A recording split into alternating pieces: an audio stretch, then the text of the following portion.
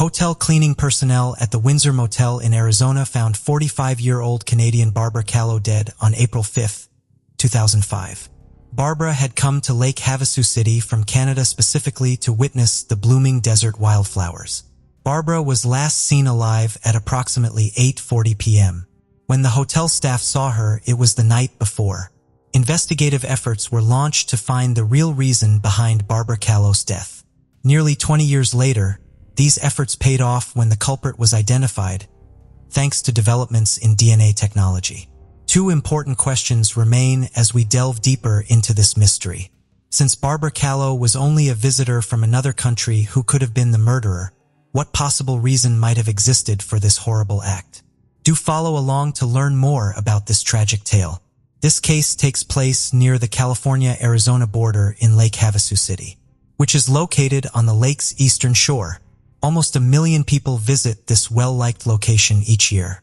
In addition to offering a perfect climate, a variety of dining options and lodging, it is well known for its historic London Bridge, crystal clear lake, friendly community, plenty of sunshine, and numerous annual events.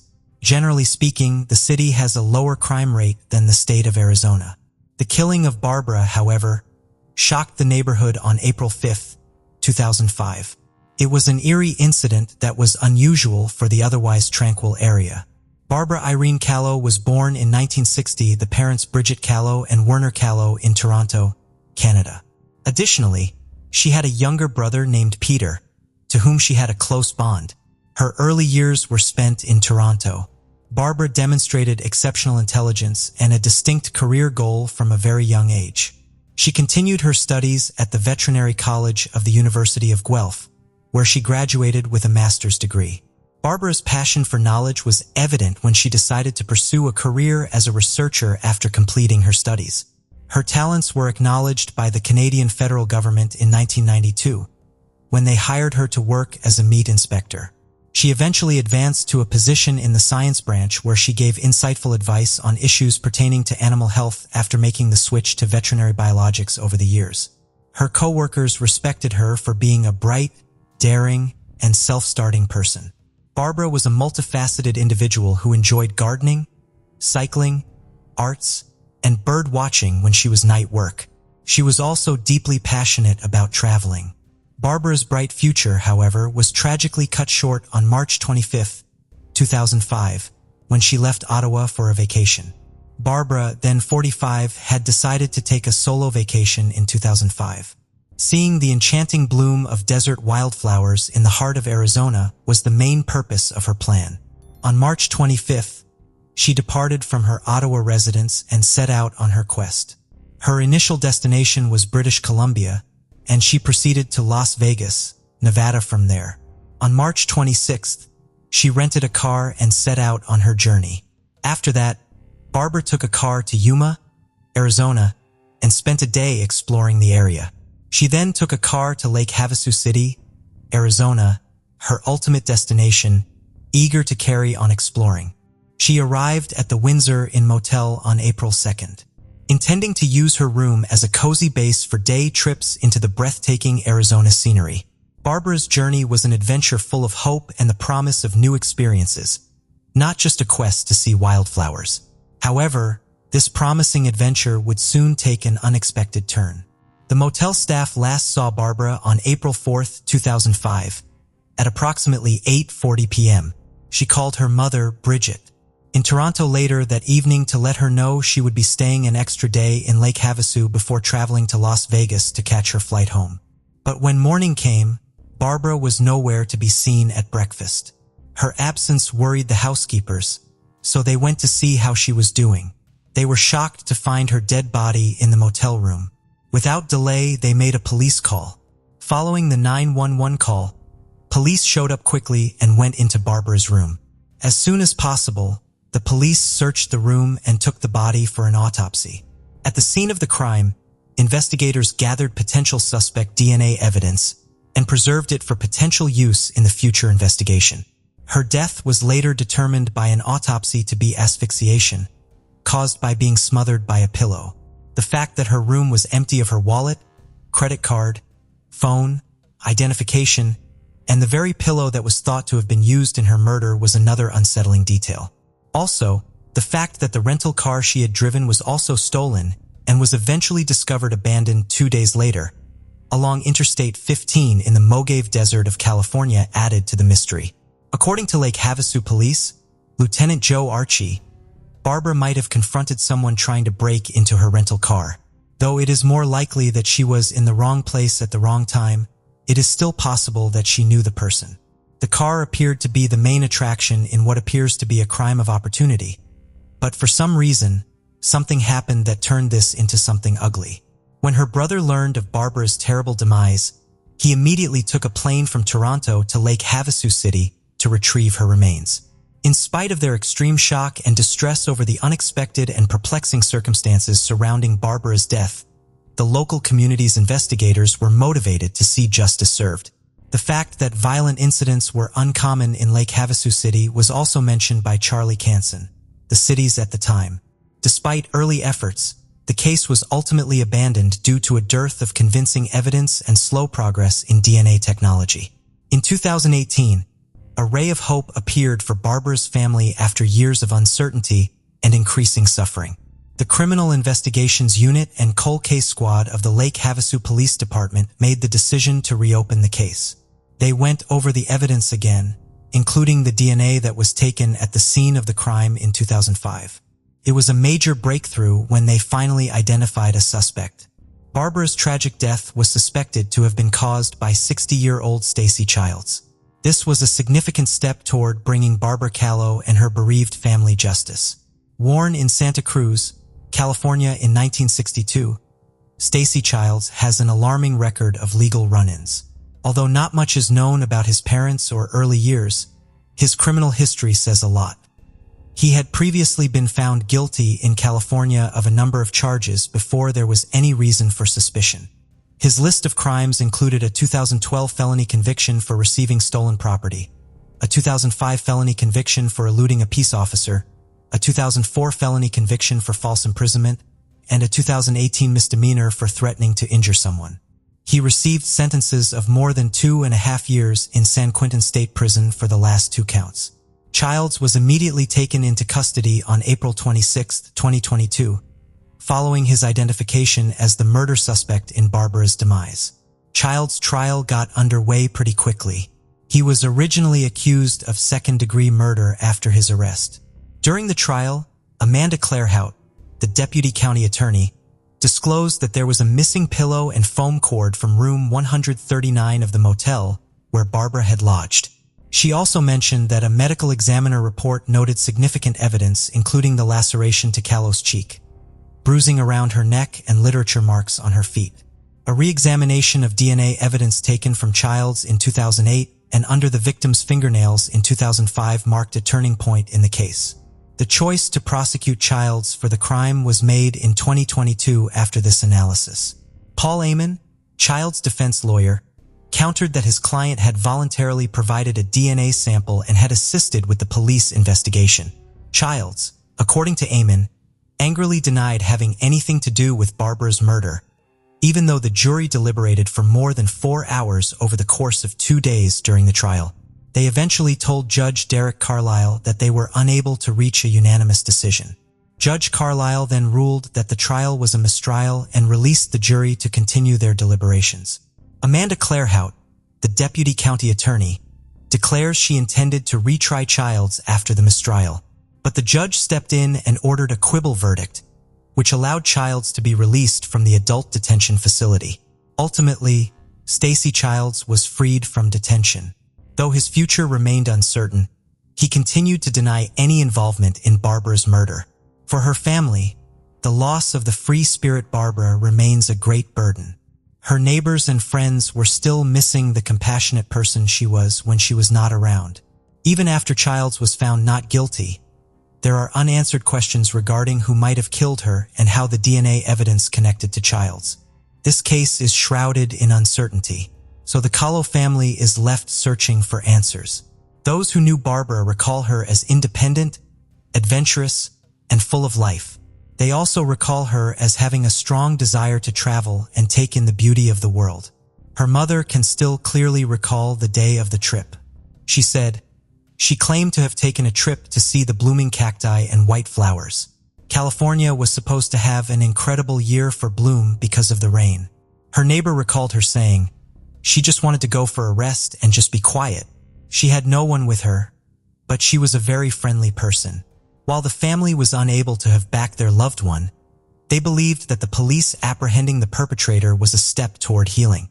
Despite his acquittal, the family continues to seek answers and mourns the untimely death of their beloved daughter. Barbara Callos' case is tragic and complicated. The outcome of the case is marked by uncertainty because it is still unresolved, and the truth about Barbara Callos' death remains elusive. However, such cases highlight the complexities and challenges of solving cold cases, as well as the importance of advances in forensic technology. It also emphasizes the importance of justice and closure for victims' families and the community. Let us now hear your thoughts on this case.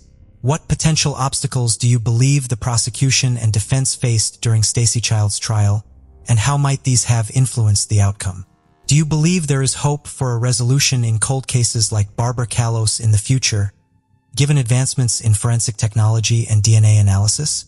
Or are there constraints that could prevent justice from being served?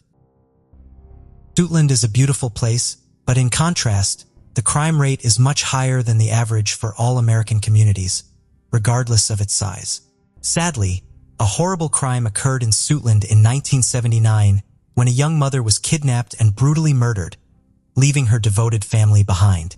On March 20th, 1951, Vicki Lynn Belk was born into the family of Lonnie and Maydell Belk. Vicki, the eldest of the 6 Belk siblings, was a devoted big sister to April, Grendon, Judy, and Kay, as well as her younger brother, Lonnie Jr., who goes by Ricky. Vicki grew up in Alexandria, Virginia, along with all of her siblings. Following their parents, Lonnie and Maydell made a successful lawsuit against the Board of Education over the school desegregation ruling. Vicki and her sister, Judy, became the first African-American students to attend Minnie Howard Elementary School in Alexandria, Virginia. Vicki later graduated from T.C. Williams High School in 1969. Vicki grew up during the civil rights movement. The Belk family was a family that always stood by their values and was prepared to defend the rights of their community and family. The Belk family persisted in being role models for everyone in their community and for one another, even after suffering violence and losing a few fights. Like her family, Vicki also took a strong interest in speaking out and defending her neighborhood. Vicki's thoughtful and giving nature made her a role model for her siblings. Vicki became the first person in her family to graduate from college during a period when she and her community were rarely given opportunities. In 1974, Vicki graduated from St. Augustine College in Raleigh, North Carolina, with a Bachelor of Arts in Education. Her diligence and proficiency in her chosen field paid off, as she was hired as a management analyst in the Department of Agriculture's Office of Operations and Finance in Washington, D.C. Vicki, a 28-year-old woman, was juggling parenting her young son, Lament Belk, and her job in Washington in 1979. She remained active in her community, working as a Sunday school teacher and church clerk at Oakland Baptist Church in Alexandria, which Vicki's great-grandfather, Wesley Casey, co-founded. Vicki's family maintained regular communication and was very close to one another. Vicki's entire family came together to celebrate Judy's marriage at Oakland Baptist Church in early August 1979. Vicki went to the wedding with James Hill, her co-worker turned boyfriend. Vicki assisted with much of the events planning and served as Judy's maid of honor. A few days after Judy's wedding, Vicki returned to her regular life with her boyfriend, James Hill, who worked for the agriculture department. Vicki and James got ready for the day on August 27, 1979, as they usually did. From their Prince George's County apartment, they took a ride in James' 1972 Buick to the Stadium Armory Station, where they parked the car and took the train to their offices. That day, Vicki had some errands to run and planned to finish them after lunch. She told James she would see him in the parking lot after work that evening. James arrived at the parking lot after finishing work and discovered that Vicki was nowhere to be found. The car was still gone. James waited until dusk and became concerned when Vicky was nowhere to be found. He tried calling some of Vicky's close friends and family members that evening to see if they had any information about her whereabouts, but nobody had any idea. James waited for Vicky for hours after getting home, but she never showed up. When James attempted to report his girlfriend Vicky missing to the Prince George's County Police Department early on August 28, 1979, the officials informed him that an official report could only be filed 72 hours after Vicky's disappearance because she was an adult. All James could do was wait and hope Vicky would come back. James informed Vicky's family of the news. They became very concerned, especially Maydell, Vicky's mother. She went crazy because she was unable to comprehend what was happening. It was unusual for Vicky to not check on her son, and it was not like her to not call or let her loved ones know where she was going. Now that her fearless daughter was gone, Maydell could only fear the worst. Vicky's family endured a very agonizing 72 hours of waiting, and as the day wore on, they realized something was seriously wrong. A local teenage boy discovered something strange in the woods on August 29, 1979, while out for a bike ride on Metropolitan Church Road, which is close to Route 227 in Maryland. Upon closer inspection, he discovered it was a dead body. After riding his bike home, he told his mother about the horrific discovery, and she contacted the police. When police arrived at the scene, they discovered a dead woman who was only partially clothed and had been shot in the head. After being taken to Baltimore's chief medical examiner, the woman's body was identified as Vicky Lynn Belk. Homicide was declared the cause of death. Vicky's parents, Maydell and Lonnie, received a call from the Charles County Sheriff's Office informing them that they needed to come to the police department as they had some information about their daughter. On their way to the police station, Lonnie and Maydell were actually pretty upbeat. They believed that perhaps Vicky had just been injured and had since been located. But the most terrible news was delivered to Maydell and Lonnie when they got to the sheriff's office. Their oldest daughter, who was also their firstborn child, had been killed and abandoned by the side of the road. Maydell instantly started crying uncontrollably because she was in too much pain. She cursed the man who had done this to her daughter. Vicky's family was overcome with grief and was severely traumatized by the violent and chaotic nature of the crime. After gathering themselves, they handed the case over to the detectives in the hopes that Vicky's killer would be apprehended and dealt with fairly. An inquiry into the killing got underway. The crime scene had already been secured, and detectives were continuously gathering evidence and looking for clues. Vicky's brown shoes, pantyhose, jewelry, bra, and slip-in dress were among the items the investigators found. They also found some hair samples and nail clippings. Despite being tested several times, the items discovered at the crime scene proved to be of little use to the investigators. Vicky's relatives, co-workers, and those in the vicinity of the crime scene were all questioned by the detectives during their numerous interviews. Nothing seemed to be happening with the investigation, not even after some leads were followed up on. Vicky had taken James' car to run errands the day before she vanished, and the detectives were still searching for it in the hopes that it would contain information that would help them find Vicky's killer. James' Buick was eventually discovered abandoned in Washington, D.C., within a few days. Unfortunately, though, the murderer's trail was completely erased. Despite the lack of fresh information in the case, the detectives were committed to identifying Vicky's killer. They kept all of the evidence in the hopes that it could be retested with more sophisticated technology.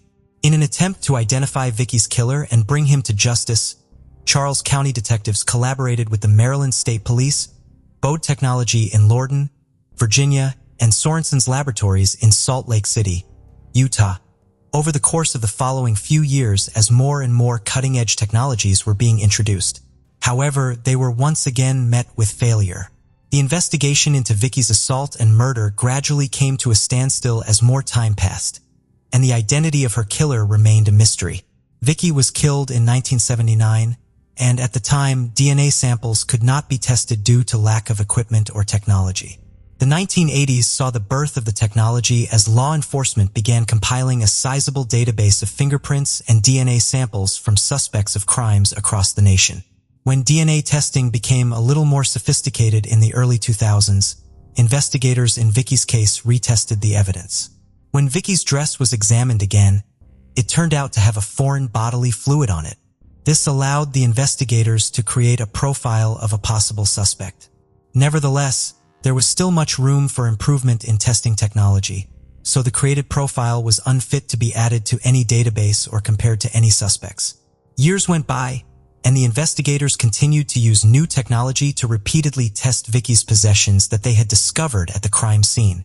When Vicky's slip and dress were retested using forensic technology in 2022, the detectives were able to create a DNA profile of a male whose bodily fluids were found on Vicky's dress. This gave law enforcement some hope that Vicky's murderer would be apprehended and imprisoned. The newly created male profile was compared to profiles in CODIS, the Combined DNA Index System. The forensic team meticulously examined several profiles before discovering a match in their database. The owner of this profile was Andrew Taylor, a 61-year-old man.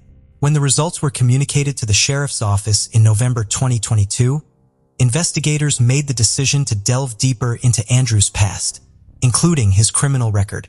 At the time, Andrew, who is now elderly, was residing in a Washington, D.C. nursing home and rehabilitation center. By monitoring him closely and persistently obtaining information about his background, the detectives discovered that Andrew had resided in his aunt's Charles County house at the time of Vicky's murder. Vicky's body was discovered less than 4 miles from the house, but this information wasn't enough to nab Andrew. To establish his role in the horrifying murder, the investigators still required more substantial evidence. To do this, investigators obtained a warrant for Andrew's arrest in March 2023 and entered the assisted living facility where he was staying. Detectives needed more proof, so they confronted Andrew and took a sample of his saliva to compare with the DNA from the crime scene again. The unexpected visit made Andrew aware that he was under suspicion for Vicky's murder, but given his current state of health, the detectives were not concerned that he would run out of town. Authorities knew he was staying put, even though the lab tests would take weeks to complete and results would not be available. Andrew's health was rapidly deteriorating and he could hardly perform any activities due to his amputated leg. On June 16, 2023, the DNA match with Andrew's profile was confirmed once more. He was charged with first-degree murder and assault. On June 22, 2023, he was arrested and ordered held without bond. Vicky's family and the detectives who worked on her case addressed the media in a press conference. Vicky's family was inconsolable, living through the past as the investigation's findings evoked painful memories. Julie Belk remembered her late sister by sharing her favorite memory, while Vicky's son, Lamont Belk, thanked the police. Vicky's brother, Ricky Belk, described what happened to his mother after the tragic event. It is unclear at this time whether Andrew has entered a plea. He is being represented by the Maryland Public Defender's Office, which declined to comment on the matter. Vicky was unfamiliar with Andrew, and his assault on her was unplanned. Andrew was just 18 when he committed the horrible act. Vicky was robbed of her opportunity to lead a fulfilling life. The people who loved her were deeply saddened by her death, but they also felt some relief and closure now that her killer was in prison. Vicky's son, Lamont Belk, joined the Cobb County District Attorney's Office as an assistant district attorney after earning degrees from George Mason University School of Law and Morehouse College in 2009. Kay, Vicky's sister, is a retired surgeon from the Contra Costa County Sheriff's Office in California. The lone boy among numerous sisters, Lonnie, holds a lieutenant position in the Fairfax County Fire and Rescue Department. In 1980, following Vicky's untimely death, the Belk family established the Vicky Belk Scholarship Foundation to pay tribute to Vicky and offer scholarships in her name. The scholarship board's job is to help raise money for graduating seniors at Oakland Baptist Church in Alexandria, Virginia, the church where Vicky Lynn Belk was baptized, and to offer opportunities that carry on her legacy. Through the scholarship program, approximately 100 students from Oakland Baptist Church have received awards thus far. Vicky's family wants to perpetuate her passion for learning in Oakland Baptist Church youth. On May 2, 1982, Jessica Disson was born in Shepherdsville, Kentucky, a small American town. It was a peaceful community where most people knew one another well and were engaged in farming. Jessica helped her parents look after their two younger brothers while they were at work from a young age. Jessica became more self-sufficient as a result, and her parents could always count on her. In order to pay for her first car at the age of 15, she started working a part-time job at a nearby restaurant. A few years later, she had saved up enough cash to fulfill her dream of owning a red Pontiac. Jessica had good grades despite working a part-time job, and she began to plan to go to college to become an accountant after graduation. When Jessica, then 17 years old, started her senior year in the fall of 1999, she also began dating a boy, which made her very happy. Her day started out normally in the morning on Friday, September 10th. While Jessica was still asleep, her parents left for work, her younger brothers left for school, and went to the bus stop. Jessica stayed at home and was expected to take her car to school shortly after her brothers. When her mother got home, sometime around noon, she noticed something strange right away. Jessica was supposed to be in class, but her car was parked in front of the house. The mother went to her daughter's room after entering the home. When Jessica was not in her bedroom, her first assumption was that she might have overslept and missed school. The mother then speculated that Jessica might have called her father to see if he could give her a ride to school. When she called him, he replied that he had left for work by himself that morning. The mother attempted to start Jessica's car with a spare key she had taken from the house, thinking there might be a problem with it. But as she got closer to the vehicle, she noticed an unsettling scene. First of all, the driver's door was ajar. Secondly, and perhaps more concerning, Jessica's phone was resting on the seat with the numbers 9 and 1 displayed on the screen. One of Jessica's shoes and her keys were under the front seat, and her work clothes, purse, and textbooks were in the back seat. The mother assumed the worst right away. It was obvious that someone had opened Jessica's phone to dial 911, but had stopped short. Furthermore, it is clear that Jessica could not simply leave her belongings in the car and drive away. She would have needed to walk several miles along the road because the family lived on the outskirts of town. Jessica's parents discovered that their daughter had not shown up for class when they called the school. The school should have informed them about this, but for some reason it hadn't. A few hours later, Jessica's parents received a call from Jessica's best friend at the restaurant where they worked, informing them that Jessica had not arrived for her shift, which further alarmed them. Jessica's parents decided to call the police after becoming concerned about her absence from school and work, as well as the fact that her belongings, including a phone with 9 and 1 dial, had been left in an unlocked car. But the sheriff just said that Jessica probably wandered off and would come back sometime. He did not even seem to notice that she could not go very far without one of her shoes because it was left in the car. Jessica's parents begged the sheriff to launch an investigation because they thought their daughter might be in danger, but he refused, so they were forced to go back home. Following that, Jessica's parents made the decision to act independent. Despite reaching out to friends, family, and acquaintances, nobody had reported seeing her. They began looking for Jessica together all over the town, but she was nowhere to be found. Her parents returned to the sheriff the following morning to inform him that Jessica had not returned home. He sent 2 officers to check her car this time, but their parents were now dealing with a second issue. The officers touched everything inside the car with their bare hands, as they looked over it without wearing gloves. Jessica's room was not checked by them, despite the fact that it was standard procedure. Jessica's parents attempted to seek assistance from the local media by bringing attention to their daughter's disappearance and the police's lack of interest. After being let down by law enforcement once more, they started their own search and started handing out flyers with information about Jessica along with family and friends. Leading the search were Jessica's father and his brother, Stanley, who was familiar with the area. They made the decision to search the area around a nearby river out of fear for the worst. Because of its overgrown and remote location, the area had a bad reputation and was frequented by local drug dealers and other criminals. Jessica's family searched the rough terrain by the river for hours without finding any sign of her. A very strange thing happened the following morning. Jessica's parents were at home with their son, who was playing in the yard. He hurried inside after hearing what he thought was his sister's voice calling for assistance. Grabbing his shotgun, Jessica's father hurried outside to try and find the source of the cry. Simultaneously, His brother arrived at their residence and promptly joined the search. They saw something soon after. David Brooks, their 40-year-old neighbor, had smoke rising from his property. They saw him burning what appeared to be clothes on his land as they got closer. Because of the suspicious appearance, Jessica's father requested permission from Brooks to search his farm. But Brooks declined, requesting that they depart. There were other strange aspects about Brooks as well. His family and Jessica's relatives had a regular relationship up until Jessica vanished. But not long afterward, when Brooks started acting strangely, he began driving past their house slowly, on a regular basis, while grinning menacingly at them. Additionally, Jessica's parents received strange phone calls from an unidentified man who just breathed heavily without saying anything. They had a suspicion that Brooks was responsible, but they were unable to fathom his actions. Jessica's parents made the decision to talk to the police again.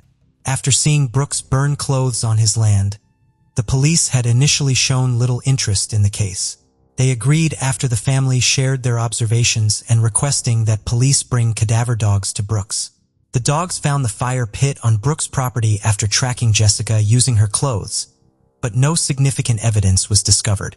In one of the sheds, the dogs also found black gloves indicating the presence of a decomposing stench. Even though Brooks continued to act suspiciously during the search, the police were unable to link him to Jessica's disappearance and left empty-handed. Jessica's father decided to contact the FBI after being let down by the police. Normally, the Bureau declines to become involved in an investigation based only on calls from the families of missing individuals. But on this occasion, they made the decision to do so right away. After conducting extensive research and considering the unsettling information provided by Jessica's parents, the FBI came to the conclusion that something genuinely horrifying may have happened to Jessica. After that, a thorough investigation got underway, one that the local police had been hesitant to carry out. Fingerprints from Jessica's car and room were gathered by FBI agents. They also seized all potential evidence for analysis and sent it all to the lab. Additionally, the investigator coordinated a thorough ground search with the help of helicopters and volunteer recruitment.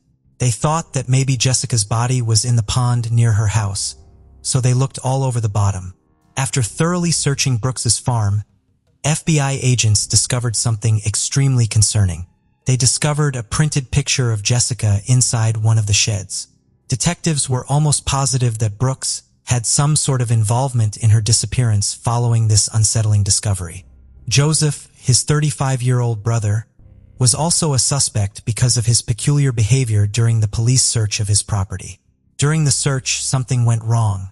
Investigators concentrated all of their efforts on the search in the area, nearly certain that Jessica had died, since they could not find any evidence strong enough to bring the brothers to justice.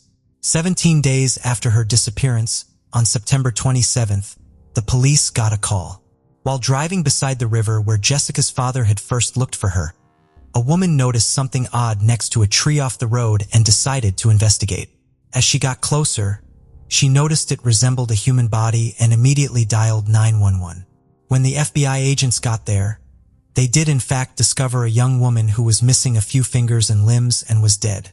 Detectives came to the conclusion that she had been sexually abused because she had a rope tied around her legs with paint traces in red and silver, and some of her clothes were missing. The decomposition was so advanced that they were unable to positively identify it as Jessica. After visiting her home, the policeman asked her parents for assistance in identifying her. Jessica's mother concurred, but her father found it difficult to look at his dead daughter.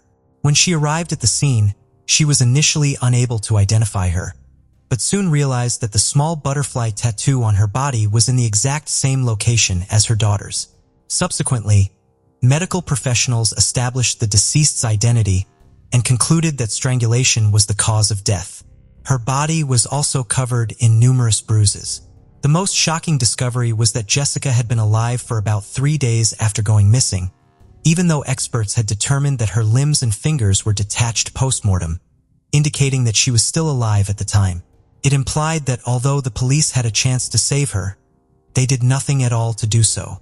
The FBI decided to re-interview Brooks following the body's discovery, and this time they discovered something new. Brooks initially told the FBI that he had seen Jessica the morning she disappeared when they had first spoken. In the second interview, he altered his account to claim that he had not seen her at all that day. He said he was at home that morning in bed with his wife, and she had given a different account of her husband's testimony when the detectives questioned her.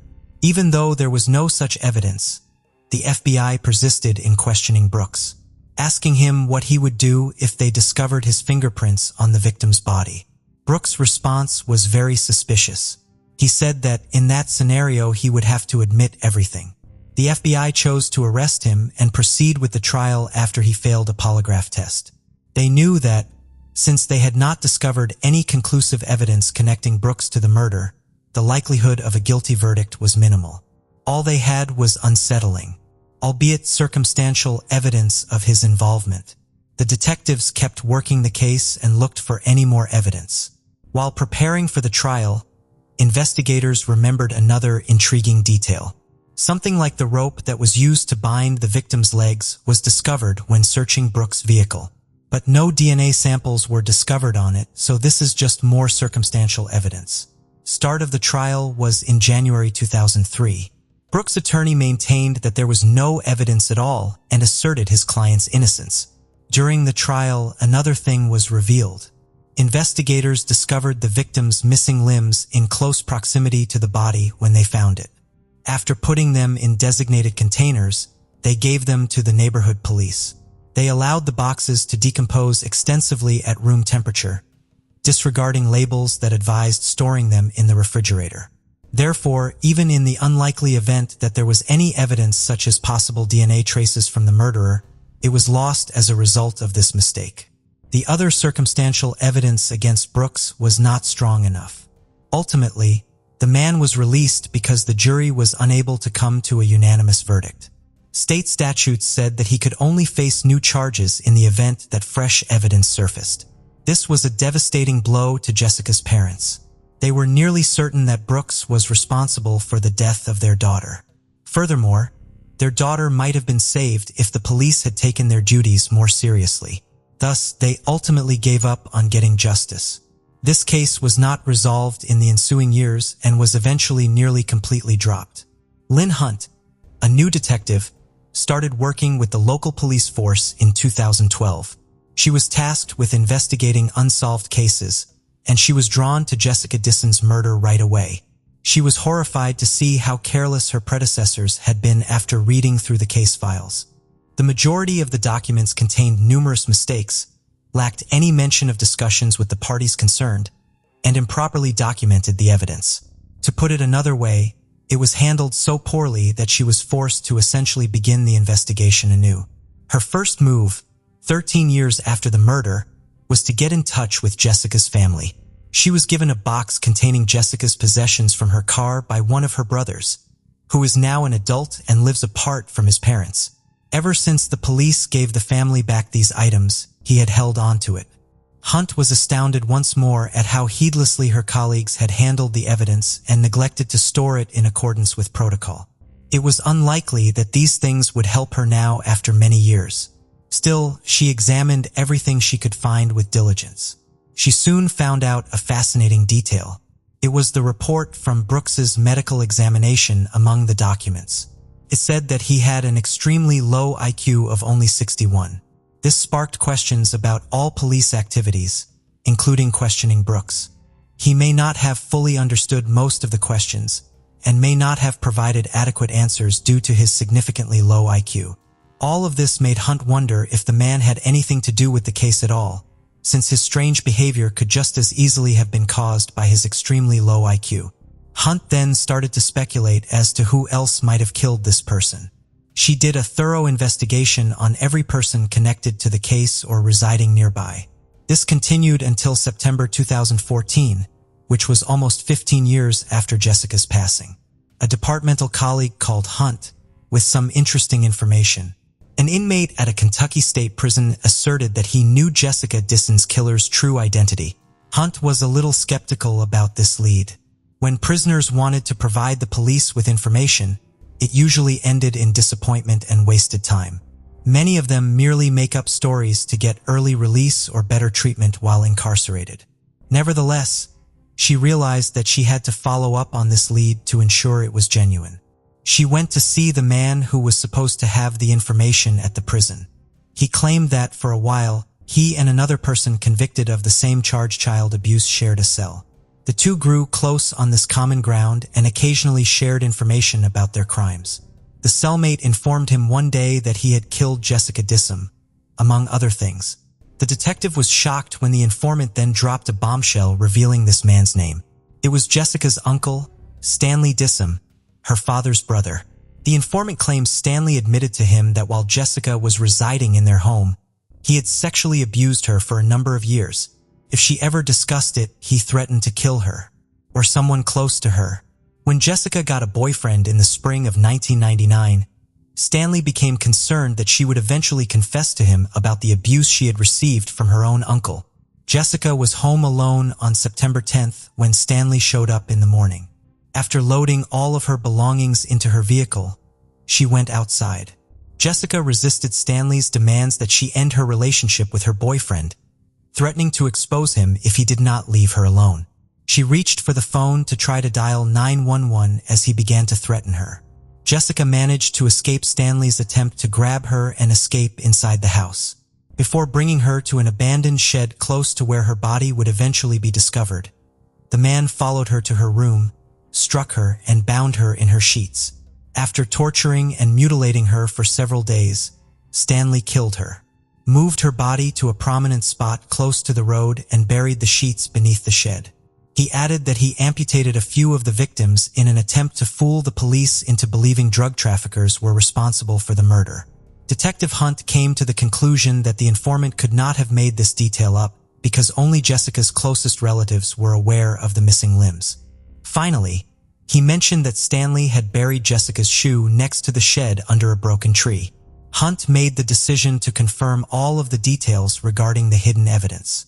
She contacted Jessica's brother and a few other relatives who agreed to help with the search because no one from the local police department could assist her due to staffing shortages. She chose to wait to inform them that Stanley might be the murderer in order to gather proof for these startling claims. They did not find any hints on the first day of the search. They dug in the areas that fit the informant's description in the pouring rain, but they got nothing. Hunt and Jessica's brother went back to the location the following day. They started excavating the soil inside the abandoned barn he had indicated to them along the way, and almost instantly a long-awaited breakthrough occurred. A bed sheet that had been buried was found. Hunt got the evidence and raced over to Jessica's place. Her parents had not altered her room in all these years. It was just the way it had been since the day their daughter disappeared. This allowed Hunt to verify that the discovered bedsheet was a piece of Jessica's bedding. The other linens had the same pattern, but it was absent from the bed. Following this discovery, Stanley was taken into custody and questioned right away. Despite looking visibly shaken during the conversation with the detectives, he refused to confess to the crime. He was eventually accused of murder and the matter went to trial. The fact that his brother had done such a horrible thing to his daughter was beyond shocking to Jessica's father. He went through a period of total denial before accepting this intolerable truth.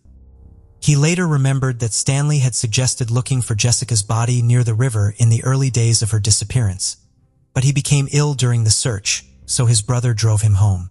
As it turned out, Jessica was found only a few hundred yards from the barn where this had occurred, indicating that Stanley may have purposefully misled them into thinking she was still alive.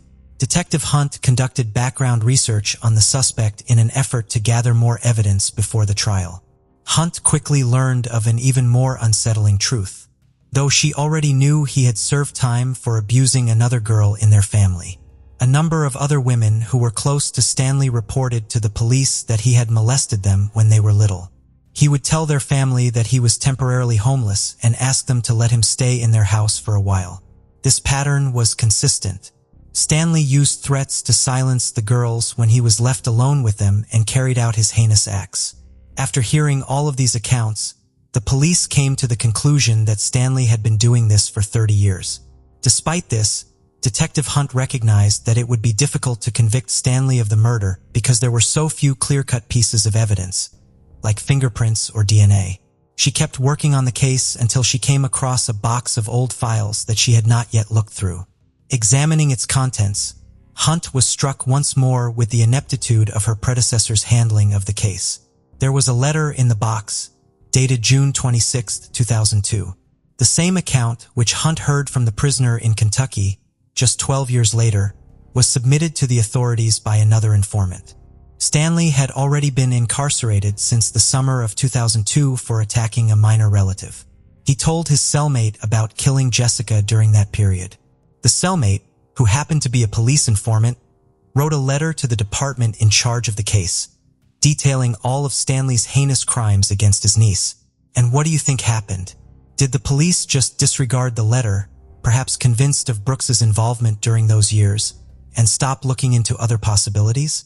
Hunt was again displeased with the incompetence of her colleagues. Had they been more diligent in their work, this case might have been resolved in 2002. She could only wait for the trial now, years later, in the hopes that Stanley would at last receive long overdue justice for his deeds. Stanley proclaimed his innocence before the proceedings started in 2015. Jessica's parents were in the courtroom and they could barely look at the relative who had ruined their lives. And they were angry that he could not just come clean and offer them some sort of resolution. Due to the dearth of strong evidence against him, the prosecution thought there was little chance of getting a guilty verdict on the murder charges. The assault accusations against the other girls in the family presented another issue. The prosecution chose to offer Stanley a plea deal because all of them would have to testify in court and give detailed accounts of what Stanley had done to them. In exchange for Stanley's confession about his assaults on family members and his involvement in Jessica's murder, they agreed to remove the death penalty. Ultimately, he consented and entered a guilty plea. He was not obliged to reveal any particulars about the crimes as part of the agreement. Jessica's parents were unhappy about it because they wanted to know the whole truth, but Stanley had to keep quiet because of the terms of the plea agreement. The murderer was sentenced to 20 years in prison with the possibility of release after 15 years. Stanley may be released at age 71, as he was 56 at the time of sentencing. Following the trial, Jessica's father pledged that he would wait for his brother to take matters into his own hands if he did not pass away in jail. In 2019, Stanley denied killing Jessica in his first interview. He said that he had been at work that morning. However, after 20 years, it was impossible to confirm. Furthermore, he was unable to explain how two unconnected informants could have come up with the same tales, including details like a bed-lin in burial site that the murderer alone knew. Detectives have yet to rule out David Brooks's possible small role in the case. Stanley could have asked for assistance in getting rid of the victim's belongings because Stanley knew him. Brooks may not have fully understood the situation given his low IQ. He may have set the girl's clothes on fire, and Stanley may have given him the gloves that contained the body odor that the dogs had picked up on. He might have left Jessica's picture in Stanley's shed so that it would frame him. The truth, though, might never be known because Brooks passed away in 2021 from cardiac issues. It is important to remember the incident where Jessica's younger brother mistook a cry for assistance outside for his sister on the third day after Jessica vanished. There is still no way to know for sure what transpired at that moment. Stanley was detaining the girl several miles from her residence in the barn, so it is possible that she was still alive. There is a somewhat unlikely possibility, but the child most likely imagined it because they were stressed or else someone else was screaming. Stanley was probably not far from the house because, as we remember, he drove up just after Jessica's father hurried outside. It is possible that the girl was unconscious or had her mouth taped shut while in his car, but this theory does not seem very likely. 42-year-old Ricky Lubert lived in Texas County, Missouri in 2007. He was last seen on November 10th. 3 days later, a neighbor of his became concerned that he had not seen Ricky for a few days. Inside of Ricky's home, the neighbor found his body and called 911. Investigators quickly had a suspect, Tommy Wetzel. Investigators at the time did not specify what led them to Wetzel. After an exhaustive investigation trying to find more evidence against Wetzel, he was charged and convicted of a federal weapons violation, but he was never charged with taking Ricky's life. That all changed after the Texas County Sheriff's Office opened a new investigation into Ricky's case in January of 2022. The Sheriff's Office was aided with the resources from the television program Cold Justice. Investigators from the Sheriff's Office reviewed the original case files and evidence.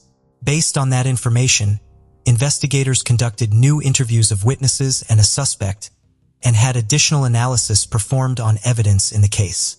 The new investigative efforts, as well as the prior ones, led to an indictment for armed criminal action and discharge of a firearm at or from a motor vehicle and for taking Ricky's life against Wetzel. He was arrested on June 29, 2022 by the Barton County Sheriff's Office at his home in Liberal, Missouri. He has been transported back to Texas County.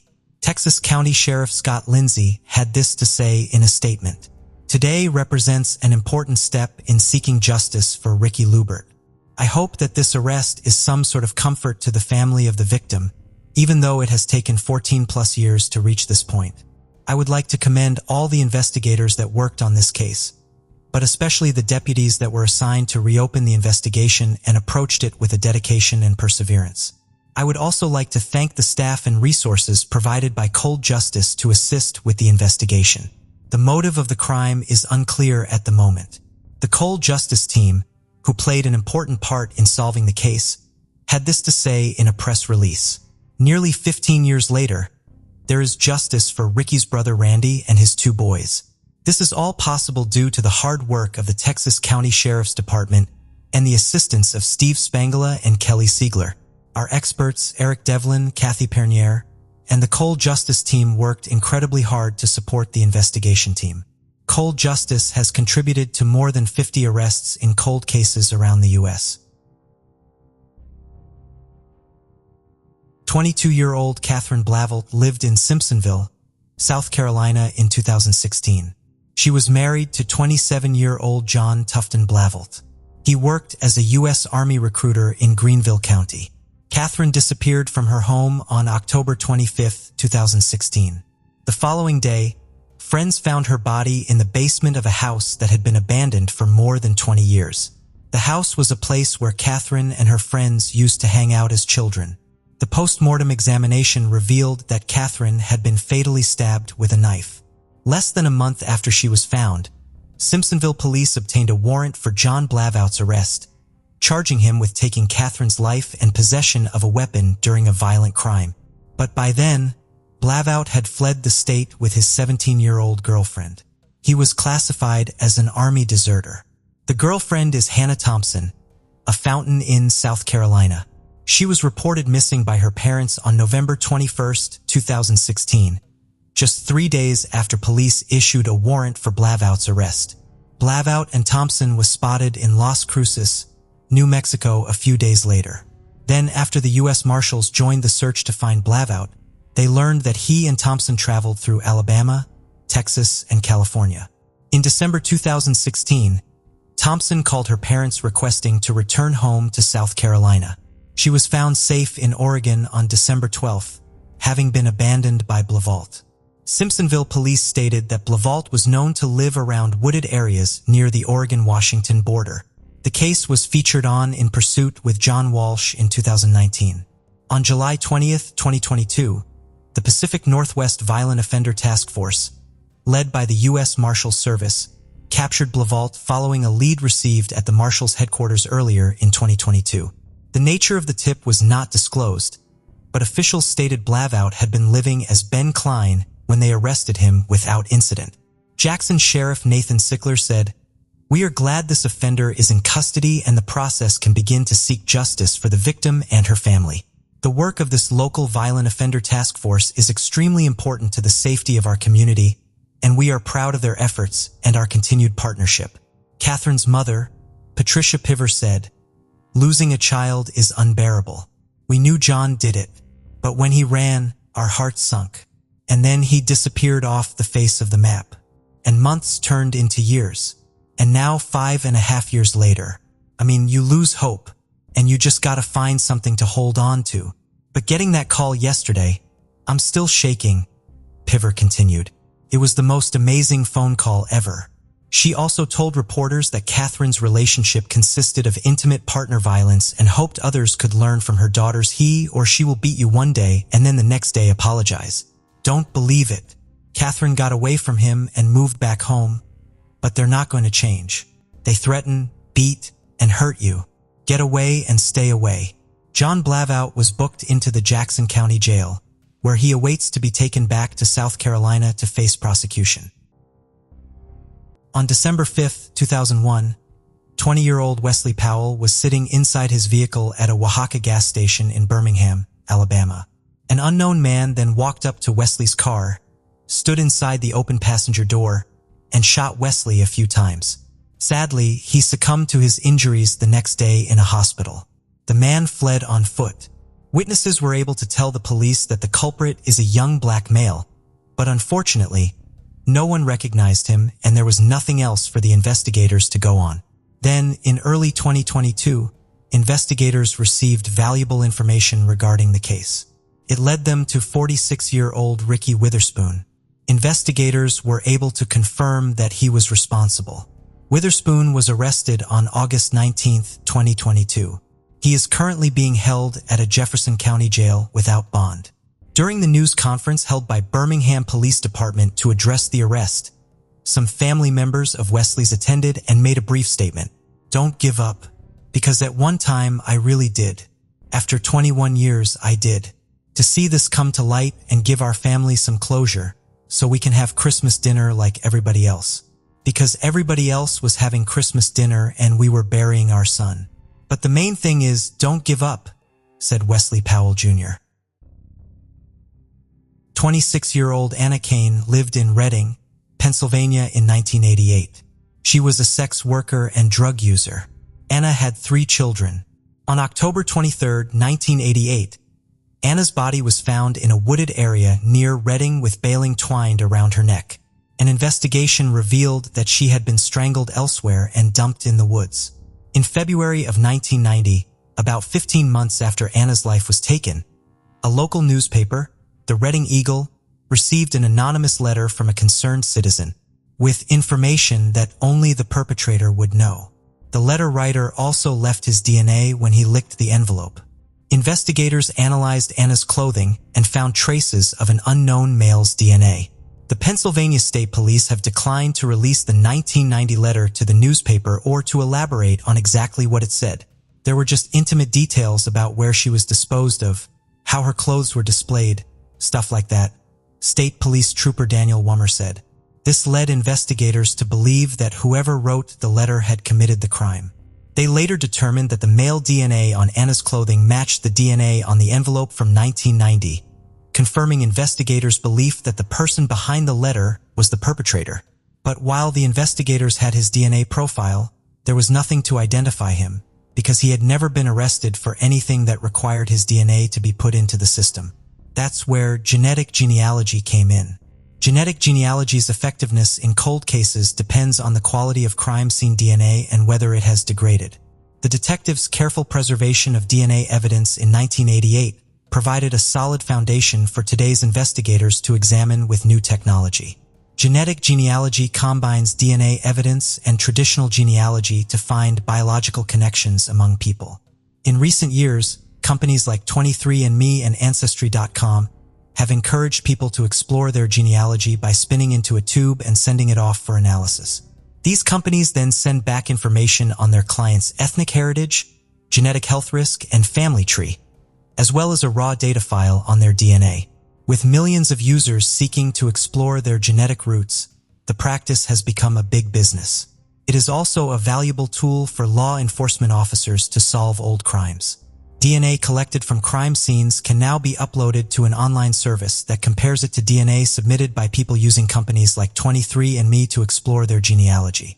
If a possible match is found, genealogists can build out family trees to help find potential suspects. Finally, in August 2022, Pennsylvania State Police used genetic genealogy testing to identify the man responsible for taking the life of Anna Kane. Pennsylvania State Police Nathan Trate said, "All of that stuff was preserved the way it should be because they knew probably somewhere down the line whatever they collected could be that little piece of evidence to solve the case. Well, here we are in 2022, and that little piece of evidence that they collected was exactly what we needed. The person responsible is a local man named Scott Grimm. Grimm passed away in 2018 at age 58. Investigators don't know much about him other than he lived in a nearby Hamburg, Pennsylvania area. Investigators are trying to determine whether he knew Anna, and have urged anyone who knows the nature of their relationship to reach out. So far, they have found no ties. Anna's daughter, 43-year-old Tamika Reyes, spoke during the press conference. She was just 9 years old when her mother was taken away from her. I felt a bit of everything when I found out. I was happy to finally put a face behind the monster who took her from us and upset that he will never be able to face consequences. Tamika said one of her fondest childhood memories was taking walks with her mother and seeing her suddenly dance to random music playing in stores as they passed. She was a firecracker, very outgoing, not afraid of anything, very honest, blunt and caring. Tamika says she's still bothered by the image the media painted of her mother.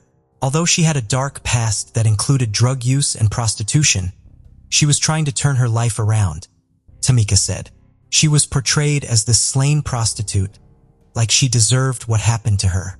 It was hurtful. She was more than that. She was a victim. She was a mother. She was loved. No one deserves what happened to her. It has been hard growing up without a mom, she said. No child should ever have to grow up without their mom.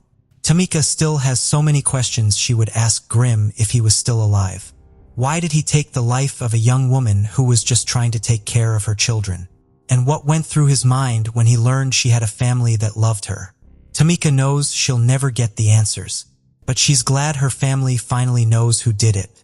Now the investigators have identified Scott Grimm. They will review other open cold cases to see if he was involved. A small town in Kipling, Saskatchewan looked forward to a little spooky fun on Halloween night in 1992.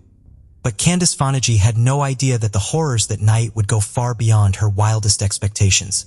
First of all, she recently discovered that her partner was unfaithful to her. Then, she was unable to locate her friend when she went to see her at a nearby hospital. Candice was starting to feel nervous. Candice allowed Dr. John, the only physician in the community, to give her an injection as she sought solace from him. However, she soon sensed that she was being stripped and assaulted. She called the police and reported everyone's favorite doctor, Dr. John. No one, not even the police, took her allegations seriously because he denied doing anything of that kind. For years afterward, the entire community was plagued by suspicion about who was telling the truth, Candice or Dr. John. Then, after a grueling 5 years, a fresh perspective emerged, completely altering the narrative. Kipling, Saskatchewan, a charming town in rural Canada, is steeped in history. Its name honors the renowned writer Rudyard Kipling.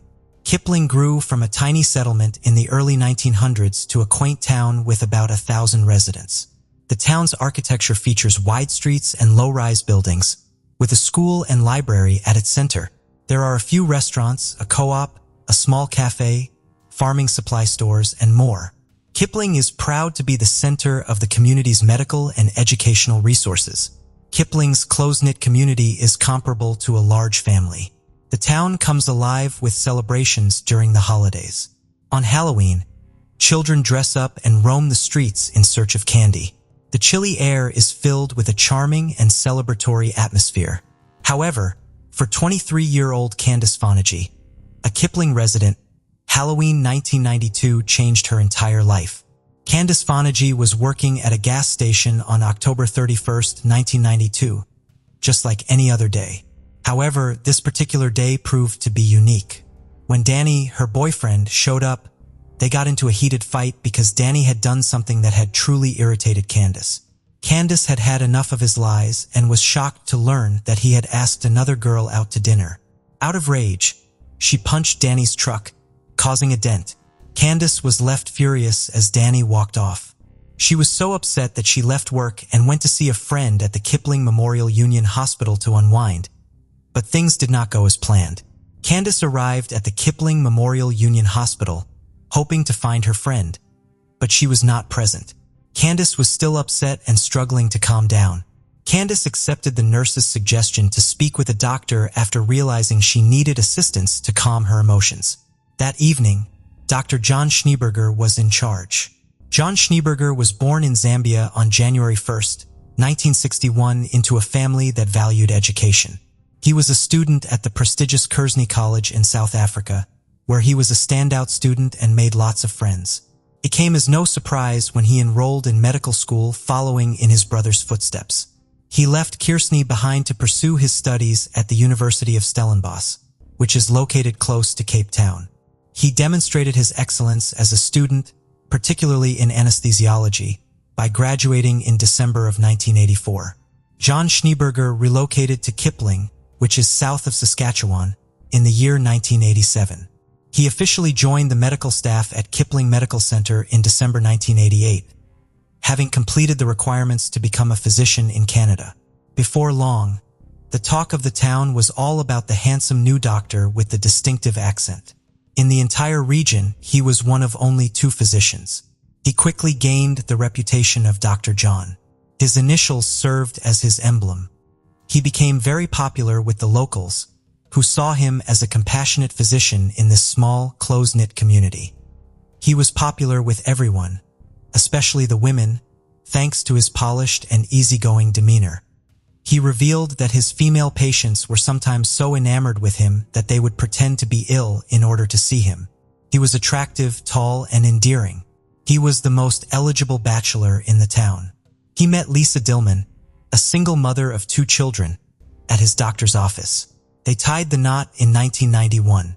He treated Lisa's kids as if they were his own, encouraging them to participate in sports. The couple was again blessed with 2 daughters, born barely a year apart. Not only was Dr. John skilled in general medicine, but he also recognized that the town needed more specialized care. As a full-time physician and father of 4, he continued his education until 1992, when he became an expert in obstetrics and gynecology at the age of 38. In addition to all of this, he was spearheading an effort to raise funds for a new pool that the town would be able to use. At the high school, he also taught a special class on relationships and related topics. For Dr. John, everything was going well, but soon things would change.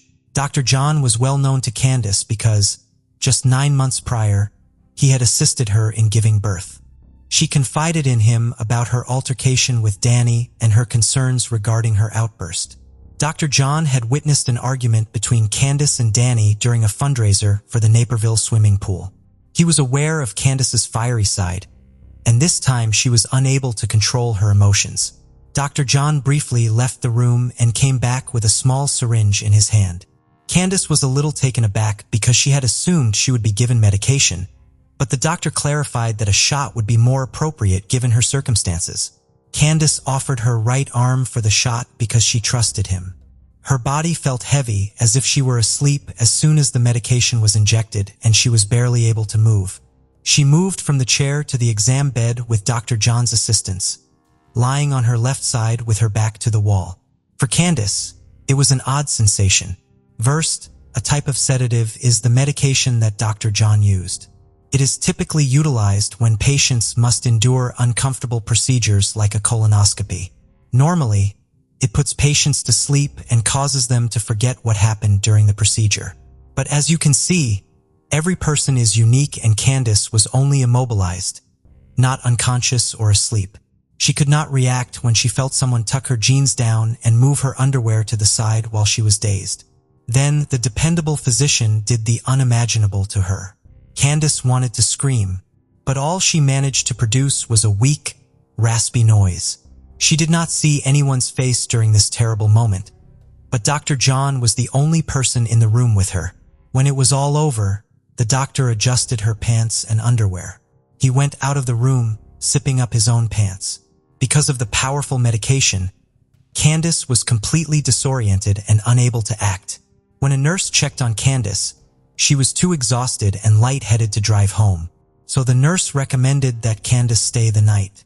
Keeping the incident from the nurse, Candace went to bed feeling very disoriented. Because of the medication, Dr. John probably thought she would not remember anything, but that was not the case. Candace's head felt foggy the next morning, and for a brief while, she was not quite sure what had happened. How could Dr. John, who was usually so kind, do something so horrible? Her doubt, however, was short-lived that she immediately recalled every detail of what had transpired. Before she could leave the hospital, she had to wait for the doctor to finish his morning rounds. Upon seeing him at last, she inquired about the medication he had administered to her. He asked her why she wanted to know and if it had given her crazy dreams while remaining composed at the time. Although she was traumatized and still experiencing the side effects of the powerful medication, Candace was able to maintain focus even though she knew he would never admit to what he had done to her. If she ever wanted to prove the doctor's guilt, what she did next was vital. When she removed her panties, she noticed a stain. She hurriedly placed her panties in a plastic bag and closed it, realizing that this might be her only piece of evidence. Candace realized she had to get the word out to someone as soon as possible about what had occurred. However, she did not feel comfortable reporting it in Kipling, where she was raised, because she knew the doctor had connections to the local police department. Rather, she made the decision to travel 2 hours by car to Regina. She visited a clinic there so that the appropriate tests could be performed. The material on Candace's underwear was unquestionably bodily fluid, as the test revealed. Additionally, some was discovered in swabs taken from her private area and on her jeans. The Regina police were alerted by the hospital right away, and Candace informed them of the incident. She clarified that the bodily fluid they discovered could only have come from the attacker, Dr. John Schneeberger, because she had not engaged in any sexual activity in the weeks prior to the incident. DNA was a novel concept in science back in the early 1990s, 3 years before Candace's ordeal in 1989. Evidence was used for the first time in Canada to apprehend a criminal. She was very wise to go to the clinic straight away and get the test done, since they could use the bodily fluid's DNA to see if it matched the doctor's. After learning about the situation, the Kipling police visited the hospital to conduct their own investigation. They started attempting to determine when the attack might have occurred. They discovered that there was a 20-minute window during which Dr. John could have carried out the attack. There was only one other man in the hospital that night, and he never left his wife alone while she was giving birth. After that, the police went to Dr. John's residence to question him regarding the incident. He was furious and claimed that on Halloween night, Candace was acting strangely when she arrived at the hospital. He claimed to have given her medication to help her relax. According to him, Candace may have confused things or possibly dreamed about the assault while under the influence of the medication. He hinted that she might have made these accusations to coerce him, but he provided a sample of his blood for DNA testing to demonstrate his innocence. For Candace, the lengthy DNA testing process seemed to go on forever. Around this period, rumors concerning Candace's assertions had begun to circulate in Kipling, a tiny town. She was not well believed by many. Some began to wonder if the assault actually occurred because Candace chose not to speak with the nurses who were on duty the night of the attack. There was a theory that Candace may have kept the evidence to force the doctor to pay her to drop the charges, even though Candace and the doctor may have had consensual sexual relations. She was held accountable for the events by some individuals. At this time, Candace felt incredibly isolated. Dr. John, on the other hand, was well received. He was well liked by the general public and had never been involved in any scandals. When he revealed what Candace had said to his wife, Lisa, she was convinced of his innocence. Lisa found it hard to accept that the father of her children and her devoted spouse could be cruel to anyone. She thought that Candace might have been having feelings for her husband and was hurting him by expressing these thoughts because he was not feeling the same way about her.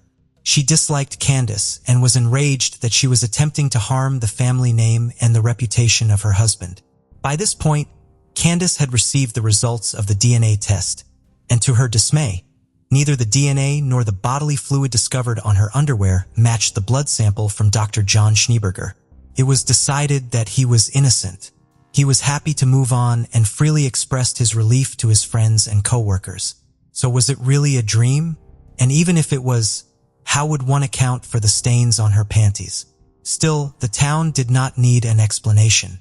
Many believed that Candace had falsely accused the reputable physician, and as a result, she lost a number of friends. Even though they struggled, Candace's parents never wavered in their belief in her. Regardless of the DNA result, Candace was adamant that Dr. John had attacked her on Halloween and was not willing to back down. She insisted on a second test because she was positive that Dr. John, a specialist in medicine, had altered his blood sample in some way to produce different results.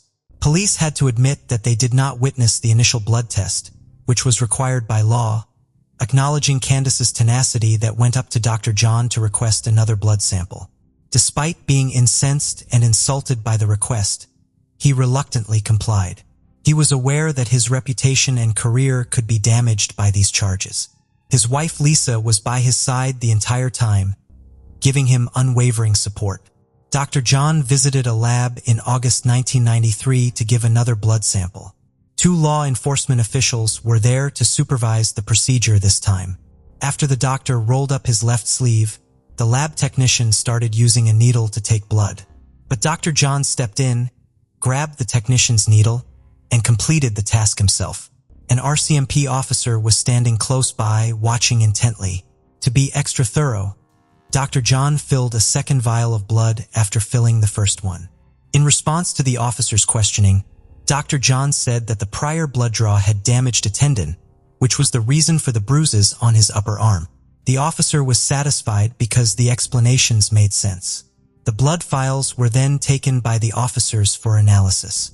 Candace continued to endure the resentful glances from Kipling residents for 6 more months. She persisted in believing that she was correct and that the test results would eventually support her belief despite the obstacles. Nevertheless, her expectations were not met by reality. The results of the second test showed that, once more, the DNA profile of the fluid found in Candace's underwear did not match the blood sample from Dr. John. In 1994, the case against Dr. John Schneeberger was concluded. The DNA evidence appeared to confirm the opposite of what Candace instinctively felt to be true once more. Lisa Schneeberger was particularly vocal, implying that Candace was looking for financial gain from the situation. It turned into a case of a young mother on her own against a highly respected physician, who was also a father of 4 and well-liked in the community. In Kipling, the criticism directed at Candace was tremendous. She knew it was time to go because she felt alienated in her hometown. She moved to Regina with her daughter, saying goodbye to the town. Life carried on in Kipling's usual manner. The Schneeberger family continued their journey, putting the past behind them. In a week following the release of the results of the second DNA test, Dr. John Schneeberger, who retained his South African residency rights, became a citizen of Canada. But the idea that Dr. John had gotten away with it haunted Candace, and she refused to let go. And Candace was afraid he would hurt someone else. She decided to take matters into her own hands because she was determined to find out.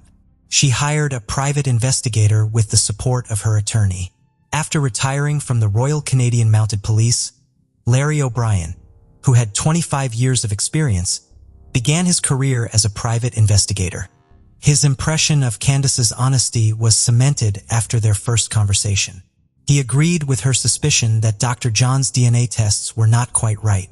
They had to come up with another method of proving his guilt, another way to get his DNA. O'Brien made a pretty smart first attempt.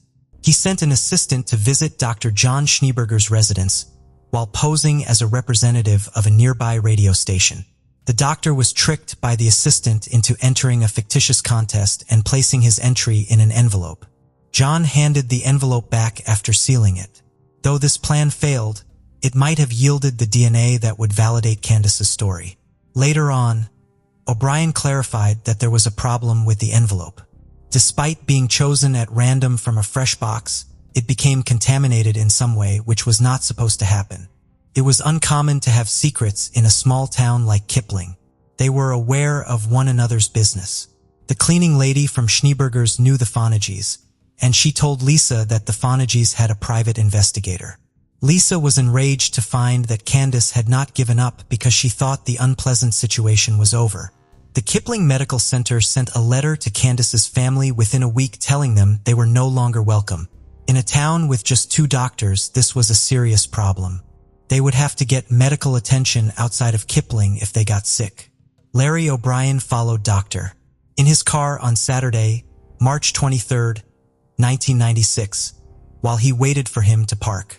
The first initial of the doctor's last name, Snee, was personalized on the license plate of his car. This was without a doubt the vehicle belonging to the man Candace thought had abused her. As soon as Dr. John was out of sight, the private investigator attempted to open the driver's door, which, like most cars in Kipling, was unlocked. He knew precisely what he was looking for. He looked in the ashtray and found a used chapstick. He also found hair strands on the headrest of the driver's seat. Although it appeared brand new, he discovered the edge was worn when he opened it. It had already been put to use. He sealed it in a forensic bag after rubbing it on the envelope's window section. Candace paid for DNA testing at a separate lab by using a loan from her parents. The hair samples could not be tested because they lacked roots. On the chapstick, though, was some residual saliva. When the results were received after 2 weeks, they did not match the blood sample that Dr. John had provided. But the tale had one more twist. The stain discovered in Candace's assault kit and the DNA on Dr. John's chapstick matched. It was finally verified that Dr. John Schneeberger was, in fact, the person who had attacked Candace as she had always believed. Although it took her 4 years to prove this, the war was far from over. The significant obstacles stood in their way, notwithstanding the chapstick's evidence. They could not demonstrate that John was the only chapstick user, and the fact that the private investigator had obtained evidence by breaking into this car without authorization meant that it would not be accepted in court. They gave the police access to the evidence, but they were limited in what they could do. Nevertheless, the cops were persuaded by the evidence that Candace was telling the truth. They only needed to find a different way to prove Dr. John's guilt, because they were positive he was guilty. With the evidence that Candace's private investigator had uncovered, the officers came up to John and requested a third blood sample. In November of 1996, Dr. John had additional blood drawn. This time, the entire procedure was recorded by the police. The doctor refused to allow the nurse to prick his finger, stating that he had a medical condition that would cause severe bruises if blood were extracted from his hands. He held out his arm and complied. They could not make him do anything against his will without a court order. The nurse's expression of surprise can be heard during the testing procedure in the video recording. Nothing looked particularly fresh about the blood she had just taken from the doctor's left arm. It appeared to be ancient due to its dark brown color. After examining the sample, the technicians determined that it was of inadequate quality, which precluded carrying out appropriate testing. Candace was incensed. If the blood seemed strange, why had they accepted it? When the doctor was still at the lab, why did not they insist on another sample? She had gone a long way in demonstrating that Dr. John was not who he claimed to be, and she had no intention of giving up just yet. In a desperate attempt, Candace bravely decided to sue the doctor in civil court. She also informed the nearby medical society about his behavior. It was evident throughout the court proceedings that the majority of people supported Dr. John. Lisa, his wife, was incensed that Candace had implicated her husband in such a heinous act and was not inclined to accept the possibility that it was true.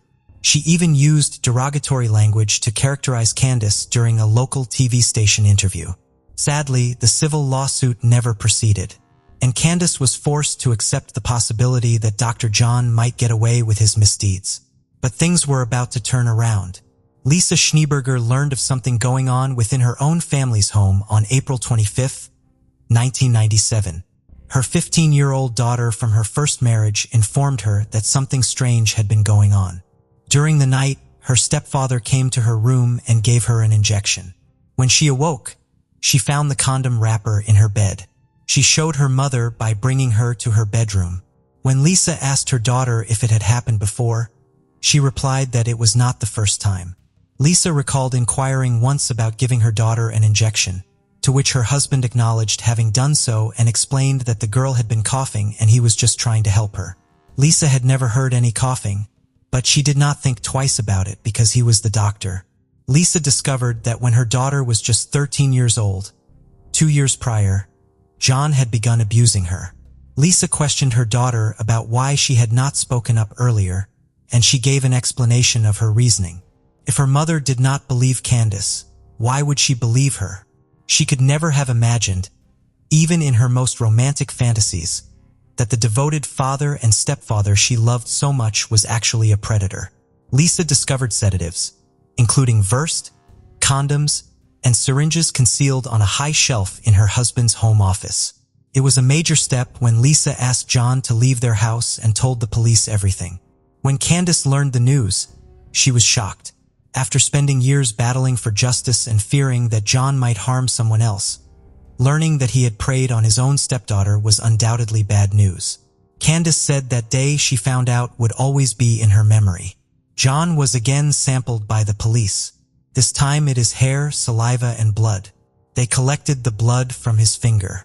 Upon receiving the test results, it was verified that Dr. John's DNA corresponded with both the DNA discovered in Candace's underwear and the DNA from the chapstick that was discovered in his vehicle. Following his arrest, John was charged with assaulting both his stepdaughter and Candace Fonagy. Despite Dr. John's best efforts to persuade Lisa of his innocence and his desire for her support, Lisa happily decided to believe her daughter and rejected his attempts to change her mind. Lisa was left alone to raise her 4 children, the youngest of whom was only 13 months old. To pay off the mortgage, she had to sell the family vehicle. In Red Deer, Alberta, she was able to secure employment at the Diabetes Association. This gave her the opportunity to start over in a new location and provide for her family. The trial of Dr. John Schneeberger started in 1999. He continued to refute the accusations during the trial. He was under the impression that Candace had broken into his home, removed the used condom from the basement trash, and used the bubbly fluid to fabricate accusations. He asserted that she intended to set him up for financial gain in blackmail. As soon as he realized what was going on, he acted decisively to defend his family, his reputation in the community, and himself. He meant manipulation of evidence when he mentioned strong actions. Even after he confessed, no one knew how he did it. The eagerly anticipated moment soon arrived. It was demanded of Dr. John an explanation of how he altered the DNA evidence. The public was profoundly affected by the genuinely shocking events that transpired during this crime. But when his desperate plan was eventually revealed, the real surprise was still to come. Dr. John had surgically placed a tube, a 15 centimeters Penrose drain filled with the blood of another man, into his arm next to his actual vein, following the initial request for a blood sample in 1992. Also, he had added anticoagulants to maintain the blood's fluidity. He set things up so that the technician drew blood from the tube, rather than his real vein when he was brought to the police lab for testing. He took out the tube following the test. He went through this again for the second test 9 months later. He put the tube back in April 1996, after finding out that Candace had hired an investigator. This could clarify why the nurse believed the blood to be aged. It belonged to Danny Sabo, one of his male patients, and it was, in fact, as old as 7 months.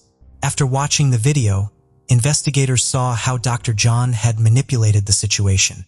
He consistently extended his left arm and rolled up his sleeve just above the elbow, concealing the scar from where he had cut himself to insert the tube. There is a brief moment in the video where you can see the elevated skin in the shape of a tube. In the spotlight, as the main witness was Candace, her voice was finally acknowledged and heard after all these years. The defense tried to portray her as a money lover and a deceiver, but she refused to accept that. As resolute as ever, she stressed that she had no hidden agenda for searching for the doctor's truth all those years. The defense argued that the sedative Candace had taken had clouded her memory of the crime. "We will drug you unversed and you can explain to us how it feels," Candace said to John's attorney. Took 7 years before Dr. John Schneeberger was found guilty of assault, administering a noxious substance and obstructing justice. For these offenses, he received a 6-year prison sentence. He was very fortunate to have escaped the usual life sentence that was the maximum punishment for these offenses. Furthermore, there was not enough proof to convict him of assaulting a stepdaughter, so the case was dismissed. Candace Fonagy felt vindicated, nevertheless. "This is a glorious day that I have waited for 7 years," the woman remarked following the trial. "I hope he rusts because that is exactly what he deserves for all the hurt he caused." The College of Physicians and Surgeons of Saskatchewan revoked his medical license because of his misuse of a position of trust. Lisa Schneeberger submitted a divorce petition. Dr. John insisted on keeping his parental rights even after receiving his sentence, and Lisa was compelled to take their daughters to see him in jail on the last Sunday of each month. They were also required to call them on Mondays for an hour-long talk. The girls would frequently hide behind their mother in tears when they visited him in prison. They avoided being close to or conversing with their father out of fear. He had broken their family and hurt their sister. Because the meeting was too upsetting for the young girls, who were 5 and 6 years old, the social worker stepped in and ended it. Even John acknowledged that this was an inappropriate method for his daughters to meet with him, and that Lisa did not need to bring them back. Lisa told immigration authorities that he had lied on his citizenship application, and that there was no investigation against him because she was worried he would be released from prison in 6 years and inflict more harm on the family. After that, he was deported to South Africa, where he was granted permanent residency. He moved to live with his mother in Durban after running out of options. He worked as a caterer for a while before turning to religion after being denied his medical license. In recent years, John joined the Durban Wine Academy, which is affiliated with the Cape Wine Academy, and received approval to lead wine tasting courses and provide sommelier training. In addition to working as a care assistant in a Saskatchewan Addiction Services facility, Candice Fonagy found happiness in marriage. Regarding Lisa Dillman, she is still of the opinion that her ex-husband has no regrets. Despite the complete upheaval in her life, she concentrated on raising her daughters. "At least I can tell my girls when they are older I try," she remarked. "They will be aware that their mother made an effort to keep them away from him." A terrifying incident took place in Jackson County's peaceful rural areas on October 31, 1982. 24-year-old Clifford Smith was shot and killed. He was a devoted Seymour City civil servant and a U.S. Army veteran with an honorary position for his nation. For decades, this mystery persisted. Joyce Smith, Clifford's wife, reported him missing on November 4th, a few days after he was last seen on Halloween. Sadly, 2 animal trappers found his body in December of that year, close to Rockford, just north of Seymour, along the serene White River. It was a depressing sight. Officials later confirmed that Clifford had been shot in the head. Who could have carried out such a horrific deed? And why did it take this cold case more than 40 years to solve?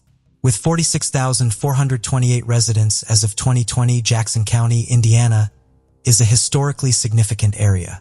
In 1886, the Reno Gang committed the first train robbery in American history there. The Medora Covered Bridge, the second longest 3-span covered bridge in the world, is another reason for the county's fame.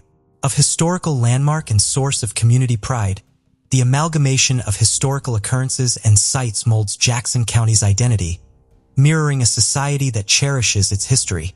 In this context, the Clifford Smith cold case, a protracted enigma in the county, was ultimately resolved in 2023. Born on October 1, 1958, Clifford Smith is a man whose life story is still somewhat unknown. The fact that his parents' names and his own goals are not well known lends an air of mystery to his life narrative. Clifford's family was left behind as he was buried in Scipio Cemetery following his sudden death. He was the stepfather of Jennifer Anderson and the husband of Joyce Anderson, Ronald Anderson's sister. His family network was further expanded by his 5 brothers, Leonard Smith of Indianapolis and Lonnie, Ronnie, Anthony, and Timothy Smith of Columbus. He also had a sister who lived in Indianapolis, Tamara Gibbs. Clifford demonstrated his commitment to both local and national commitments while working for Seymour City. He also honored his country as a U.S. Despite being tragically cut short, Clifford's life was deeply ingrained in his family and community, presenting a picture of a man who was a devoted civil servant as well as a loved family member. Even though his story is not fully recorded in the public domain, people who knew him do recall it, and it is woven into the greater fabric of the community he served. A haunting scene was discovered by 2 animal trappers, Scott Bridgewater and Randy Marshall, on the evening of December 1, 1982, at approximately 8 o'clock while they were traveling through the bay near the White River, which is situated north of the Rockford area. The revelation was unsettling. In a remote area roughly half a mile east of County Road 700 East and just south of County Road 800 North, they discovered a body floating in a small pool of water. This remote area could only be reached by following a dirt path that wound between fields. It led to a small area of woods that was known to flood frequently because it was close to the White River. They found a body floating face up, wearing brown boots, a black t-shirt, and blue jeans. The skin had turned a grayish color, suggesting slight decomposition, and the top part of the head and an area by the ear were missing. These were unsettling observations. Seymour and the Indiana State Police were promptly notified of the horrific finding by the trappers. The ISP at the time had a police station in Seymour, and its officers arrived on the scene without delay. After some investigation, a billfold was found in the deceased's pants pocket. Inside was an identity card that verified Clifford Smith, who was born on October 1, 1958, was the person buried there. A graphic detail uncovered during the autopsy was that the shotgun blast had caused extensive brain damage, which was the reason for the death. Multiple pieces of buckshot were discovered in the victim's head. The gun appeared to have been fired with the barrel inside the mouth based on its positioning, a detail that only added to the enigma surrounding Clifford's death. After more research, it was discovered that Clifford's wife, Joyce Smith, had reported him missing to the Stanmore Police Department on November 4, 1982. This finding not only resolved the mystery surrounding his disappearance, but also started a new phase in the inquiry into his untimely demise. Clifford's death and the circumstances surrounding it painted a dark picture of his last moments, raising many unanswered questions about what caused such a violent end. The Indiana State Police detectives began a thorough investigation to solve Clifford Smith's death mystery after finding his body in a grim manner.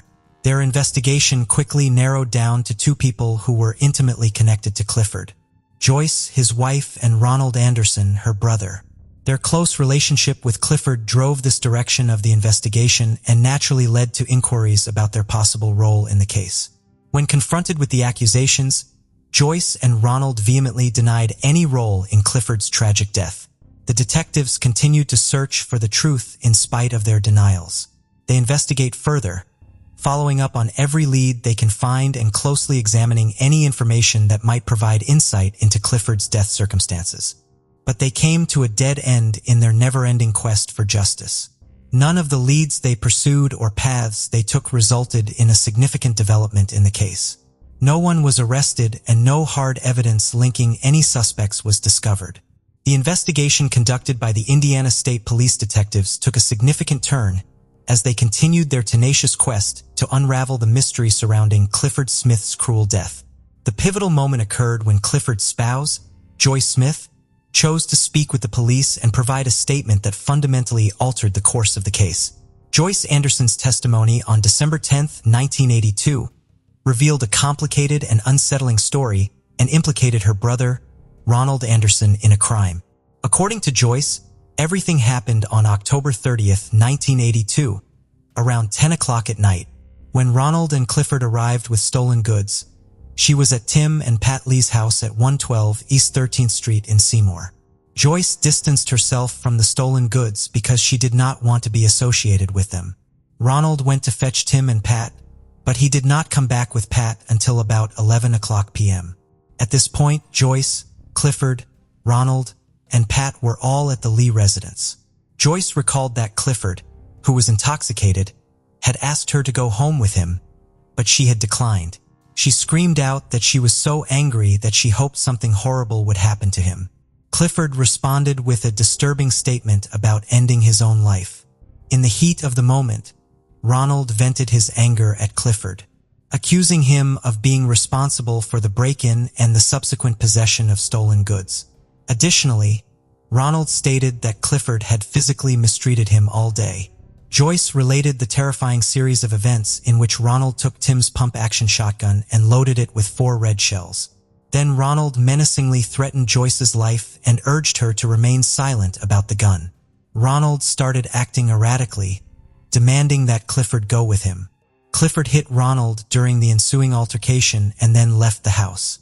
Saw that Ronald went outside and honked a car horn after Clifford. Later, Joyce was driven by Pat to her mother's house, where she saw Ronald show up later that evening. When Ronald asked to be dropped off close to the rocks, say, skating rink the following morning, he was acting suspiciously. He had also taken Joyce's car keys and was using them to get some stolen items out of her vehicle. The suspicion that Ronald was involved in Clifford's death increased when he told Joyce not to use the car for a few days after giving her the keys back. While at Pat's house, Joyce noticed the shotgun was back where it belonged. When questioned, Ronald gave contradictory accounts of the previous night's events, while maintaining his threat to Joyce to keep quiet about the gun. Ronald's contradictory and evolving statements were revealed during the investigation by ISP Detective Jim Levins. Ronald admitted to several actions, including wiping off the shotgun shells and admitting that the weapon used was a shotgun rather than a .22 caliber rifle. He also admitted to buying acid on the day of the murder. Ronald's stories differ greatly, initially blaming Tim Lee for Clifford's death, then blaming two men armed with long guns. He later stated that Clifford was kidnapped and shot near the bayou in Rockford by Greg Howard, a man he met at a park, and another man. Ronald gave a detailed account of the events leading up to Clifford's death in an interview on April 13, 1982. He claimed that after an argument with Greg, Clifford was shot with a shotgun as he tried to flee. Ronald admitted to cleaning the blood from the shotgun and returning it to its original location, as well as throwing empty shells into the Rockford Dam in White River. On August 13, 2014, the case took a new turn when Roger Drew II, an ISP detective, revisited it with George Weir, a pathologist, and Roger Wheeler, the Jackson County coroner. It was found that Clifford's 1982 death certificate was still pending, and that coroner Keith Burkholder's verdict at the time indicated that Clifford had self-inflicted gunshot wounds. The investigation's zeal faded with time. The case eventually went cold due to a lack of fresh evidence or leads. It gradually faded into the background. A major breakthrough in the decades-long, unsolved Clifford Smith cold case occurred in 2015. When Detective Kip Main took up the case on September 21st, the investigation was rekindled with new eyes and a redoubled commitment. Jennifer Rodriguez, a family member, provided a critical tip on July 29, 2016, mentioning a jacket found in an attic that was connected to the suspected murderous night. Following up on this lead, Jennifer was interviewed by Detective Main and Joyce Smith, now known as Joyce Dreyer, on August 2, 2016. This information fueled the investigation, prompting a search of the attic on August 15, 2016 in search of evidence. Unfortunately, this search produced no significant results. Joyce was re-interviewed on October 26 and reiterated earlier facts while adding an important detail. She claimed that on the night Clifford vanished, her brother, Ronald Anderson, or his military jacket, which she never saw again after that night. Joyce recalled hearing Ronald tell their mother that he had left the jacket at party, which piqued investigators' interest given its potential connection to the crime. During this time, Detective Main met with coroner Roger Wheeler and pathologist Whitler to discuss the case. On August 26, 2016, Ronald Anderson and his wife Tammy were interviewed again. An important update was added to autopsy on August 31, 2021. Dr. Whitler re-examined the case and concluded that Clifford's death was a murder. This was a watershed moment because all official documentation now reflected the new conclusion. During these interactions, Ronald's story began to change. He acknowledged that the shotgun that killed Clifford was the same one that he had loaded and taken from Tim's home. Ronald acknowledged that he had loaded the shotgun with the intention of scaring Clifford out of the house because he was angry with him. According to him, Clifford was shot by Greg Howard approximately 5 feet away, which is how Clifford died. Ronald also talked about going back to the scene of the murder to gather spent shotgun shells, which he threw into the river to obliterate any evidence. On November 7, 2017, Tammy Anderson disclosed that her spouse, Ronald, informed her that the gunman was Lonnie Smith, Clifford's brother. On February 9, 2018, Ronald refuted this claim, claiming to have been present when Clifford was killed and providing details about the events leading up to the lethal shooting. He told how he and Clifford met Lonnie and Greg at a park when they were both high on drugs. After a disagreement between Clifford and Greg, Clifford was shot in the left side of the head by Greg. Clifford's final death certificate, which was obtained on November 8, 2016, listed the cause of death as a homicidal shotgun blast to the head, causing extensive brain damage. This formal acknowledgement was a crucial turning point in the case. Ronald's accounts over the years were riddled with contradictions and alterations, revealing a convoluted web of dishonesty and jumbled memories that were probably made worse by his acknowledged drug use. He accused Tim Lee at first, then moved on to other unnamed men, and finally accused Greg Howard and Lonnie Smith in various contexts. Detective Main got in touch with Ronald and Tammy Anderson on June 3, 2021 in an effort to wrap up the case. Ronald had earlier said he would be happy to point out the precise spot where Clifford was killed, which was close to the bayou. Ronald was scheduled to lead Detective Main and Sergeant Roger Drew to the crime scene on June 4, 2021. But Ronald told the detectives he was too nervous to help and that he did not want to get any more involved when they got to his house. This concluded the conversation with Ronald Anderson. The investigation continued in spite of the numerous detours and turns in his story, assembling the disparate and contradictory accounts. Probable cause was established based on the gathered evidence and testimonies, leading to the conclusion that Ronald J. Anderson killed Clifford Anderson. A complex figure in the Clifford Smith cold case is Ronald Jack Anderson, who was born in 1962. Ronald, also going by the moniker Space Monkey, was the brother of Clifford Smith's wife, Joyce Smith. It is unknown what his parents' names are or where he was born. Ronald's life illustrates a man enmeshed in a web of his own making, intertwined with personal hardships and a criminal trajectory. His relationship with his sister Joyce and his participation in Clifford's life in final demise point to a tumultuous blend of emotional upheaval and family dynamics. It is not fully known how much Ronald learned about his criminal past or about his early habits, but his part in the sad circumstances surrounding Clifford Smith's passing paints a picture of a troubled, possibly deeply conflicted man. The mystery surrounding his life before and after this well-known case is further compounded by the lack of information regarding his marriage and his children. Many questions about Ronald's deeper character and a life he led beyond what the public has seen remain unanswered in his tragic crime-marred story. Exactly 41 years to the day after Clifford Smith was killed, on October 31, 2023, Ronald J. Anderson, now 61 years old, was taken into custody. A pivotal moment in the long-running Clifford Smith cold case. The Indiana State Police detectives in Seymour, who apprehended Anderson, did so without any problems. Ronald Anderson was taken to the Jackson County Jail after his arrest and is currently being held without bond. This breakthrough provided much-needed progress in a case that had been under investigation for more than 40 years. A pre-trial conference has been set for December 12, 2023. At the Jackson County Circuit Court as part of Anderson's legal proceedings. It is decided that Judge Richard Pointer will handle the case, setting the stage for the trial and choosing the direction of the legal arguments and evidence will be accomplished in large part during this pretrial conference. The jury trial is scheduled to begin at 8:30 a.m. on April 16, 2024, signifying a crucial day in the quest for Clifford Smith's justice. It is expected that this trial will be a major event in the neighborhood, shedding light on details of a case that has plagued the area for years. In a case that has been long shrouded in mystery and tragedy, Jackson County's eyes, as well as those who have followed this case over the years, will be on trial seeking justice and closure. A family that had been struggling with uncertainty and grief for more than 40 years finally felt some closure with the Clifford Smith cold case arrest. The Indiana State Police's Public Information Officer, Sergeant Stephen Wiels, considered this momentous occasion and noted the great relief it provided the Clifford family. More than just providing closure for one family, this Clifford Smith case breakthrough serves as a ray of hope for other families who are still looking for answers in unsolved cases. Indiana State Police worked hard to bring peace to more families who have been waiting for justice by working towards similar resolutions to other unresolved cases.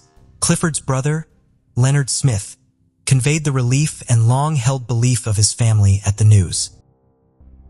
On January 2, 1944, 15-year-old Willie Howard experienced a sudden and heart-wrenching moment when 3 white men forcefully entered the house armed with guns and other weapons. It was really shocking for Lula Howard, his mother, who was alone at home and frightened about what was happening. She begged with all her heart to save her son, but the men heartlessly took Willie from their home. Even more shocking is that they took his dad, James, and brought them to the Suwannee River in a moment that painfully revealed the depths of his father's helplessness, when Willie looked at him who was crying and couldn't help but witness his son jumping into the river. All James could say to his son were these last words: "I cannot do anything for you now. I'm glad I have belonged to the church and prayed for you." So why did those men abduct Willie Howard? And what could Lula possibly do when the white men left the house? It all started in Suwannee County, Florida, back in 1858, when the people there, with a population of 44,485, decided to make it official and called it a charter day on December 21, 1858. Later, they set up Live Oak in 1863, naming it after those giant oak trees, giving travelers some cool shade. This place eventually became the county's main hub. Tucked away in the soil-rich panhandle, it was part of the Florida Black Belt, where farming was the real deal, cotton was the star, and lots of African-American farm workers were in demand. One such ordinary African-American man, Willie Howard, ended up caught in the crossfire of some seriously messed up racism. But who was Willie, and what went down with him? To figure that out, we need to dig into the nitty-gritty details of the events from the very start. When Willie James Howard, a 15-year-old boy, was born on July 13, 1928 down in Suwannee County, Florida, he was the only son of James and Lula Howard, and they loved him the most. When Willie was little, he was a super smart, cheerful, and talented guy. He was a sophomore in Florida high school, and his friends knew him as the boy with some serious singing skills. Willie was the really happy, likable, and talented kid that anyone wants as a friend. He was all about staying clean, looking sharp, and being well-dressed. The boy was defined for his politeness. He showed respect to everyone, from his pals to the older folks. Plus, he had this heart of gold that made a bunch of girls in his community crush on him.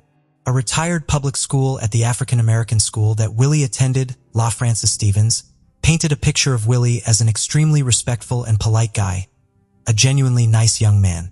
According to her, if he spotted you approaching, he'd step aside with courtesy. Even though La Francis didn't get to teach him because she was all about teaching girls back then, she couldn't help but notice his cheerful spirit and melodic talents. Willie lived with his mother and father, and even though they both had jobs, it wasn't easy for them to buy fancy clothes and shoes for him. It also made them feel sad, as Willie loved dressing up and sometimes resorting to asking other people for clothes. Despite his parents working hard, getting those snazzy outfits for Willie was a bit of a challenge. For such a bright and widely loved boy, he and his parents lived humbly and peacefully. Now, because of his habit of dressing up and being a polite and respectful man in 1943, when he was just 15, he landed a seasonal job during the Christmas holidays. It was at Van Priest 5 and Dime Store in downtown Live Oak as a delivery boy, spreading holiday cheer with his deliveries. So back in the day, it was kind of a big deal for an African-American boy like Willie to score a job inside a store and do the deliveries. That spot wasn't exactly the go-to place for hiring African-American folks because of the not-so-friendly racist ideology floating around. Surprisingly, the store also had its share of Caucasian workers, and Willie was breaking the stereotype because he didn't look like the typical poor African-American person from his neighborhood or in the Deep South at the time. Now, at one point, when Willie was working at the store, he became really infatuated with a 17-year-old white girl who worked there by the name of Cynthia Goff. Willie, the quiet observer, used to watch Cynthia from afar, but never gathered the courage to talk to her. Now Willie, being his always nice self, decided to spread some holiday cheer. It was the festive season and everyone was in a joyful mood with family and friends. So Willie took a sweet initiative and sent Christmas cards to all the female co-workers at Van Priest store, wishing them health and happiness. So after spreading the joy with Christmas cards for everyone, Willie was on cloud 9, but his happiness didn't last long. Why? Well, it turned out that one of the store employees spilled the beans that Cynthia, the girl Willie had a crush on, was actually upset about getting a card from him. When Willie heard that Cynthia was upset, he got restless because he never wanted her to feel down. In an attempt to fix things, he decided to send her a personal letter. But little did he know, this well-intentioned move would turn out to be the biggest mistake of his life. In a letter he wrote, "Dear friend, just a few lines to let you hear from me. I am well and hope you are the same. This is what I said on that Christmas card. From WJH with L. I hope you'll understand what I mean. That is what I said now. Please don't get angry with me because you can never tell what may get in somebody. I did not put it in there myself. God did. I can't help what he does. Can I? I know you don't think much about our kind of people, but we don't hate you all. We want to be your friends, but you won't let us. Please don't let anybody see this. I hope I haven't made you mad. If I did, tell me about it and I'll forget about it. I wish this was a northern state. I guess you call me fresh. Write and tell me what you think of me, good or bad. Sincerely yours with L. From YKW to Cynthia Goff. I love your name. I love your voice. For SH, you are my choice." In the letter to Cynthia, Willie spilled his feelings, sounding like he was asking her to be friends. He wrote, "I know you don't think much of our kind of people, but we don't hate you. We want to be your friend." It's like he sensed that Cynthia might not be too keen on hanging out with people like him, but Willie was still hopeful. Even if Cynthia hadn't been the friendliest to people of his race, Willie, being the hopeful romantic, didn't want to give up on trying because he really liked her. So at 15, Willie had a pretty clear picture of what he wanted in life, and he understood every word he wrote in that letter. It also gives us a peek into Willie's mindset and a glimpse of how some people not just in his town, but all over the country were thinking during those times. But one thing Willie probably didn't know was that Cynthia's dad was Alex Goff, a respected former member of the Florida House of Representatives. Now, we're not sure if Cynthia told about the letter or if Mr. Goff found the letter himself. But on January 2nd, 1944, when he read Willie's letter that he gave to Cynthia, he got seriously angry. Mr. Goff wasn't exactly the hangout with any African-American kind of person. Imagine his shock when he found out that an African-American guy, Willie, had written a letter to his daughter. For Mr. Goff, this was like a total challenge to him and almost a crime in his eyes. So, being extremely furious, he rounded up his friends, Reginald H. Scott and Selden B. McCullers, and the three of them decided to pay Willie a visit at his house, supposedly to question him about the letter. But they weren't just armed with questions. They were also armed with guns and other weapons in tow. It seemed like their intentions might have been more than just normal questioning with Willie, but they were planning something more serious. As Mr. Goff and his friends were on their way, Willie, who was still busy with his work at the dime store, got some unsettling news. A fellow employee informed him that 3 white men were heading to his house looking for him. This news got Willie seriously scared, especially since he knew his mom, Lula, was home alone, and he knew what those men could really do. So, without wasting a moment, he rushed back home to ensure his mother's safety. As soon as Willie got home, he quickly started telling his mother about the letter and everything that happened and why these men were coming to their house. But before he could finish, at around 10 a.m., those 3 men stormed into his house and started to forcefully pull him away. When Lula saw what was happening, she did everything she could to protect Willie, pleading with them to let him go. She cried, begged, and tried to reason, but Mr. Goff seemed totally consumed by anger and was unwilling to listen to anything. That's when things took a terrifying turn when Mr. Goff pulled out a pistol and aimed it at Lula's head. He demanded that she hand over Willie to them.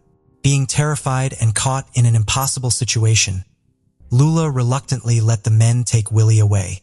As the cars drove off with her son, Lula ran after them, crying and screaming for them to let him go. But they didn't stop. Now, after seeing no other way desperately, she rushed to the lumber yard where her husband James worked in hopes to share the dreadful news of Willie's abduction. However, fate had different plans. Before she could even reach there, Mr. Goff and his 2 companions showed up with guns in hand and ordered James to get into the car with them. Now, by the time Lula reached the lumberyard, it was too late. Those men had already taken her son and husband, but there she met the lumberyard owner's wife, who spilled the details about everything that went down and how those 3 men took James with them. From there, the car drove out of town towards the Suwannee River, reaching a bluff in Sulphur Springs. Once they reached the high bank of the river, Mr. Goff had Willie and his father step out of the car. That's when he explained to James about everything Willie was accused of doing. James, Even after knowing that his son was innocent and didn't do anything wrong, he felt utterly helpless in that heartbreaking moment. The three men tied up Willie's hands and feet, and he just stood there watching helplessly.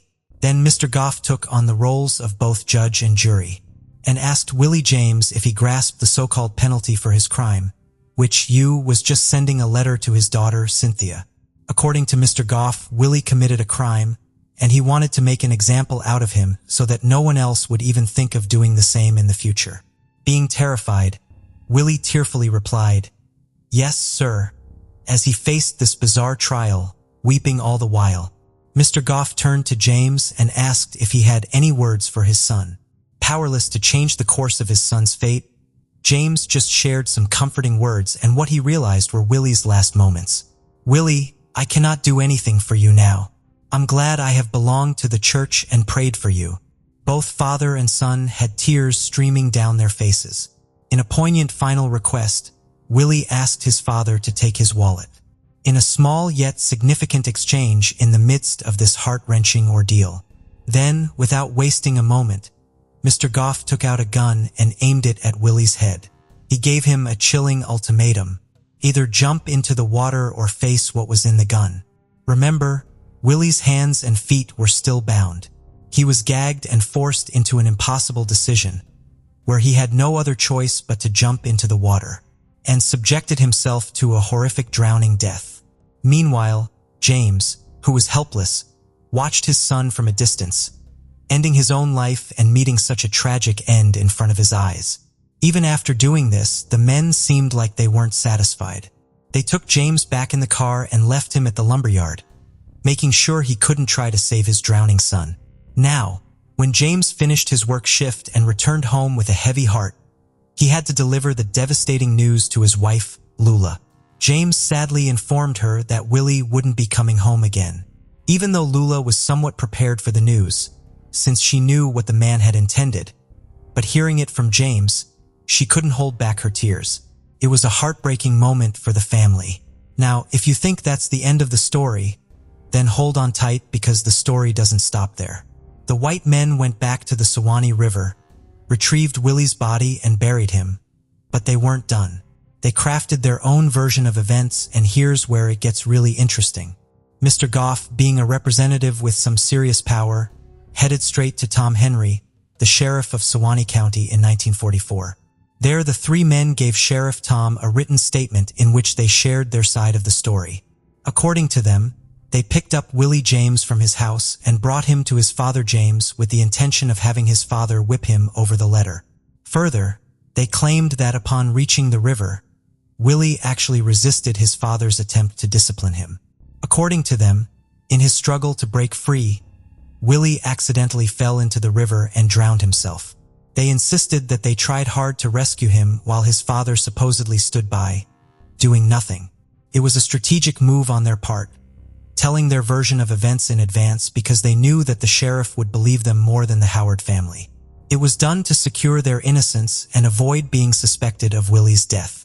But the question was, even if Sheriff Tom decided to buy into the story that Willie drowned himself, why didn't he slap them with a kidnapping charge? Even though they themselves had straight up admitted that they grabbed the boy from his house. Even back in Suwannee County in 1944, it was against the law to forcibly take a child from his mother. Yet, the white community seemed to swallow the story hook, line, and sinker.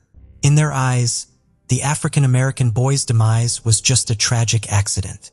In reality, Willie was kidnapped, murdered, and buried within a mere 24 hours without leaving a proper grave marker. Sadly, Willie's case wasn't the only one, and he wasn't the only African-American boy to endure such cruelty. In August 1955, another tragic incident unfolded in Florida with Emmett Till, a 14-year-old African-American boy who faced lynching at the hands of three white men, all because he supposedly got physical with a white woman. Racism has been around for a long time, and unfortunately, it still exists in many parts of the world.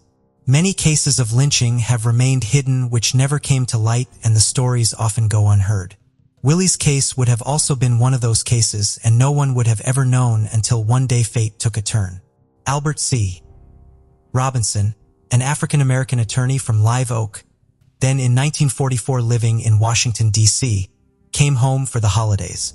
There he heard from the owner of the lumberyard about an African-American child being lynched, and he was so disturbed by this injustice that just 2 days after Willie's murder on January 4, 1944, Robinson wrote a letter to the NAACP in Washington, D.C. Little did he know that this letter would set in motion the involvement of Thurgood Marshall, who in 1944 became the first African-American person to serve on the United States Supreme Court, ensuring Willie's story wouldn't be buried in silence. The letter dated January 4, 1944 stated, "While visiting in Florida during the Christmas holidays, one of the most gruesome cases imaginable was called to my attention. The people who relayed the facts in this case to me asked that I withhold their names, but implored me to get the facts in this case through to the NAACP as soon as possible. It appears that the conditions there are so tense that the colored people, high and low, are so frightened that they are afraid to have their names identified with cases of this type." After reading that impactful letter, Attorney Robinson not only shared the names of those he'd spoken to, Willie's father, James Howard, the African-American undertaker, Ansel Brown, Reverend R.M. Lane of Live Oak, and Mr. McPherson, the principal of Willie's school, but he also made a request to not publicize these names. Attorney Robinson's intervention actually sparked action into Willie's case. The NAACP sent letters to Florida Governor Holland urging an investigation into Willie's killing. This move marked the first step toward justice for Willie.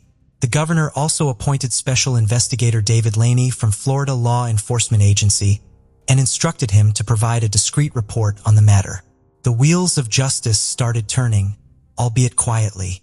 Investigator Laney wasted no time and went straight to the heart of the matter, interviewing those involved in Willie's case. His interviews included Sheriff Tom, the 3 men implicated in Willie's death, James and Luna Howard.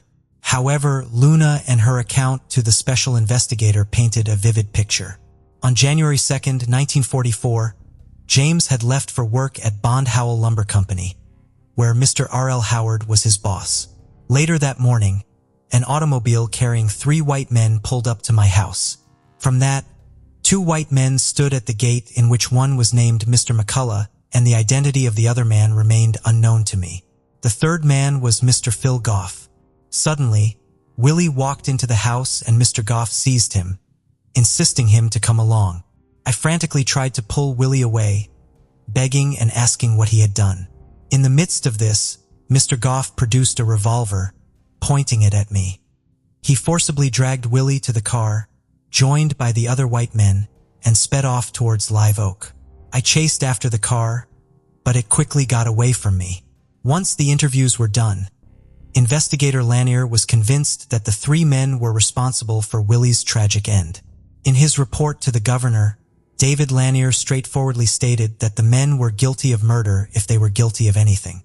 In response, on February 14, 1944, Governor Holland wrote to Thurgood Marshall, attaching a copy of Lanier's report.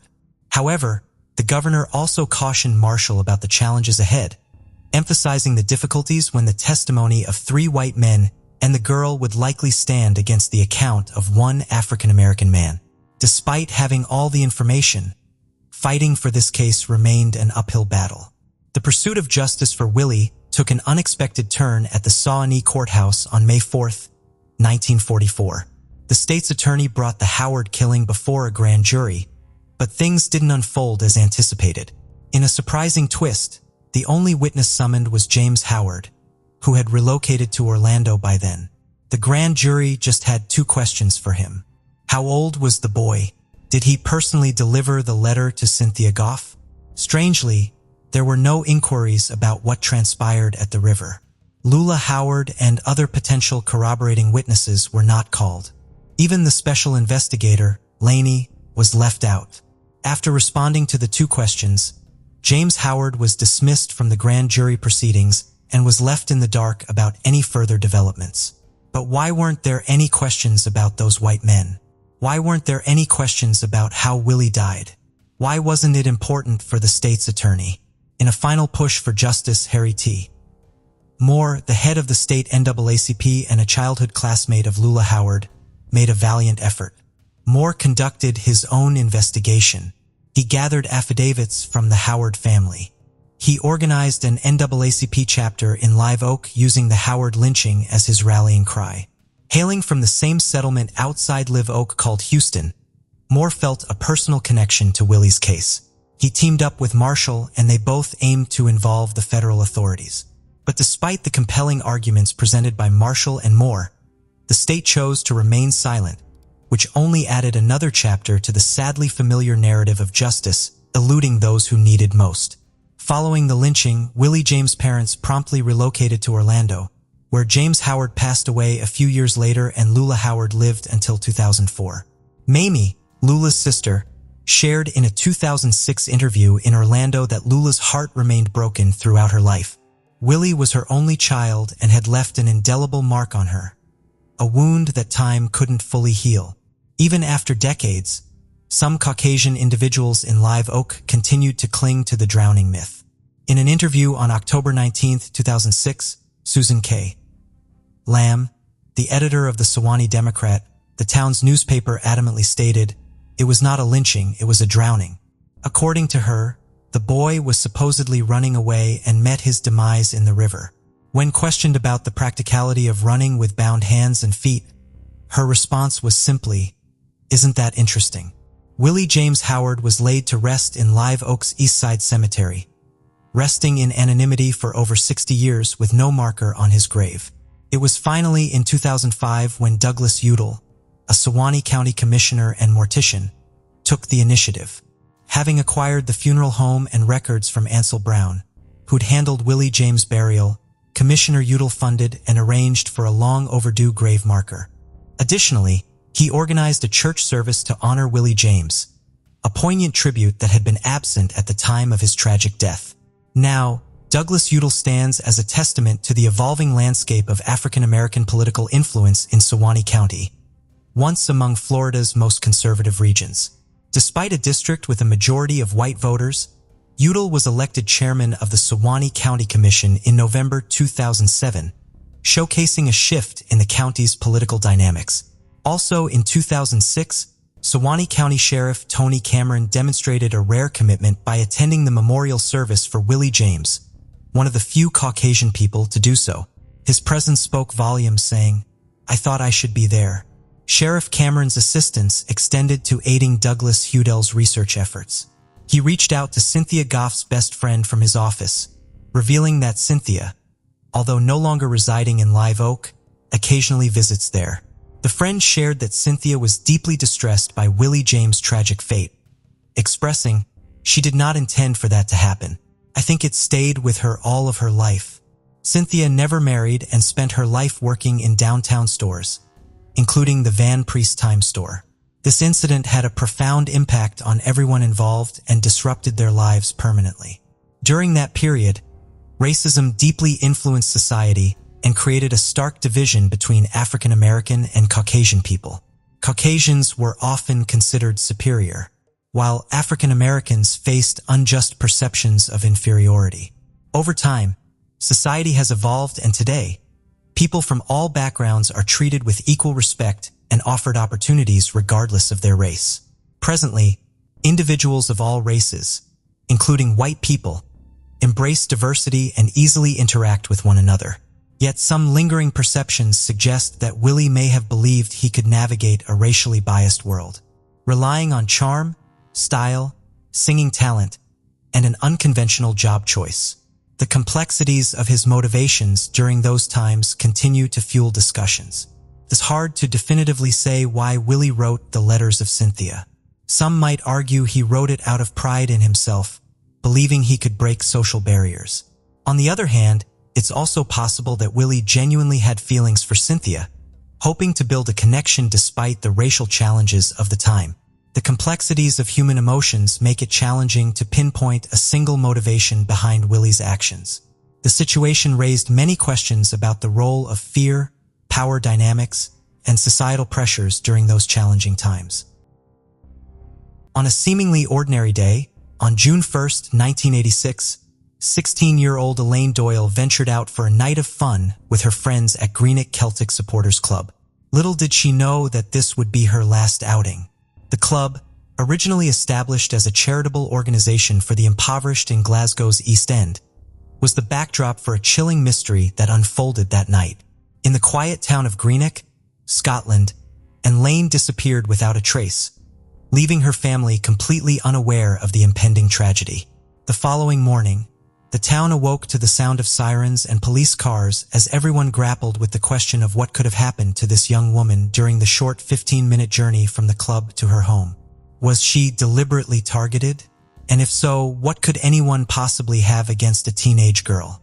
The roots of Greenock, Scotland can be traced back to 1711, when a fishing community laid claim to the land. Over the next 2 centuries, the village flourished into a bustling port and industrial hub. During World War II, it even served as a French naval base. With its rich history, the picturesque town attracts many tourists. However, despite its allure, Greenock is not particularly known for its security. Sadly, Elaine Doyle's case was just one of many tragedies that occurred during that time. Elaine was the cherished daughter of Maureen and Jack Doyle, with her brother John being her only sibling. She was a bright and optimistic young girl. She always looked towards the future. At the age of 16, when she vanished, she was already working at a jewelry store. Thanks to her warm and inviting personality, she had a vast circle of friends. Among her citizens' band, named CB Radio Friends, she was affectionately known as the Golden Girl due to her affinity for the color yellow. On June 1, 1986, Elaine had gone to the Green Act Celtic Supporters Club to enjoy a night out with these same friends. Her compassionate nature and friendly demeanor often led her to volunteer at social clubs like this one. She informed her mother that she would be returning home late that night, around midnight. However, when Elaine didn't arrive even after the expected time, Maureen, trusting her daughter's judgment, simply assuming that she had stayed over at a friend's house for the night. It wasn't until the morning of June 2nd that the family would wake up to devastating news. As Maureen opened her living room curtains, she was met with the sight of numerous police cars parked outside in the neighborhood. Later, she would discover that a local resident had stumbled upon a body dumped on a lane across Argoin Street, where Elaine resided, during his morning walk at 7:30 a.m. Due to the close-knit nature of the town, he immediately recognized Elaine's face. Horrified, he promptly contacted the police. The responsibility of delivering the tragic news to the family fell upon the police. The family was shattered upon identifying the lifeless body. No parents should ever have to witness the state in which Elaine's corpse was found. Her body bore severe bruising, particularly evident as deep purple marks along her neck. She was completely unclothed, with only a bra attached to her arm. However, her clothes were neatly folded and placed beside her. Given the visible bruising on her neck, the police suspected that strangulation was the likely cause of death. Additionally, the presence of a black eye led the investigating officers to believe that Elaine had fought back against her attacker. Upon receiving the autopsy report, their suspicions were confirmed as the cause of death was officially determined to be asphyxiate due to strangulation by ligature. The autopsy findings also indicated that Elaine was likely strangled while facing downwards, with the culprit tightening the ligature from behind her neck. Forensic scientist Pauline McSorley, who conducted the autopsy, discovered DNA evidence on Elaine's face and chest. Additionally, broken pieces of bracelets and chunks of hair were found near the body. The presence of extensive bruising and defensive wounds further supported the police's belief that a struggle had taken place between the culprit and the victim. Unfortunately, the crime scene had not been properly handled, with evidence being mishandled without protective gear. As a result, over 41 DNA samples were found at the scene, all of which were accounted for except for one. It was theorized that this remaining unaccounted sample belonged to the culprit. Through questioning Elaine's friends in the neighborhood, the authorities were able to establish her whereabouts until midnight, when she was with her friend Lynn McCurdy. They had separated from their other friends to buy hamburgers, making them the last known individuals to have seen Elaine alive. After that point, none of her friends reported seeing her again. A local girl claimed to have heard loud screams around 12:40 a.m., but no further useful details were available to the authorities. The severity of the incident and the extent of abuse suggested a possible sexual motive behind the attack. The detective successfully located Elaine's handbag outside the Watt Library on Union Street on June 9th. The bag had been severely burned, indicating an attempt to destroy any potential evidence. The case of Elaine Doyle is renowned as one of the most extensive manhunts in Scotland's history. It involved conducting numerous interviews and compiling a suspect list that exceeded 700 individuals. Despite these efforts, the investigators were unable to identify the perpetrator. Even after exploring multiple leads and conducting numerous interviews, the investigators remained no closer to solving the heinous crime. Eventually, the case went cold as no new leads emerged. Over the years, Elaine's parents and the entire community anxiously awaited answers. The case remained a perplexing mystery, and hope began to fade. However, in 2012, nearly 28 years after Elaine's death, renewed interest in the case arose when investigators stumbled upon old case files. They discovered that John Doherty, a person of interest mentioned in the reports, had never been interviewed. Several witnesses had cited him near the crime scene on the night of the incident.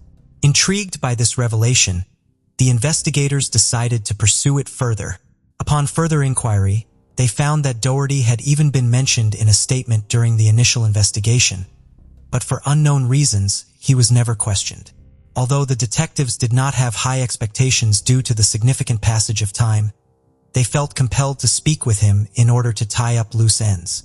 Doherty, who was 21 years old at the time of the incident, initially claimed that he was at his parents' house in Greenock. However, under further police questioning, he eventually admitted to being at the disco on the night of the incident. In order to fulfill their final requirement, the police requested a DNA sample from Doherty, which he willingly provided. The shock was overwhelming once the police inputted the information into the database. It was revealed that John Doherty's DNA was a perfect match to the one found at the crime scene and on Elaine Doyle's body. Born in 1964 and residing in Dunoon, Argyll in Scotland, Doherty had previously served as a soldier before retiring and becoming a bus driver. On the surface, his life seemed ordinary, with a long-term relationship and a daughter. However, everything was about to change as his past crimes finally caught up with him. Following the confirmation of his DNA, Doherty was promptly arrested and later convicted on June 17, 2014, after a 52-day trial. Leading the prosecution was John Scodian. Authorities were able to gather enough evidence based on the extent and location of Elaine's injuries. It was deduced that she had been forcefully grabbed by the hair, struck on the head, and dragged into the lane where she was assaulted and ultimately found. The presence of Doherty's DNA at the crime scene further supported the claim that he had been with her that fateful night. The prosecution painted a vivid picture for the jury, reconstructing the events of the incident through a compelling narrative. They alleged that Doherty had caught Elaine off guard, forcibly removed her clothing, and then strangled her from behind with a ligature while she lay face down on the ground. Fortunately, the police were able to locate a witness named Martin Brown, who came forward to testify and provide additional credibility to their case. According to Brown, he had allegedly witnessed Doherty following Elaine into the lane, appearing angry as he trailed behind her. John Doherty refuted all of these allegations and enlisted the services of QC Donald Femmel to mount his defense. Femmel skillfully presented a counterargument against the DNA evidence, asserting that it was insufficient and should not be deemed a reliable source of proof. He contended that due to the evidence being stored away for more than 2 decades, there was a high possibility of contamination or tampering. The defense's argument held weight considering the numerous errors committed during the handling of Elaine's case. Not only was there a lack of proper forensic equipment and knowledge on how to handle a crime scene at the time of the incident, but it was later discovered that the officers had also failed to wear protective gear while collecting evidence. Furthermore, the credibility of the witness testimony was called into question. Martin Brown, the eyewitness in question, was colorblind when he was asked to examine black and white photographs of individuals resembling the perpetrator. He was able to eliminate all but 3 individuals, initially identifying someone else in his statement before eventually naming John Doherty. Brown's credibility was further undermined when he revealed that it took him a decade to come forward because he had only recently recognized Elaine's face in a newspaper and realized that she was the same woman he had seen on the night of the incident. The defense argued that it was unjust to blame Doherty, as the news of a contaminated crime scene had not been disclosed prior to the trial. They claimed that the officers handling the case were negligent and could have mishandled the DNA sample, leading to a match with Doherty due to contamination. However, their argument was swiftly dismissed when the forensic scientists responsible for the crime scene testified that it was 560,000 times more likely for the DNA found at the scene to belong to Doherty than any other unrelated male. Despite the counterarguments, the jury ultimately sided with the prosecution, resulting in John Doherty being declared guilty by a majority verdict. This case became one of the longest-running cases in Scotland, with the culprit being apprehended after nearly 3 decades thanks to DNA evidence. In 2014, Doherty was finally convicted in a high court in Edinburgh and sentenced to life in prison with a minimum of 21 years by Lord Advocate Frank Mulholland. Mulholland justified the severity of the sentence by emphasizing the brutality of the crime. Elaine Doyle, who was simply walking home that night when she became a victim of this heinous crime, had her brother John Doyle expressed his belief that the sentencing was appropriate and just. He further clarified that despite the lengthy process of obtaining justice for his sister, they found solace in the fact that she could finally find peace. On behalf of his mother, he acknowledged that the pain of losing a loved one never truly fades, but the resolution of the case provided a glimmer of hope amidst their sorrow. The family expressed gratitude for the apprehension of the perpetrator, as it brought a sense of closure. However, their grief was compounded when John Doyle's 17-year-old son Jack was tragically stabbed to death in Greenock in 2012. John's father, also named Jack, was unable to bear the loss and subsequently passed away, adding to John's immense devastation. Despite the overwhelming sorrow he had to endure, he remained thankful that at least one of the culprits was apprehended and brought to justice. Let's travel back to Tulsa, Oklahoma, on October 22, 1984, when the city was left baffled as 18-year-old Annette Craver disappeared without a trace. The police searched the area in an effort to find the truth, but they were unsuccessful, and the teenage married girl's whereabouts remained a sinister mystery. Despite the fact that her disappearance remains a mystery, the police were concerned that it might actually have been a horrifying homicide. It turned out that this situation was much more complicated than it seemed. In the long run for justice, a man was found at the center of it all, and for an incredible 54 years, his perverted viewpoint would prevail over the pursuit of justice before justice finally prevailed. What might have happened to Annette, a young, beautiful teenage girl? Why did it take so long to solve the mystery of this chilling case? Who was this maniac that took her away? Tulsa, a city in Oklahoma, is captivating with a distinctive fusion of tradition and modernity. This city, which is tucked away in the middle of America, offers a vibrant way of life that is enriched by its varied cultural scene. Tulsa is renowned for its exquisite architecture, well-preserved art installations, vibrant performing arts community, and succulent barbecue restaurants. The city is also well known for its long history of oil production and for being the birthplace of the famous Route 66. Tulsa has battled crime despite its accomplishments. The city's violent crime rate exceeded the national average in 2020, making it one of the most dangerous cities in the country. Further emphasizing the negative aspects of the city, Tulsa also saw the mysterious disappearance of Annette Craver.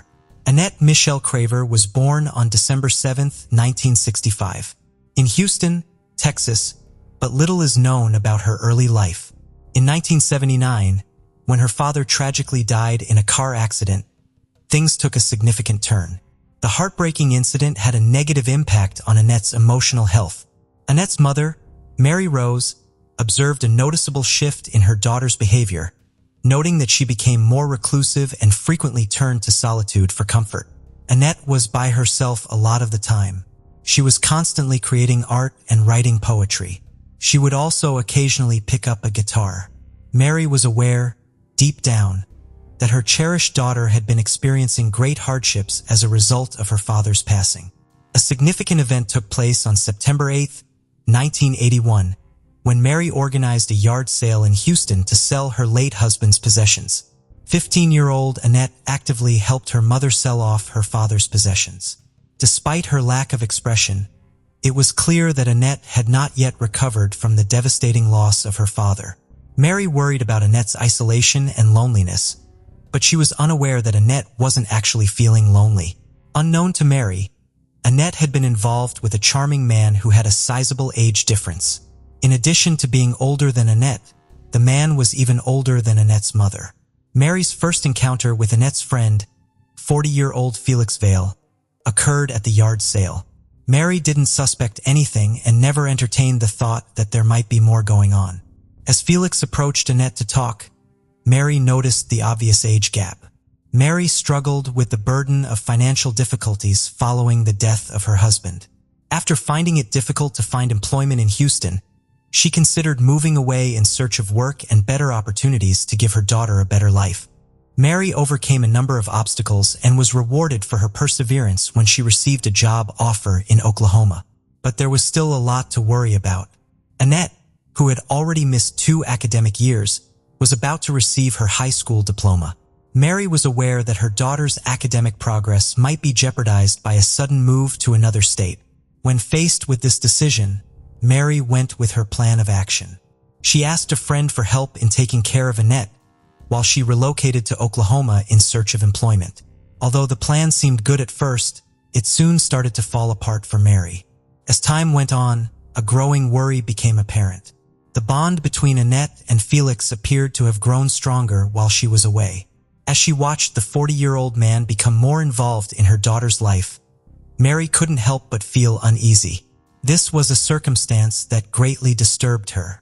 After Annette graduated from high school, Mary was able to buy a new home thanks to her diligent saving. She registered the house under both of their names with the hope of reuniting their lives and living together once again. Mary's thoughts of a long-awaited reunion were dashed after she learned that Annette had left when she got back to Houston. Mary discovered that after Annette graduated high school, Felix immediately suggested a road trip to her. Captivated by his charm, she happily accepted his offer. Over the course of 1983, Mary did occasionally get letters from Annette, each coming from a different place. Then one day, a call from her daughter, who was at the time living in California, arrived. Hearing from Annette gave Mary a rush of happiness, but the conversation quickly became concerning. Annette, who was only 17 years old at the time, asked her mother for permission before she married Felix Vale. Annette seemed to have already made up her mind, despite Mary telling her daughter it would be a mistake to marry Felix, advising her to wait until she was at least 18 years old. Annette allegedly declared her love for Felix Vale and intended to wed him in Mexico. Mary struggled with a difficult decision, knowing that she might lose her daughter who was very involved with Felix. She was aware that refusing a daughter she hadn't seen in a while could have its own effects. She consequently gave the marriage her approval with a heavy heart, believing her daughter to have good judgment and not realizing Felix was a bad man. But the perfect married life Annette had pictured would soon start to fall apart. Annette opened up to her mother in letters written shortly after their wedding. She revealed that Felix had changed unsettlingly, becoming more and more domineering. She shockingly revealed that Felix had even forced her to have an unauthorized abortion after learning she was pregnant with his child. Mary begged Annette to come home right away, consumed with worry for her daughter's safety. Annette eventually mustered the strength to escape Felix's grip in 1984 and made her way back to her mother. However, when Mary finally caught a glimpse of her daughter, she couldn't help but notice that she had changed. Annette had lost her identity. She was constantly perplexed by everything. Mary believed that her daughter was simply overwhelmed by Felix's attempts to manipulate and control her life. Mary found comfort in being reunited with her daughter amidst the changes. But this joy was short-lived. They were unhappy not long after Annette returned. Felix began tormenting their home with relentless phone calls and his insistence on speaking to Annette. Mary was unmoved and maintained her position, determined to defend her daughter at all costs. However, things got worse in October 1984. When Felix was able to breach Mary's house's perimeter, boldly entering without permission and making his way up to Annette's room, the two spent some time talking privately in Annette's room. When they eventually came out to Mary, they would say something that would break her heart. Mary was sternly instructed to leave the house by them. Mary tried to patch things up with Annette, despite her heartbreak, but her efforts were in vain. Annette remained controlled under Felix's sway and was unresponsive to any opposing viewpoint. Mary gave up her share of the home as a result, packed her belongings, and moved to California with a heavy heart. The nightmare did not end there, though. When Annette turned 18 years old, she made a big decision by claiming the inheritance her late father had left for her.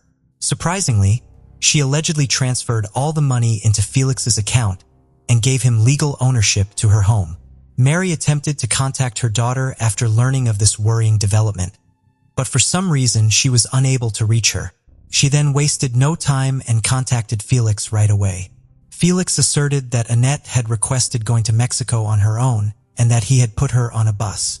On October 22, 1984, Mary immediately called the police and reported her daughter missing. Following receipt of the missing person report, the Tulsa police moved quickly to speak with Felix Vale in an effort to gather any information they could. Unfortunately, the police were also manipulated by Felix, just like Annette.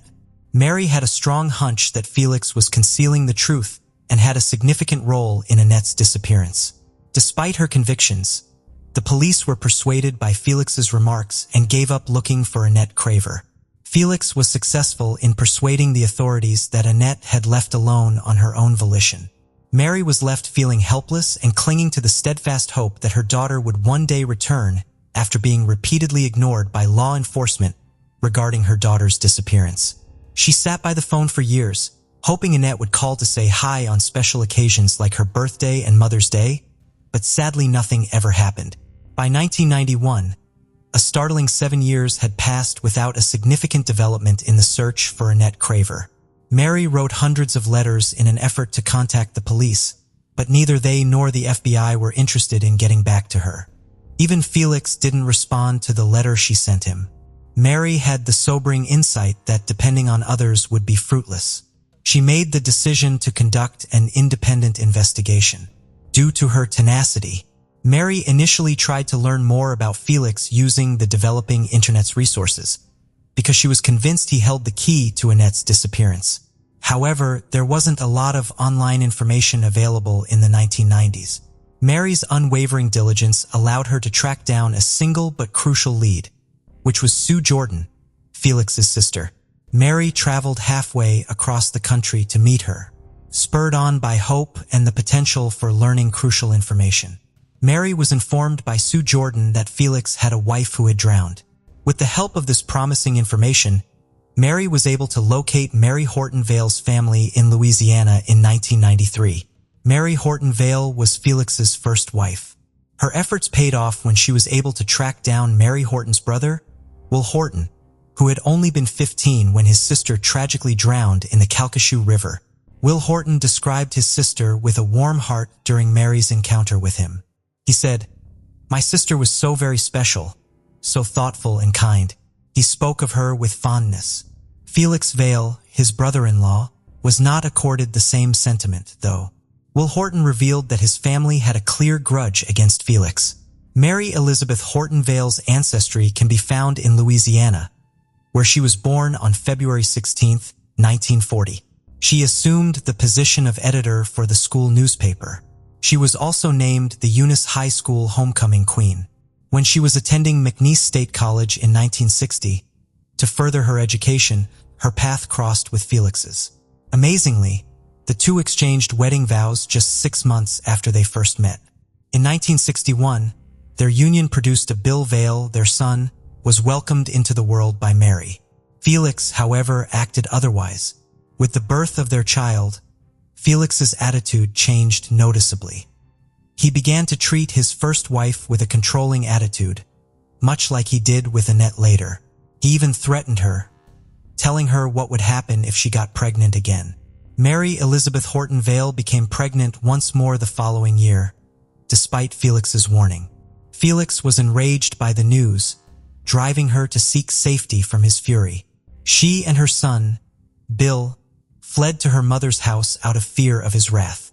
Mary Horton considered divorcing Felix, but her mother advised her to go back and try to make amends with him. Mary's life tragically ended before they could settle anything. On October 28, 1962, Mary Horton and Felix Vale went fishing along the Calcasieu River. In an unfortunate turn of events, Mary drowned to death. Felix described what happened when he was questioned by the police. According to him, Mary allegedly drowned after she unintentionally fell off the boat. The Horton family remained dubious of this account and found it difficult to believe. Felix quickly rose as a top suspect in the investigation. As a result of the murky circumstances surrounding Mary's drowning, she was found dead in a place that was unsuitable for fishing. After being found 2 days later, her body underwent an autopsy, which turned up red flags. Mary had bruises on her neck, right calf and left leg, which suggested that she may have fought before being forced into the water. Authorities discovered a scarf that had been wrapped around her neck and put in her mouth, suggesting traumatic asphyxia, a type of suffocation. This discovery provided additional damning evidence. The detectives were confident Felix was the murderer in light of the mounting evidence, but the coroner had a completely different take. He thought the evidence was insufficient to convict Felix. Felix also vehemently denied being guilty. He was released in January 1963 after a Calcasieu Parish grand jury declined to indict him. At the time, Mary Horton's family was devastated and felt cheated by Felix's release. Mary Rose, Annette's mother, was more enraged by what she had heard as Will Horton broke down, relaying this tragic information. Will described how the loss of his sister devastated their mother and left a void in his heart that would never be filled. At that point, Mary Rose's pursuit of justice included a steadfast search for justice on behalf of Will's sister, Mary Horton, in addition to her daughter.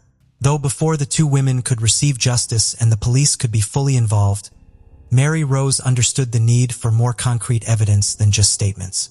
Thankfully, she was no longer fighting for justice by herself. Will Horton tells Mary that since 1975, he has been getting calls from people asking about a girl who vanished in Sulphur in 1973. The fact that the girl in question was Sharon Hensley, Felix's ex-girlfriend after Mary Horton, added to the unsettling nature of the situation.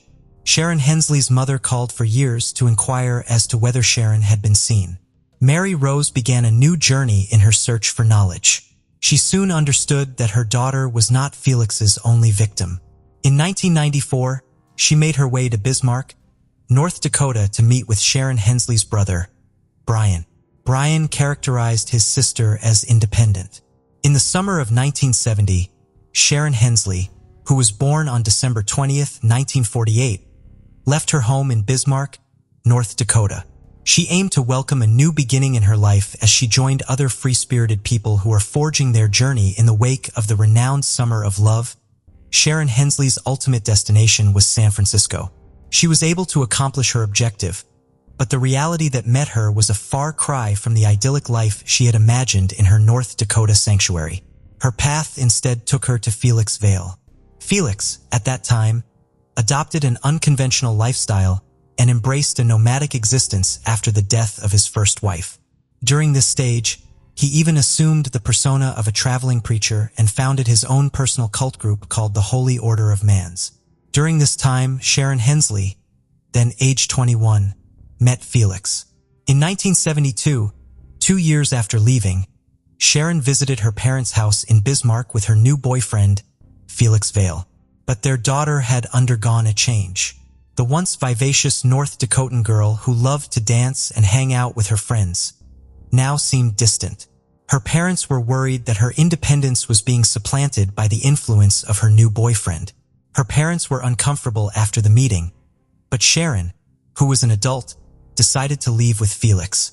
She had the freedom to choose her own course of action. Nevertheless, her parents' concerns grew more serious. They believed Felix was exposing their daughter to a dangerous lifestyle, one characterized by drug use and irresponsible conduct. But not even they could have predicted what lay in store for the future. In a short period of time, Sharon joined Felix's cult group and interacted with them. Her involvement, though, came at the same time as the dramatic change in their relationship. At the time, Felix's drug use increased and his behavior changed, becoming more violent and domineering. During those times, Sharon's family thought she was with him out of fear. She had no idea how to escape the predicament. Along with Felix, Sharon was about to travel to South America. But before beginning this journey, she called her mother one last time to say goodbye. Her mother sensed something was wrong, though she couldn't quite put her finger on what it was. Her maternal instincts were spot on, because after that final communication, Sharon stopped calling or writing. She disappeared with no trace. In a letter to Sharon's family in 1973, Felix claimed that he had last seen Sharon in Key West. His story was that she had left him and gone sailing around the world with an Australian couple. The Hensley family, however, had skepticism about everything Felix said, as was a common theme in all of these cases. In February 1973, Sharon's family reported her missing, but regrettably the police did nothing for a full year. A dated newspaper report filled the gap even though there were immediate investigations or initial police support. The story from the old newspaper caught Brian Hensley's attention. The news report from 1970 mentioned Sharon and Felix's arrest. According to the report, a young boy of about 8 years old showed up at the police station and asked for help to go back home. Bill Vale, the son of Mary Horton and Felix Vale, was revealed to be the child. Bill, an 8-year-old boy, went to the police station without shoes or socks and complained that his father was forcing him to smoke marijuana and that he wanted to return home. The Horton family was unaware that Felix had taken Bill with him when he left for California following Mary Horton's passing. Bill was compelled to follow his troubled father wherever he went from that point on. Additionally, the police discovered that Bill had a history of violence. The police also discovered that Bill had experienced abuse during this time before escaping and making his way to the police station. Felix and Sharon were detained for endangering a child. However, it is unknown how the two managed to escape the police custody. When Mary Rose heard about all of these things from Sharon's brother, she made the decision to meet Bill Vale. She thought Bill might be a source of vital information because he had valuable knowledge about where Felix was. With this goal in mind, Mary set out for Kansas to meet with Bill and his family. Mary Rose said Bill was very honest. He treated her with a lot of kindness and sympathy. Mary observed that despite being a good man, he was terrified of his father. Bill was initially apprehensive to share much information, for fear that doing so might unintentionally bring Felix closer to his own wife and kids, but his desire to help Mary and obtain justice for his mother won. Bill made the decision to seize this opportunity after realizing its importance. He gathered the courage to divulge the dark secrets that might support Mary's claims. Bill described an important event that happened in 1970, just before he fled and arrived at the police station. He had unintentionally overheard his father, Felix, and Sharon talking to each other. Bill claimed that Felix admitted to Sharon that he had killed Mary Horton, his mother. Bill sought refuge with his grandparents after Sharon and Felix were detained in 1970, which resulted in a significant change in his life. Despite this alteration, he continued to be afraid of his father, especially since he was required to testify against him in court throughout the trials. This fear of his father's return increased his anxiety, and tragically Felix did return in 1975. Felix arrived at Bill's grandparents' house and asked to see his son. The fact that Sharon was no longer with Felix added to Bill's fear, which was already strong. When Bill inquired about Sharon, Felix responded that Sharon would never bother anyone again. Bill, who was only 13 years old, understood what he meant, but he had no way to put that knowledge to use. At the time, he was unable to speak to anyone about his father's sinister behavior. Bill struggled with the worry that if he shared these revelations, Felix might hurt his family. His desire for justice was stronger. Sadly, Bill's battle with cancer claimed his life in 2009, preventing him from seeing his mother's justice served. Bill, however, made sure to meticulously document his account of Felix's confession before he passed away. He asked the local preacher to write down his story so that the truth would be preserved for future generations. After a while, Mary Rose felt she had something important enough to ask the FBI to reopen the case. Although she was aware that there was no physical proof, she clung to the belief that the testimony of the Hortons, Sharon's brother, Felix's son, Bill and herself could possibly give her the evidence she needed to pursue justice for her daughter. Mary had the opportunity to speak with a special FBI agent who dealt with cold cases and serial killers. He accepted Mary's account and determined Felix was a serial killer. Tragically, the cold case department took the brunt of the budget cuts, and the agent who had demonstrated support for Mary's cause was let go. Due to this unfortunate turn of events, Mary's quest for justice had no way to be furthered. She awoke to find herself exactly where she had started. Mary felt guilty for having inspired all the families to pursue justice. The families who trusted her, though, knew she wouldn't give up. Even though the conversation fizzled, Mary kept looking for someone to assess their situation. She simply felt a strong desire to put Felix behind bars. Over the course of nearly 30 years, Mary had been gradually worn down as a result of her resolve to fight for justice. While listening to the radio in June 2011, Mary heard about a detective who had solved 8 murder cases involving the infamous burning Mississippi murders, which were carried out by the Ku Klux Klan. Before he cracked them, these cases had remained unsolved for 50 years. The knowledge of this gave Mary the additional push she required. Mary immediately set out on a quest to find the investigator's contact information. Fortunately, she was able to find his phone number. Jerry Mitchell, a resident of Mississippi, was this person. Mary informed Jerry Mitchell about the cases and soon learned that Felix Vale had moved to Mississippi. As a result of this realization, Mary was faced with a decision she had to make. Mary Rose and Jerry Mitchell traveled through Mississippi in 2011 in order to reach the crucial spot where the criminal was. They arrived at a remote and desolate trailer park. Jerry wondered if Felix was watching them as they highlighted from their vehicle, but Mary didn't seem to care. She merely wished to put an end to Felix Vale's chapter. They noticed a broken window as they neared the trailer house. Mary crept through the window to enter the room in search of the truth without thinking twice about the danger.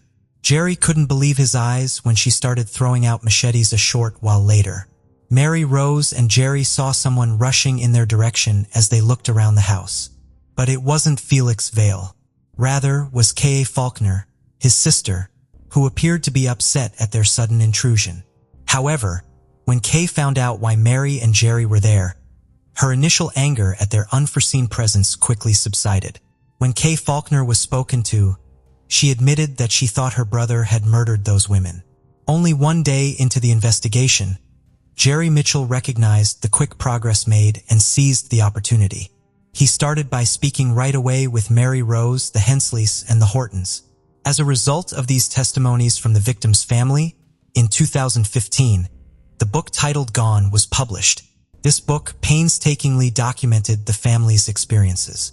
It received numerous awards and a great deal of immediate acclaim. The FBI became aware of this book, and after carefully considering all the relevant information, they decided to reopen the investigation. Mary, who had struggled for a long time, at last felt true happiness.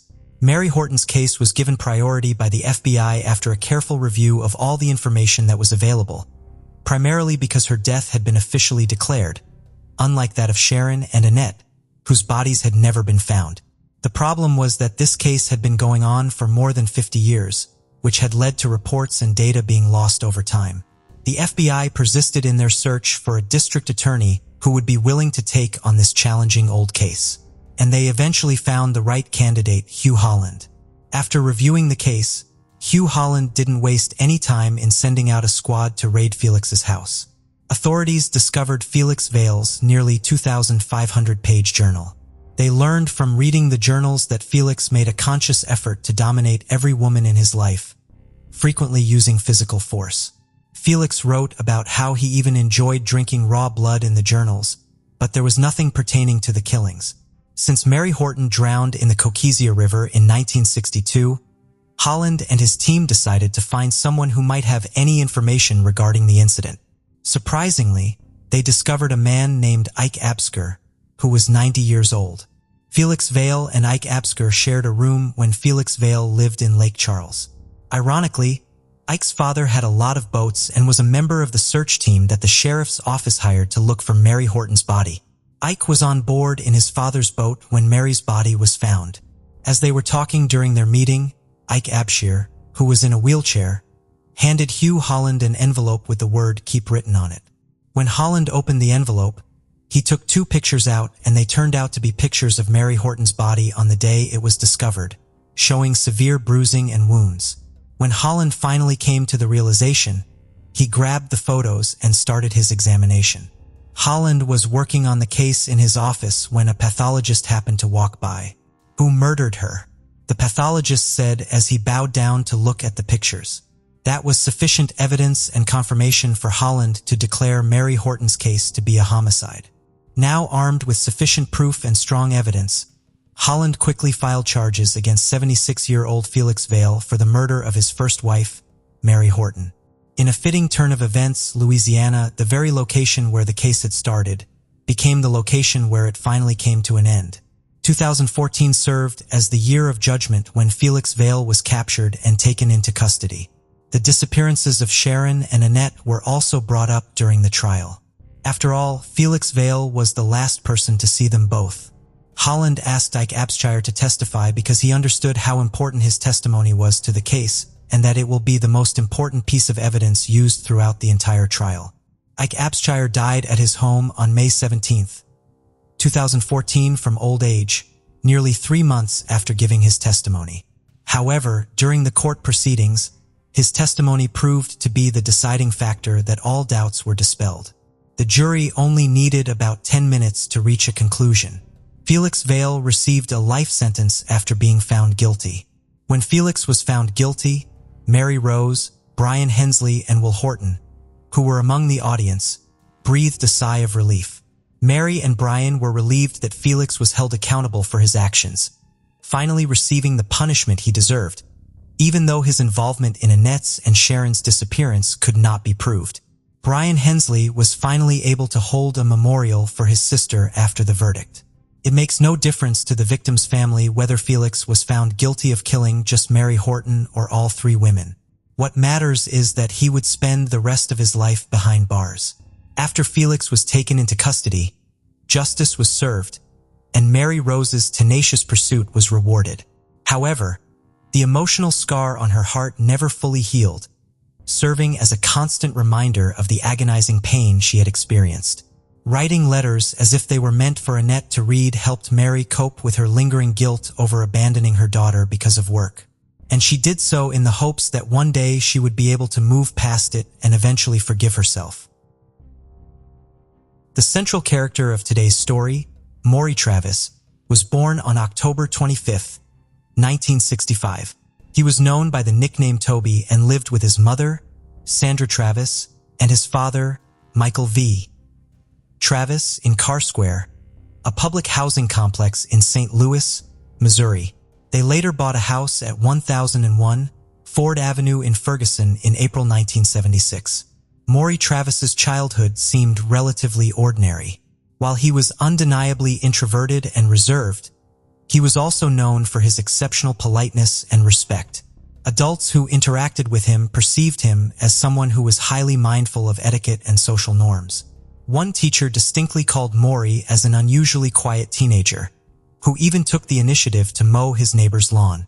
His demeanor at school was unremarkable, and those who knew him, including teachers, parents, and peers, never suspected him of being capable of violence. When police later interviewed individuals who attended school with Maury or lived near him, many of them didn't even recognize who he was. He didn't leave a memorable impression. In all of his childhood that is known to us, the separation of his parents was the only potential trauma that he may have experienced. He graduated from McClure High School in 1985 and served 2 years as an Army reservist. Following that, he worked as a medical and dental assistant. Additionally, he managed to secure employment locally with haulage companies and even volunteered at a local nursing home. Maury Travis's enrollment in Morris Brown College in 1986 at the age of 22 seemed like a positive step forward. However, it was also in this private institute in Atlanta where he encountered and formed a relationship with cocaine, sending his life into a downward spiral. His addiction quickly escalated to a severe level, costing him $300 a day.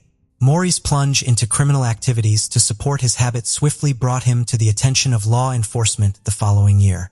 Up until that point, he had a clean record, making his sudden shift into illegal behavior quite unexpected. Rather than a gradual escalation, his actions took a surprising and abrupt turn from his prior conduct. In March 1988, during his college spring break, Maury engaged in a string of robberies that raised eyebrows. To everyone's surprise, he targeted 5 shoe stores in St. Louis within 8 days. What added an unusual twist to these crimes was his choice of weapon. Instead of a loaded firearm, he used a plastic toy gun to instill fear. This abrupt shift into criminal behavior was truly unexpected, especially given his clean record prior to these incidents. This is where Maury Travis took a sharp turn into criminal activity. The armed robberies he committed resulted in his initial capture. Witnesses provided the police with details about his car, leading to his arrest. The detective handling the case was taken aback, as Maury didn't fit the typical image of a criminal. Upon being apprehended, Maury claimed to have hazy memories of the crimes, attributing it to drug influence. While awaiting sentencing, he underwent a drug rehabilitation program and claimed to have successfully overcome his addiction. Despite these efforts and his clean record before this, the court had taken his actions into account during proceedings. Character references poured in support of Maury, including one from a congressman and U.S. representative. These testimonials highlighted his rehabilitation efforts, asserting that his criminal behavior was an aberration in his character. Despite this acknowledgement, received a 15-year prison sentence on July 5, 1989, at the age of 23. This marked the start of his time behind bars for his criminal actions. From the outset, Maury realized that his time in prison wouldn't be easy. He attested to the inhospitable conditions, citing frequent assaults and an abundance of drugs that posed a significant threat to his rehabilitation. Having successfully addressed his dependency issues, he found himself surrounded by drugs in this challenging environment. In a desperate plea to the judge, Maury wrote a letter, urging him to reconsider his sentence, pouring his heart out in the hope of a more lenient outcome. In his plea to the judge, Maury wrote on how he was constantly thinking of taking his own life due to the horrible conditions he is living in. He ended by asking the judge to give him another chance in society. Maury was granted parole in 1994, serving only 5 years and 3 months of his sentence at the Farmington Correctional Center. His early release was primarily attributed to his exemplary behavior. Although he had 13 conduct violations, they were minor infractions. Upon his release, he moved into a duplex where neighbors regarded him as an excellent resident who didn't cause any disturbances. After serving time initially from March 1989 through June 1994, Maury faced additional prison stays due to drug-related charges from February 1998 to January 1999 due to repeatedly violating his parole. Once outside prison, he worked in various restaurants, keeping to himself mostly. He also displayed an unusual fixation for his 2000 black Mitsubishi Eclipse, spending considerable time cleaning and maintaining it. Although neighbors and classmates of Maury didn't have any suspicious information about him, one of his former girlfriends had something different to say. In March of 2001, Maury's girlfriend left him, and this was when bodies of women began to turn up around town. Between March 2001 and May 2002, Maury would actively pick up sex workers along the extended stretch of Broadway, known as the Stroll north of St. Louis. In fact, 4 suspected victims of Maury were later discovered in this area. It gained notoriety for its numerous crack houses and the availability of such workers. Maury would pick them up and then bring them back to his home in Ferguson. Once there, he would keep some of these women for days, subjecting them to his whims. However, it wasn't solely for his personal satisfaction. He recorded the horrifying events taking place in the basement. Videotapes documenting these acts were later discovered, concealed within a wall. Some of the video clips showed Maury engaging in consensual but rough role play involving bondage with women. There were also instances when he was seen using drugs, yet he would let them go unharmed. However, in other footage, Maury could be seen indulging in much darker activities, from keeping women hostage for days in his dungeon to strangling them to death. Law enforcement initially struggled to comprehend why he chose to spare certain women while murdering others. One hypothesis suggests that the tipping point might have been when he discovered that a particular sex worker had children. It appeared that this discovery triggered a violent rage in him, since they chose drugs over their children. Although it's not confirmed, that's the association they'd drawn. He also made them perform the most unbelievable rituals. More, he would get them to dance in white clothes. Then at times he'd get them to wear sunglasses where the lenses were completely blacked out so they couldn't see. By doing this, he was taking power away from them completely. He would then restrain their legs with a rope and handcuff them. At times he'd even cover their eyes with duct tape. In the footage that they found, they saw these women shackled to a wooden post with Maury verbally taunting them. He would tell them what was going to happen or they needed to break them as well. At times he'd get angry because he'd find out that these women had children. He also used to criticize them, expressing aggression and violence due to their choice of drugs over their kids. In some of the earliest footage, Maury is actually seen standing over a kneeling naked woman, heavily bound with a rope and handcuffed. Then he suddenly grabs the belt, snaps it tightly around her neck and strangles her until she's unconscious and she's limp. He may even have broken her neck. He then just leaves her body face down on the floor. It's truly horrifying to think that Maury Travis was able to carry out such horrific crimes without raising suspicion. One thing we know is Maury Travis's ability to blend into the background made him a master of disguise. His unassuming nature allowed him to operate unnoticed, making him the last person anyone would suspect of such heinous crimes. On July 31, 2000, the discovery of the first known victim, Mary Shields, 61, in East St. Louis, Illinois, began a haunting pattern. In the months that followed, the tragedies escalated. On March 24, 2001, the body of Cassandra F. Walker, 19, was found in Washington Park, Illinois. Alyssa Greenway, a 34-year-old caught in a seemingly hopeless cycle of addiction, was discovered deceased on April 1, 2001, in Washington Park, Illinois. Her body showed signs of strangulation with ligature marks found on her wrist and ankles. Near her body, authorities found a tire impression identified as a Bridgestone Potenza tire, which was photographed for further analysis. Not long after, on May 15, 2001, Teresa Wilson, 36, was discovered in West Alton, Missouri. May 30, 2001, marked the discovery of Betty James, 46, in St. Louis, with an evident tire impression distinct from earlier scenes. The St. Louis Police Department strongly believed that all these murders were the work of the same individual, as the crimes were executed in a similar manner. By June 29, 2001, Verona Thompson, 36, was found in West Alton, Missouri. Following this, on August 25, 2001, Yvonne Cruz, 50, was discovered in East St. Louis, Illinois. The haunting silence after October 8, 2001, when Brenda Beasley, age 33, was found dead in East St. Louis, Illinois, raised speculation. Authorities speculated three possible scenarios. Either the perpetrator was in custody, had passed away, or had relocated from the area. However, the unsettling quiet broke as the year changed. The cycle resumed, claiming for more lives. The first unidentified victim was found on January 30, 2002. Another unidentified victim was found near Muscatoa, Illinois on March 11, 2002. The next unidentified victim was discovered in Columbia, Illinois on March 28, 2002. And the final unidentified victim was reported in West Alton, Missouri on May 25, 2002. Each day marked a sorrowful moment, revealing a frightening pattern. What ultimately led to uncovering the killer will stun you like never before. In an attempt to bring attention to one of the victims and maintain public interest in the investigation, Bill Smith penned an article. This was about Teresa Wilson, a victim, and her life struggles leading up to her unfortunate demise. He named the killer the Streetwalker Strangler. The article was published in the paper's May 19, 2002 issue. Less than a week later, Smith received a letter at his desk. While it's not uncommon for media personnel to receive letters or correspondence, this letter had an unusual return address on the envelope.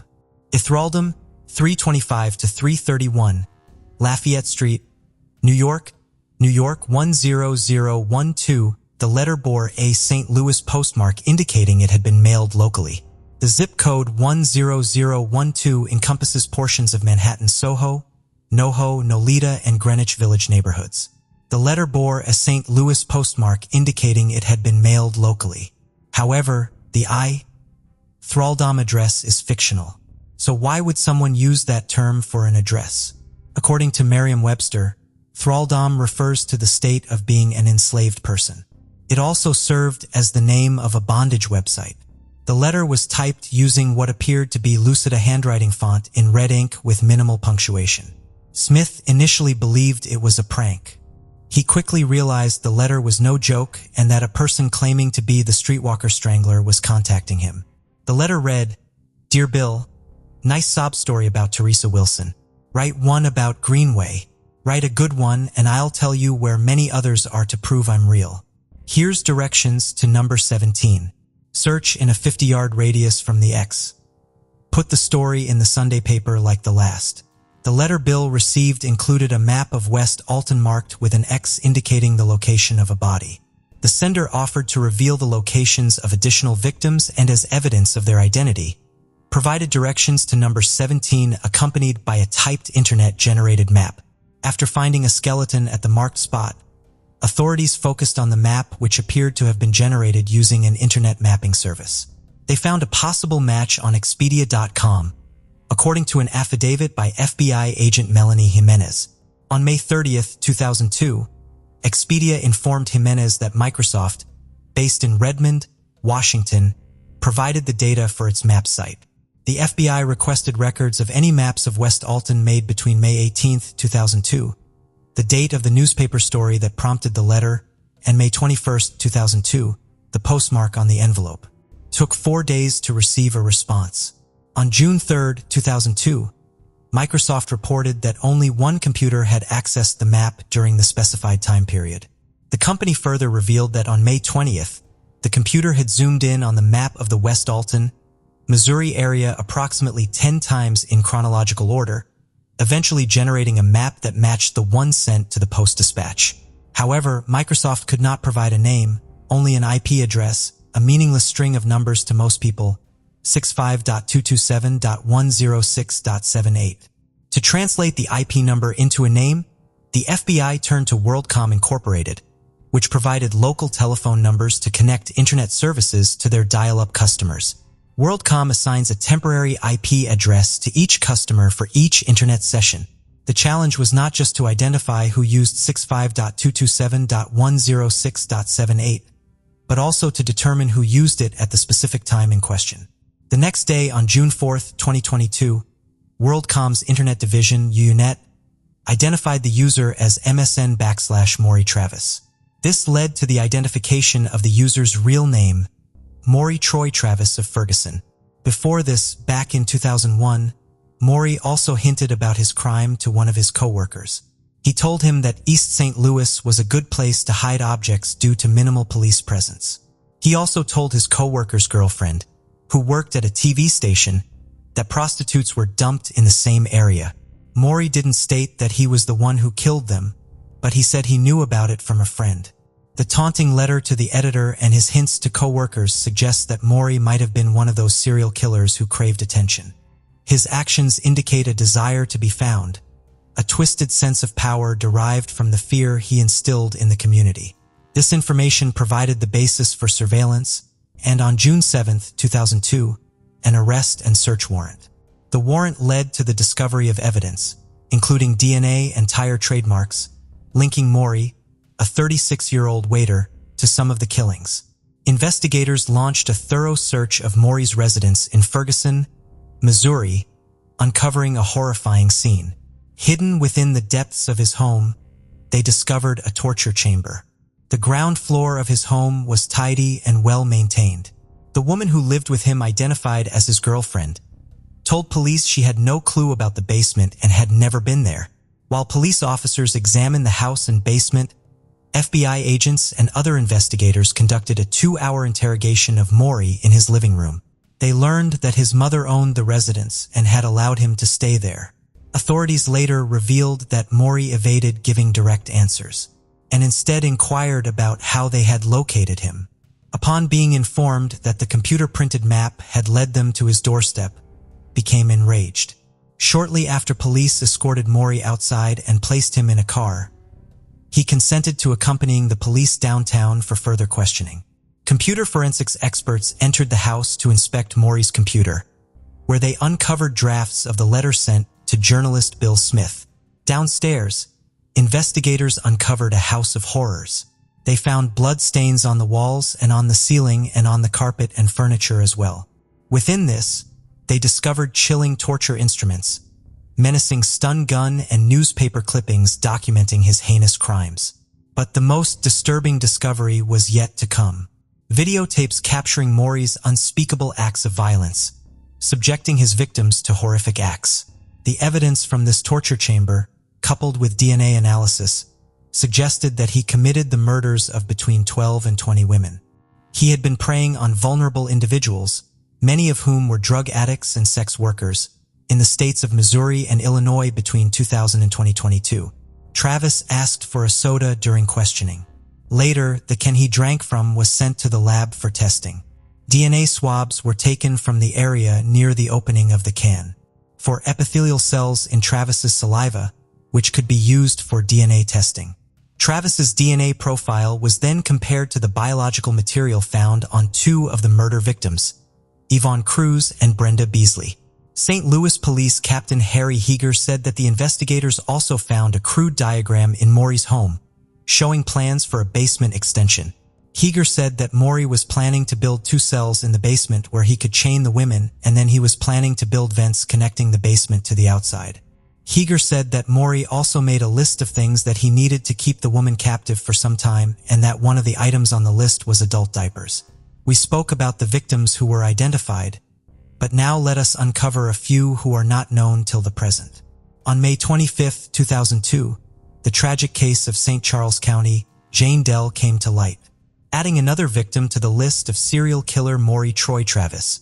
The woman's remains were discovered near West Alton, Missouri, leaving her identity shrouded in mystery for 21 years. The discovery of St. Charles County Jane Doe unfolded following the anonymous letter sent to local reporter Bill Smith on May 21, 2002. The skeletal remains of St. Charles County Jane Doe were found west of Highway 67 and south of St. Charles Street, scattered over a 30-foot wide area. It was determined that she was a female between the ages of 25 and 35, of black ethnicity, and approximately 5 feet 4 inches in height. 1 or more limbs and 1 or both hands were not recovered. The remains found at the crime scene included a sleeveless coarse blue denim dress with metal buttons, a black and silver V-neck stretch shirt with 3 quarter-length sleeves, a black spandex top, a torn piece of blue jean-type material, a white cotton tube sock, a blue shoestring-type tie-up in the back, and a thin white cotton fragment.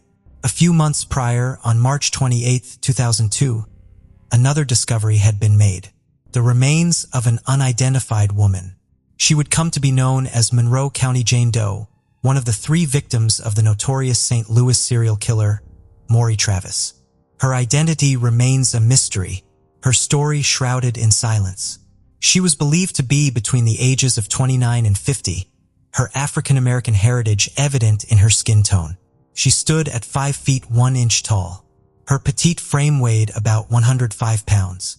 Her dark brown hair bore the mark of a healed fracture on her forehead, possibly a mark of a childhood injury. There was no indication that she had ever given birth. At the time of her discovery, they could find only skeletal remains, along with a green shirt and the letter M and the word Mavericks in orange lettering. Her attire was completed by khaki canvas shorts and a brown leather belt with a silver buckle. These simple garments provided the only clues to her identity, silent witnesses to her life. Just a few weeks before that, on March 11, 2002, in Marine, Illinois, the remains of Madison County Jane Doe were found. Madison County Jane Doe was believed to be between the ages of 23 and 30. Her ethnicity identified as black. Her height was estimated to be between 5 feet 1 inch and 5 feet 6 inches, and she weighed around 105 pounds. She also had dark hair.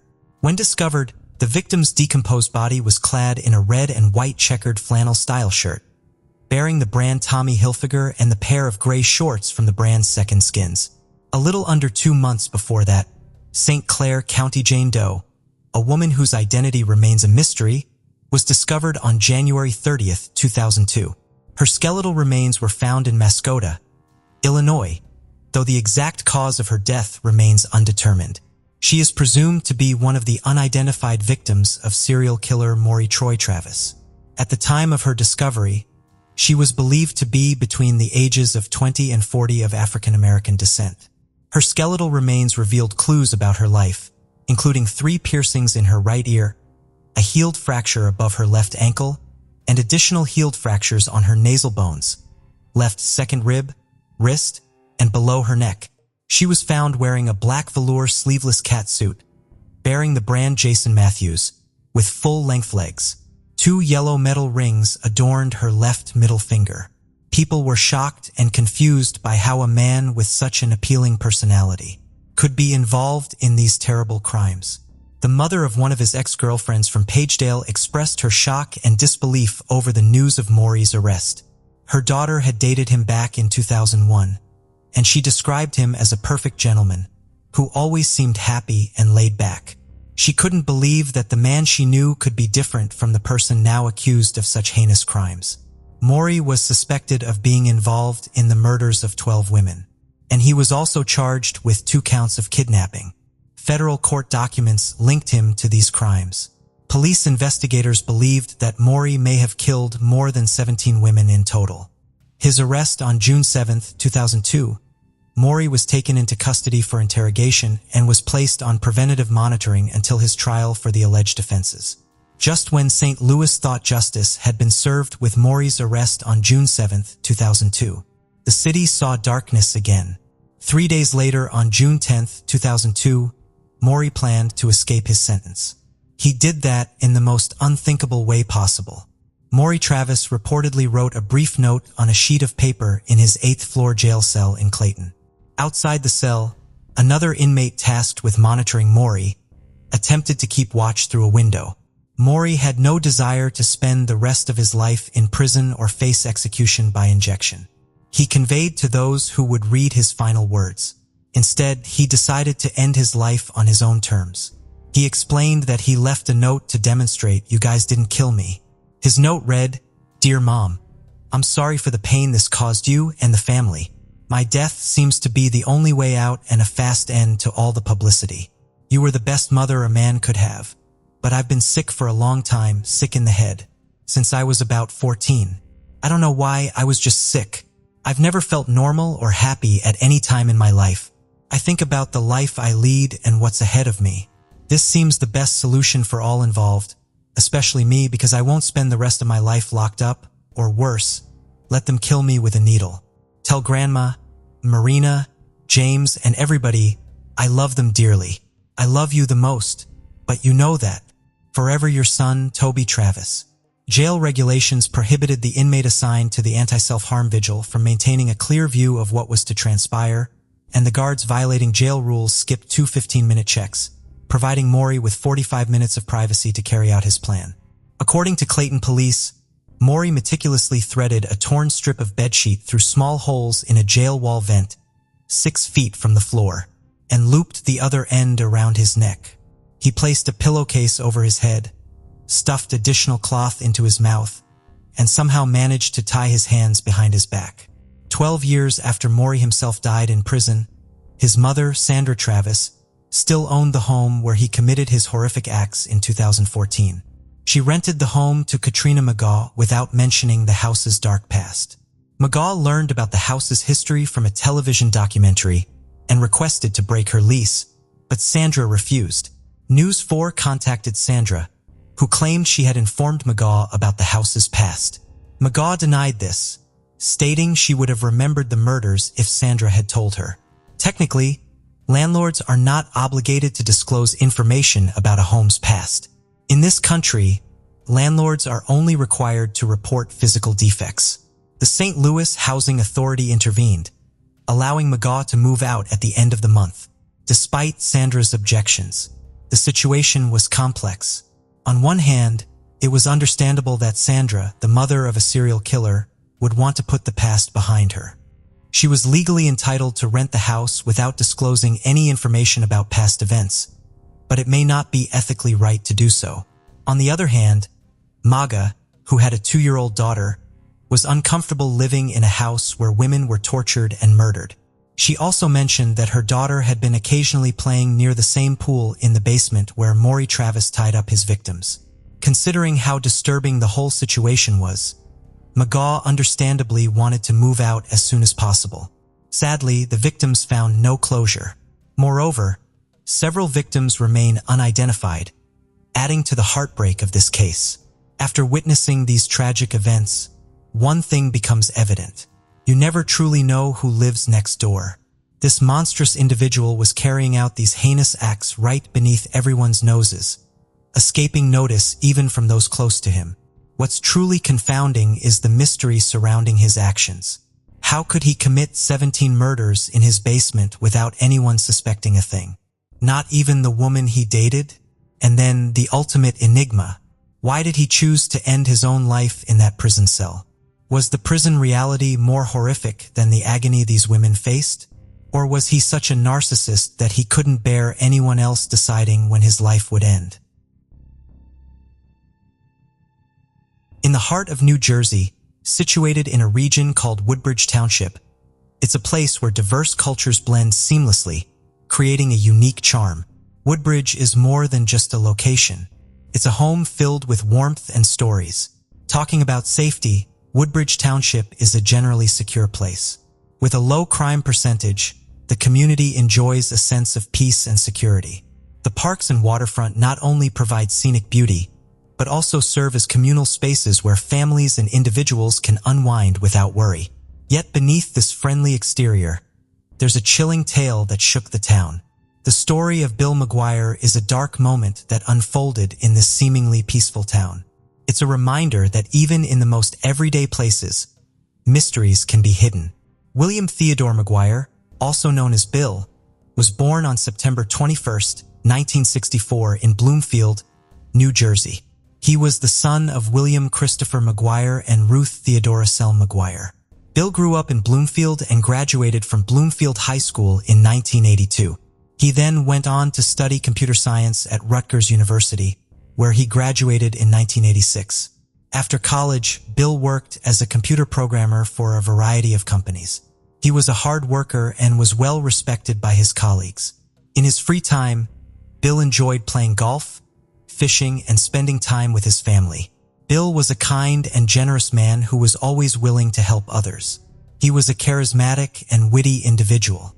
He got married to Marcy Pollock in 1986, but that marriage was short-lived, leading to their divorce in 1994. The couple moved to Virginia Beach in 1986, where Bill worked as an electronics technician in the Navy. Marcy, originally from Vernon, New Jersey, joined him in this relocation. Around 1990, and Marcy returned to the Atlantic City area. However, it was in this new setting that Bill's behavior changed drastically. He became deeply involved in excessive gambling and drinking. This is when Marcy noticed a stark deterioration in their relationship. The situation escalated in 1995, when Marcy filed a restraining order against him after Bill threw rocks through her window, ultimately leading to their divorce.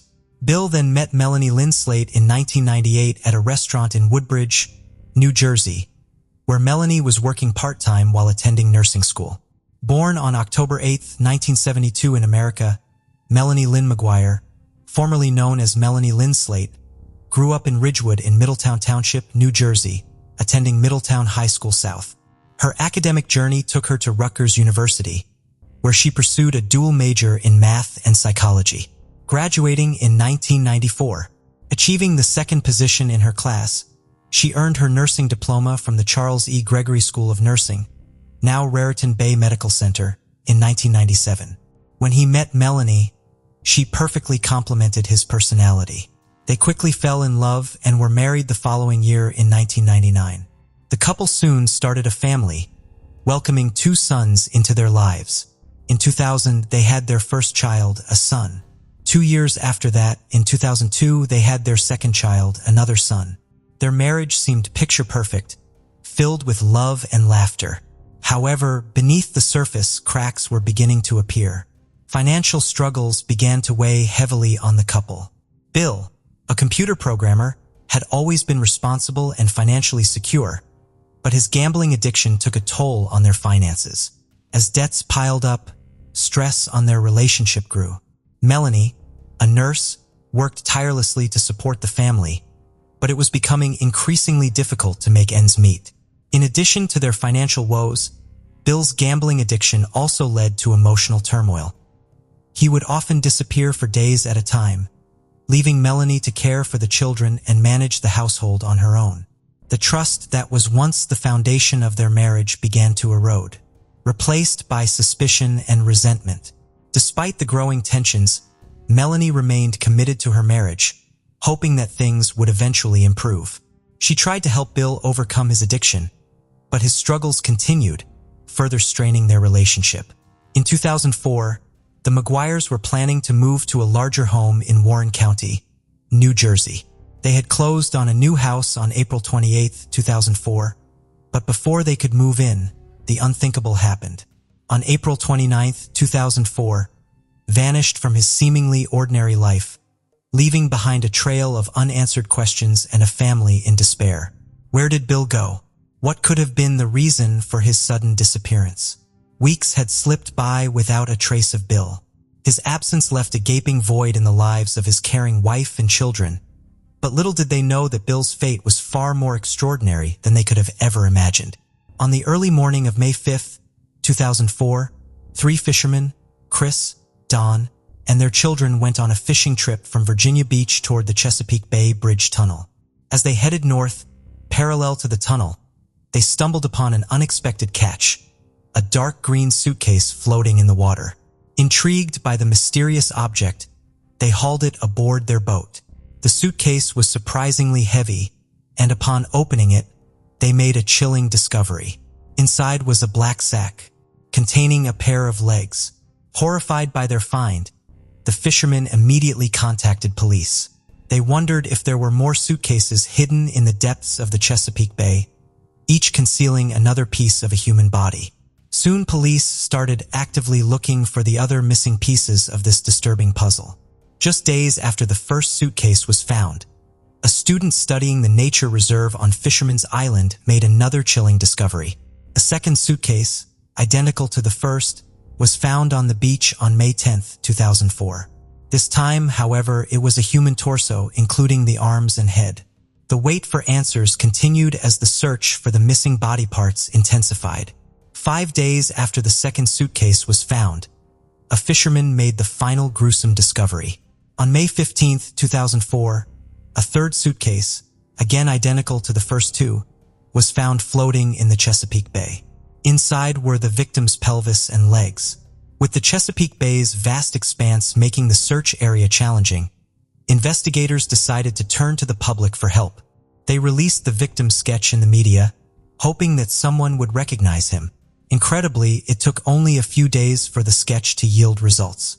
Susan Rice and John Rice, close friends of Bill who hadn't seen him in weeks, played a pivotal role in identifying his body.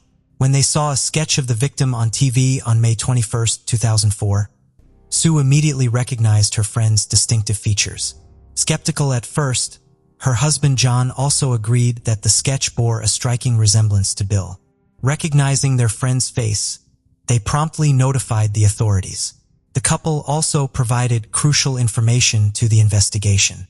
They recalled that Bill had recently been involved in a physical altercation with his wife, Melanie McGuire, and had stormed out of their home. They assumed that he had impulsively fled to Atlantic City, distracting himself on a gambling spree. However, weeks passed without any contact from Bill, raising concern among his friends and family. With Bill's identity confirmed, investigators immediately initiated a fingerprint analysis. Fortunately, Bill's fingerprints were on file and a match was quickly established.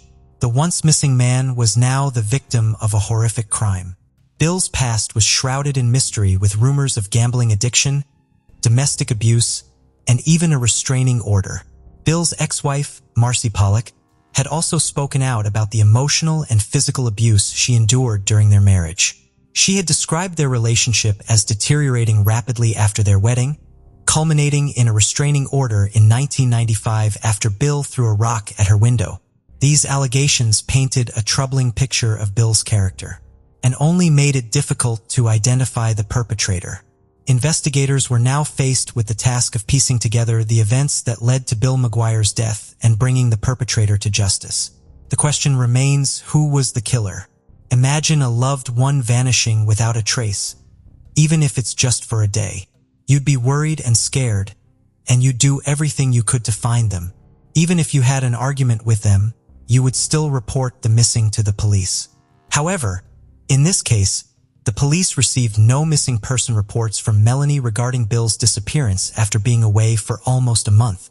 Instead of immediately reporting him missing, she sought legal counsel from a divorce attorney. On April 30th, 2004, she filed a restraining order against him, further indicating that she felt unsafe in his presence. The police were surprised that Bill's wife hadn't reported him missing, especially since they had found the person in the sketch through Bill's friends. The cops decided to look into Melanie McGuire, and what they found was pretty odd. On April 30th, 2004, just 2 days after the big fight between her and Bill, she did something that would make most folks raise an eyebrow. Melanie believed he might be in Atlantic City gambling, so she planned to drive down there and search for his car. She said her goal was to annoy him by parking the car in the most hectic part of town. But interestingly, here was how people reacted to her. As the police began monitoring Melanie's activities, they also started tracking her phone calls. In the midst of seemingly ordinary conversations, the police discovered a crucial piece of evidence. In one of these intercepted conversations, Melanie talked to Jim Finn, an old acquaintance from nursing school who had a crush on her. After losing touch for some time, they reconnected in February 2004 with Melanie reaching out when she needed something. Aware of Jim's interest in firearms, she discussed Bill's behavior with him before his disappearance, and Jim, still harboring feelings for Melanie, suggested obtaining a gun for self-defense. However, investigators listening to their conversations concluded that Jim had no knowledge of any plans related to a murder.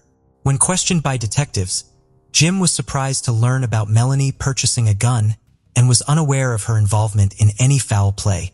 She then purchased a .38 caliber handgun on April 26, 2004 from a store in Easton, Pennsylvania. This was just 2 days before Bill went missing. Despite constant monitoring and scrutiny, Melanie denied any participation, maintaining her innocence. There was another unexplained road trip, this time to Delaware, just 5 days after her husband's disappearance.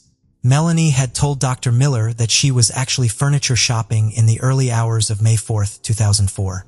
However, investigators suspect that this trip to Delaware for furniture was a cover-up. The route she took would typically lead to the Chesapeake Bay Bridge Tunnel, contrary to the usual path via the New Jersey Turnpike toward the Delaware Memorial Bridge and Route 13, which heads south to the Chesapeake Bay Bridge and Tunnel. She stated that this theory was absurd because Virginia Beach was an additional 450 miles away from Delaware. Considering the considerable distance, it was implausible to cover such a vast stretch within a limited time frame. Was Melanie McGuire truly acting alone, or was there an accomplice involved? Maybe it was Jim Flynn, but why would someone go to such lengths for a girl he had a crush on years ago? Yet consider this, it could be someone else, someone closer. A secret affair, perhaps? Was it someone who would do anything, even kill, for her? The voice you heard was of Dr. Brad Miller. He was a partner at RMA Associates, and Melanie worked as one of his nurses. The affair between them officially began when Melanie was 8 months pregnant with her second child, at least for both of them. After Melanie returned from maternity leave, she and Dr. Miller began a full-blown affair. It appeared as if they were falling deeply in love with each other. Despite their marital ties in young children, investigators uncovered mounting evidence indicating Melanie McGuire's involvement in her husband's murder. Bill's car held a bottle of chloral hydrate, a sedative, along with 2 syringes prescribed by Bradley Miller, who had said the prescription was written in Melanie's handwriting. During the investigation, Jennifer Seymour, a state police computer expert, analyzed the computers and handheld devices belonging to the McGuires, including a desktop computer situated in their apartment. Her examination revealed that between April 11th and April 26th, 2004, several concerning topics were searched online. Among the searches were inquiries about undetectable poisons, how to purchase guns illegally, how to commit murder, gun laws, and toxic insulin levels. Among all the evidence, the gun, the internet search, or the affair, one particular detail left people confused. It was the purchase of a $500,000 house, which occurred right before his disappearance. They ended up placing a substantial deposit on an impressive home in New Jersey.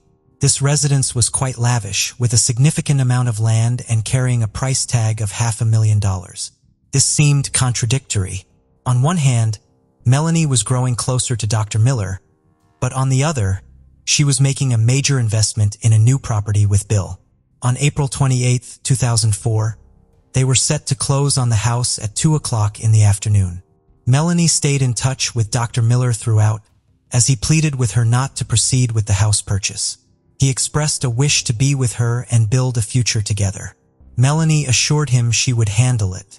After closing on the house, they returned to their rented townhouse. Bill, quite excited, called John Rice, reportedly in a very happy state. Melanie's final conversation that night was with Dr. Miller. She informed him that they had closed on the house and mentioned that Bill was asleep on the couch after having some red wine. Melanie planned to discuss matters with Bill when he woke, intending to request a divorce. Melanie recounted the events as a significant argument between her and Bill, stating that they had a fight in the early hours of the morning, around 3 or 4 o'clock. It all started regarding the house they were purchasing, with Melanie mentioning that she had settled for that particular house. Bill's reaction was immediate and intense, expressing dissatisfaction and stating that it wasn't what he wanted. He mentioned his preference for a cheaper house in Virginia, which Melanie refused, leading to an escalating, heated exchange. Melanie further described that the argument turned physical, specifying that Bill pushed a dryer sheet into her mouth, revealing his fixation with dryer sheets during such moments. He informed her that he was leaving and wouldn't return, even instructing her to explain to their children why they wouldn't have a father. He communicated this through the bathroom door while he packed and made several trips up and down the stairs, continuously criticizing her. Her final words to him were a plea to stop. After discovering the suitcases, the police were finally on the verge of bringing justice to Bill. One crucial piece of evidence the police were eagerly seeking, yearning for proof of Melanie's involvement in the dismemberment, remained elusive. Despite thoroughly searching her home, they found no blood, no bullets, nothing. There was no direct physical evidence linking her to the murder. Over a year after Bill McGuire's murder, on June 5, 2005, Melanie McGuire was arrested while dropping off her kids at a daycare in Madison. She was charged with first-degree murder in what became known as the suitcase killer case. Melanie pleaded not guilty and was released on $750,000 bail. In 2005, a grand jury indicted her on 4 counts, raising her bail to $2.1 million. She was again released. Another indictment later accused her of writing letters that obstructed the investigation. 3 years after the murder, in 2007, Melanie's trial began. The prosecution argued that she killed her husband in 2004 to start a new life with her boyfriend. Lead investigator Prezioso testified that the evidence points to a well-planned murder. Melanie maintained her innocence, stating that her husband was a compulsive gambler who had become increasingly erratic. However, a spokesman for the New Jersey Division of Criminal Justice disputed her characterization, saying that there was no indication that Mr. McGuire was anything more than an occasional gambler. Melanie's defense team argued that the murder and dismemberment could not have happened in the Woodbridge apartment because there was no evidence to support this claim. They highlighted the absence of blood, tissue, or DNA in the apartment, as well as the lack of a bullet or saw marks. Additionally, there were no testimonies from neighbors regarding gunshots or the sound of a power saw. 3 years later, on April 23, 2007, Melanie McGuire, 34, was found guilty of killing William T. McGuire, dismembering his body, packing the pieces in 3 suitcases, and tossing them into the Chesapeake Bay. She was sentenced to life in prison without the possibility of parole for 63 years and 9 months. She also received a concurrent 10-year sentence for desecrating human remains and a further 5-year sentence for perjury for lying to a family court judge about her husband's whereabouts after he vanished in 2004. William and Melanie McGuire's 2 sons, whose identities are protected for their privacy and safety, were last seen with their father on April 28, 2004. Melanie dropped the boys, aged 2 and 4, off at their daycare as usual around 8:20 a.m. After their routine, the boys returned home expecting to see their father, but he was nowhere to be found. William and Melanie's sons were placed in the care of Bill's elder sister, Cindy Legoshi, a realtor at the Weichert office in Franklin Lakes.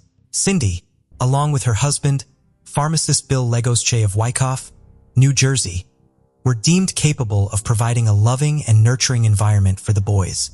They already had 2 adult children of their own, Laura Legosche and Max Legosche, and were experienced parents. When the question of custody arose, the 2 boys were sent to live with Cindy and Bill, especially since they were already a close-knit family. After Melanie was convicted of murdering her husband, her family initiated a custody battle with Cindy, but to no avail. As a result, William and Melanie's sons continue to reside in New Jersey with their aunt, uncle, and cousins, the only family they've ever known. In 2007, during Melanie's murder trial, Cindy presented evidence that both of her sister and lost children, then aged 5 and 7, had been diagnosed with autism. Cindy had grown concerned about their well-being upon noticing their behavior and had them tested. Due to the protection of their identities, no further information regarding their current status is available. However, it's known that the boys have not had contact with their mother since before her conviction. If you've watched the entire video without missing a moment, you probably have numerous questions about the investigation and arrest.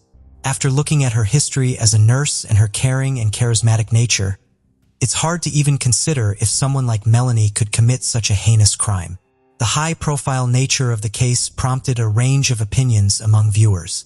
Many believe that there are many gaps in the story, beginning with the fact that she doesn't quite appear to be capable of murder. Even if she had the motive, how could this small woman accomplish it all alone? Did someone assist her? Was she unfairly charged? Perhaps the jury overlooked someone? Or was the accusation entirely mistaken? If you're pondering these questions, you're not alone. Many people, including criminology professors Megan Sachs and Amy Schlossberg, doubt Melanie McGuire's guilt.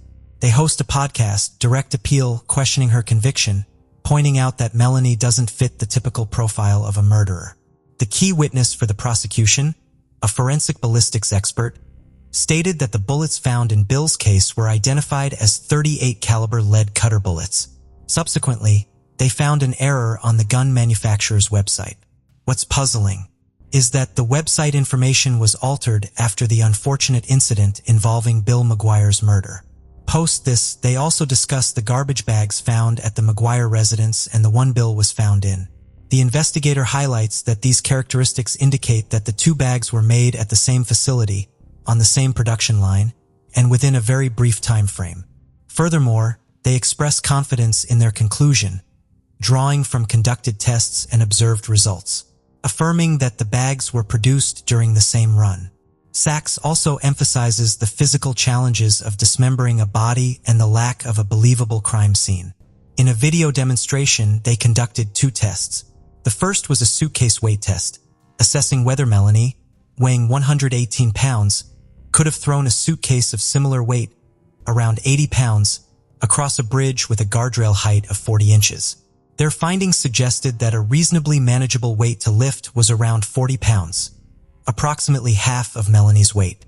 Despite a movie about her case coming out, Melanie remains in prison. Despite the attention, she insists she didn't kill her husband or dispose of his body parts in suitcase. 52-year-old Andrea Sincata lived in Arlington County, Virginia in 1998. She was a single mother and worked as a librarian. Andrea was engaged to a guy named James Christopher Johnson. Johnson discovered Andrea's lifeless body in the bedroom closet of the apartment they shared August 22, 1998. Johnson told authorities that coins and bags were missing from the apartment, and that her hatchback Honda Civic and its keys were also gone. were no signs of a struggle or forced entry. He also told police that Andrea had given an old computer to a man doing maintenance work around the apartment 4 weeks before her life was taken. According to Johnson, Andrea was having problems with the computer and the maintenance worker was in their apartment a few times to work on it. The maintenance worker was identified as Bobby Joe Leonard.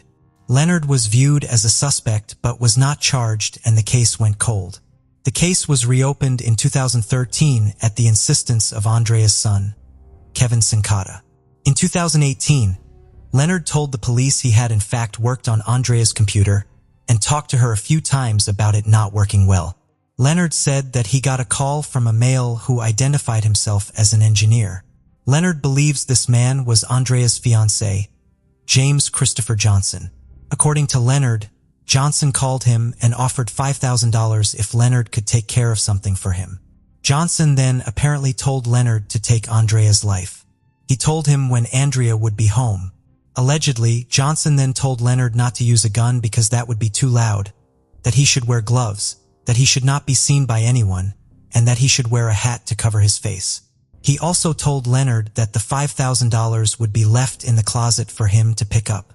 Leonard said that Andrea offered him a root beer when he came to the apartment. He then strangled her until she was no longer breathing. When he went to the closet, the money was not there. In November of 2021, both Leonard and Johnson were charged with the crime. At that point, Leonard was already serving a life sentence for assaulting a 13-year-old girl in 1999. Arlington Police Chief Andy Penn said, "The passage of time does not diminish the need for answers and accountability in this senseless crime that took Andrea's life. The indictments are the culmination of years of dedicated investigative work in our ongoing pursuit of justice on behalf of Andrea and her family."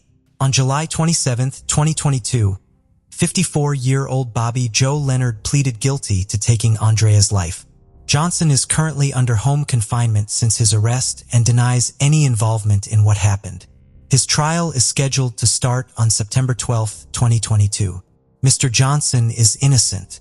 His attorneys, Manuel Leva and Frank Salvato, said in a statement. They also said, in prosecuting him, the government is relying on the self-serving lives of a man serving a life sentence for the assault of a 13-year-old girl. Kevin Sincata, Andrea's son, said that he had been surprised that Johnson was a suspect and that the family had supported the man they called Chris back in 1998, when he was first identified as a suspect. On October 18, 1983, a couple gathering wild mushrooms discovered 2 partially buried human skulls alongside an oak tree close to an abandoned farmhouse in rural Lake Village, Indiana off US 41. After immediately reporting their discovery to authorities, investigators found 4 murder victims at the location. It was determined that each victim had been deceased for several months. All 4 were bound, stabbed, and had their trousers and underwear pulled down around their ankles. The victims were almost immediately linked to Larry Eiler, a serial killer known as the highway or interstate killer. It was believed that several weeks or months had actually elapsed between each of their deaths. Within a couple months, 2 of the victims had been identified via dental records as Michael Bauer and John Bartlett. The 2 remaining victims became known as Brad Doe, Newton County, 1983, and Adam Doe, Newton County, 1983. Eiler would eventually confess to all 4 murders in a statement posthumously released by his attorney Kathleen Zellner following his death due to AIDS-related complications in March 1994 while on death row. His posthumous confession specifically states the 2 victims, unidentified at the time of his death, found at this abandoned farmhouse were the 3rd and 4th victims he had murdered at this location. According to his confession, Adam Doe was a hitchhiker who had agreed to perform a sexual act for $75. Brad Doe was an individual whom Eisler claimed to have been introduced to by his alleged accomplice, Robert Little, at his Terre Haute, Indiana home, but he was unaware of either of their actual identities. In addition, he is known to have disposed of any forms of identification that he would find in his victim's possession. Adam was a black male believed to be between the ages of 15 and 18 or possibly early 20s and had received several dental fillings during his lifetime. The clothing he wore included a distinctive red and black belt inscribed with the word devil multiple times with the buckle containing the word jeans. A pair of jeans and pajama bottoms were also found on his remains along with a pair of boots. The boots were made in the Hush Puppies design and had metal buckles to fasten them on each side. Eyler specifically stated that this murder had been committed in July 1983 and confirmed investigators' suspicions that the victim had been a hitchhiker whom he had lured into his vehicle near Indiana State Road 63 in Terre Haute, Indiana. In his formal confession, Eyler stated that in early or mid-July 1983, following several heated arguments with his boyfriend, John Dobrowolski's, Eyler had driven toward Terre Haute. While traveling on State Road 63, he had encountered a hitchhiker whom he confirmed to be Adam Doe and who he described as being aged in his late teens or early 20s. According to Eyler, he offered this victim $75 to allow Eyler to bind and perform an act upon him, to which the victim contemplated before agreeing. Eyler had given his victim vodka and a sedative and then drove him to the abandoned farmhouse and performed his brutal act. The fourth and final victim was a white male believed to be between 17 and 23 years old. This victim had also received several dental fillings in life and in the years prior to his murder had severely fractured his nose and left ankle. He had 2 homemade tattoos on his right forearm, both of which were moderately preserved and recognizable. One of these tattoos depicted either a crudely inscribed Chinese character or a cross with 2 circular marks. The other was a rectangular or possibly U-shaped marking containing 1 circular mark. The crude nature of these tattoos indicates that he may have spent time in jail, prison, or a juvenile detention center in life. Eyler specifically stated this murder had been committed in either mid or late May 1983. In late 2019, authorities reached out to the DNA Doe Project for assistance with the case. DNA extract was obtained for human identification, and in January of 2021, the DNA was sent to Hudson Alpha Discovery for whole genome sequencing. In March of 2021, bioinformatics work was performed, and a file was produced suitable for upload to genealogical databases. On April 2, 2021, the file was uploaded to GEDmatch. The top match was a close relative, which led to the identification of Brad Doe. In April 2021, nearly 40 years after the remains were found, Brad Doe was formally identified as a 19-year-old Kentucky native named John Ingram Brandenburg Jr., who had disappeared from Chicago in 1983. He was last seen by his family, leaving their home to visit a friend. His loved ones called him Johnny, and he was born February 14, 1964. He was the son of Cleta Louise Brandenburg of Grays, Kentucky, and the late John Ingram Brandenburg, and had several siblings. In Euler's posthumous confession to Brandenburg's murder, he stated that following a weekend of continual arguing with his lover, he had driven from his lover's home in Greenview, Illinois to Robert Little's Terre Haute residence, where he first encountered his victim. According to Eyler, Little confided to him he had picked this guy up at a location he did not divulge. He was unsure whether Brandenburg and Little had been previously acquainted, although he did observe the two had seemed sort of familiar with each other. Shortly thereafter, Little allegedly persuaded this individual to participate in a sexual act at the abandoned farmhouse where Eyler had earlier murdered Bartlett and Bauer, upon the promise of being paid $100. According to Eyler, as the trio drove to this location, Little informed this individual were looking for something really far out. At this location, the victim was blindfolded and restrained before Little allegedly took several photographs as Eyler removed or adjusted several items of his clothing. According to Eyler, he had to struggle to remove Brandenburg's clothing, as he seemed to know something was wrong prior to stabbing him to death. He said he didn't know as much about Brad Doe as he did Adam Doe.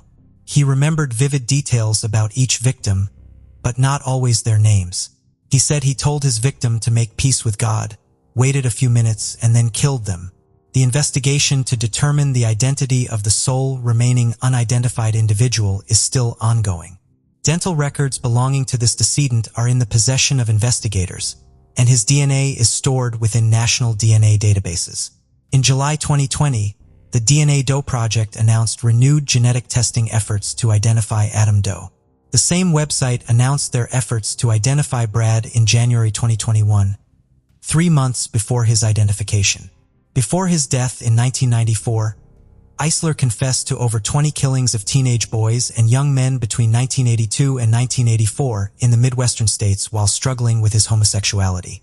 Eiler was on death row from the 1984 murder of 15-year-old Danny Bridges at the time of his death. To this day, Adam Doe remains unidentified.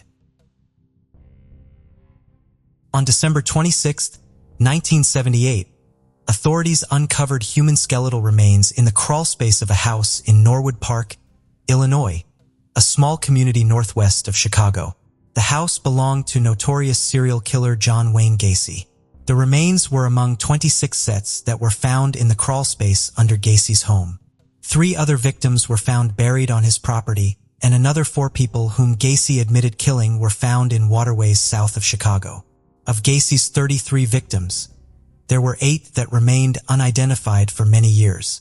Of those 8 was 1 victim who was simply labeled victim number 5 because they were the 5th remains to be unearthed. Forensic anthropologists determined that victim number 5 was a white male between 22 and 32 years old.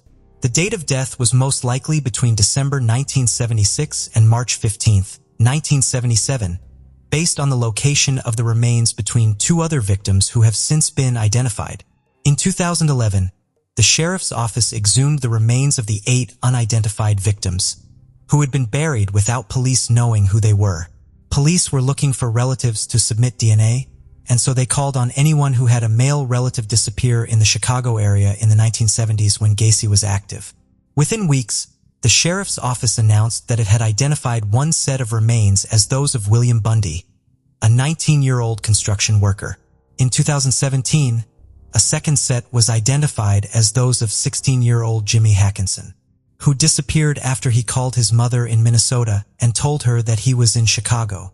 Then in 2019, investigative genetic genealogy was put into place to help identify the remaining unidentified 6 victims. Victim number 5 was ultimately selected as a promising first case. An attached molar was submitted to Astria Forensics in Santa Cruz, California for DNA extraction. The sample was then delivered to Hudson Alpha Discovery in Huntsville, Alabama for whole genome sequencing. Once sequencing was completed, the DNA file was uploaded to GEDmatch, where the talented genetic genealogists were able to identify a potential family of the victim within 8 hours. They compared his DNA profile to those on 2 genealogy websites to find possible relatives and got a hit tied to a second cousin, which led them to a set of shared great-grandparents born in the 19th century.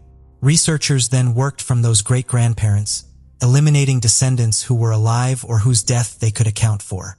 Ultimately, they zeroed in on a young male. That led them to the victim's mother and half-brother, who both provided their DNA for comparison. On October 2021, about 45 years after his murder, it was announced the remains of victim number 5 belonged to Francis Wayne Alexander. Little is known about him, but it is known that he was born in North Carolina, moved to New York where he married, and then moved to Chicago in 1975 where he was soon divorced. Police were able to get a general sense of when he was killed because they knew when the victim who was buried on top of him went missing.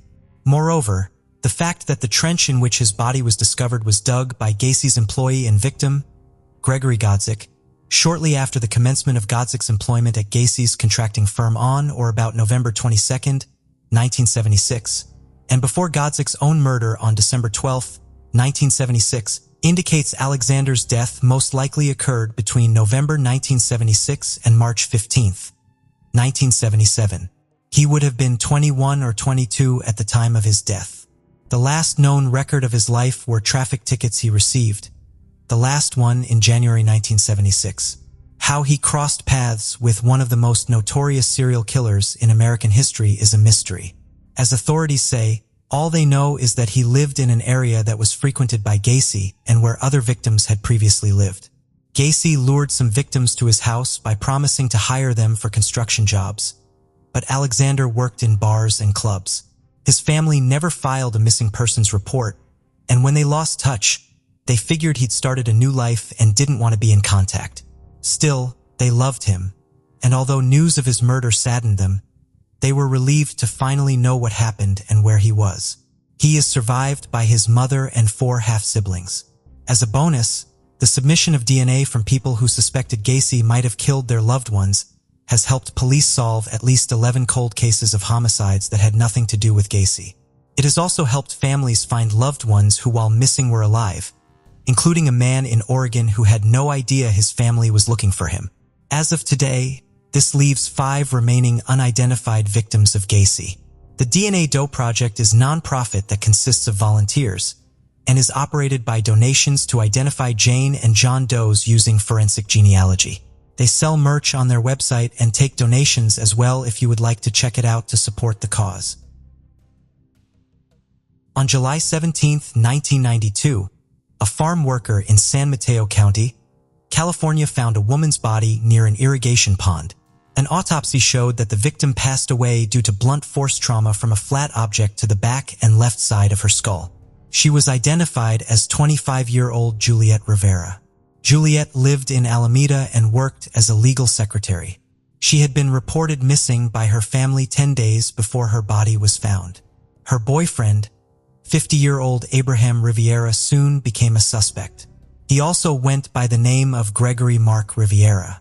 The Alameda Police Department and San Mateo County Sheriff's detectives questioned Riviera. They noticed numerous inconsistencies with the statement that he had made. They also found other unnamed evidence connecting him to the crime. An arrest warrant was issued for Riviera on August 7, 1992, but by the time they went to arrest him, he was long gone. Detectives found his apartment in Alameda abandoned. Juliet's case was featured on an episode of America's Most Wanted soon after Riviera disappeared. Riviera was added to the website Northern California Most Wanted that is run by the Northern California Regional Intelligence Center, aimed at enlisting the public's help in finding individuals wanted by law enforcement. On the website, it said that Riviera has a U.S. Army background and he has auto mechanic experience. He loves to talk about his times in Hawaii and has been described as a person who loved the Bay Area and likes to attend social events and local bars. The breakthrough in the case would finally come in May of 2022. A transient man who was known as John Paul passed away in Merced County, California. A coroner then ran the man's fingerprints in order to locate his next of kin. Results showed that the man was actually Riviera. It turns out the Riviera used his brother's name and lived a transient lifestyle to stay under law enforcement's radar. He and his brother would often swap identities to keep law enforcement guessing. The San Mateo County Sheriff's Office had this to say in a statement. Based on this investigation, with the identity of suspect Abraham Riviera, aka Gregory Mark Riviera, aka John Paul, finally located and now deceased, this case is closed. Public Information Officer Lieutenant Eamon Allen said, "Here at the San Mateo County Sheriff's Office, a cold case does not mean a closed case. We investigate all cases thoroughly. Investigators are hoping that someone will come forward to shed light on why Riviera did what he did. Anyone with additional information pertaining to Juliet Rivera's case is urged to contact the San Mateo County Sheriff's Cold Case Unit at this email address."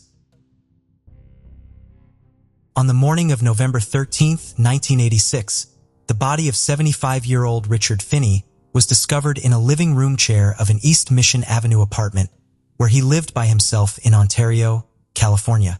Money, jewelry, and other miscellaneous items belonging to the victim had been stolen. Knives, fingerprints, and blood belonging to the suspect were located inside Richard's apartment by investigators at the time. The case went cold until technological advances allowed for further examination of the evidence. The case was reopened in 2016. Investigators resubmitted the bloody handprint and a fingerprint found on the knob of a sink inside Richard's home. This time, they found a match. The fingerprint matched that of Nathan Eugene Mathis. Mathis submitted his fingerprints for a job application as a security guard, and that was why investigators had his fingerprints on their database. Mathis was arrested in April 2018 at his home in Ontario in connection with the case. He was 31 years old when the crime took place. In May of 2022, Mathis pleaded guilty. Then, 2 months later, in July, he was sentenced to 15 years to life in prison. Before imposing the stipulated 15 years to life term, San Diego Superior Court Judge Carlos Amores said, "The question as to who did this heinous crime has been answered.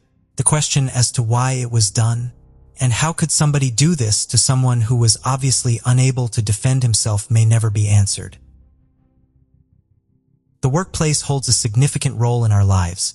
as it is where we spend the majority of our working hours, gain knowledge, build relationships with colleagues, experience fatigue, and repeat the cycle the next day.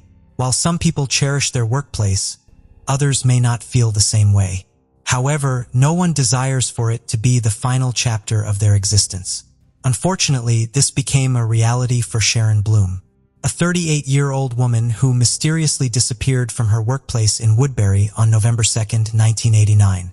The circumstances surrounding her vanish and raise perplexing questions. Did she choose to disappear voluntarily, or was there a more sinister force at play?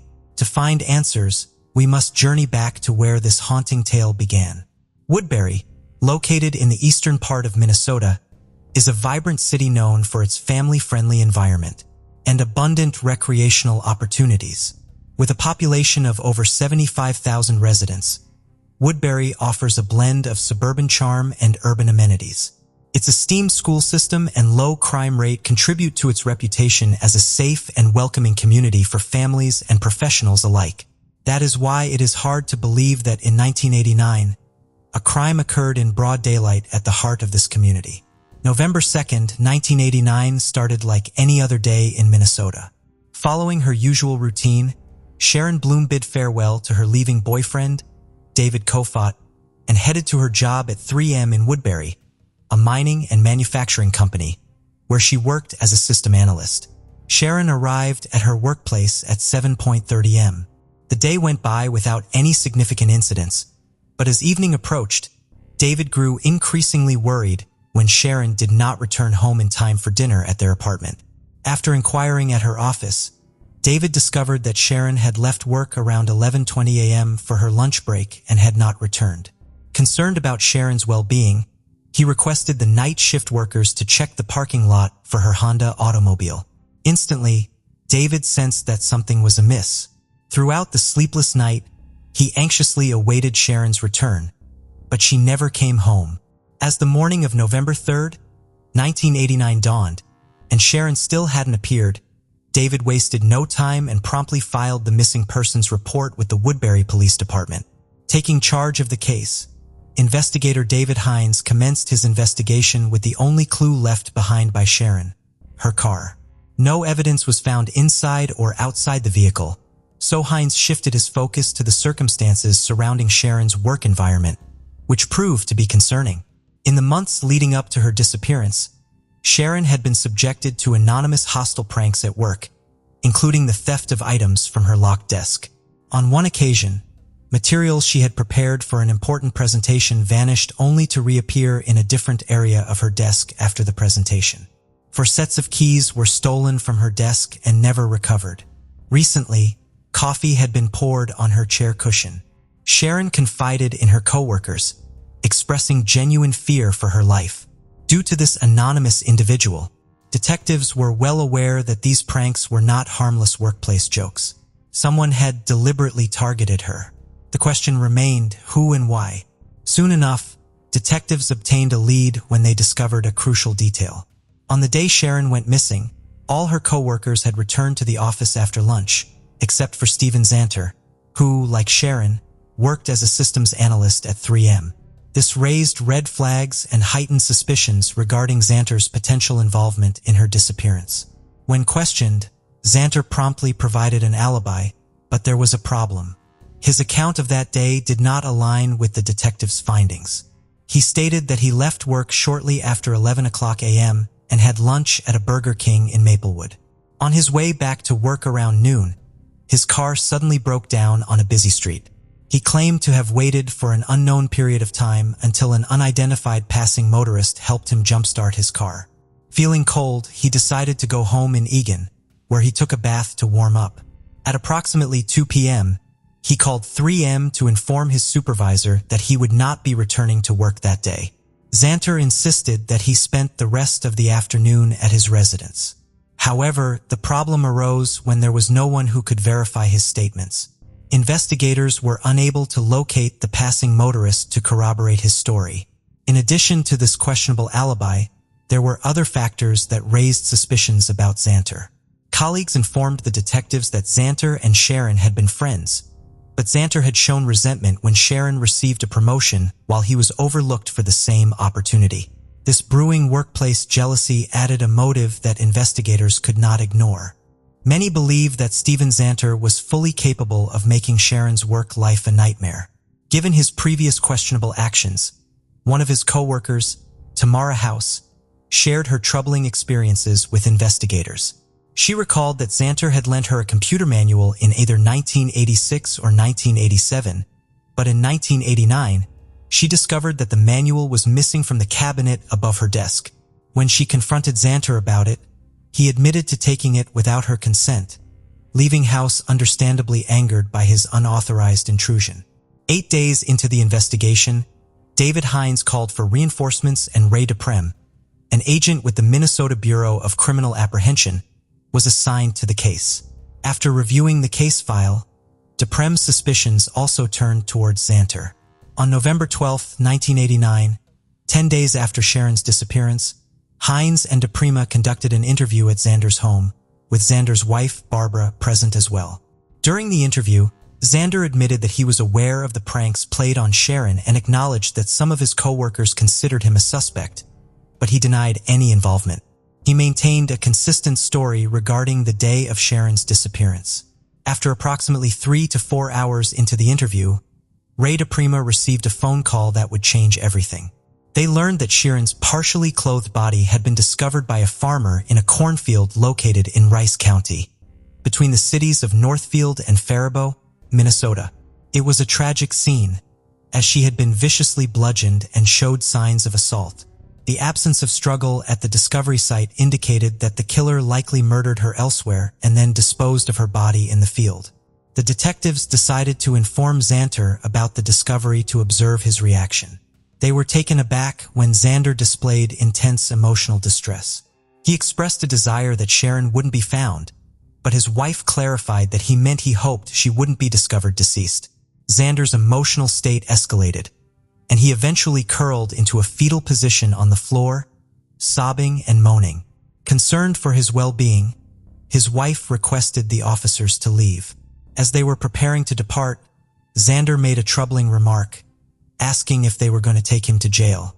Detective Hines inquired if there was a specific reason for them to do so, but Xanter didn't provide a direct answer. His peculiar behavior only deepened the detective's suspicions. Although blood and hair samples were collected from Xanter, and arrests could be made due to the lack of direct evidence. The investigation suffered a significant setback when the autopsy results were revealed.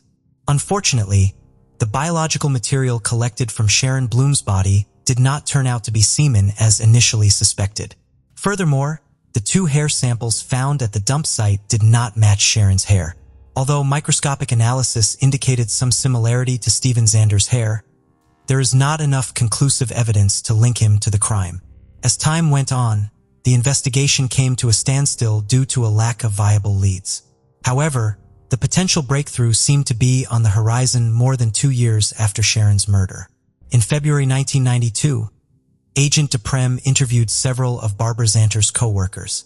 Joe Sorensen, one of Barbara's colleagues at Woodland Elementary School, recalled that on November 3, 1989, the day after Sharon Bloom disappeared, Barbara seemed distracted at work. She mentioned discovering fresh blood stains on the carpet and walls of her new home from the previous day and sought advice from her co-workers on how to remove them. Barbara explained that her husband had accidentally cut himself, causing the blood trail to extend across the new carpet, the stairs, and into the bathroom on the 2nd floor. Detective DePrem asked Sorensen if she would be willing to record conversations with Barbara, to which she agreed.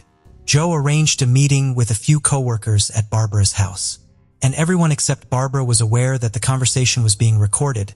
Sorensen believed that Barbara was in a state of denial about the situation, as she was unwilling to accept the idea that her husband could be capable of murder. Armed with this new information, a search warrant was authorized on March 4, 1992, and the following day, law enforcement conducted a search of Steven Xander's home. The presence of blood throughout the 2nd floor was confirmed through luminal tests. During the search, the police seized a set of keys that were discovered in the bottom drawer of a dresser located in the basement. These keys were definitively identified as belonging to Sharon. In Xanter's briefcase, the police also found numerous explicit photographs, including some featuring women in bathing suits and others depicting women sitting on the toilet.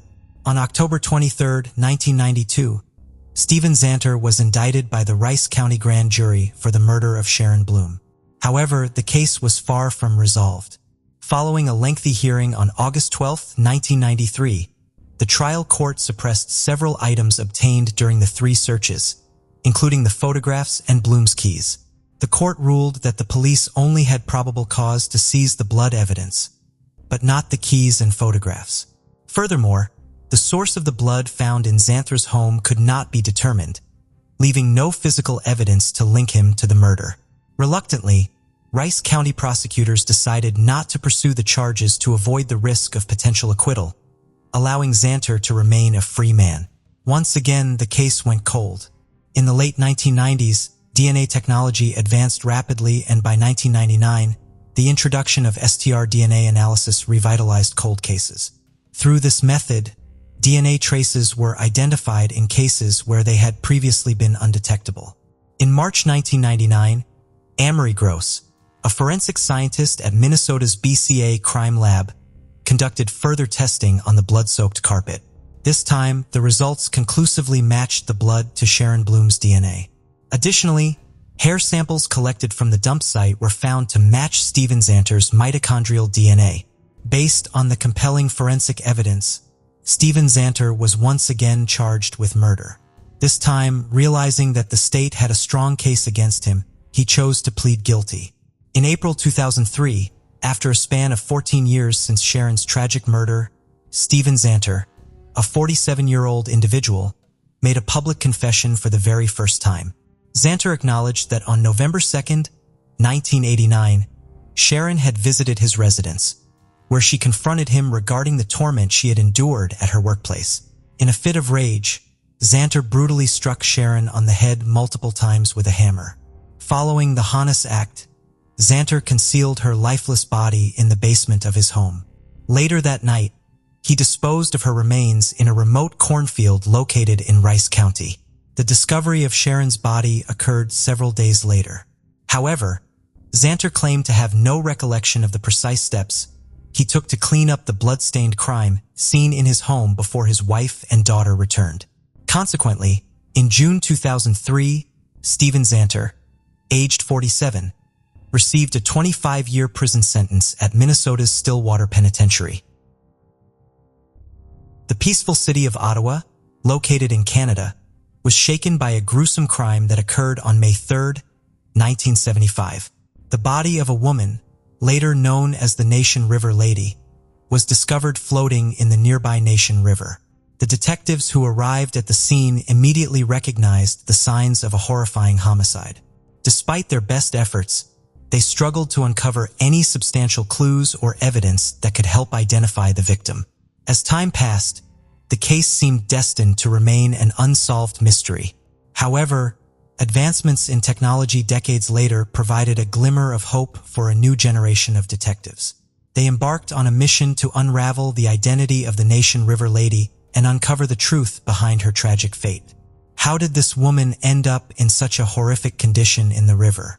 The city of Ottawa, known as the cultural and diverse center, boasts of numerous national museums, renowned art galleries, and vibrant annual festivals. It is widely regarded as one of the best places to live in Canada, offering a high level of safety and well-being for its citizens. In fact, Ottawa is recognized as one of the safest cities in the country according to the Crime Severity Index, with a crime rate significantly lower than the national average. However, the heinous crime that occurred in 1975 challenged this reputation, leaving detectives perplexed for years. On that fateful day, a farmer stumbled upon the lifeless body of a woman floating in the Nation River near a bridge crossing on Highway 417, just 60 kilometers east of Ottawa, Ontario. Witnesses immediately alerted the Ontario Provincial Police, who swiftly arrived at the scene and recovered the body. An intensive investigation was launched to uncover the truth. It was determined that the remains had likely been in the waters since either the previous fall or early spring of that year. The body had been tightly wrapped in various pieces of cloth, towels, and rags, with the hands and feet bound using neckties. the investigators determined that the woman had been strangled to death using a television cable wire before being disposed of in the water. An examination of the remains revealed that she was estimated to be between 25 and 50 years old, had dyed reddish-blonde hair, and painted her fingernails and toenails pink. Despite numerous efforts to identify her, the investigators were unsuccessful. Consequently, she was designated as a Jane Doe and became widely known as the Nation River Lady. The detectives diligently investigated the case and scrutinized the evidence, but their efforts always reached a dead end. As a result, the investigation lost momentum and eventually went cold. In 2017, the Ontario Provincial Police reopened the Nation River Lady case and approached it from a fresh perspective. Collaborating with the Forensics Department, they created a 3D reconstruction of the victim, believing it would accurately depict her appearance. Over the following years, the police attempted to identify her using this 3D model, but their endeavors proved fruitless. Nevertheless, the detectives refused to give up on the case. In 2019, the Center of Forensic Sciences in Toronto obtained a new DNA profile of the victim. This DNA data was then sent to a laboratory in California, where it matched samples collected from 2 individuals listed in a family DNA tree. The detectives also collaborated closely with the DNA Doe Project, an organization dedicated to identifying victims in cold cases. In 2020, the organization uploaded the victim's DNA profile to genetic genealogy databases, leading to a breakthrough in the case. The DNA profile for the Nation River Lady was established and uploaded to the genetic genealogy databases at GEDmatch and Family Tree DNA. After weeks of searching for matches on various sites and conducting a thorough investigation of the available records, the genetic genealogists at DNA Do Project successfully identified Jewel Parchman-Lanford as a potential match. It was discovered that Jewel had gone missing around the same time the body of the Nation River Lady was found. Despite extensive efforts, Jewel was never located.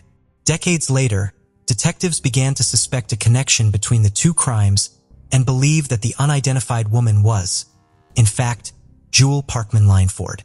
Born on March 30, 1927, in Tennessee, USA to parents Little Mitchell Parchman and Egla Mae Wilson. Jewel was the eldest of 5 siblings and was deeply loved and respected by her family.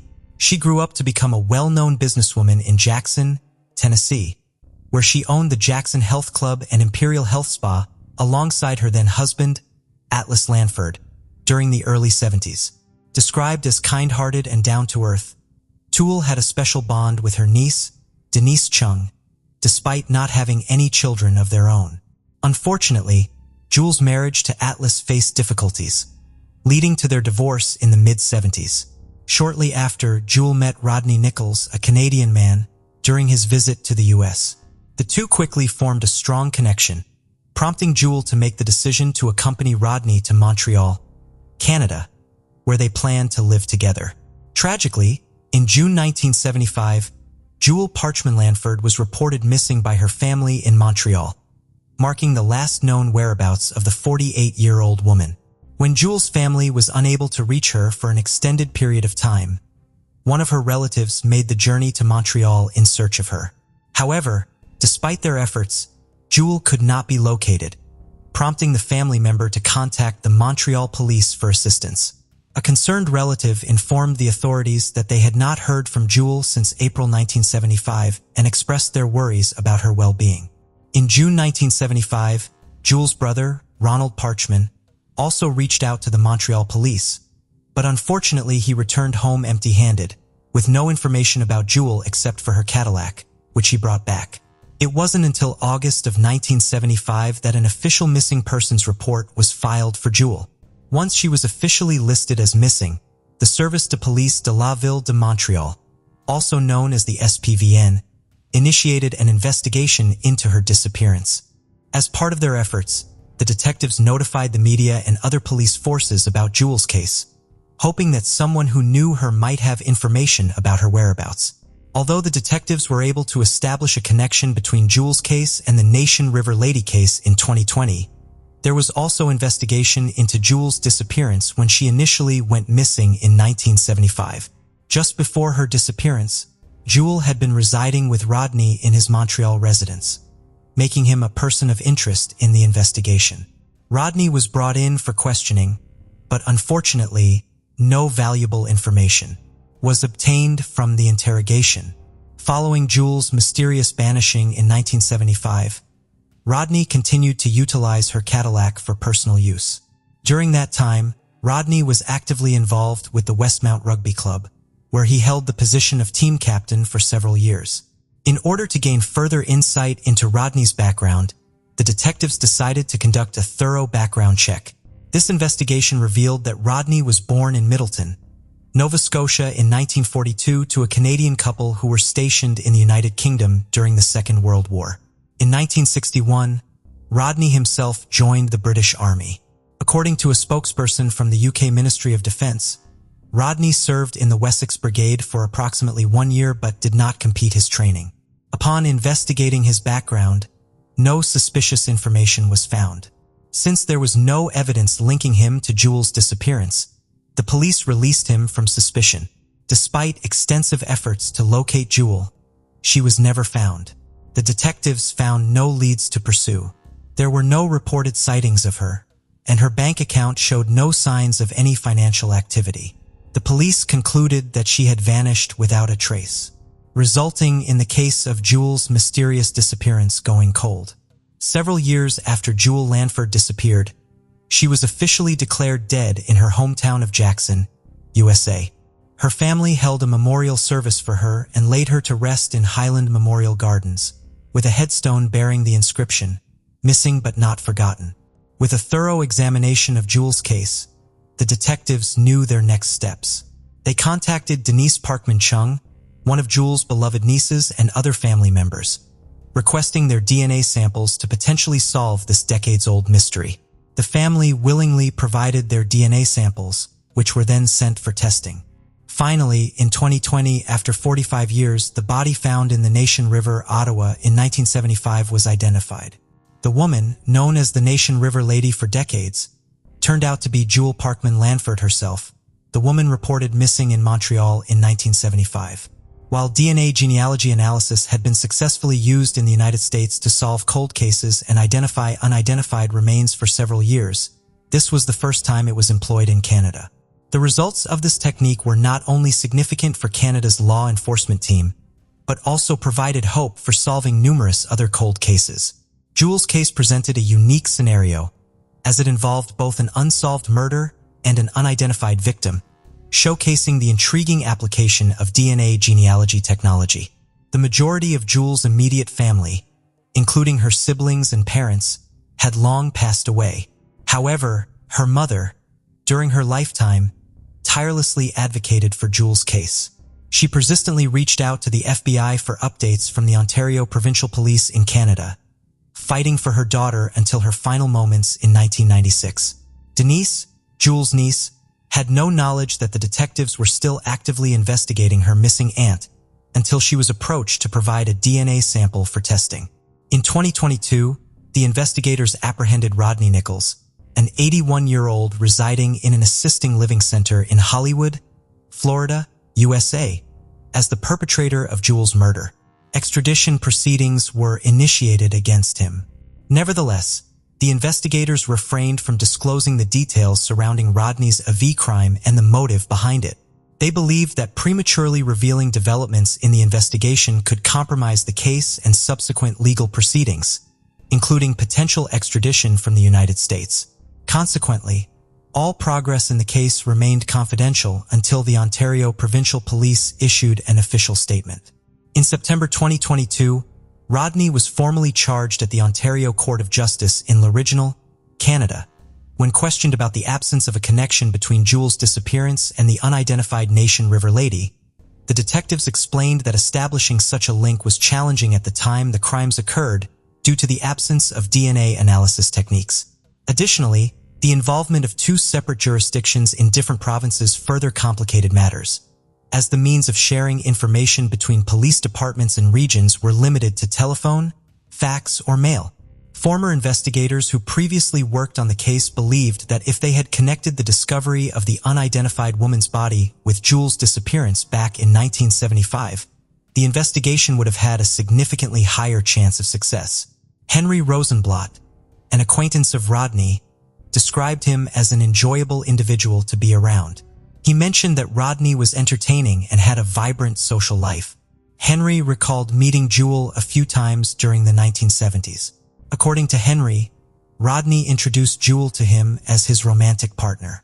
When Henry and some other friends inquired about Jewel's absence after a while, Rodney informed them that she had left him and he had no knowledge of her whereabouts. Henry was shocked when he heard the news of Rodney's arrest for Jewel's murder. Despite spending a considerable amount of time with them over the years, he had no inkling that Rodney was capable of such a heinous act. To Henry, the entire situation seemed completely out of character for Rodney. Finally, all of Jewel's surviving family members found solace. In March 2022, Jewel's remains were brought back to the United States with the assistance of Highland Memorial Gardens and George J. Smith and Sons Funeral Home. The family held a small ceremony and laid Jewel's ashes to rest. Her headstone bore the inscription, "Finally home and at peace." The family was grateful to have Jewel's ashes returned, and now that she was back home, they could peacefully move forward, cherishing Jewel's memory forever. Denise, Jewel's niece, was quite young when her aunt went missing in 1975, but she still held fond memories of her and shared them with the detectives. Dennis described Jewel as a joyful and compassionate person who always lent a helping hand to her community. Jewel took care of herself and ensured the well-being of her loved ones. She had a vibrant personality and a deep love for traveling. Dennis vividly remembered the times when Jewel would take her shopping and buy her anything she desired. Dennis and her father, who happened to be Jewel's brother, provided assistance to Jewel and Addis, who was Jewel's ex-husband, during the construction of their house. Frequently visited the house to spend quality time with her beloved aunt. However, when Jewel departed for Montreal, Dennis was left in a state of anguish. As she grew older, she was eventually informed about her aunt's sudden disappearance, which deeply shattered her heart. Nevertheless, gaining knowledge about what had transpired with her aunt brought Dennis a sense of closure. The current situation regarding Roney's potential arrest remains uncertain. Both the American and Canadian Departments of Justice have refrained from confirming whether an extradition hearing date for Roney has been established, citing confidentiality. Consequently, Jewel's family, who have been patiently waiting for the past 48 years, will continue to seek further information and closure regarding Jewel's untimely demise, although they find solace in finally knowing the truth about Jewel's fate. They firmly believe that true closure can only be achieved once Rodney is incarcerated and facing the consequences of his actions. If the cases had been linked earlier, do you believe Rodney would have been apprehended much earlier? What could have driven Rodney to commit the heinous act of killing Jewel? What circumstances do you think might have unfolded between them that led Rodney down this path of sin? At the age of 16, Jennifer Pratt was described as outgoing and popular, with dreams of becoming a model when she grew up and went by Jenny. She was a 10th grader in Carlsbad, California, and began dating a man named Curtis Croft who said he was 17. However, she would hide this relationship from her parents for several months. They would eventually figure out that he was not actually 17 and was 24 years old instead. Not only that, but Curtis had also been in jail for drugs and was described as a bad boy who drove a Porsche and was a surfer. On April 25, 1987, after hanging out for several hours, Curtis went to bring Jeannie home before her midnight curfew. The two set off on a motorcycle, which he borrowed from a friend, with Jeannie sitting on the back holding onto him when the two approached a red light in the turning lane. Suddenly, out of nowhere, a light-colored pickup truck carrying several young men in the bed of the truck drove by and hit Jeannie in the back of her head with a 2x4. She immediately went unconscious and the unidentified culprit sped off laughing. She had to be airlifted to the hospital and had sustained significant brain damage, leaving her in a coma for 3 months. After she surprisingly woke up from her coma, she had no memory of the attack, and it was apparent that she now had severe physical and mental functioning problems. At first, she seemed incapable of thought or action, but after 12 weeks, she started physical therapy. 7 months later, Jeannie began to speak, and a year later, she learned to walk again. Sadly, her mental and physical disabilities will remain with her for the rest of her life. Curtis Croft was interviewed more than once, and strangely, his story changed more than once. He told them he didn't get the chance to identify the attackers, as they were going 55 miles per hour, but authorities immediately suspected Curtis of lying about what he knows. He would eventually provide them with some names, but would later say he felt threatened and pressured and just gave them names, including one name from someone he had an argument with the night before. However, he said he did not know if the people that he named were really involved. To test his statement about the truck going 55 miles per hour and him not being able to see the occupants of the truck, tests were done using mannequins on a motorcycle. After the actual attack, the board found at the scene was only a few feet from the spot where Jeannie was attacked. A mock test was done using reconstructions of the attack at 55 miles per hour versus 10 miles per hour. In the 55-mile-an-hour reconstruction, the board swung by the assailant fell about 50 feet from the scene of the crime. The second reconstruction played out at only 10 miles an hour. This time, the mannequins sustained injuries very similar to the ones Curtis and Jeannie actually received, and the board fell right next to the motorcycle. Authorities said that if the truck was moving 55 miles per hour, that Jeannie and Curtis would have been killed instantly, proving Curtis lied. In 1985, 2 years prior to the incident, Curtis was caught selling cocaine to a DEA agent. By cooperating with the police, he had served less than half of his sentence, leading to him being known as a snitch. This led to the belief that other drug dealers then attempted to have him killed but missed and hit Jeannie. Jeannie's parents hired a private investigator who interviewed students at Jeannie's high school, and based on the evidence and interviews, he concluded that Curtis was the target of the incident, not Jeannie. Police believed that Curtis did in fact see those people and lied about how fast they were going and not being able to recognize them. Curtis continually told police that he had been threatened not to talk about the case and was afraid of being killed. He admitted to police that he had indeed informed on other drug dealers. In 2010, Curtis became popular on battlecam.com, which is a social media where people broadcast via their webcam. He would often perform immature stunts and bizarre acts, even sustaining injuries at times. He reportedly bragged about having a lot of women and weed despite being about 50 years old at that point. At one point, he videoed himself with 2 garbage bags full of marijuana that he grew and was later arrested because of it. Rogue area drug enforcement agents raided his property in Grants Pass, Oregon in 2013 after Google Earth images helped authorities track down his marijuana garden, in which he was allegedly growing more plants than he had authorization for. Huffington Post reports that he was caught with 94 pot plants despite registration to grow only 30. As of today, no one has been charged in the attack and the case remains unsolved. Alyssa Angelique McLemore was born July 23, 1987. She is a member of the Alut tribe and described as fun-loving and enjoyed dancing and roller skating. At the age of 21, she lived with her mother and grandmother in Kent, Washington, along with her 3-year-old daughter. Sadly, her mother Gracie was losing her battle with scleroderma, a severe autoimmune disorder. Alyssa took care of her mother and the two were very close. On the evening of April 9, 2009, Alyssa's grandmother, Barbara, called Alyssa to tell her that her mother's condition had taken a turn for the worse. She told her grandmother that she was going to head to the hospital to be with her mother, but she would never make it. Hours later, a call came in to 911 from a young woman frantically asking for help before the call was disconnected. Before the 10-second call disconnected, a man could be heard in the background saying, "I'll hurt you." They could not trace her cell phone because her BlackBerry did not have a GPS sensor, but authorities stated they believed the call came from the Kent region. The caller was later determined to be Alyssa, and her phone would go out of service a few days later. Earlier in the day, a couple of witnesses said they saw her approached by a man in a green 1990s model pickup truck with an out-of-state license plate, possibly Oregon, near Kent Des Moines Road and 30th Avenue South on Kent's West Hill. The witnesses stated that it appeared they may have known each other. It's also of note that the area she was seen in is a city area of Taunton with lots of prostitution activity.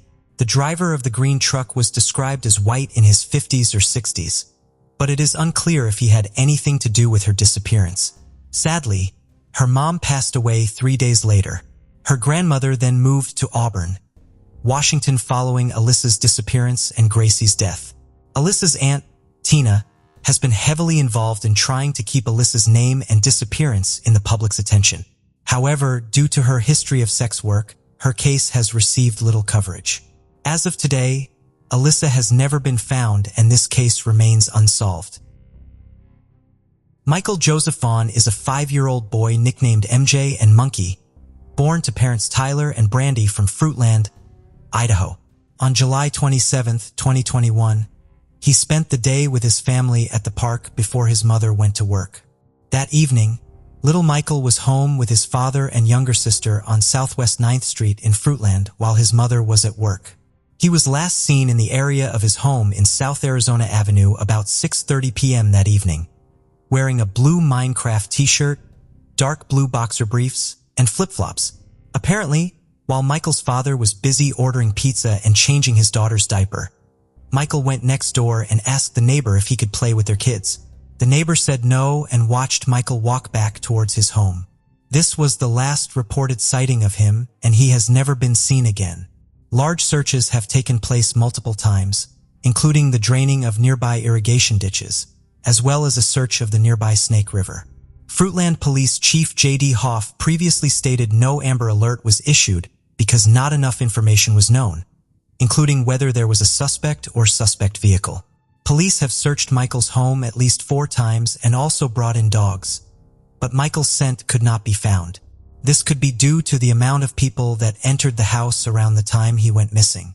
The search for Michael has involved more than a dozen law enforcement agencies, canine units, dive teams, paragliders, and drones. Fruitland Police are still wanting to speak to 4 citizens seen in the area around the same time he went missing. One is the driver of a white 2016 to 2020 Honda Pilot seen on surveillance camera at 6:47 p.m., leaving the area where he went missing, and also a blue Dodge Avenger model year 2010 to 2011. Police would also like to speak to a man who was jogging on the sidewalk on Southwest 8th Street near Crestview Park around 6:15 p.m. He had dark hair, facial hair, dark shorts, and no shirt. They are also looking to identify an adult male with dark hair, wearing a white t-shirt and black shorts, seen walking off of Southwest 8th Street, around the park area and the splash pad, towards the lower drainage behind the neighborhoods. There have been nearly 600 tips come in that have been investigated but have not resulted in finding Michael. Officials have said his parents remain fully cooperative and have complied with all requests of investigators who have worked tirelessly to find him. A reward established for information leading to Michael's safe return has increased to over $50,000 and is available until March 31, 2022. It is feared that Michael was abducted due to not being found in the area after so many searches. His family remains broken without Michael, and as of today, this case remains unsolved. Charles Arlen Leon Henderson was born March 16, 1980 and went by Arlen. His mother describes him as a fun-loving boy who enjoyed telling stories, swimming, diving, and bike riding. Sadly, his father died of emphysema in 1990 when Arlen was only 10 years old and he lived with his mother Debbie. On July 25, 1991, at the age of 11, Arlen was riding his white and yellow Huffy White Lightning bicycle in the trailer park he lived at in Moscow Mills, Missouri. His friend Justin came over and the two hung out before going to Justin's home to play, and then Arlen returned. Later, he told Deborah that he was going to go out and look for his friends to play with.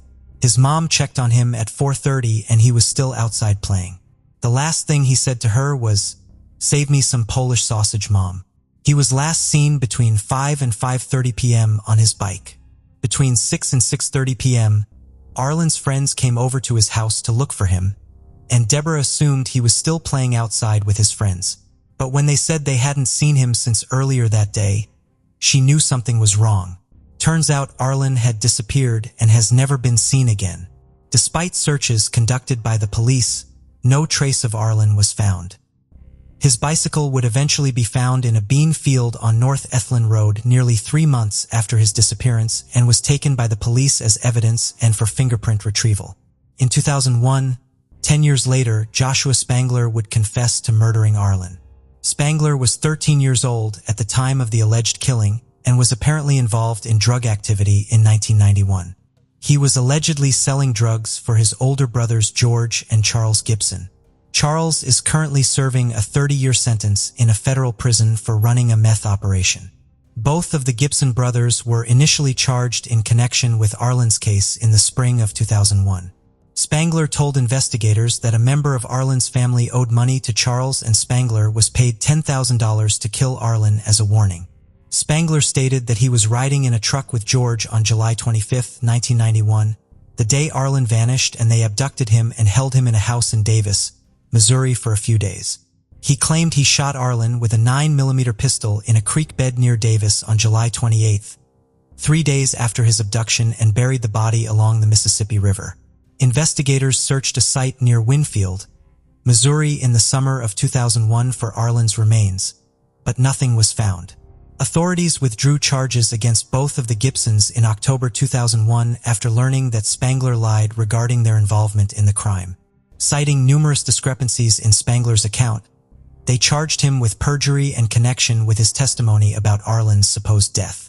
Spangler is described as being a compulsive liar, wanting attention, and had it out for his brothers for unknown reasons. Those who know him say that he believed that since he was only 13 at the time of the alleged murder, that he would suffer less punishment, but his brothers would get more punishment. Spangler pleaded guilty to perjury and was sentenced to 7 years in prison. At the time of his plea, he was serving a 4-year prison sentence for unrelated charges of burglary and evidence tampering. Authorities now believe Spangler and the Gibsons had nothing to do with Arlen's disappearance and made up the story as a malicious joke to make the police look incompetent. Authorities have not cast aside the theory that Arlen's disappearance may have been drug-related, but his mother denies allegations that she or any of her family members were involved with drugs. In 2007, investigators began investigating Michael Devlin for possible involvement in Arlen's disappearance and in several other cases. Sean Hornbeck, a 15-year-old boy who disappeared at age 11 in 2002, and William Van Omby, a 13-year-old boy who was abducted in 2007, were both found alive in Devlin's 450-square-foot apartment on South Holmes Avenue in Kirkwood, Missouri in January 2007. Van had been missing for 5 days and Sean for over 4 years. Both boys had been held against their will by Devlin, who pleaded guilty to kidnapping and child molestation and was sentenced to 74 life sentences in prison. Authorities initially suspected Devlin could be linked to other missing child cases, and a task force was created to investigate that theory. However, the task force dissolved in 2007 as it could not find any evidence that Devlin was involved in any other children's disappearances. In 2007, someone who claimed to know Devlin provided detectives photos of a teenaged boy that appeared about 17 years old, which is how old Arlen would have been in 1997 when the pictures were allegedly taken. When the photo was shown to Debbie, she said the boy did resemble her son, but there was no way of knowing that it was for sure him. Years later, a Canadian man came forward and said at the age of 14, he traveled to Illinois in 1998. He said while walking back from a video rental store, a man in a pickup truck tried to get him to accept a ride. He said the man became irritated when he declined, and he never forgot the man's face. He said he filed a police report and nearly forgot about it until he began volunteering for a nonprofit in Canada called Operation Underground Railroad that works to combat human trafficking. He said he was scrolling through stories on YouTube about children who'd been abducted and were able to escape later. That's when he said he came across a story on Sean Hornbeck, and he says he saw a photo of Michael Devlin. He said he immediately knew that that was the man that he encountered that day. Sadly, Arlen's sister was murdered 10 years after his disappearance by her estranged husband, who subsequently committed suicide. Arlen's mother still lives in the same trailer park where her son used to live, but in a different mobile home. Her husband's name is still listed in the phone book in case Arlen decides to call home. As of today, Arlen has not been located, and this case remains unsolved. Rebecca Lee Reed was born in May of 1987 and went by Becca. She is described as very sweet, but vulnerable due to being mentally challenged. On May 24, 2020 at 4 p.m., 32-year-old Becca disappeared from her yard at 201 Leetown Road in Lumberton, Mississippi. She allegedly told her sister Veda and family friend Thomas that she was thinking of taking a walk to a farm that her father worked at, which was about 1.5 miles away. However, she never arrived at the farm and would go missing. Upon investigation, there was no indication that she even attempted the walk. Family members say that Becca suffers from a medical condition that could affect her judgment, but they don't believe that she would have gotten into a vehicle with someone she was not comfortable with or someone she did not know. A resident in the area reported seeing a white SUV, possibly a 2002 Chevrolet Trailblazer, in the area on the day and around the time she went missing. Becca suffers from severe diabetes and asthma and has to take medications several times a day, and these medications were left behind at her home. When she was last seen, she was wearing a faded pink or red shirt, black sweatpants, black diabetic shoes, and a tan or brown Carhartt jacket. Her family hopes that someone will call the Anonymous Crime Stoppers tip line or even use the Anonymous Crime Stoppers app online. A silver alert was issued after her disappearance and little information is available in her case. As of today, Becca has not been located and this case remains unsolved. Russell Sigurd Evans was born on July 22, 1975 to John and Susan Evans. He lived in Spokane, Washington and was an 8th grader at Libby Middle School and excelled in basketball. At only 13 years old, Russell was already 6 feet 3 inches and was described as popular and an all-around good kid with a good sense of humor. On the night of June 3, 1989, 13-year-old Russell was hanging out at Thornton Murphy Park near 28th and Ray Street with 7 of his friends including Brian Bushing, Don Hepburn, his best friend Aaron Abrison, and others. This is when Aaron and 2 foster brothers, aged 15 and 17, got into an argument because one of the boys approached Aaron's girlfriend, Dawn, and asked for her phone number. An argument ensued and turned into shoving until Russell intervened. The 2 brothers left the park and said they were going to get their homeboys because they were outnumbered. Russell then spent the rest of the evening at Aaron's house until he left around midnight after calling his father and telling him that he was heading home, which was 2 miles away. Soon after he ran into his friend, said Madison, and Russell was telling him about the incident earlier at the park. Said recalled Russell being hyped up about the incident, but did not appear to be in fear of retaliation. The 2 departed ways at 29th Avenue and Freya Street, and Russell continued jogging north towards his home, 1 mile away at this point. About 30 minutes later, at 1:05 a.m., a woman named Sandy Ferris, along with another woman, came upon Russell lying in the northbound lane of South Thor Street, along an incline referred in the media as either Thorray Hill or South Hill, just 2 blocks from his home. While passerby Sandy waited with Russell for help, she tried to keep him still and asked him what happened. However, he just kept yelling out for his friend Brian. While Russell was being placed in the ambulance, Sandy noticed a teenager in white shorts and a white t-shirt watching the scene from a nearby grassy knoll and then running up the hill. Sandy tried to get the officers' attention, but they just asked her to step away and didn't address the issue, which was a vital mistake. Later, one of the EMS workers reported seeing the boy dressed in white running away as well. He was taken to Sacred Heart Medical Center where he sadly passed away hours later. The police ruled that he had died after being struck by a vehicle, most likely a truck. Authorities believe that minutes after beginning his walk home, Russell was struck from behind by an unknown vehicle, possibly a pickup truck. However, after viewing his body, his family did not believe that his death was a hit-and-run accident. They noticed finger bruises on his face, nose, and upper arms, which led them to strongly believe he had been held down. He also had bruises on his knuckles, again proof that he had been in a fight. Also, his shoes and shoelaces were found downhill, meaning he would have had to been struck by a vehicle while walking uphill, which was the opposite direction of his home. Strangely, his shoelaces actually separated from his shoes. 3 pools of blood were found about 50 feet away from his body. The pools of blood did not make sense to his parents since he had supposedly been thrown far away from where they were found. In the police report, they failed to document where his body was found. Eyewitness Sandy later helped his parents determine where she found the body. His parents believed that a person hit by a vehicle and are subsequently separated from their shoes by the impact would not have blood on the shoelaces. However, strangely Russell's shoelaces did, leading them to believe he wasn't struck by a vehicle like initially thought. Also, there were no drag marks on his body. His parents believed he was most likely attacked with a weapon such as a bat or a 2x4 by more than one person while being held. However, a forensic pathologist agreed with police, believing that Russell was struck in the back by a vehicle bumper, knocking him out of his shoes. Overall, he felt that the injuries were consistent with an accident, and his official cause of death was a severe blow to the back, which lacerated his kidney and broke his spine. His parents, a registered nurse and a cardiopulmonary technologist, then hired a second pathologist who determined that he had been in a fight prior to his death. The irregular bruising found on his back appeared to be inconsistent with only a hit and run. His parents also believed his friend Brian might have been at the scene. However, when Russell's father talked with Brian, he denied any knowledge of this, although he did state that he was wearing white shorts that night. Interestingly, when Russell's mother arrived at the hospital, a nurse said someone named Brian had called asking about Russell's condition.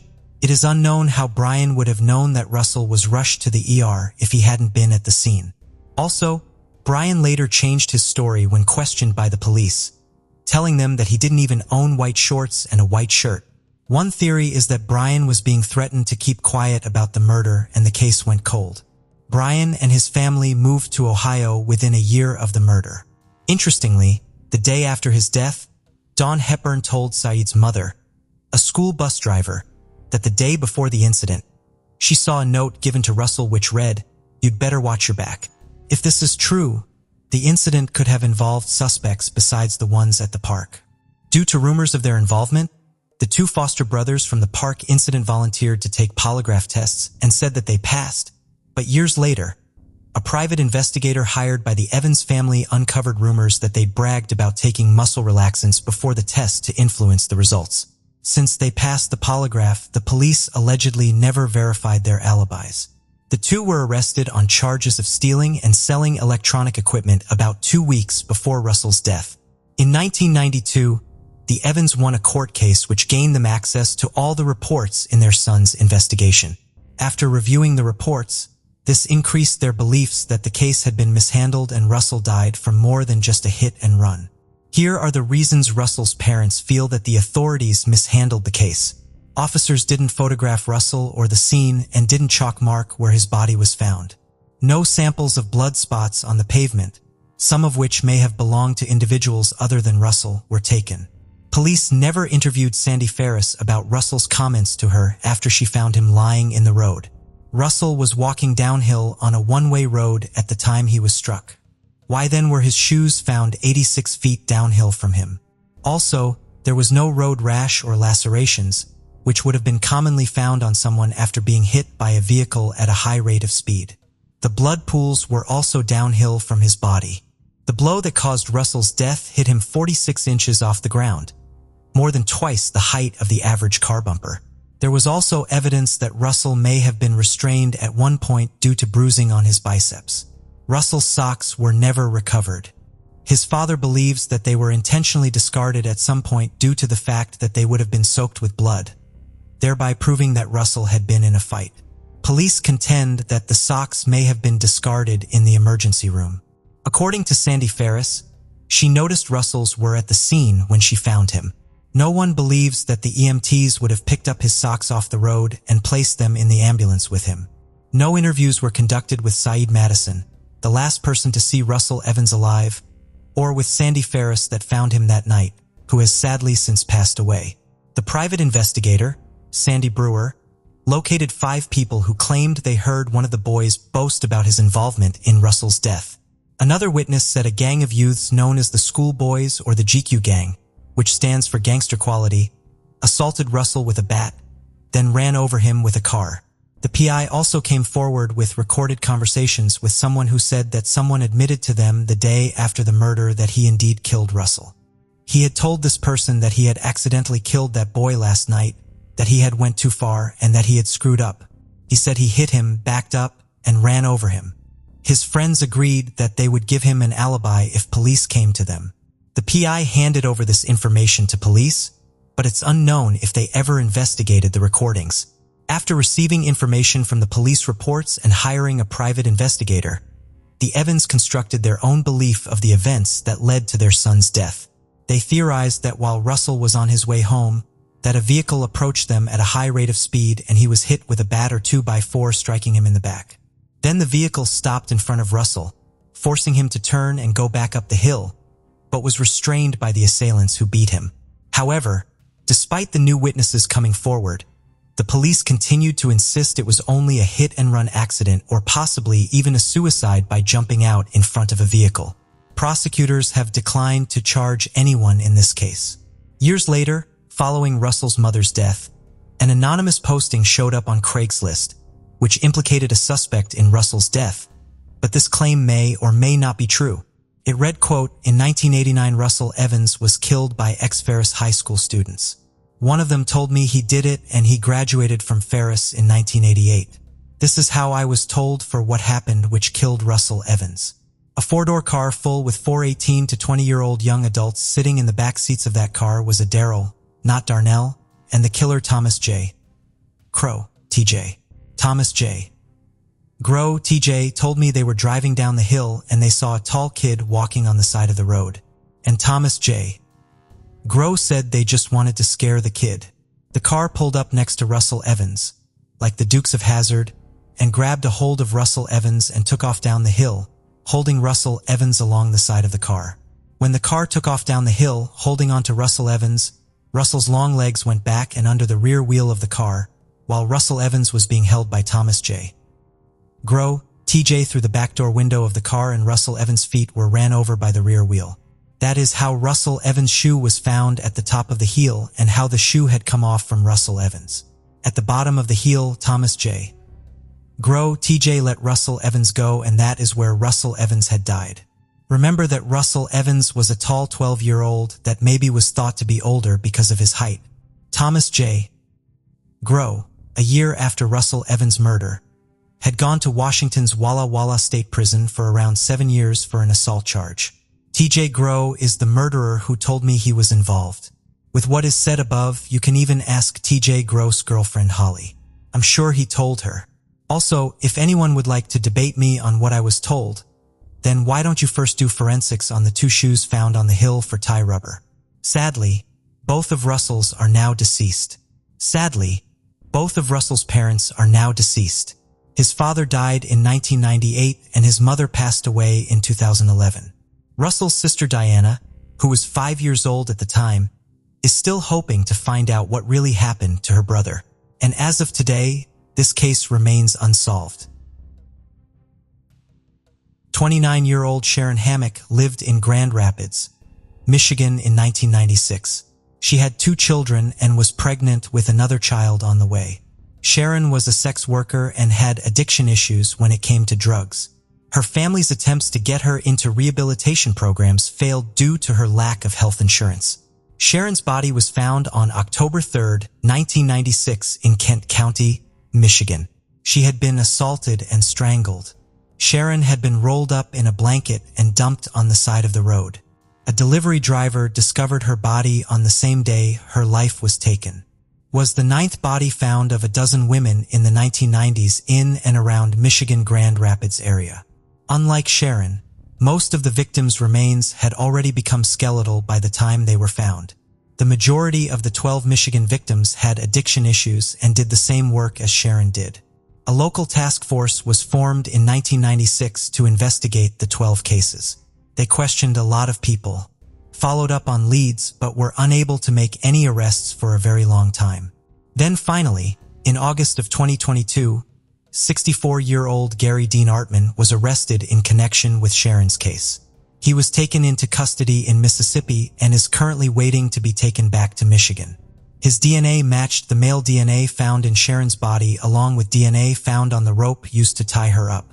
He is also a suspect in a similar case of a woman who disappeared outside of Los Angeles, whose remains were later found in Maryland.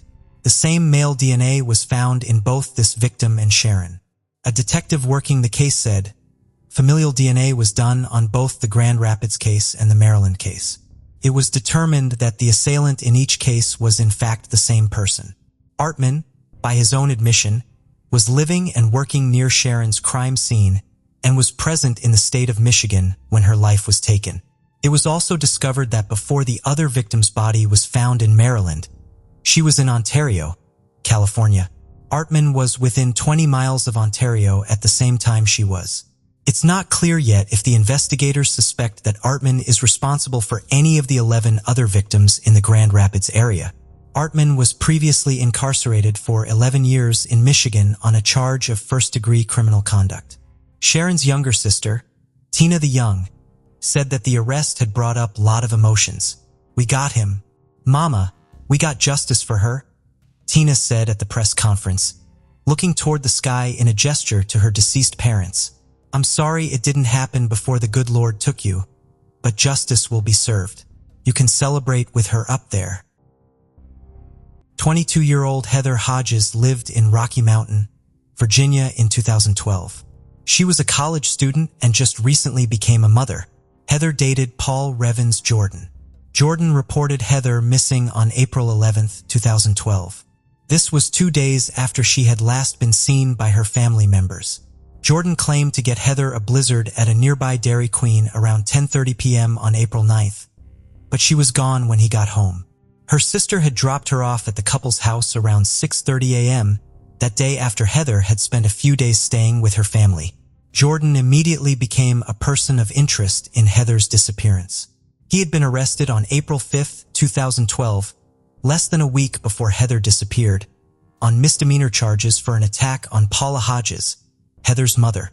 Jordan had thrown a chair and metal toys at her before chasing her out of the couple's home with a baseball bat. Jordan was ultimately convicted in that case in July of 2012, given a 1-year suspended sentence. He had also been previously convicted in 2007 of contributing to the delinquency of a minor. Jordan was arrested in an unrelated incident in July of 2017. He pleaded guilty to abduction by force or intimidation in June 2018 and received a 10-year sentence. This just showed investigators that this worthless individual was definitely capable of taking Heather's life. Since that time, the investigation has continued yielding additional evidence of Jordan's involvement in Heather's disappearance and her demise, although her body has not yet been located. In April of 2022, 49-year-old Paul Revens Jordan was indicted by a grand jury for taking Heather's life and concealing her body. The Franklin County Sheriff's Office said this in a statement, "who have worked diligently over the past 10 years on this case to bring justice and provide closure to Ms. Hodges' family and loved ones." Heather's disappearance has always been an active investigation and has never been considered a cold case, the statement added. Heather's sister, Crystal Songer, said, "There's never been any doubt in my mind that it was him." Over the past decade, Songer said she's fiercely advocated for justice on her sister's behalf. "If she was still here today, this would have happened to somebody else. Just say, she would be standing right here beside me ready to fight just as hard as I am," she added. No further information was immediately released by law enforcement regarding what specifics led to the indictment. Jordan is currently being held at Green Rock Correctional Center. He had been previously expected to be released in February of 2025. 35-year-old Jeannie Childs lived in Minneapolis, Minnesota in 1993. She was a sex worker. On June 13th, neighbors from an adjacent unit in Jeannie's apartment complex complained of bloody water leaking from Jeannie's residence. Her body was then found in the bathroom shower. She had been stabbed 65 times, mostly around her neck and torso area. Investigators found male DNA on Jeannie's comforter, bathroom towel, and bathroom sink.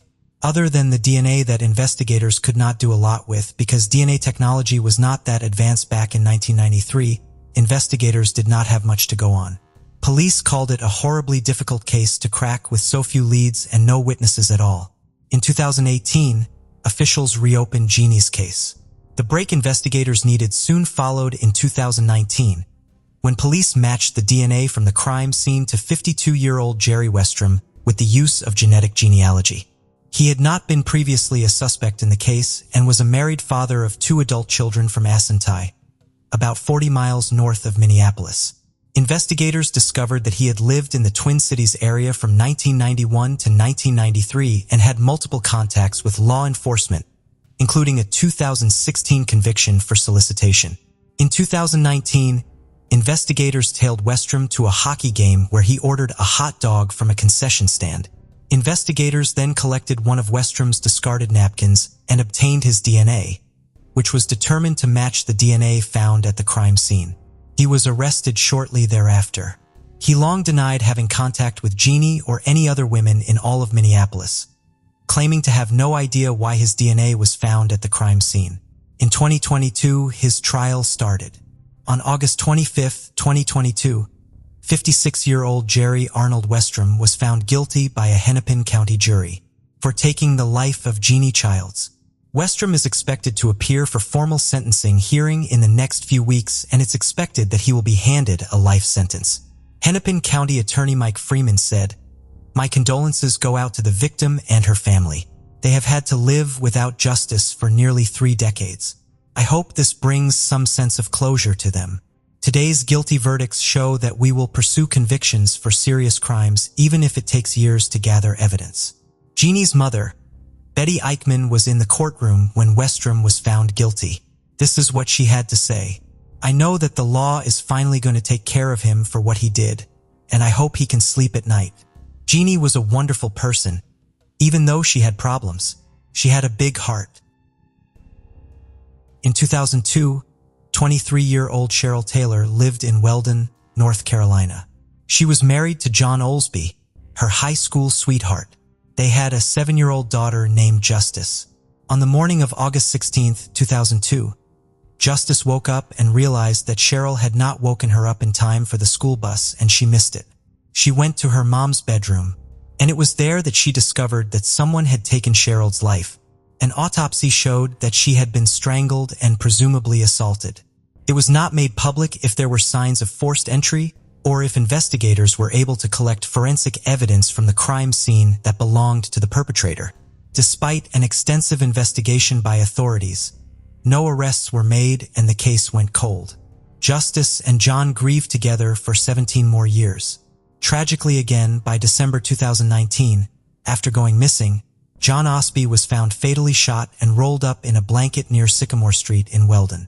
Investigators were unable to track down the person that shot him, and for years the family was left wondering if they would ever get answers to what happened to John and Cheryl Taylor.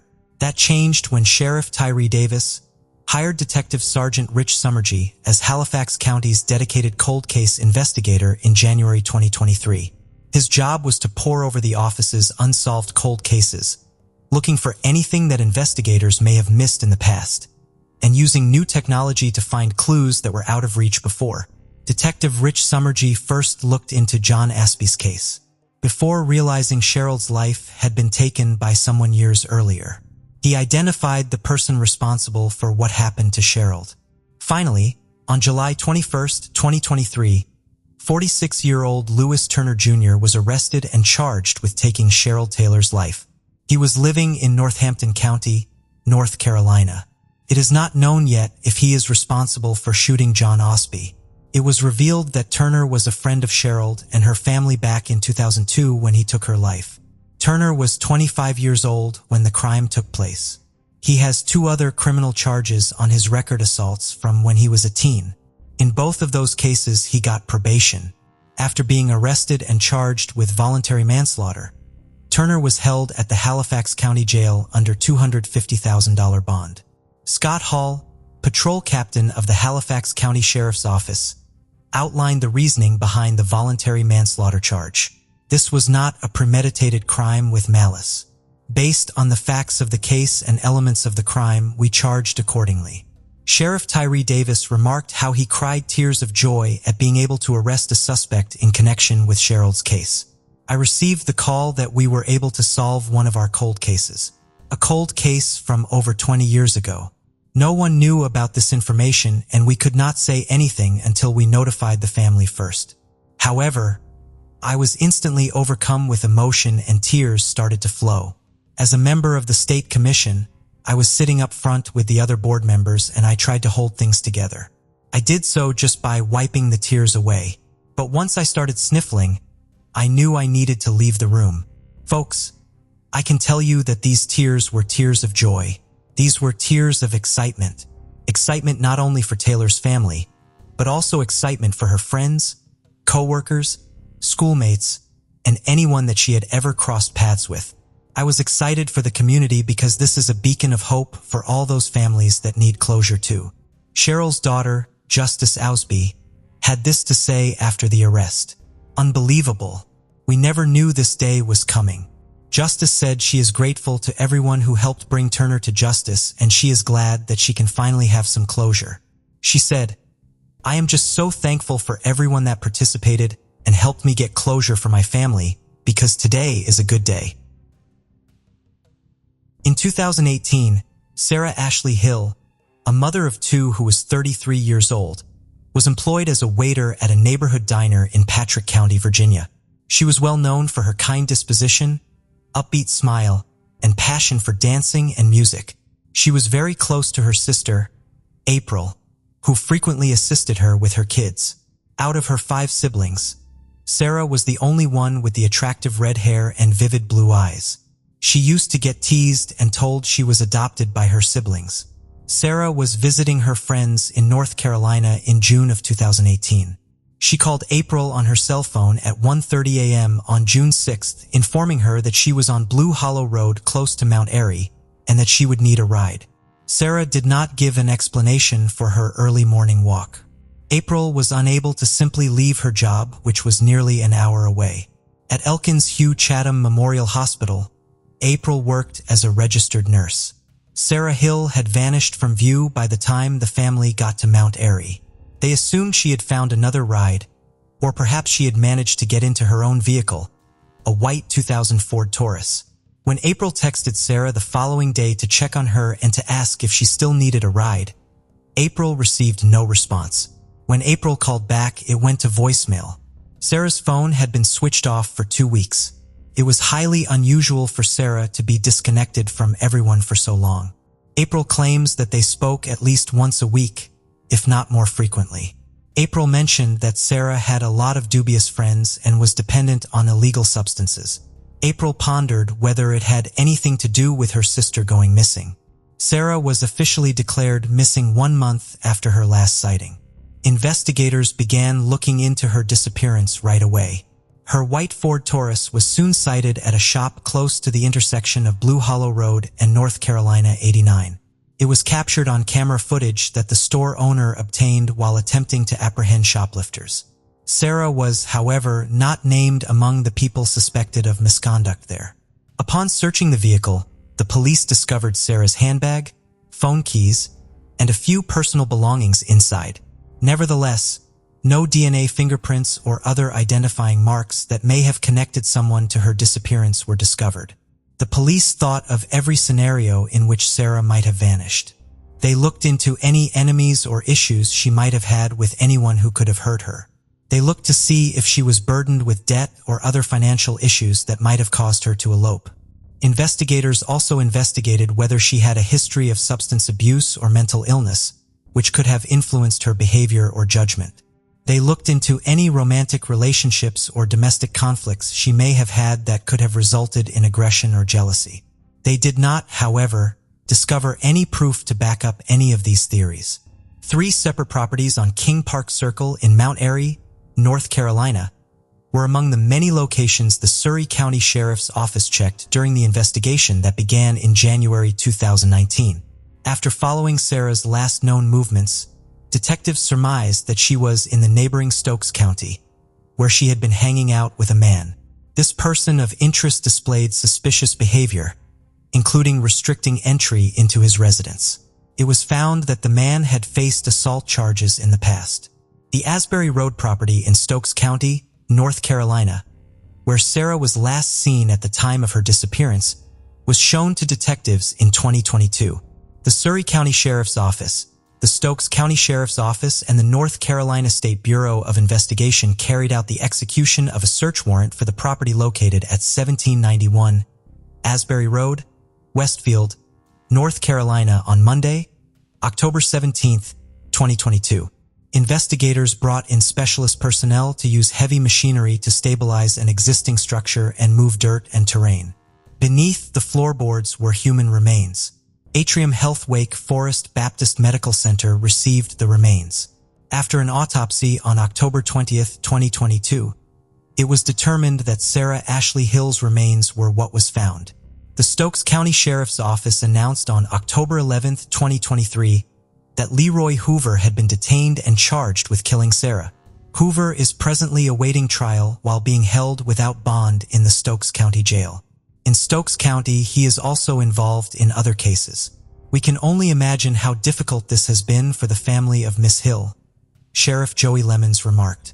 The detectives working on this case from the North Carolina State Bureau of Investigation, the Patrick County Sheriff's Office, the Surry County Sheriff's Office, and the Stokes County Sheriff's Office did an amazing job and never gave up.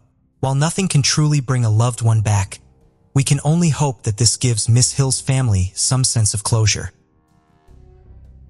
The Durhams, a well-respected family in North Carolina, were brutally murdered in their own home on a gloomy, snowy night on February 3, 1972. The community was filled with anxiety and uneasiness as the case went unsolved for more than 50 years, leaving many to wonder who could have committed such a horrific act. In this world, there are certain mysteries that appear to be covered in shadows. They're mysteries kept from curious minds and prying eyes. After more than 50 years, the triple homicide case was finally solved by investigators in 2022. Is there any evidence connecting this case to organized crime? How did the police crack this case? The stunning city of Boone, North Carolina, is the setting for today's case. It is a charming mountain town in the northwest of the state, tucked away in the foothills of the Blue Ridge Mountains. It is a well-liked location for those who enjoy the outdoors and the natural world.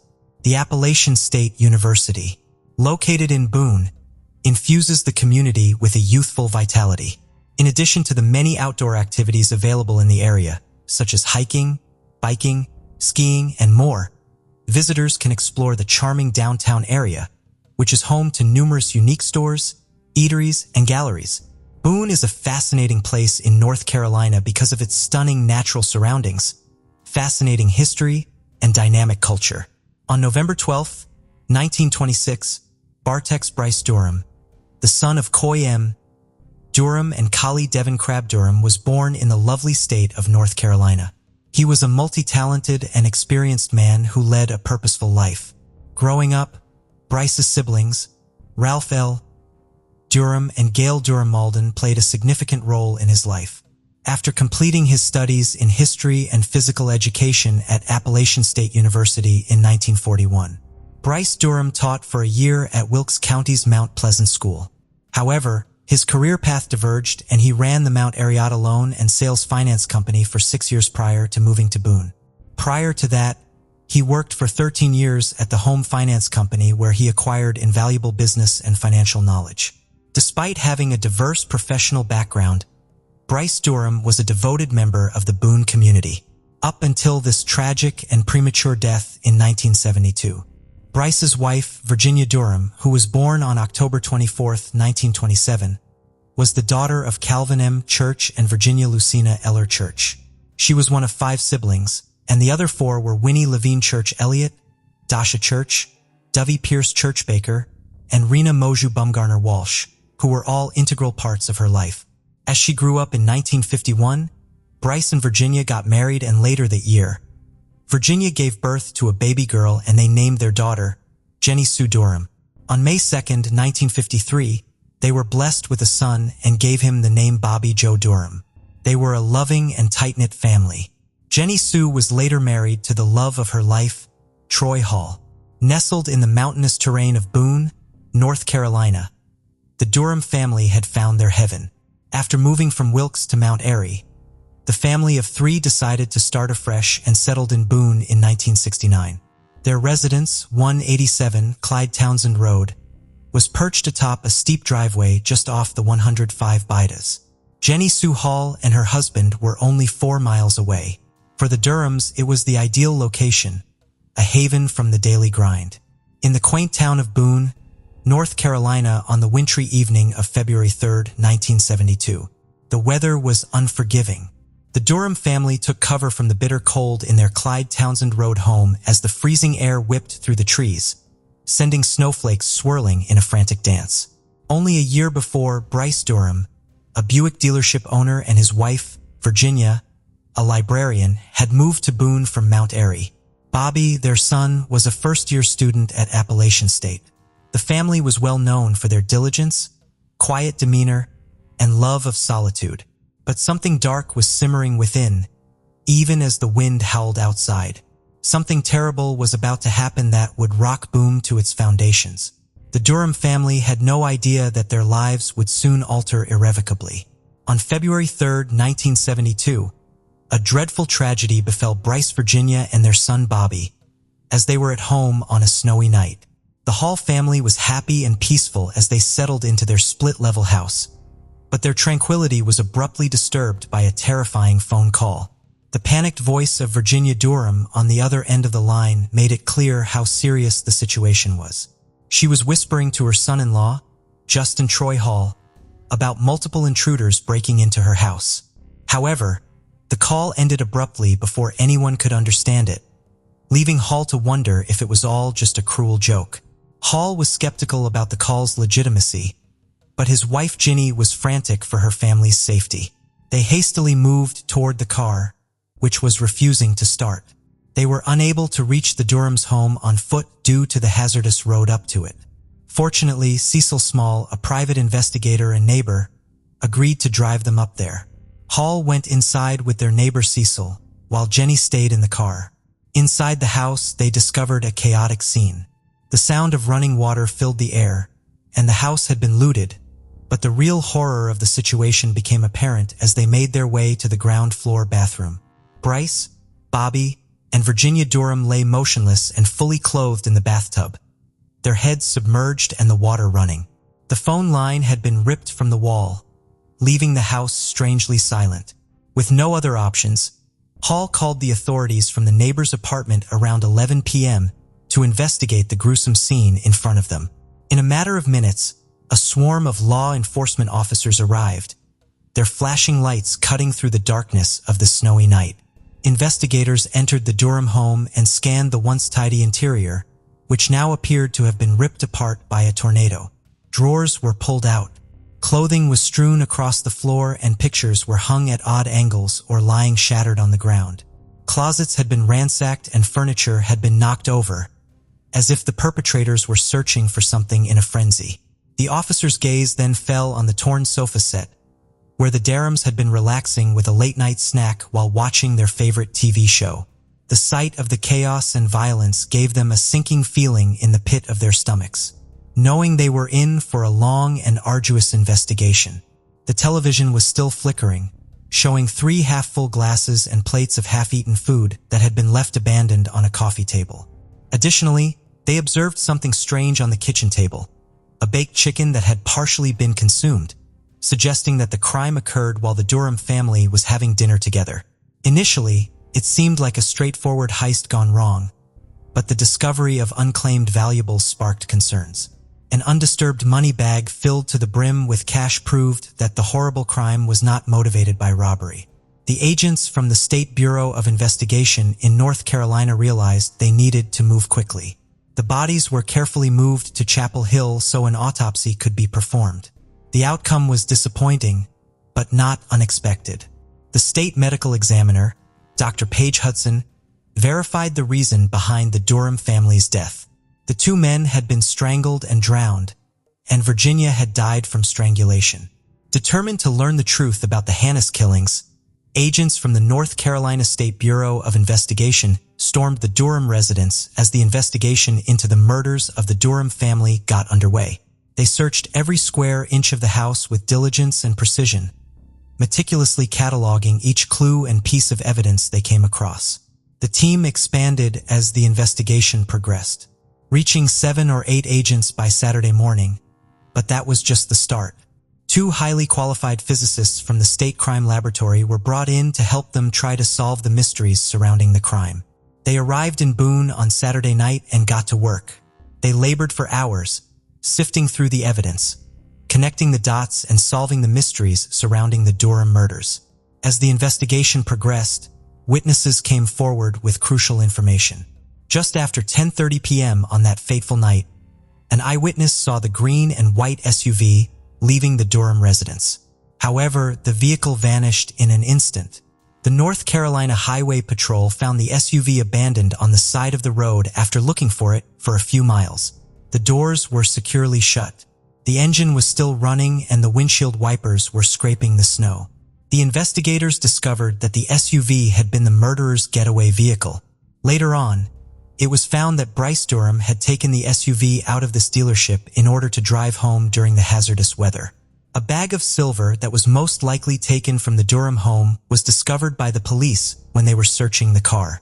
It was a crucial clue, and the investigators were hoping it would help them find the people who committed this horrible crime. The Durham murder investigation was a difficult voyage through speculative and suspicious waters. There were numerous turns and turns along the lengthy and convoluted list of potential suspects. Among those under investigation by authorities was Bryce and Virginia Durham's estranged son-in-law, Justin Troy Hall. A group of Asheville men also came under investigation. They were charged and arrested in relation to the killings, but were later released because there was insufficient evidence. Due to the accuracy of the knots used to bind the victims, there were persistent rumors and whispers of a contract killing. However, leads grew chilly as time passed. Despite the tireless efforts of the Watonga County Sheriff's Department, Boone Police Department, and North Carolina State Bureau of Investigation, the trail became increasingly unreliable with every day that went by. It appeared as though there would always be unanswered questions regarding this heinous crime. The Durham triple murder case was unsolved for more than 45 years, with investigators finding it difficult to piece together the clues and leads drying up. However, in 2019, a glimmer of hope appeared following the conversation between a man named Shane Bird and a Georgia sheriff's deputy. Billy Sunday Bird, a suspected killer who passed away in prison in 2017 while serving a life sentence for 3 murders he committed in the 1970s, was the father of Shane Bird. While assisting Phil Hudgens with research for a future book, Shane Bird revealed an astonishing anecdote his father had told him while visiting him in prison. A murderous and chaotic tale set in North Carolina's snow-capped mountains, Burt claimed that his father had confessed to killing 3 people in a strong snowstorm and had escaped capture just in time. The White County Sheriff's Office was shocked by the news and promptly contacted their Watauga County Sheriff's Office counterparts to relay the details. This discussion gave rise to fresh hope for justice for the victims and their families, as well as a reopened investigation into the Durham murders. Justice's wheels never stopped turning, and in the Durham murder case they turned slowly, but in the direction of the truth. Finding Billy Wayne Davis, a known associate of Billy Bird, who was already serving a license in Georgia for his prior crimes, took little time for investigators after they started following new leads. Over the course of 2 years, the Sheriff's Department held 3 separate sessions in September 2019, October 2020, and August 2021. Each session included a critical piece of information that helped identify the perpetrator of the horrible crimes. The truth was ultimately revealed as a result of the evidence from these interviews and 2 additional sources being corroborated. The investigators were able to piece together a startling connection to a case from across state lines by carefully gathering evidence and cross-referencing it. The Dixie Mafia, a loosely organized criminal organization that had terrorized the Southeast with its violent crimes in the 1960s and 1970s, was at the center of the Fleming case of 1973. Names started to surface connecting this case to the Durham murders, which shared similar circumstances. Officials claimed that Billy Wayne Davis, an 81-year-old inmate at a Georgia prison in Augusta, is the last living member of the infamous Dixie Mafia. He has been incarcerated since 1986, and is presently serving a life sentence for murder at the Augusta State Medical Prison in Georgia. Investigators claim he divulged information regarding a hired hit in the mountains of North Carolina that went wrong during a severe snowfall. Davis acknowledged that he drove the group away after the Durham family was killed, saying that Charles David Reed, Bobby Jean Gaddis, and Billy's son, Debert, were the ones who went inside the house on that fateful night. Davis declined to provide any further details about them. Justice may never be fully served, even with the Durham family murder case breaking new ground in 2022. It is unlikely that charges will be brought for the killings because 3 of the 4 suspects have already passed away. It is unlikely that the 4th suspect, 81-year-old Billy Wayne Davis, will be released from prison anytime soon. He is presently serving a life sentence in a Georgia prison. For the families of the victims who have been waiting for answers for 5 long decades, the prospect of justice being served may amount to nothing more than a pipe dream. The fact that the people who ordered the hit are still unidentified adds to the tragedy of this unsolved case. The unanswered question of why their loved ones were targeted could follow the surviving family members into the afterlife. Chris Lotz, Special Agent in charge of the Northwestern District of the North Carolina State Bureau of Investigation, commended the hard work of all the experts and members of the community who have given their contributions to the case over the years. The only surviving member of the Durham family, Chinny Durham, was overflowing with gratitude as she thanked the committed people who put in countless hours to crack the 50-year-old cold case of her family at the 2022 press conference. She expressed her gratitude to the investigators for giving up numerous days and weekends in order to crack the case. Jenny Durham was particularly appreciative of Watauga County Sheriff Len Hagerman for his unwavering dedication to providing her family with closure. She also thanked Charles Whitman, a retired special agent for the State Bureau of Investigation, who kept working on the case after retirement. Wade Calvert, a special agent with the State Bureau of Investigation, and Carolyn Johnson, captain of investigations for the Watauga County Sheriff's Office. Their unwavering friendship and dedication meant the world to Jenny Durham, giving her hope during her challenging years. The Watauga County Sheriff's Office expressed gratitude for everyone's efforts in helping to find answers for the Durham family and acknowledged the many people who have contributed to wrapping up the case. It became a personal obsession for former North Carolina Attorney General Rufus Edmiston. It crushed his heart to see Bryce Durham's mother die without receiving justice when he met with her. She had pleaded with him to track down the murderers. Edmiston had been frustrated for years that he was unable to solve the mystery of the mountains on his own, but he is now relieved that the case has been resolved for him by Sheriff Hagamond and his team. He thanked the investigators who made it happen and said it was a huge relief. Shane Bird, the son of one of the offenders, wishes to express regret to each and every victim of his father, Billy Sunday Burt. The case may have taken 50 years to solve, but everyone involved demonstrated dedication and commitment to justice, which is a testament to their perseverance. Shane, despite his father's murderous nature and the dozens of people he killed, is not trying to cover up his horrific act. Rather, he wants to bring closure to as many people as possible. Even though there is not complete closure, it is somewhat relieving that the case has been resolved after 50 years, and it gives hope that future generations will be able to sleep well knowing that justice has, if only partially, been served. This case takes us to the southern city of Kalamazoo in the state of Michigan, 6300 Proctor Avenue in Comstock Township, home to 22-year-old Christopher Neal, his wife Haley Coe, and their 2-year-old daughter Charlotte. The couple had recently learned that Haley was pregnant with their second child and were so excited to start telling people and see their family grow. Everyone said that Christopher and Haley were a perfect match from the beginning, both caring, hardworking, good listeners, and very much focused on everybody else being happy. Christopher's father said his son never had trouble walking into a room, even if he didn't know anyone. Within the first 2 or 3 minutes, he'd be sharing life stories with someone. He was just that type of guy.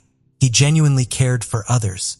After finishing high school in North Texas, Christopher became a volunteer firefighter and then joined the Navy. Haley was a young Navy recruit too, and the pair had met on a beach in Florida. 2 weeks later, he asked her out on a date. Haley politely said, "No thank you," something the couple laughed about for years after. More time passed, and when Haley needed help with her studies for the Navy, Christopher offered to tutor her. They went on their first date shortly after, and Haley said they were inseparable from that point on. The couple soon eloped, and after this, their baby girl Charlotte was born. When Haley found out she was pregnant again, the pair were over the moon, and had even started making plans to adopt children after this, providing children in need with a loving home they knew they could give. The couple were often apart due to their time in the Navy, but always made family their priority. Christopher would often write Haley letters and leave messages on her phone while she was sleeping, so that when she unlocked it, she found them later. His friends said he was a hopeless romantic and always let his family know they were on his mind. wherever he was in the world. The young couple were often taking photos and sharing them on social media. It really was clear to see just how much they were in love, how much they adored Charlotte, and how precious being together as a family was to them. A year or so later, having finished their duties, they were both granted terminal leave from the U.S. Navy, and in 2019, Chris started a new job in real estate. The family moved to Michigan and started living in Haley's parents' house while they worked on their new dream home. Beautiful home that had actually belonged to Haley's grandmother. Christopher spent most days renovating it, and they couldn't wait to settle in. The family finally moved in on November 17th, and everything seemed to be going great. Christopher was excited about his new job and what this could offer. It was nearly Christmas, and they were finally together as a family with a second baby on the way. With so much joy in the young couple's lives, it's hard to fathom what happened less than 2 weeks later, December 1st, 2019. It was a typical evening in 6300 Proctor Avenue. Everyone had finished their dinner. Charlotte was sound asleep in the other room, and Christopher and Haley settled in for a night of watching television. Suddenly, at 10 p.m., there were several loud bangs on the front door. As most will agree, 10 p.m. is usually quite an alarming time to get a knock at the door, unless otherwise expected, so the couple were instantly hesitant. Christopher jumped up to see what was going on. Little did the pair know, a man had opened their screen and interior door and was already inside their home, looking around. The man was 35-year-old William Paul Jones, and he was armed with 2 handguns. According to Haley, everything went from 1 to 10 in a matter of seconds. As soon as Christopher saw him, he knew the situation was bad and tried to get his wife and daughter upstairs, moving them around the house trying to get into a room where they could at least lock the door. Christopher then called 911. There was a scuffle between the pair as William tried to get Christopher into another room, which he refused to do. A SWAT team and negotiators had already been dispatched and were starting to gather outside on the street. The operator began explaining to William that she had officers there that were ready and willing to help him, but he needed to put the guns down and let the family go outside. Christopher remained calm and collected, assuring William he understood where he was coming from, and trying to calm him down and reassure him. The line was then transferred to the officers and negotiators outside. William answered the phone with a list of demands, one of which was the police were not to enter the house. William then hung up the phone, and the officer tried to ring back. Upstairs, panicking and fearful, Haley tried to make a quiet 911 call herself. The situation was escalating, and police slowly started entering the house, before announcing themselves and continuing the negotiations from the hallway. Neighbors could now hear screaming and shouting and were trying to get hold of police too. Some of the officers who were still outside then called Christopher's phone back, which was answered by William. Although Christopher was still alive at that point, a few moments later shots rang out inside the house and body cam footage captured officers running into the rooms.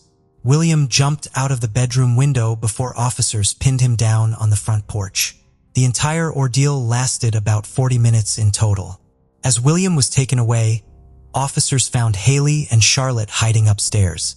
"Is my husband alive?" Haley asked. Officers had to deliver the devastating news. 22-year-old Christopher Neal was dead. William had also opened fire as the SWAT team came in, hitting 3 officers as he was trying to escape. Fortunately, the officers survived and made full recoveries.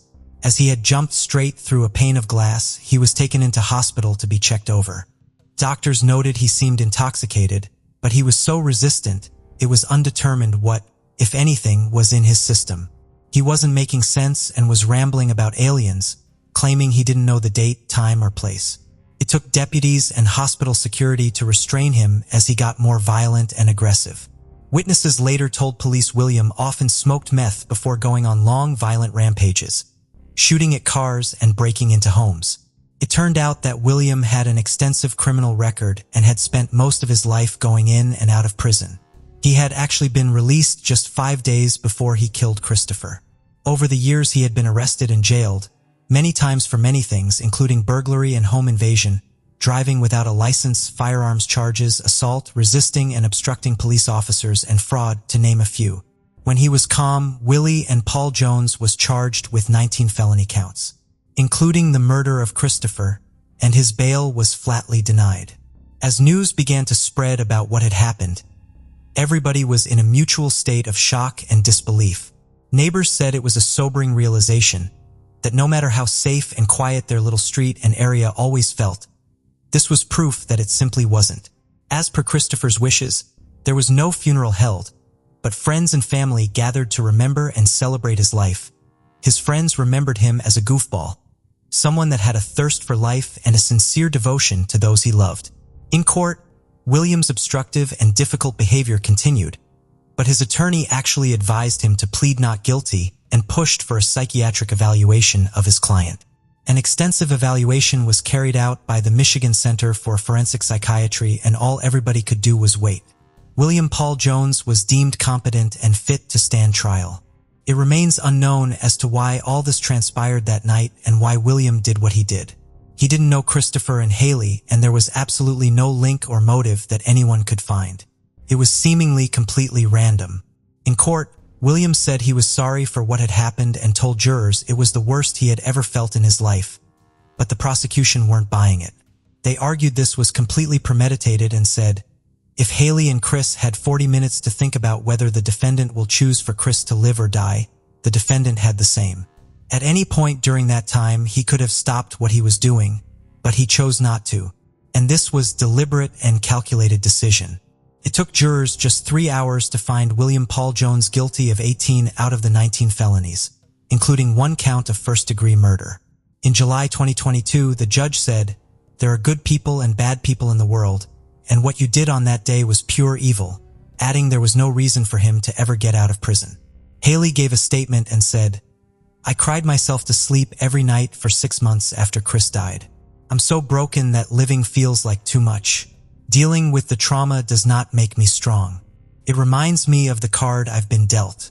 I can no longer handle simple pleasures such as fireworks on July 4th, or any day for that matter, because as soon as I hear loud bangs, it brings me back to hiding in that upstairs bedroom in my family home, fearing for my life and my family's." She added that William had snatched away all her dreams, one of which was to be old, wrinkly, and cranky in a home together. She said her heart was broken when their daughter Charlotte tearfully told her, "Some days I just want to die already so I can be with Daddy." The devastation caused by what happened that December night is hard to fathom, and the loss of Christopher has been so widely felt. Haley later gave birth to their son, and he was named after his father. Haley's dad Jack said, "He's the reason my daughter and granddaughter are still here. He sacrificed himself to let his wife and daughter get away. He got them out of the situation, and he's a hero for that. He saved them." Christopher's love for his family and his instincts to protect them at all costs is as admirable as it is utterly heartbreaking. He was a hero until the very end. August 1st, 2010, a 000 call was made from Mount Druitt in Western Sydney. A little girl was missing. Her mother had tucked her into bed the night before, and by the next morning, she had vanished. The caller was Christy Abrahams, the mother of the missing child, Kaisha. As police descended on the scene, they knew they had to act fast, as the first few hours of a child being reported missing are critical. They needed to speak to as many people as possible to put together a timeline of Kaisha's last known movements and try and narrow down leads as quickly as possible. Christy was no longer with Kaisha's biological father, Chris Whippet, so officers headed over to speak to him. At around 10:45 that morning, they talked with Chris, who said he had been at home with his mother before heading out to get a tattoo. Christy's best friend and neighbor, Allison Anderson, was desperate to help, and so she asked Christy if she had any suspects in mind. Allison would later say she said of Whippet, the effing so-and-so, he had rode past the unit a week or so ago and did a gun sign with his fingers to Rob, who was hanging up the washing. She told Christy she needed to tell this to the police, but Christy wouldn't. Rob was Christy's partner, and she said that he had been out searching for her since they discovered she was missing, to try and generate leads and also find Kaisha if she had simply left the unit and wandered off. A major search was conducted by police and volunteers. They scoured bushland, parks, and reserves, hoping that it would lead them to the little girl. The fast-moving operation continued to gain momentum and Strike Force Yarisun was formed. The police discovered that Kaisha hadn't been to school or been seen by anyone else since early July. The officer in charge, Detective Inspector Russell Oxford, said the last time she had been seen by immediate family was around the 7th of that month. She had been reported missing on the 1st of August. The 3 weeks in between were vital in putting together a timeline of events. 2 days after the call to emergency services was made, Christy and Robert made appeals for any news of her whereabouts and for anyone with information to come forward. Those in the community were desperate to find Kaisha and bring her home. Candlelit vigils were held and flowers and toys were laid out for the missing child. On the 30th of August, it was reported that Kaisha's father, Chris, was being questioned by the police. He was adamant that although he had been paying child maintenance, he hadn't seen Kaisha in years and had not had regular contact with her since he and Christy had separated. He was adamant he had nothing to do with her disappearance. Police said that they had received new information that he had allegedly been seen near the Woodstock Avenue block on the morning she went missing. Chris had been in hospital for the previous 3 weeks after complications from diabetes. Meant he had to major foot surgery. His mother, Liz, said, "I'm furious." She said that her son had not been kept up to date with the information about Kaisha's case. "It has been 28 days. We have no idea what is going on. The police tell us nothing. Then they show up here saying this." But there was something that was standing out to the police. What had initially appeared as a desperate mother and stepfather awaiting any news soon began to raise eyebrows. The behavior of Christy and Robert stood out to many as unusual. Neither of them had made any effort to join in the searches, and despite the fact her daughter was missing, life for Christy seemed to resume as normal. She would go and get her hair and nails done and go shopping.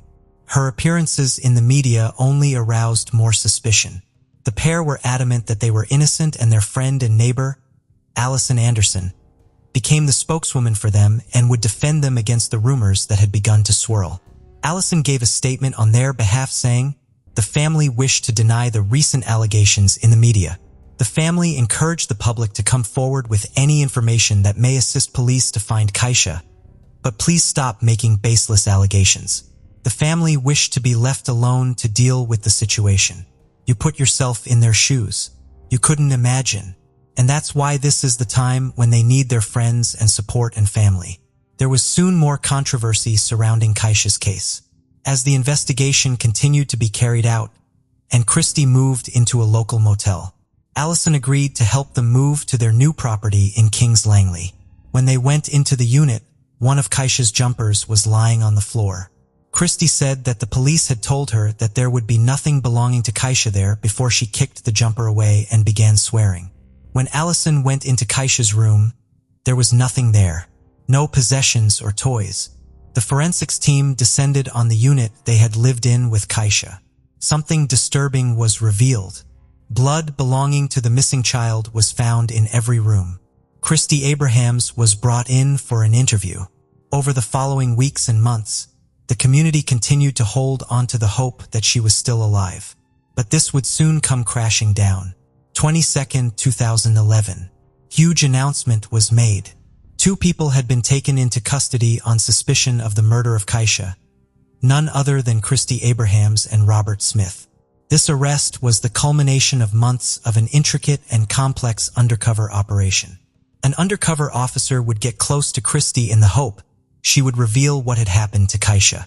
At a motel, the undercover officer met with her, and in order to win Christy's trust, the officer told her he needed to know the truth and that he could help her move the body. Christy Abrahams would finally confess. She said that Kaisha had been refusing to put her pajamas on, and in response, Christy gave her what she called a nudge with her foot. This resulted in Kaisha falling, hitting her head against the bed. She said Kaisha's body was like jelly, but said that she did respond when Christy had asked her to squeeze her finger. She said, "And then she went funny, and then I put her in the shower to try and wake her up. She just started making weird noises. We thought it would go away, we really did." She stated that when she had checked on her the next morning, she wasn't breathing, but she didn't get her medical help. When describing how they had disposed of her body, she said, "He put petrol on her and branches on her." Smith and Abrahams then took the undercover officer to the deposition site. It was here that the search for Kaisha came to a devastating end. Her little body was found in bushland near Shelby, in Sydney's west. At 1:12 a.m., Abrahams and Smith were both arrested in a laneway near their home. They were then charged. It would have been Kaisha's 7th birthday. For those officers who had been watching the couple for months, it was a bitter end to a tragic case. A candlelit vigil had been planned for Kaisha's birthday, and hundreds turned up to pay their respects, many voicing their anger and disgust at how things had panned out. One card read, "Happy birthday, Kaisha. You deserved a better life here, in your time on Earth." At 2 o'clock on Good Friday, police informed Kaisha's grandmother, Liz, that Abrahams and Smith had been arrested. This devastating news sent shockwaves throughout Kaisha's family and the local community. The little girl they had helped look for, prayed for, and kept in their hearts was gone. In September 2011, Kaisha's private funeral was held. Before the funeral, Chris said, "I want Kaisha to leave this earth knowing how much she was loved, and I want her put to rest the way she deserves." They also requested that mourners wear Kaisha's favorite color, purple. Abrahams and Smith had both put in requests to be able to attend the funeral, but Chris said hell would freeze over before he would let that happen, adding, "My family are ones left to deal with all of this and arrange the best send-off for Kaisha that she deserves. And I'm telling you, they are not coming." Their requests to attend were denied. On the 28th of September 2011, a public memorial was held for Kaisha. Many questions needed to be answered, one of them being, how had this tragedy unfolded? When the truth was revealed, it would leave people outraged. Christy's early life had been marred by domestic violence. She had both witnessed and been subjected to violence at the hands of her father. Her mother had epilepsy, and when she was 10 years old, she heard her mother having a seizure. She was alone with her little brother, who was just 3 years old. When she went to help her mother, she had tragically died from the seizure. Her father didn't want custody of his children. So, following this, she and her younger brother were put into foster care and spent time in various group homes.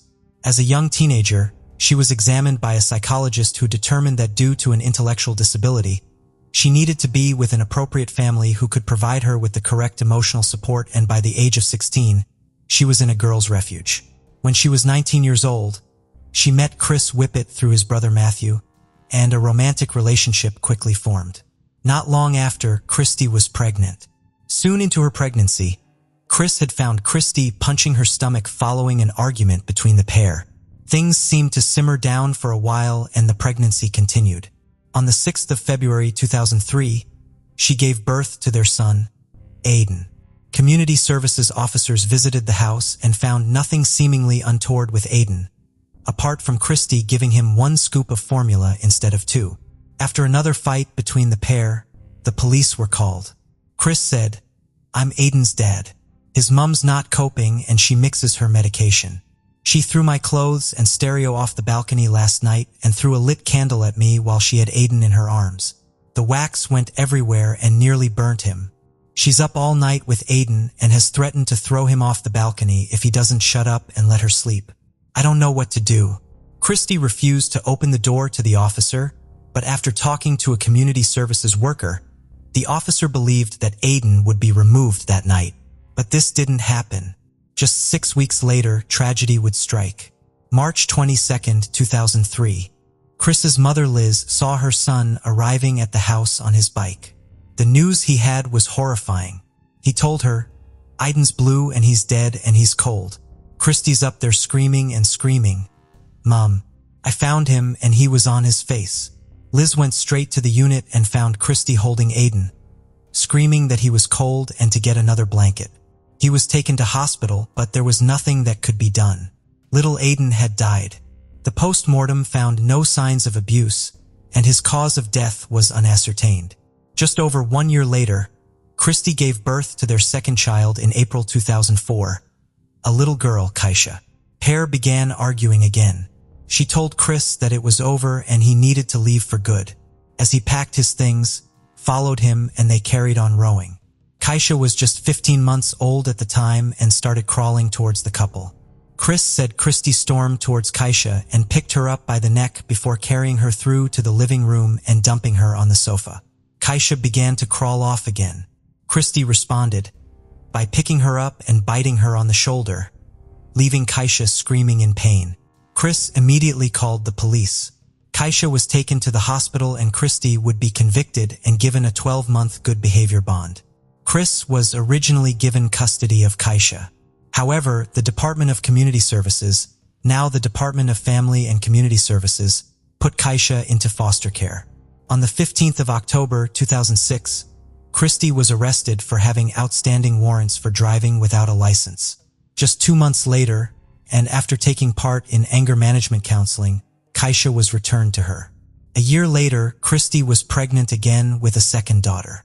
During a hospital visit, a nurse saw a bruise on Kaisha's face and reported it. The caseworker spoke with Kaisha the following day, and Kaisha could not explain how it had happened. There was also a cigarette burn on her body and she said, "Mum hit there, Mum did that." But no further action was taken. Kaisha lived in such a state of fear. Her mother raising her arm in conversation would cause her to flinch. At this point, Christy was in a new relationship with a man called Robert Smith. By June 2010, Christy was pregnant for a fourth time. Christy called her father, someone at the center of much of her unhappiness, and asked him to take Aisha. She told him, "I'm sick of her. I will hurt her. I really will hurt her. I will kill her." Liz, Chris's mother, didn't even know Kaisha was back living with Christy until the police arrived at her house saying the little girl was missing and they needed to search the property. Over the course of her life, several reports had been made by family members and neighbors regarding injuries on Kaisha. Education officials also made various trips to the home as Kaisha had only been to school 4 times in her whole life. And when she had gone, teachers had reported seeing bruises on her head and face. Between January and July 2010, truant officers made 7 trips to the home, but each time the door was locked and they got no answer. They then informed Christy that they would be taking legal action against her regarding Kaisha's school attendance. Allison said the last time she had seen her was on July 11th at around 4:30 in the afternoon. Kaisha was in the car and Christy was stood outside smoking. Allison would later say, Kaisha asked if she could hop out of the car. Christy said, "No, UFNG can't. Shut up and sit in the car." That was the last time I heard or saw Kaisha. As the initial investigation began, the behavior of Abraham and Smith stood out. When looking back at the press appeals, Liz, Chris's mother, said, "A lot of flashbacks come into your head. I'd seen it before with Aiden. That's why I knew something was going on. It wasn't tears when Kaisha was missing. I'd seen it before. There was no inquest held into Aiden's death. But after Kaisha was killed, a senior official said there probably should have been one." And following their arrests, Detective Inspector Russell Oxford said they would consider reopening the investigation into Aiden's death. Abrahams and Smith then went about attempting to destroy any evidence they thought could link them to Kaisha's death. They took things out of the property and threw away shoes and clothes, along with the SIM cards from their phones. In order to maintain the image that Kaisha was loved and cared for, and that they hoped she was still alive, they went out and brought children's toys and a Tinkerbell poster for when she came home. Forensic pathologist Dr. Matthew Ord had carried out the examination of Kaisha's remains. She had fractures to her teeth and 10 different injuries to her body and head. Her jawbone had been broken in 2 places. Dr. Ord said, "These types of injuries are mainly found in children who have suffered severe, prolonged physical abuse," adding they would have left her in considerable pain. Following her death, her mother and stepfather kept her little body in a suitcase.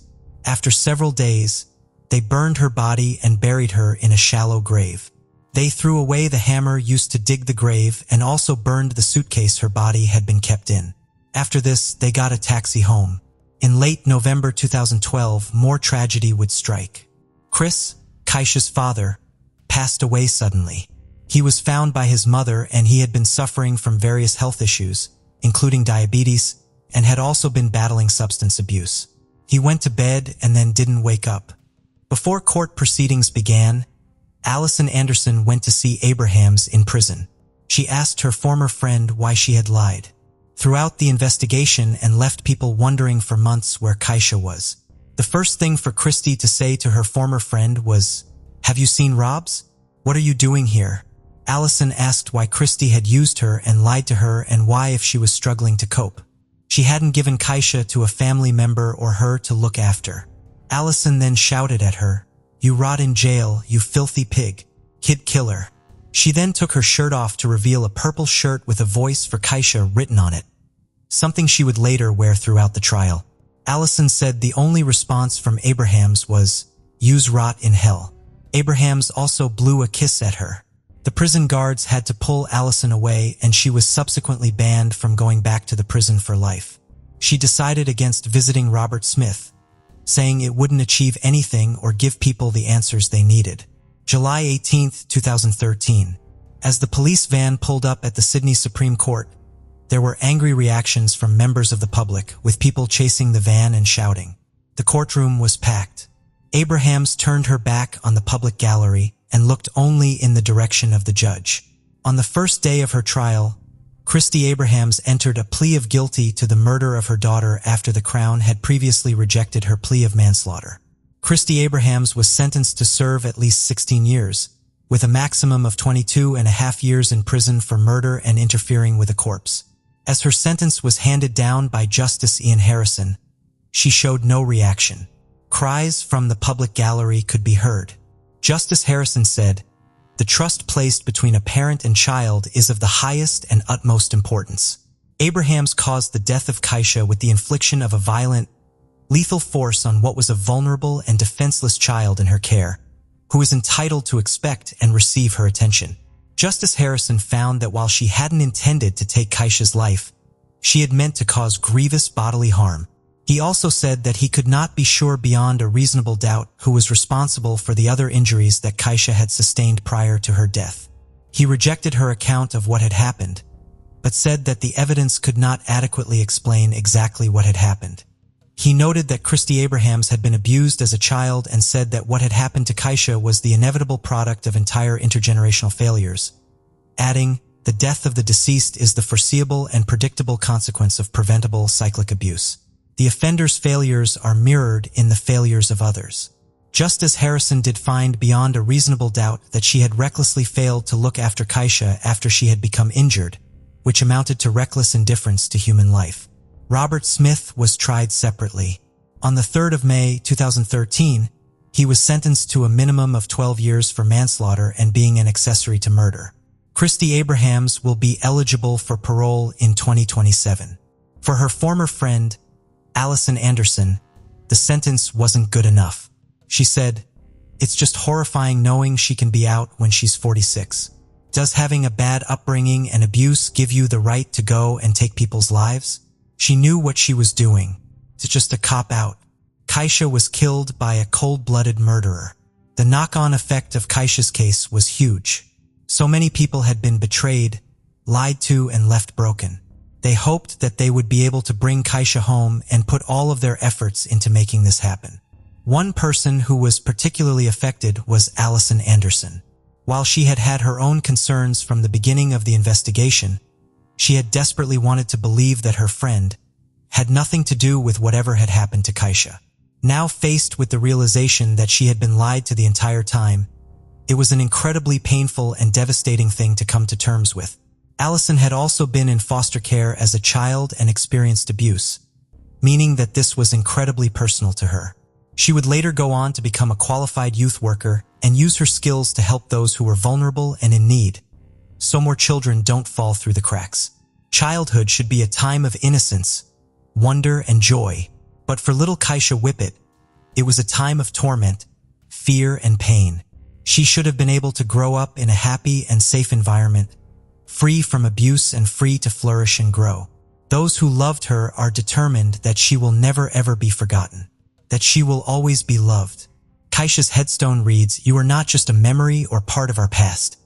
You're part of our family as long as it lasts."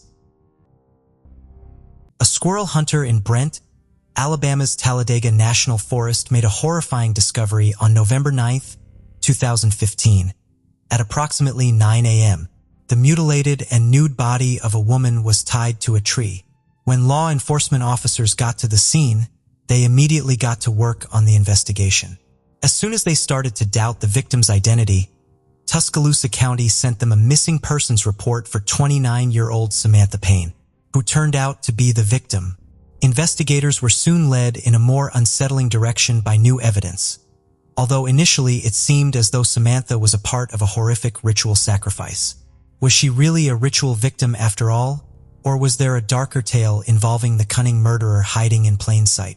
Today's case takes us to Tuscaloosa County in western Alabama, a significant hub for the state's business, education, and industrial sectors. With 227,000 residents, it is the fifth most populous county in Alabama. Tuscaloosa County is renowned for its picturesque landscape and designated wilderness areas. It is bordered by the Appalachian Mountains and the southern Gulf coastal plain. Additionally, the University of Alabama, a prestigious school and a significant employer in the area, is located there. Tuscaloosa County has a fair share of crime, just like the majority of other counties of similar size. However, as of 2023, the crime rate has significantly decreased due to law enforcement efforts. But in the fall of 2015, a pretty graphic murder that shocked the locals in Tuscaloosa County made headlines. On Monday, November 9, 2015, at 9:00 a.m., Jeffrey Ellion, a squirrel hunter, was traveling through the Talladega National Forest south of Tuscaloosa County. He came upon a horrifying scene as he got closer to a thicket of trees close to South Sandy Road. A woman's naked, disfigured, and headless body was bound with barbed wire to a tree. She lay with her head about 14 feet away from the tree. After a distraught Jeffrey called the Tuscaloosa County Sheriff's Office in a panic, deputies showed up on the scene shortly after. Investigators were taken aback by how violent the crime was. The woman's body was so severely decomposed and looked to have been severely beaten that the authorities realized it would be challenging to identify the victim. The body was brought to the Tuscaloosa County Medical Examiner's office along with the severed head. In an attempt to explain the grisly incident, investigators searched the area. Investigators ruled out the idea that the scene was a cult sacrifice ritual because there were no altars or other markers to indicate the location. The crime scene was searched, but no clues were found. There were no obvious drag marks or tire impressions. Neither identification papers nor personal items were found in the vicinity of the body. Due to a dearth of evidence, investigators had to entertain a different theory. The victim had been attacked elsewhere and then brought to the forest to be executed. The complete absence of forensic evidence baffled investigators, but two unexpected leads surfaced back at the sheriff's office. Despite no evidence being found at the crime scene, investigators learned of a missing persons report for Samantha Payne, a 29-year-old local woman. That same day, Suzanne Payne, her mother, stated that she had not seen her daughter since Friday, October 30th, 2015. Although Samantha's photo could not be matched to the decomposed remains from the crime scene, there was a good chance that the victim was the missing woman. If the coroner's report could confirm that Samantha Payne was their victim, then the police would have to rely on it. Dr. Stephen Dutton conducted the victim's autopsy. He found it difficult to pinpoint the victim's identity and the precise cause of death. This was caused by the victim's severe injuries and mistreatment in addition to the decomposed state of the remains. This included for broken ribs and multiple lacerations on the skin caused by a sharp object. Her teeth had been extracted, along with her finger and toenails. The most perplexing finding, though, was the absence of her internal organs. Dunton was unable to establish whether the victim's organs were harvested by a murderer or scavenged by untamed animals, but it was clear that this was a homicide based on the manner the body had been tied to a tree and dismembered. DNA was taken from the body by the coroner and sent to be tested on Samantha's relatives. A sheriff's deputy from nearby Hale County called in to report an intriguing piece of information while Tuscaloosa County investigators awaited a positive identification. Concerned neighbors close to the Talladega National Forest had reported an odd car that had been abandoned along South Sandy Road approximately 10 days prior. The deputy discovered a couple strolling by the side of the road and stopped to talk with them after going to look into the matter. The deputy reported to the police that the two individuals had given their names as Stephen George, 27, and Chili Bruce, 18. The deputy saw that their clothes were stained with blood, despite their claims that they had run out of gas and had to leave their car and walk home. After searching the two, he discovered that they were carrying crystal. The deputy informed the investigators that Chali and Stephen had been taken into custody at the Hale County Jail on charges of drug possession. Stephen and Chili were visited by detectives from the Tuscaloosa County Sheriff's Office at the Hale County Jail early on November 10, 2010. They both acknowledged that Samantha Payne was a friend of theirs when asked if they knew her. When investigators questioned Stephen and Chili about any information they had regarding the remains found in the forest, they unexpectedly confessed that the body found there was Samantha's. Furthermore, they acknowledged their involvement in the events that preceded her demise. They insisted, though, that they had nothing to do with her death. Rather, they accused Michael David Belcher, a 31-year-old friend of theirs. Investigators were told by Chili that Michael and Samantha were friends after their previous relationship ended. After Samantha threatened to report Michael to the police for stealing her car, Michael made the decision to kill her on Sunday, November 1, 2015. In addition, Chili gave investigators important information when she revealed that Michael was the rightful owner of the car she and Stephen had abandoned close to Talladega National Forest. She said that there was evidence in the car linking him to the murder. Investigators had a starting point with Chili's statement, but her cryptic answer suggested there was more to the story than what she had revealed. Stephen and Chili were taken to the Tuscaloosa Sheriff's County Jail by investigators, where they were charged with capital murder and detained without bond while awaiting additional questioning. The Tuscaloosa County Sheriff's Office also received Michael's car, which had been impounded in Hale County. Investigators discovered that their suspects were telling the truth after entering the vehicle registration number through the system. It is true that Michael Belcher owned the car. The investigators got ready for a challenging assignment as well. They had to break the news to Samantha's family that their lovely daughter had died horribly. On October 30, 1986, Samantha Christine Payne was born in Dallas County, Alabama. She was raised in a loving family consisting of her sister Katrina, two brothers, Stephen and Jonathan Payne, and her parents Roy and Suzanne Payne. Samantha's family said she was understanding and forgiving. She had put a lot of effort into her part-time jobs to pay for her college education. She had a reputation for cherishing her friends and giving thoughtful gifts. But Samantha had joined the wrong crowd in her mid-20s and began dabbling with crystal. Samantha's parents had made a concerted effort to assist her in breaking the habit, but she was unable to separate herself from her questionable new group of friends. The distraught parents were questioned by investigators regarding the last day they had seen her alive. Samantha's mother, Suzanne, stated that on October 30, 2015, she had gone to a Halloween party. On that day, Samantha turned 29. She wanted to dress like Dorothy from The Wizard of Oz, but she was afraid her friends would make fun of her. Since it was her birthday, Suzanne had consoled her daughter and told her to go enjoy herself. Samantha's parents never thought it would be the last time they would see their daughter as a beaming Samantha left the house. A warrant was issued for Michael Belcher's arrest based on the information that Chili and Stephen provided. Michael was brought in for questioning at the Tuscaloosa County Sheriff's Office on November 11, 2015, but he was uncooperative right away. Even though he denied knowing Samantha's whereabouts and steadfastly refused to acknowledge his role in the murder, the investigators' investigation was not yet at a standstill. Given that Stephen and Chili had already admitted to seeing Michael kill Samantha, investigators attempted a different approach. They made a plea agreement with Stephen and Chili, offering them a lighter sentence in court in exchange for their testimony against Michael. They both nodded, and the harrowing account of what transpired before Samantha's murder started. Stephen and Chili claimed that they had continued their drug-fueled party with Michael and Samantha on Halloween night well into the next day, well past midnight. Two additional friends, Alyssa Watson, 22, and Marcus George, 34, joined them. All six of them were smoking meth on the evening of November 1, 2015, at Michael's father's motorcycle repair shop. Michael was regarded as their ringleader by the group who frequently congregated at the store. Stephen proposed to the group that they take Samantha's car when she went to use the restroom. After removing the keys from Samantha's purse, Stephen and the other three men drove off with the vehicle. Samantha did not seem to care about the men's absence when she got back, and she did not even realize her car was missing. The men eventually made their way back and resumed smoking meth. Stephen revealed to Chili and Alyssa that they had taken Samantha's car's battery and catalytic converter before setting it on fire.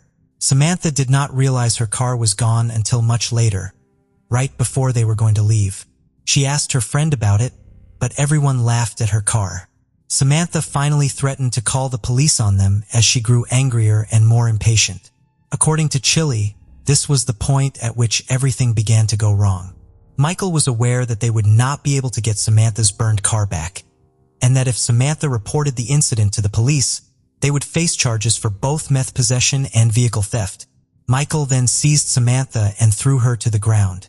After he repeatedly punched and kicked her until her face was covered in blood, the group loaded her into Michael's car trunk and drove around for hours while Samantha sobbed. However, her night of agony was far from over. After some time, the group reached Michael's residence. Michael gave Samantha the order to undress before they entered. Samantha's humiliation at having to enter the house nude in front of her friends was intolerable. Samantha's feet and wrists were restrained inside the home with a belt, shoelaces, and cable. Again, for hours on end, she was beaten by the group. Samantha's survival was not an option, in Chili's own words. Once more, they placed Samantha in Michael's vehicle's trunk and proceeded to the Talladega National Forest, the site of the ultimate act of this horrifying brutality.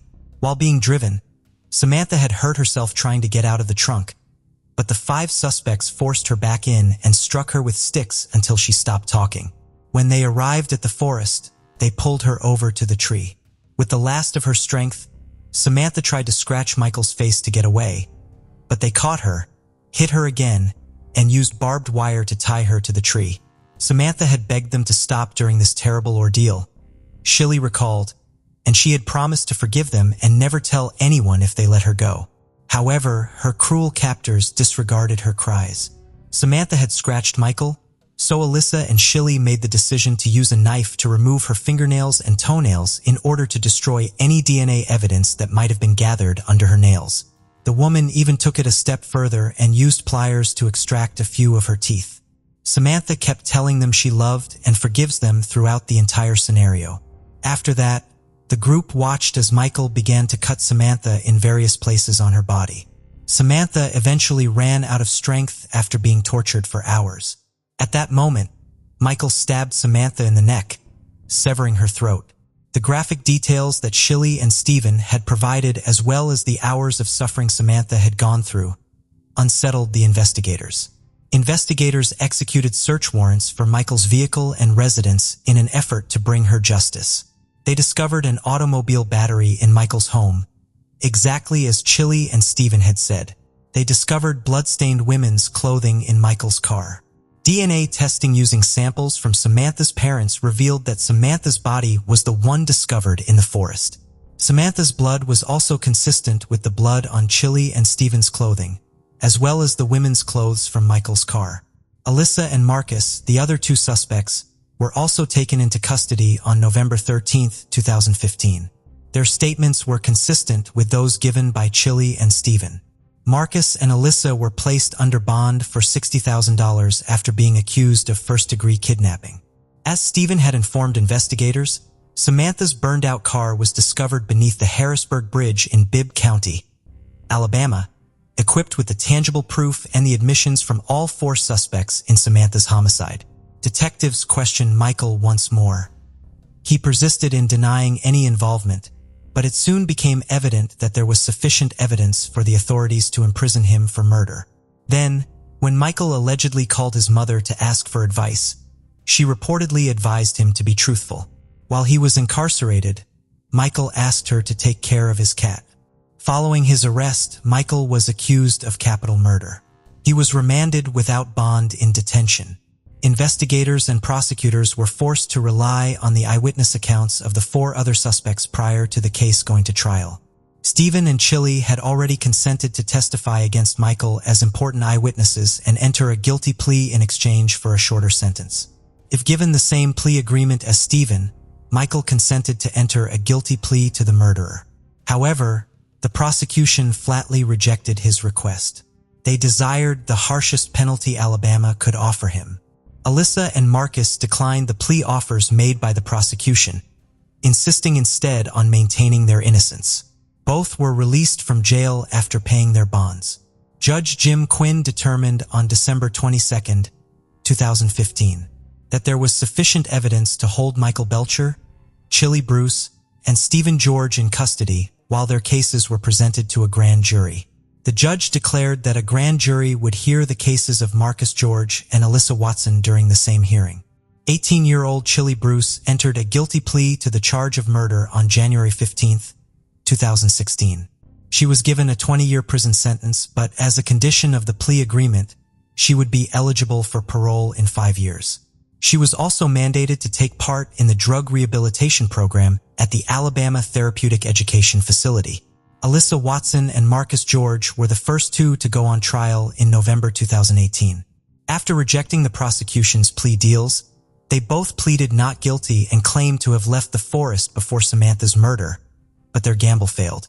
Alyssa and Marcus had been involved in the entire situation, according to Chili's testimony.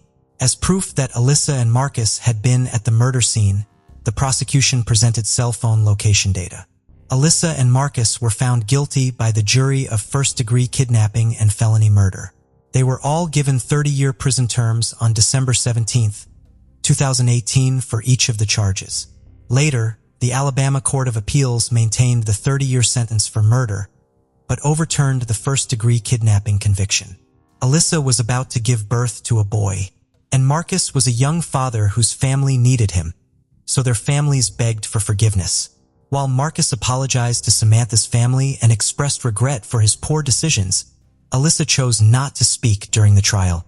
But in her address to the jury, Samantha's mother, Suzanne Payne, called Alyssa and Marcus two of the most callous and evil non-human creatures that had ever walked the earth, and expressed her hope that they would always be haunted by Samantha's voice, pleading for mercy.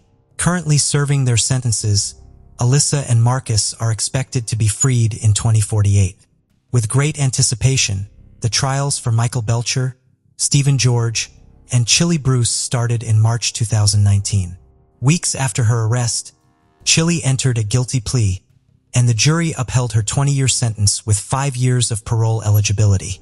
A few days into the trial, Stephen, like Chili, entered a plea agreement and admitted to killing Samantha. He described in detail how Michael killed Samantha, and his indignant corroborated Chili's. Nonetheless, the jury concluded that he had been heavily involved in Samantha's demise. It was Stephen who proposed car theft and initiated the entire criminal activity. Therefore, the jury found Stephen guilty and gave him a life sentence in prison, even though they had promised him a reduced sentence. Thanks to the plea agreement, he barely avoided the death penalty. Michael Belcher was next in line. The prosecution made their case and portrayed Michael as the gang's ringleader. The prosecution claimed that Michael had already planned to kill Samantha after the three men stole her car based on the testimony of Chili and Stephen. His drug-induced rage had driven him to kill the young woman so violently out of fear of being discovered. Michael was given a death by lethal injection sentence on April 3, 2019 by Judge Brad Almond following the jury's recommendation. At the sentencing hearing, Michael expressed his sincere apologies for Samantha's ordeal, saying that words could never fully capture his sorrow and grief. But Suzanne, Samantha's mother, did not think Michael could really feel regret for what he had done. The age of 26, Chili will be released on probation in late 2023. Michael is incarcerated at home in prison on death row, and Stephen is still there for life. The sorrow of Samantha's passing will always be with her family. After Michael Belcher's trial and sentencing, Suzanne Payne talked to the media about her life without Samantha. She cried as she recalled how unique her daughter was. She was always able to find the good in everything and was quick to smile. It has been said by Samantha's parents that losing their daughter was like having no sun in the summer and no cold in the winter. Since that was also the last time they ever saw their daughter alive, they still mourn her loss every Halloween when it is her birthday. To ensure that Samantha's legacy endures, Suzanne has devoted her life to sharing her story. The risks of putting our trust in individuals who might not be acting in our best interests are brought to light by our case today. Samantha was the kind of person who did not see the negative aspects of people, which made her an easy target, according to what friends and family have said about her. Ultimately, her assassins used her innocence and good nature as leverage to take her life. On the evening of December 23, 1998, a distress call was made to 911 in San Diego, prompting firefighters to rush to La Jolla Scenic Drive. The scene they encountered was nothing short of shocking. A car completely consumed by flames. As the smoke dissipated, a horrifying sight came into view. The charred remains of an individual in the passenger seat. The vehicle, which had Kansas license plates, was registered to a man named David Stevens, a 38-year-old resident of Pacific Beach, San Diego. This grim discovery marked the commencement of a perplexing case. The question arises, who exactly was David Stevens, and what events led to this tragic occurrence along one of San Diego's most picturesque routes? San Diego, California, renowned for its breathtaking beaches, parks, and year-round Mediterranean climate, is also notable for its strong ties to the United States Navy, as well as its prominence in the fields of healthcare and biotechnology. With a population exceeding 1.3 million residents, it stands as the 8th most populous city in the United States and the 2nd most populous in California. San Diego's rich history dating back to its establishment in 1769 and its diverse population contribute to a distinctive way of life that harmonizes recreational opportunities with a profound appreciation for its past. However, like any major city, San Diego faces its share of challenges, including crime. It is within this context that the cold case of David Allen Stevens, which had remained unsolved for years, was finally resolved in 2023. David Allen Stevens, born on October 23, 1960, in Osmond, Pierce County, Nebraska, led a life that remains somewhat shrouded in mystery, even after his untimely demise. While information about his father, Gerald Lloyd Stevens, is available, details regarding his mother and early years are scarce. Nevertheless, what is known paints a portrait of a man who held a significant position in the corporate world. He served as a marketing manager at Perfect Match, a dating service, a role that likely granted him unique insights into the intricacies of personal relationships. The irony of this is not lost, considering the enigmatic circumstances surrounding his own personal life and tragic end. On December 23, 1998, in San Diego, a sudden explosion disrupted the tranquility of an otherwise ordinary day. The loud boom, reminiscent of a gas explosion, prompted an immediate response from the San Diego Fire Department. Racing to La Jolla's Scenic Drive, firefighters were met with a vehicle engulfed in flames. As they battled the blaze, a journalist captured the intense scene, documenting the extinguishing of the fire.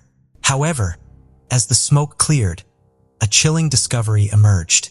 The charred remains of a human body were visible in the passenger seat, marking the beginning of a complex investigation. Further investigation revealed that the car's license plates were registered in Kansas and belonged to a 38-year-old man named David Stevens, who resided in Pacific Beach, San Diego. The mystery deepened as homicide detectives turned their attention to Stevens' apartment, searching for any clues that could shed light on the events leading up to his death. Inside the apartment, they stumbled upon intriguing signs that suggested he was not alone on his final night. In the bedroom's wastebasket, detectives found a discarded contraceptive wrapper and a tube of KOY jelly, indicating the presence of sexual activity. Additionally, 2 glasses on the nightstand, one bearing lipstick marks, hinted at the company of a woman. Strands of long, straight black hair, likely belonging to a female, were discovered in the bathroom. The bedroom itself provided even more intriguing clues. Investigator Joseph Cristenziani, one of the homicide investigators from the San Diego Police Department, observed 2 sets of fingerprints on the mirrored headboard of Stevens' bed. The size difference between the 2 sets suggested the involvement of both a man and a woman. The positioning and number of fingerprints indicated that an intimate encounter had recently taken place in the apartment.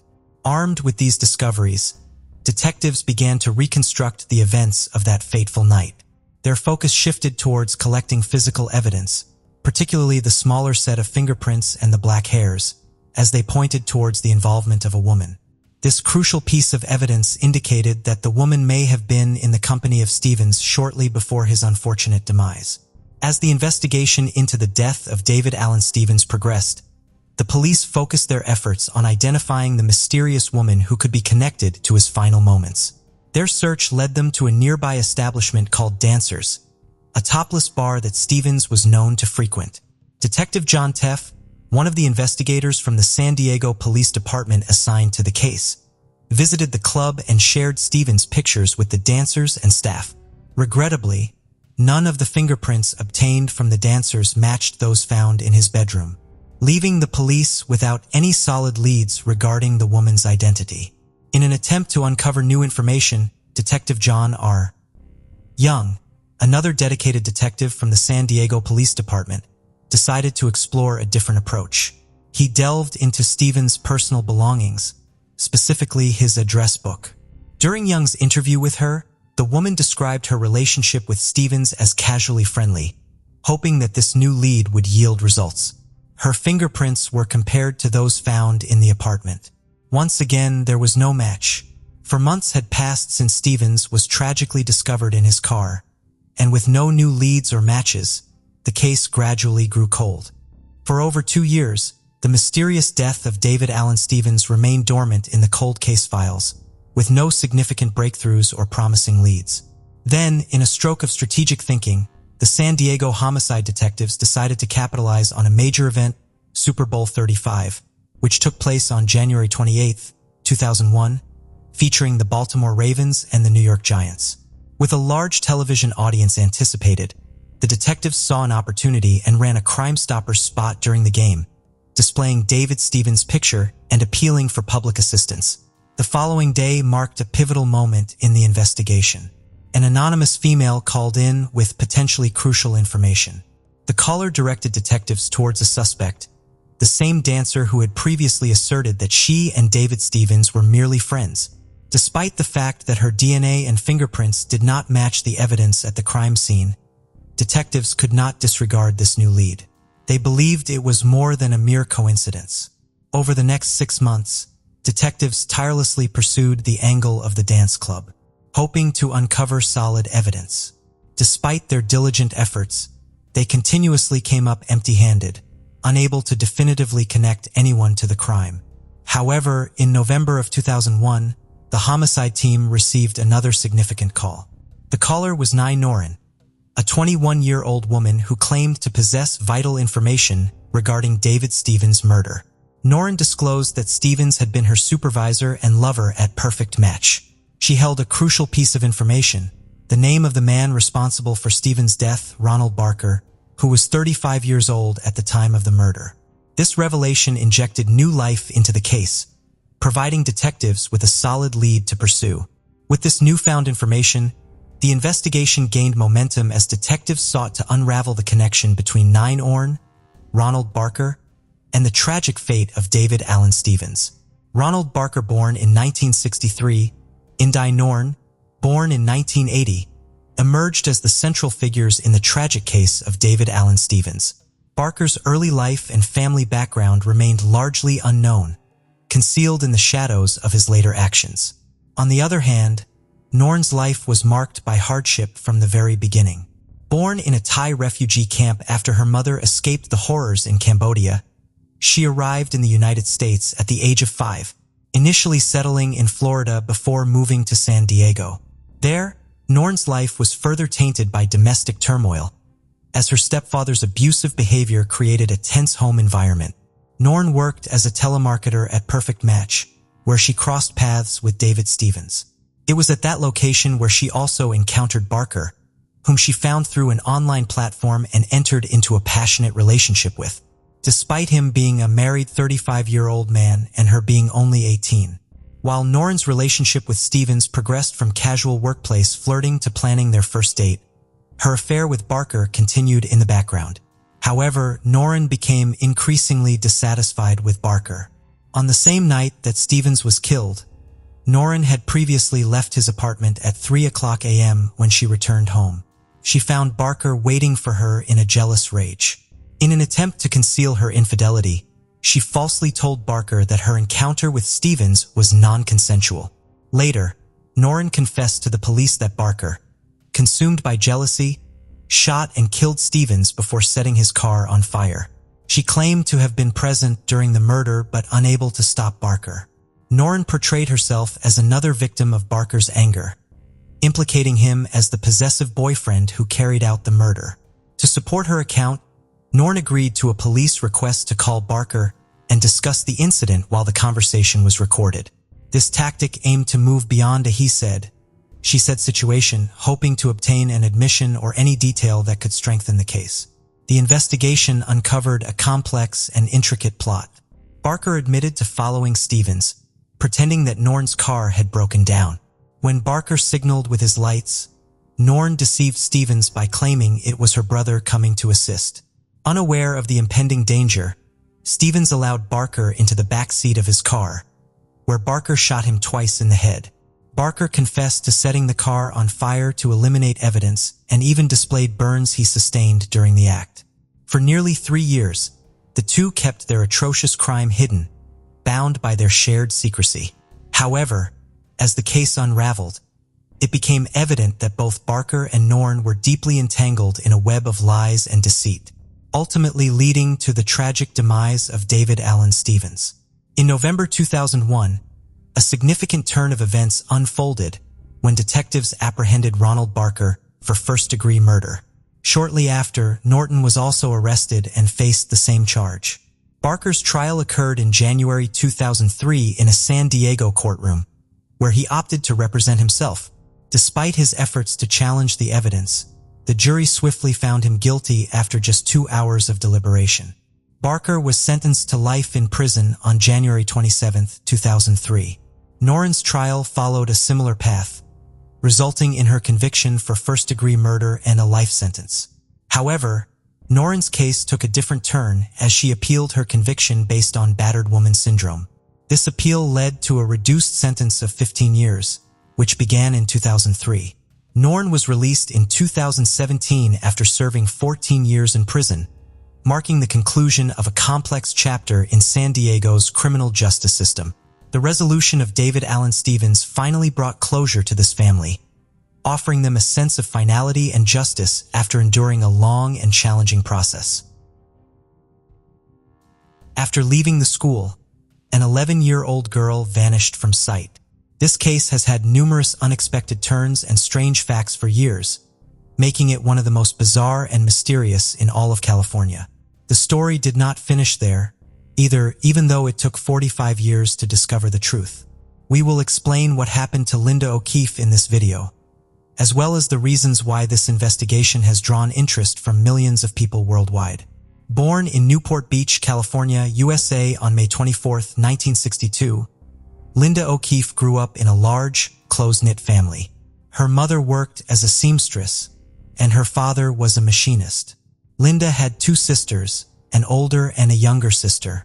Linda enjoyed drawing, playing the piano, and spending time in nature and with animals. On warm summer days, she took advantage of every opportunity to visit the beach, which was only 800 meters from her house. The girl was also a Girl Scout and went to summer school.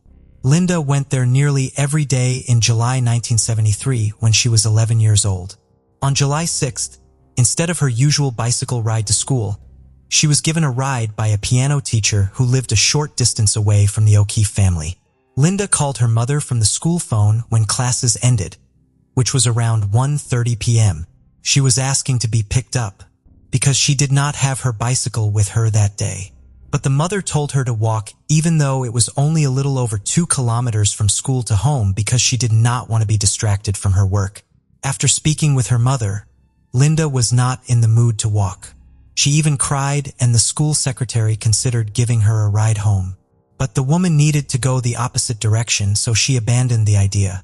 Linda left the school, sat outside for a while, and then headed home. Her route should have taken no more than half an hour, but the girl was clearly late. Her mother did not give it much thought at first.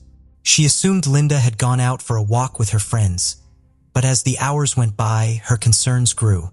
Her mother made the decision at 6 o'clock in the evening to call all the people she knew whose kids lived close by and might have gone out with her daughter, but none of them had seen Linda that day.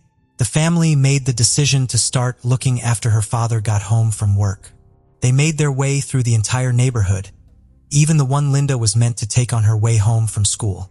When it got dark outside and they were still unable to locate the girl, the parents decided to call the police.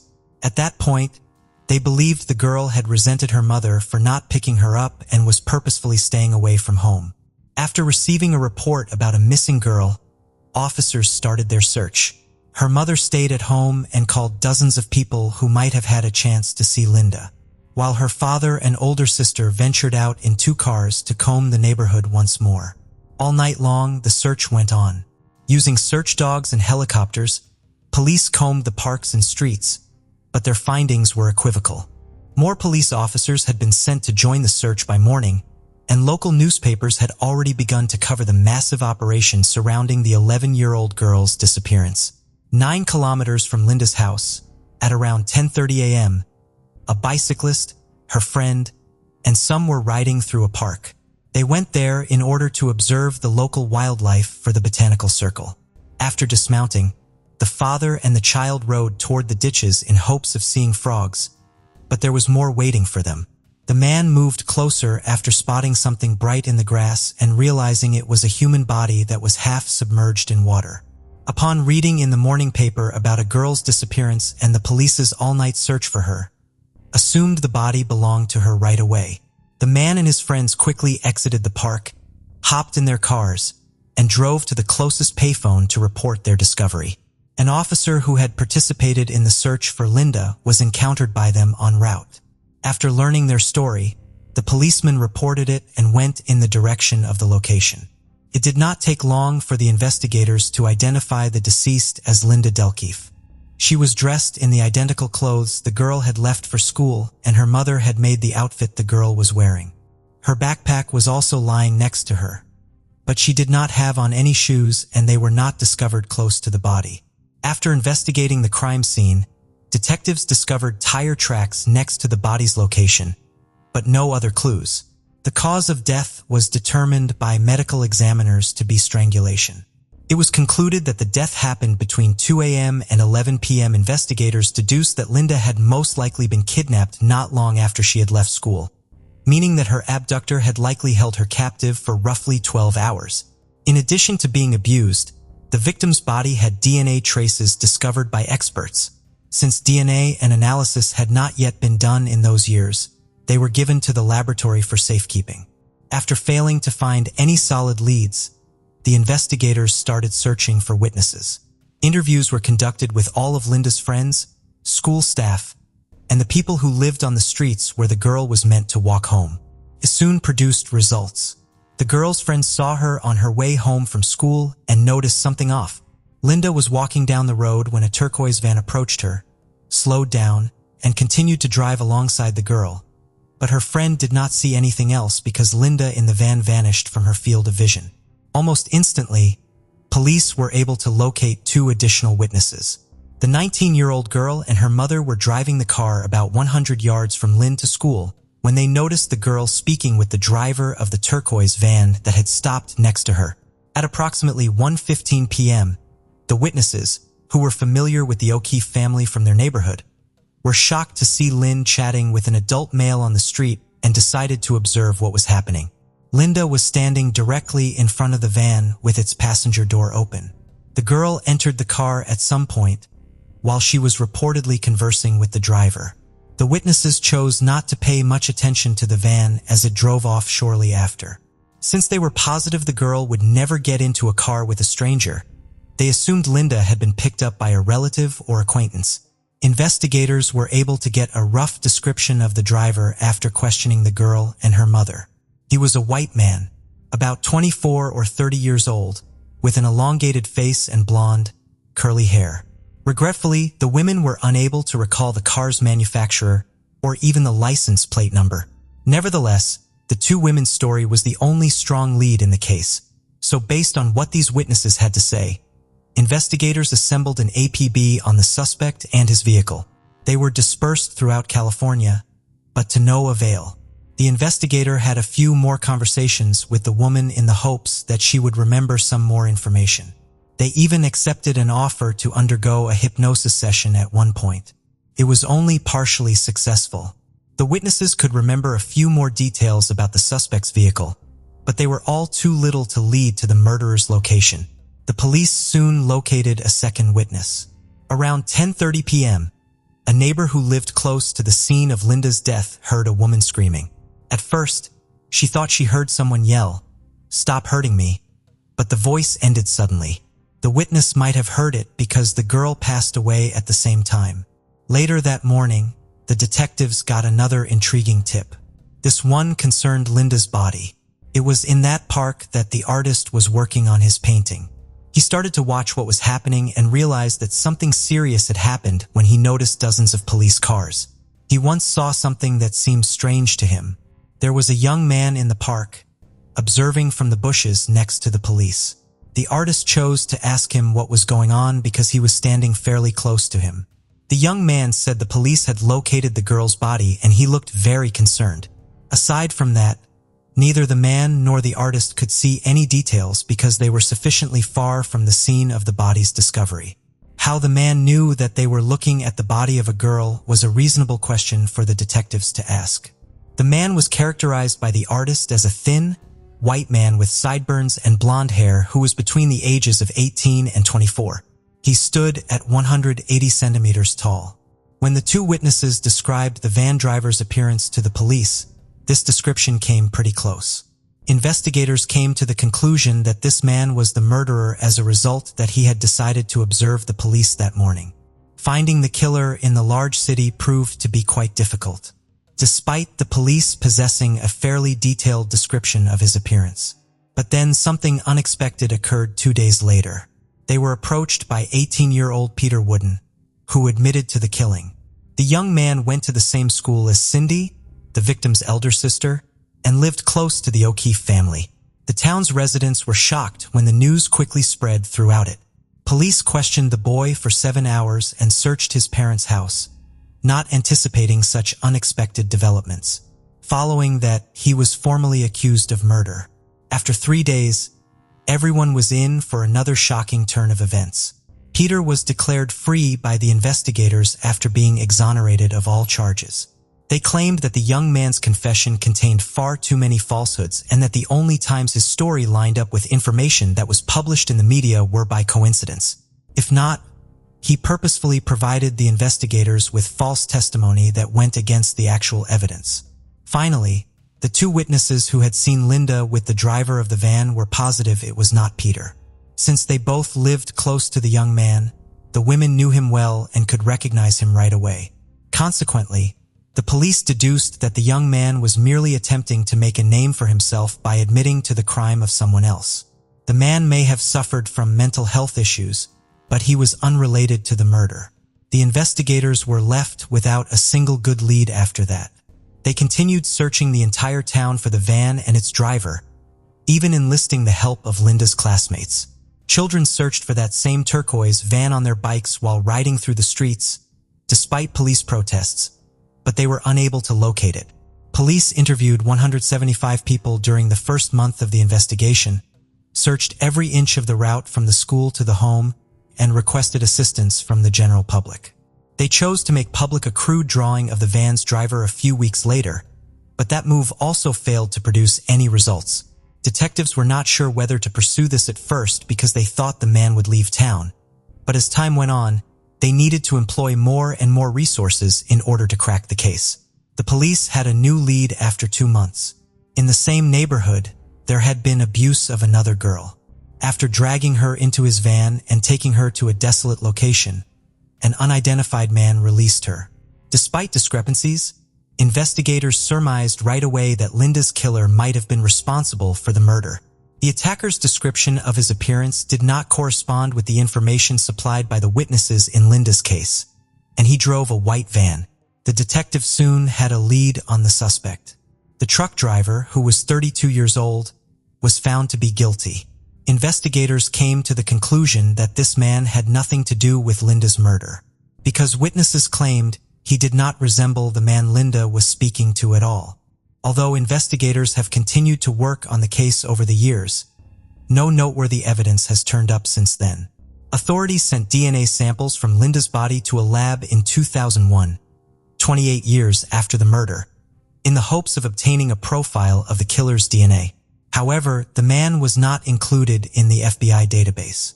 This suggested that either it happened before they began collecting DNA from offenders or the murderer had not been charged in any prior criminal cases. Experts attempted, but were unsuccessful, to locate his next of kin in that database a few years later.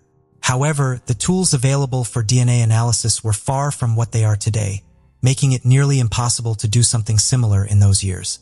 Around the middle of 2010, there was a breakthrough in the field of forensics, which gave the police new tools for locating suspects. Not to be left behind, investigators in Linda's case also turned to a private lab known as Parabon in 2018. They sent detectives a picture of a man created using Linda's murderer's DNA. DNA phenotyping is an innovative technology that enables you to identify various physical characteristics of an individual based only on a small sample of their DNA. Experts assembled two portraits at the same time, implying the perpetrator's possible ages of 20 or 60. This portrait was surprisingly accurate to the testimonies of witnesses who had 45 years earlier seen the suspect alive. Investigators in Linda's did something no one had ever done before. In most cases, they would contact people who may have known the man and published portraits of him in the media to garner public attention. Exactly 45 years after the murder, on July 6, 2018, they shared a string of messages on Twitter on behalf of the victim. The final day of Linda's life was detailed in the sequence of 68 messages. The way the investigators presented this data made it seem as though she was telling the public directly what had happened to her on July 6, 1973.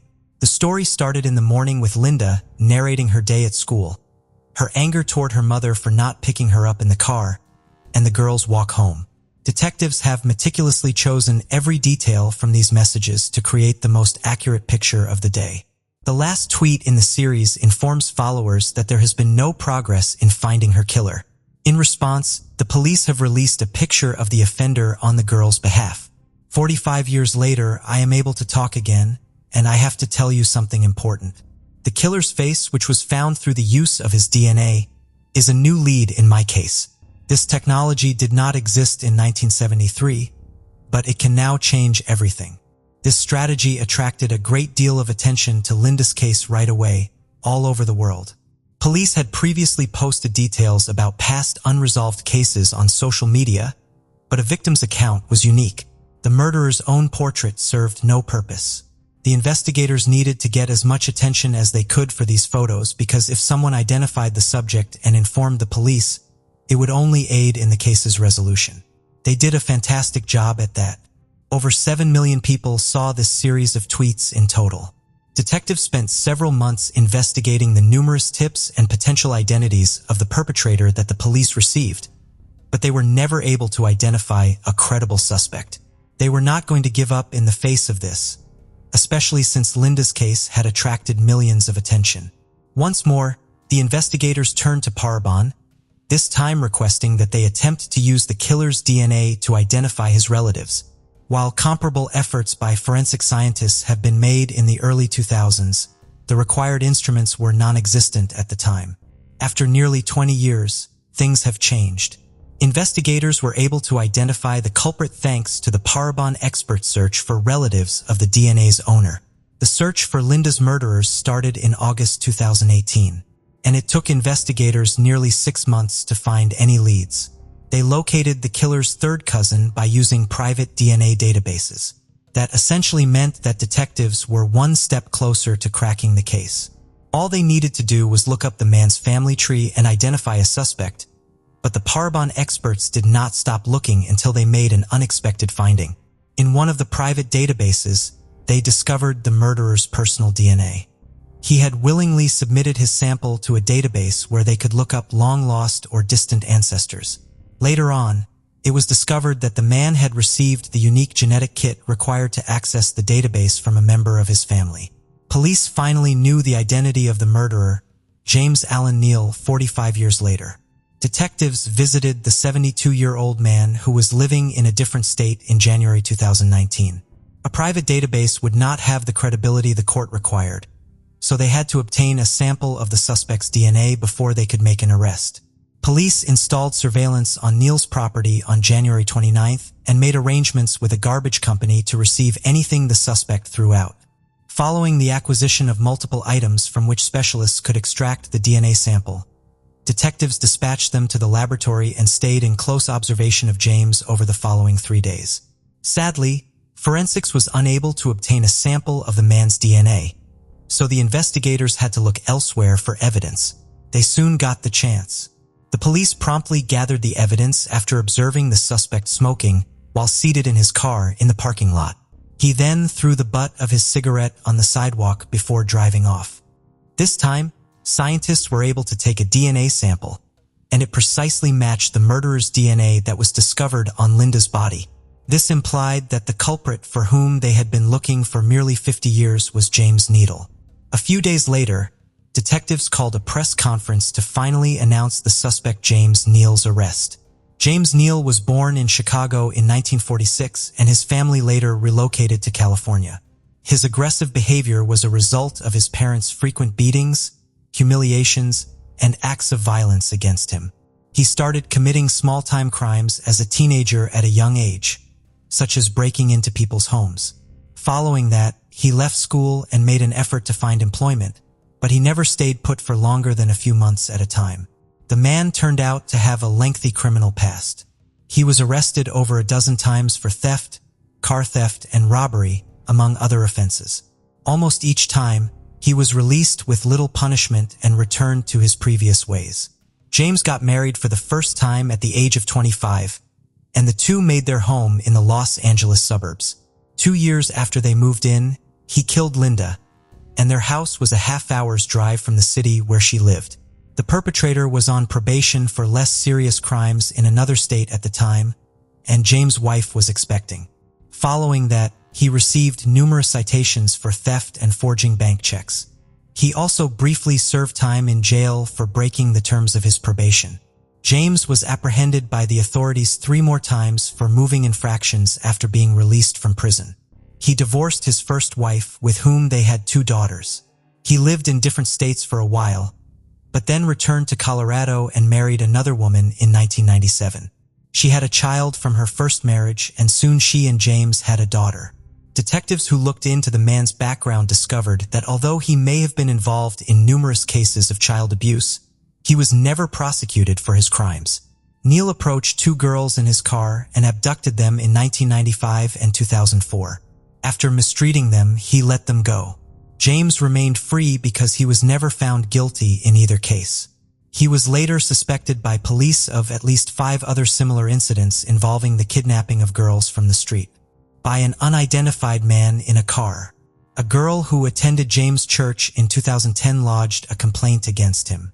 She acknowledged that she had been molested for months by the man, who was 63 years old at the time. Neil admitted after all the victims reported multiple instances that were similar, all that followed was an inexplicable event. In some way, the victim withdrew her accusations, the case was quietly dropped, and the man avoided punishment. James went back to living his life as usual, staying out of the police's notice for the following 9 years until his arrest for Linda's murder. When asked if he had ever kidnapped the girls, the man denied any involvement. He claimed to have never seen Linda when shown a picture of her, saying that she reminded him of one of his daughters. In any case, the court ought to have found the suspect guilty because it was evident that his DNA was on the victim's body. Still, detectives made every effort to gather as much information as they could. They searched for evidence that James owned the turquoise van, but they were unable to locate any. But this was clarified very quickly. He worked in an apartment building and had access to the service van at the time of Linda's murder. Investigators discovered multiple hard drives containing the listed materials when searching his house. On his smartphone, there were also comparable images and videos. On his computer, there was also something intriguing. It transpired that James had researched the past of violent offenders apprehended via DNA testing. It seems that he was fully aware that the police could use DNA to connect him to a number of crimes. For the detectives, there was still another unexpected finding. James had Linda's name tattooed on his wrist following his examination prior to being placed in a cell. Investigators believed that he had done so as a memento of his victim. But as it happened, it was strange coincidence. The tattoo was obtained by James a long time prior to the murder, and the police verified this. The trial was scheduled to begin in February 2020, a year after the arrest of the pandemic caused it to be postponed. Although James persisted in claiming his innocence, investigators were convinced that he was the one who killed Linda. But a trial was never held in this case. James was hospitalized in May and passed away from lung cancer 2 days later. Prior to his arrest, he was unaware of this illness, and by the time it was discovered, it was too late to start treatment. And so, the 50-year-old case was finally closed. Investigators planned to continue looking into the possibility that James may have had numerous other victims. Linda's parents died before the culprit was apprehended by the authorities. Her mother, who declined to pick up the girl from school, blamed herself for everything that had happened to her during her life. Linda's sisters expressed their gratitude to the investigators for their perseverance and determination in solving the case. Their parents' passing before this day was the only thing they regretted. On the eve of Christmas in 2014, as the world hummed with festive cheer, Samina Imam, a 34-year-old marketing manager for Costco in Cardiff, South Wales, was preparing for the holiday season. She also had plans to visit her family in Essex the day after Christmas. But on Christmas Eve, Samina was all excited for a special date. Before heading for her date, Samina decided to make a quick stop at Costco to pick up a bottle of wine. Little did she know, this was the last time that anyone would see her. As Christmas passed, and Samina didn't return home to visit her family, her absence became a cause for concern. Her friends and family frantically tried reaching out to her, their hearts pounding with a growing sense of dread. Hours turned into days, but there was no sign of Samina. Where did she go? What could be the reason for her sudden disappearance? Cardiff, located in South Wales on the southeastern coast of the country, is the capital of Wales. Cardiff transforms into a winter wonderland during Christmas. The city is adorned with twinkling lights, charming Christmas markets pop up, and festive activities abound. For history buffs, Cardiff Castle stands tall, painting pictures of knights and ancient nobility within its walls. Wandering through Cardiff Market is a feast for the senses, with scents of freshly baked bread and spices filling the air, drawing you into a world of local flavors and crafts. Yet Cardiff isn't just about its history or market. It's alive with laughter, chats in the streets, and the genuine Welsh hospitality that fills its pubs and restaurants. From museums to the Wales Millennium Centre, Cardiff offers diverse experiences for everyone. But back on Christmas 2014, though the city gleamed under the warm glow of a million lights, unsettling shadows lurked beneath the surface. Samina Imam's life began in 1980 in the UK, nurtured by her loving father, Imam Dean, and a mother whose name remains cherished within the family. Her Pakistani heritage was a vibrant thread that wove through her life, enriching her with traditions and values. Samina's youth blossomed within the walls of Loxford High School in 1998, where she emerged as a bright and ambitious young woman. As a 34-year-old, Samina found herself in Coventry, where she took on the role of marketing manager at Costco. While details of her personal life are scarce, her presence was deeply valued, bringing joy to her family and colleagues.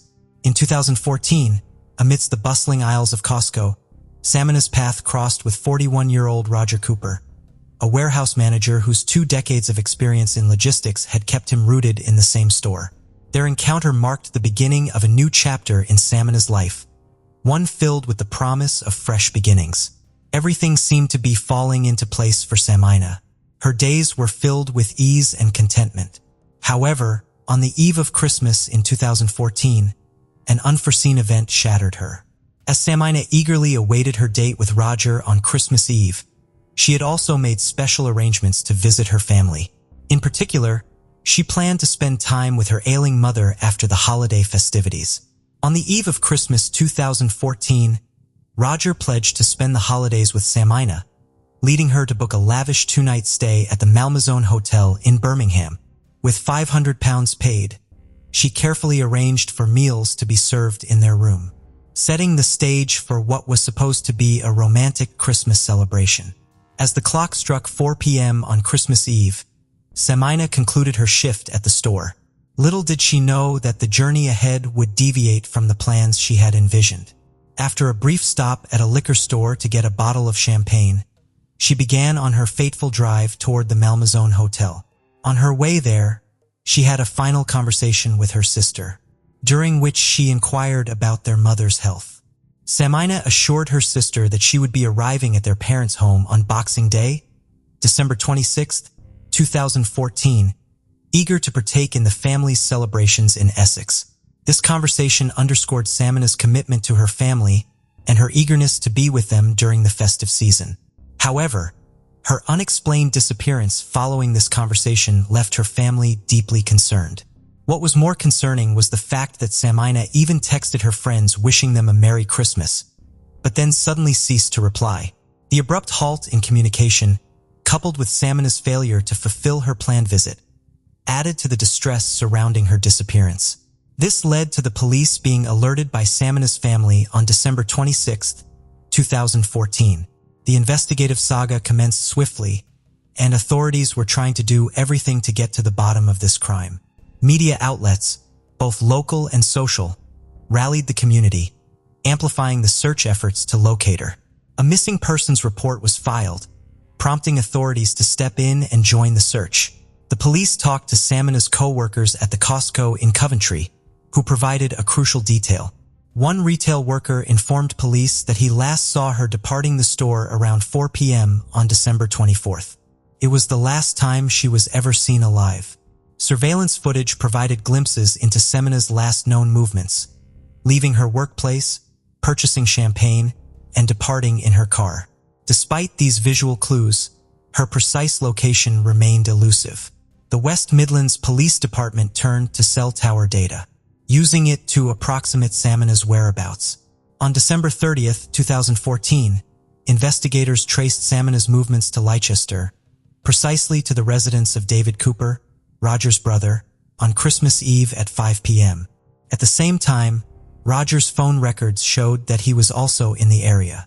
It seemed unlikely that it was a coincidence they were both there at the exact same time, raising questions about why they were there together.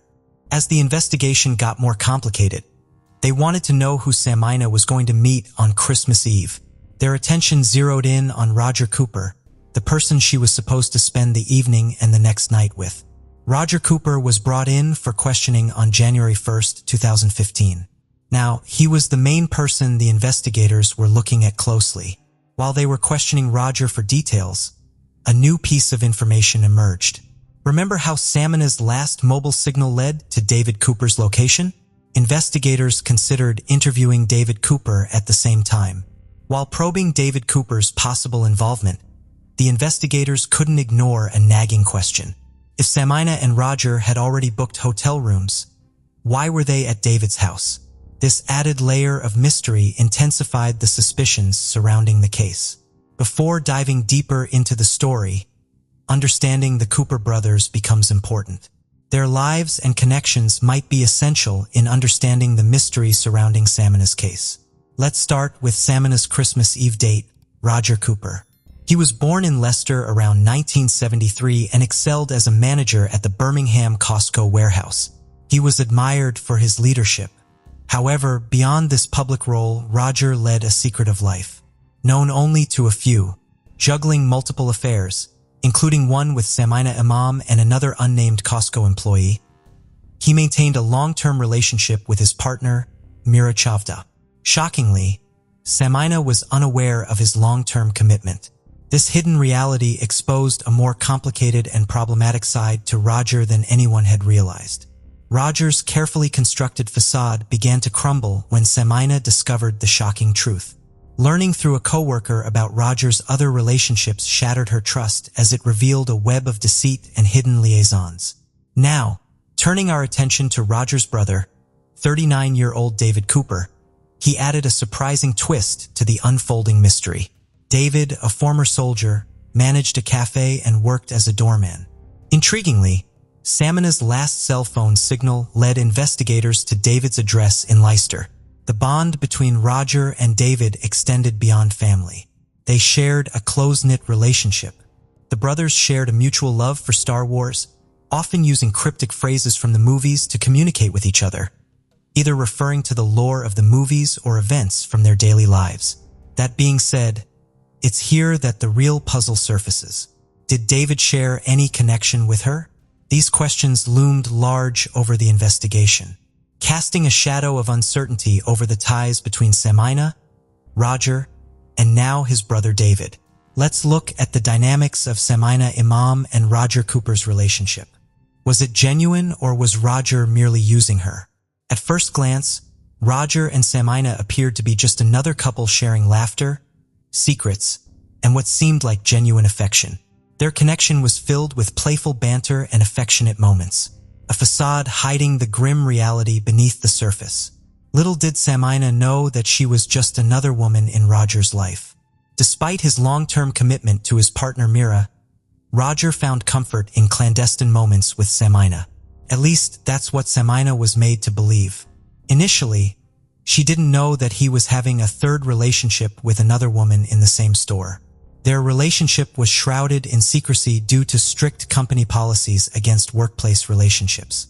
Yet, their bond grew stronger, blurring the lines between right and wrong, until Samina found herself hopelessly entangled. She saw a future with Roger, a peaceful life together, but there was a catch. He was already entangled in multiple relationships. Despite the red flags, Samina clung to the hope that Roger would leave his family for her. As their relationship deepened, Samina's desperation for a settled life intensified. She confronted Roger, issuing an ultimatum towards the end of 2014, divorce his wife or lose her forever. The facade of their perfect relationship shattered when Samina discovered Roger's infidelity, another lover hidden in the shadows of their workplace. Enraged and betrayed, she threatened to expose their affair to his wife and their employer. Roger, adept at manipulation, managed to soothe Samina's anger, convincing her of his loyalty and promising to file for divorce after the holidays. He also said they'd go away on Christmas Eve for 2 nights. It was at the very beginning of this ill-fated trip that Samina disappeared. Now diving into the investigation, the police had their sights set firmly on Roger Cooper and were also wondering about the involvement of his brother David. On January 4th, 2015, Samina's car was found in Luton, about 65 miles away from Coventry. Her handbags, suitcases, and items she brought were missing. The lack of fingerprints made investigators suspicious, but there was another interesting detail. The driver's seat was adjusted for someone taller than Samina, possibly over 6 feet. This suggested that someone else used the car after her shopping trip.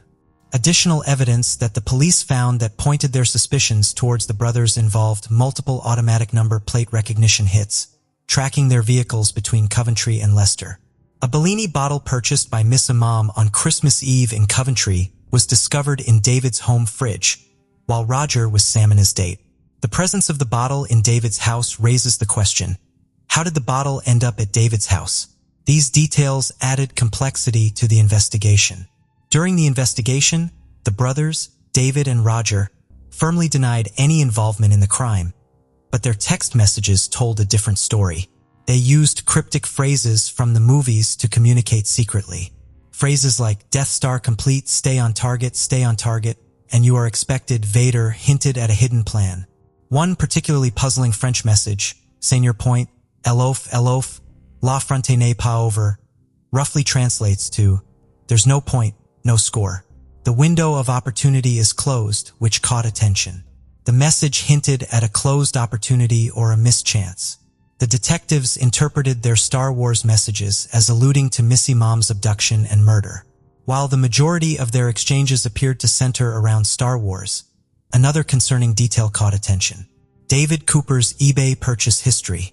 He had recently purchased chloroform, a substance well known for use to knock people out, but which also can be lethal in larger doses. When coupled with Samina's missing car and the various intriguing details, the plot thickened. After all the clues and circumstantial evidence pointed towards the Cooper brothers, they were arrested on suspicion of murder on January 7, 2014 and brought in for questioning. During the interrogation of the Cooper brothers, subtle yet crucial disparities began to emerge in their narratives. Roger Cooper presented a detailed and emotionally charged account of his last encounter with Samina, a level of detail and emotion that the police found excessive. Conversely, David Cooper took a different stance, asserting that he had no real knowledge of who Samina Imam was.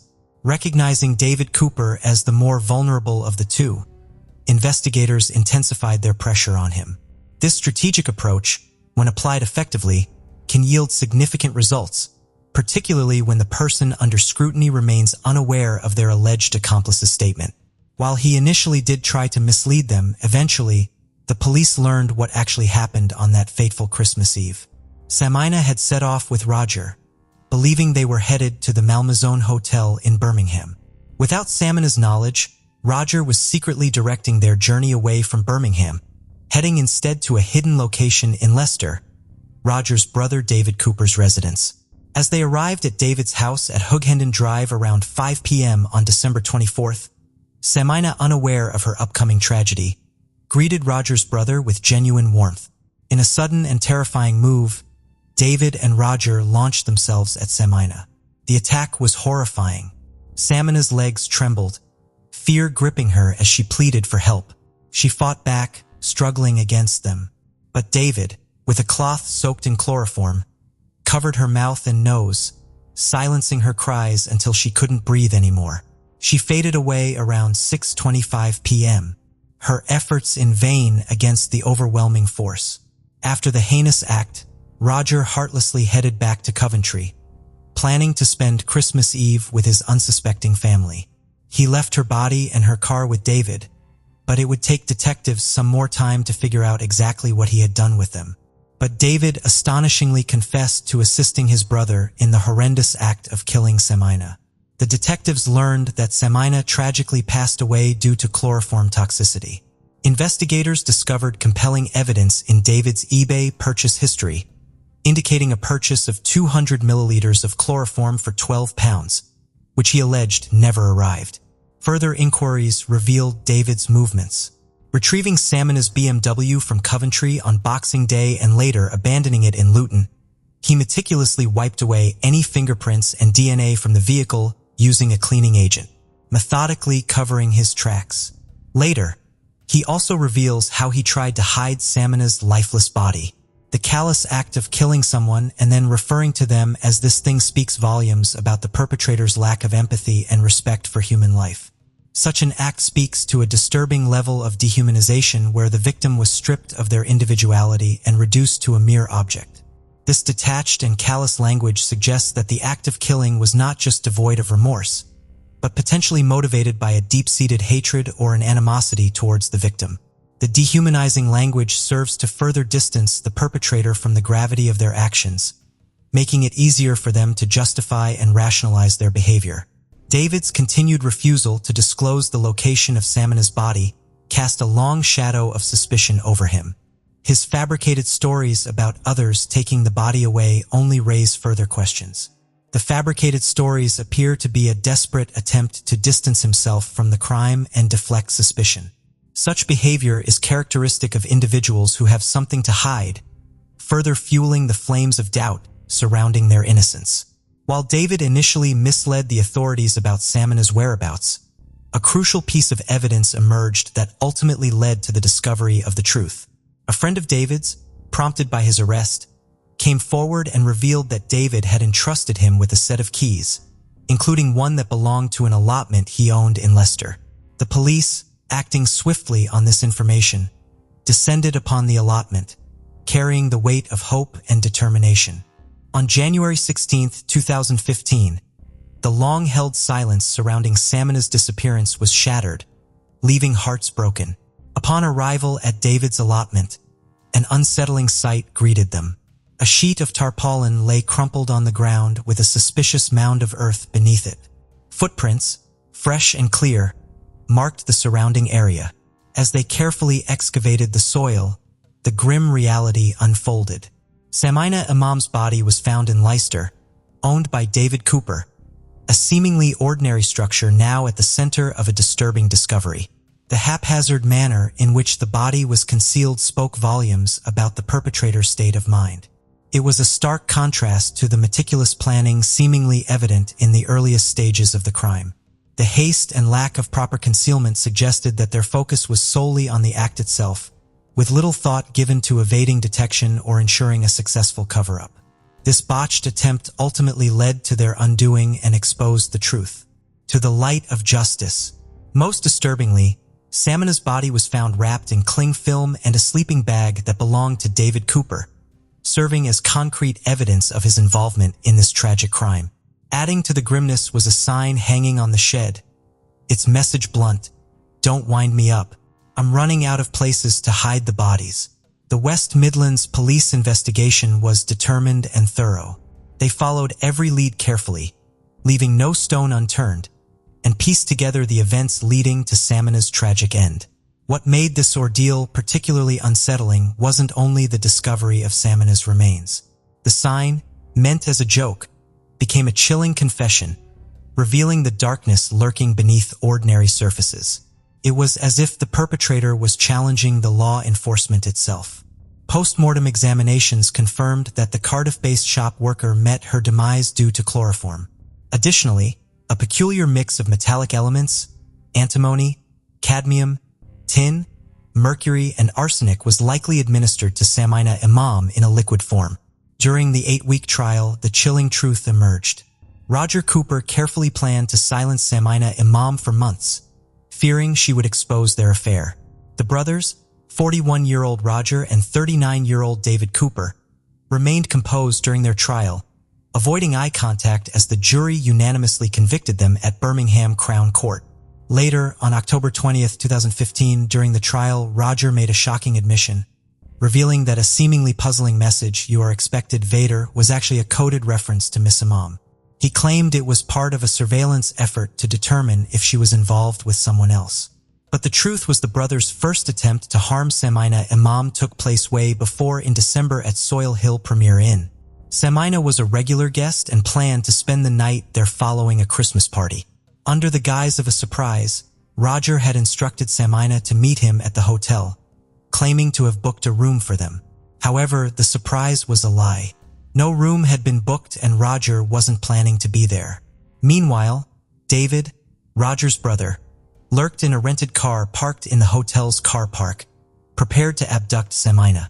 To communicate their plan, the brothers relied on cryptic messages coded in Star Wars references like "Death Star complete" and "Stay on target, stay on target." You are expected, however, on that day, the taxi stopped right at the entrance, which didn't give David a chance to get close to Samina. The plan failed and Samina safely entered the hotel. Frustrated, David sent a message to his brother in broken French, which translated to, "There's no point, no score. The window of opportunity is closed." Samina, just 34 and one of Roger's lovers, was later overpowered on Christmas Eve of 2014 at David Cooper's home, meeting a tragic death by chloroform. Despite their calm facade and planning, justice caught up with the brothers. Arrested under suspicion a week before Samina's body was discovered, they couldn't escape the truth uncovered by post-mortem tests. Their arrest and subsequent conviction by Judge Thomas on October 21, 2015 led to a life sentence for each with a minimum of 30 years of prison time. While sentencing the Cooper brothers, the killers, for life, Judge Thomas told the siblings, "The use of poison in a case such as this demonstrates a cold-blooded intention to kill, regardless of the consequences. You work together hand in glove in planning and carrying out the murder of a joyful and bubbly young woman, brutally betrayed by a man she loved and his brother." DCI Caroline Marsh, senior investigating officer, shared her views on this case outside court. She said, "I would say this is the most callous offense I've ever investigated. Most murders that occur are spontaneous events driven by anger or jealousy.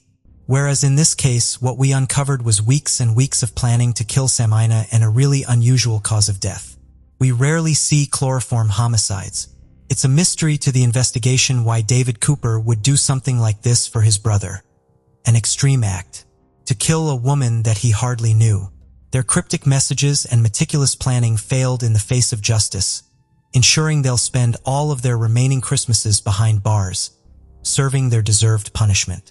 The anguish of losing Samina in such cruel circumstances was overwhelming for the family. The statement released by Samina's younger brother Imran Imam reflected the profound impact of her loss. He mourned not only the loss of his sister, but also the absence of her guidance and support during challenging times. Imran expressed the torment of contemplating Samina's final moments and the pain of not being able to seek her counsel anymore. The reminders of her absence were constant, with everyday triggers evoking memories that intensified their grief. This made it even more challenging to come to terms with their loss. The family's sentiments echoed a collective sense of shock, sorrow, and fear as they grappled with the reality of Samina's untimely and tragic demise, leaving an irreparable void in their lives. As we close this chapter on the tragedy of Samina Imam, it's impossible not to be shaken by the sheer senselessness of it all. Roger had countless opportunities to avoid this irreversible path. He could have chosen honesty, transparency, or even simply ending the relationship. Instead, he and his brother embarked on a calculated, cruel course of action that resulted in the loss of a vibrant life. This case stands as a stark example of the devastating consequences that can unfold when we prioritize personal desires over basic human decency. Let it serve as a cautionary tale, urging us to choose compassion and integrity over expediency and self-interest. May Samina's memory inspire us to uphold the values of honesty, respect, and accountability, ensuring that such a tragedy never befalls another innocent soul.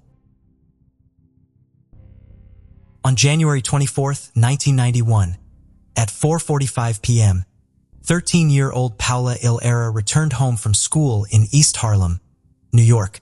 After being buzzed in by her mother, she entered the elevator of her apartment building and made her way to the 30th floor where her family lived. However, during this short journey, Paula mysteriously disappeared. 3 hours later, around 7:30 p.m., a man walking his dog discovered Paula's lifeless body half a mile away from her home.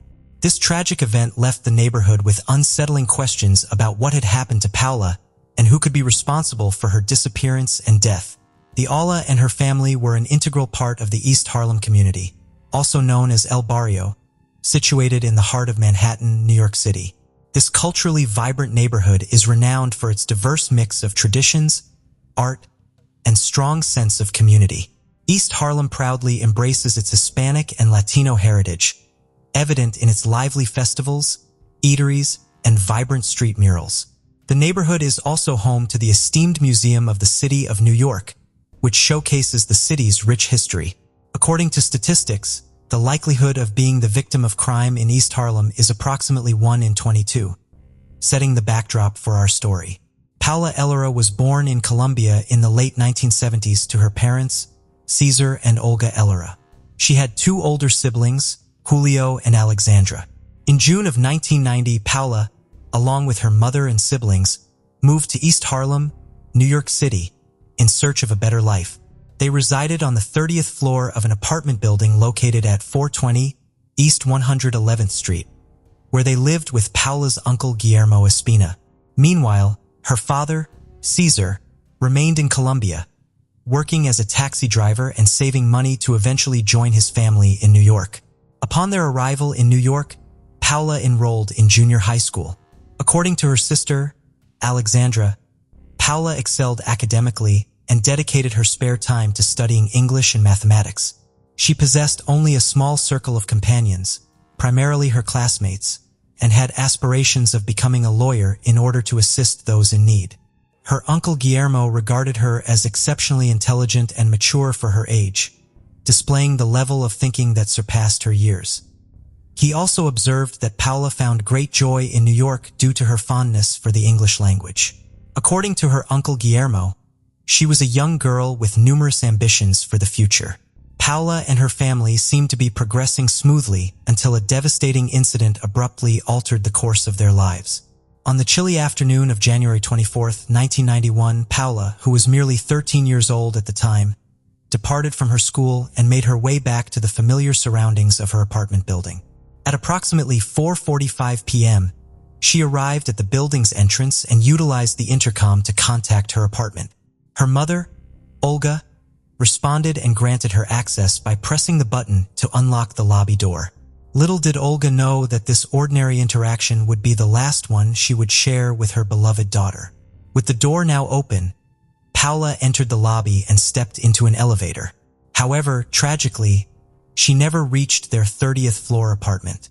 10 minutes later, when Paula had not yet arrived home, her brother and uncle grew concerned. They sensed that something was awry and decided to search for her. As they hurried down to the lobby, they discovered it to be completely deserted. They frantically scoured the neighborhood for Paula, but it was as if she had vanished into thin air. 3 hours later, around 7:30 p.m., a man who was out walking his dog made a chilling discovery. He came across a lifeless figure lying on a walkway near the East River. The area was strewn with drug-related paraphernalia such as vials, syringes, and used lighters. Tragically, the lifeless figure he found was Paula's slender body, and she had passed away. The location where she was discovered was situated approximately half a mile south of the apartment building where she resided. When detectives arrived at the scene, they were confronted with an immensely sorrowful sight. There were no leads to indicate the perpetrator of this crime. The only items found on Paula's body were a new Kids on the Block watch and a piece of chalk. Paula's murder deeply impacted her family and the entire neighborhood.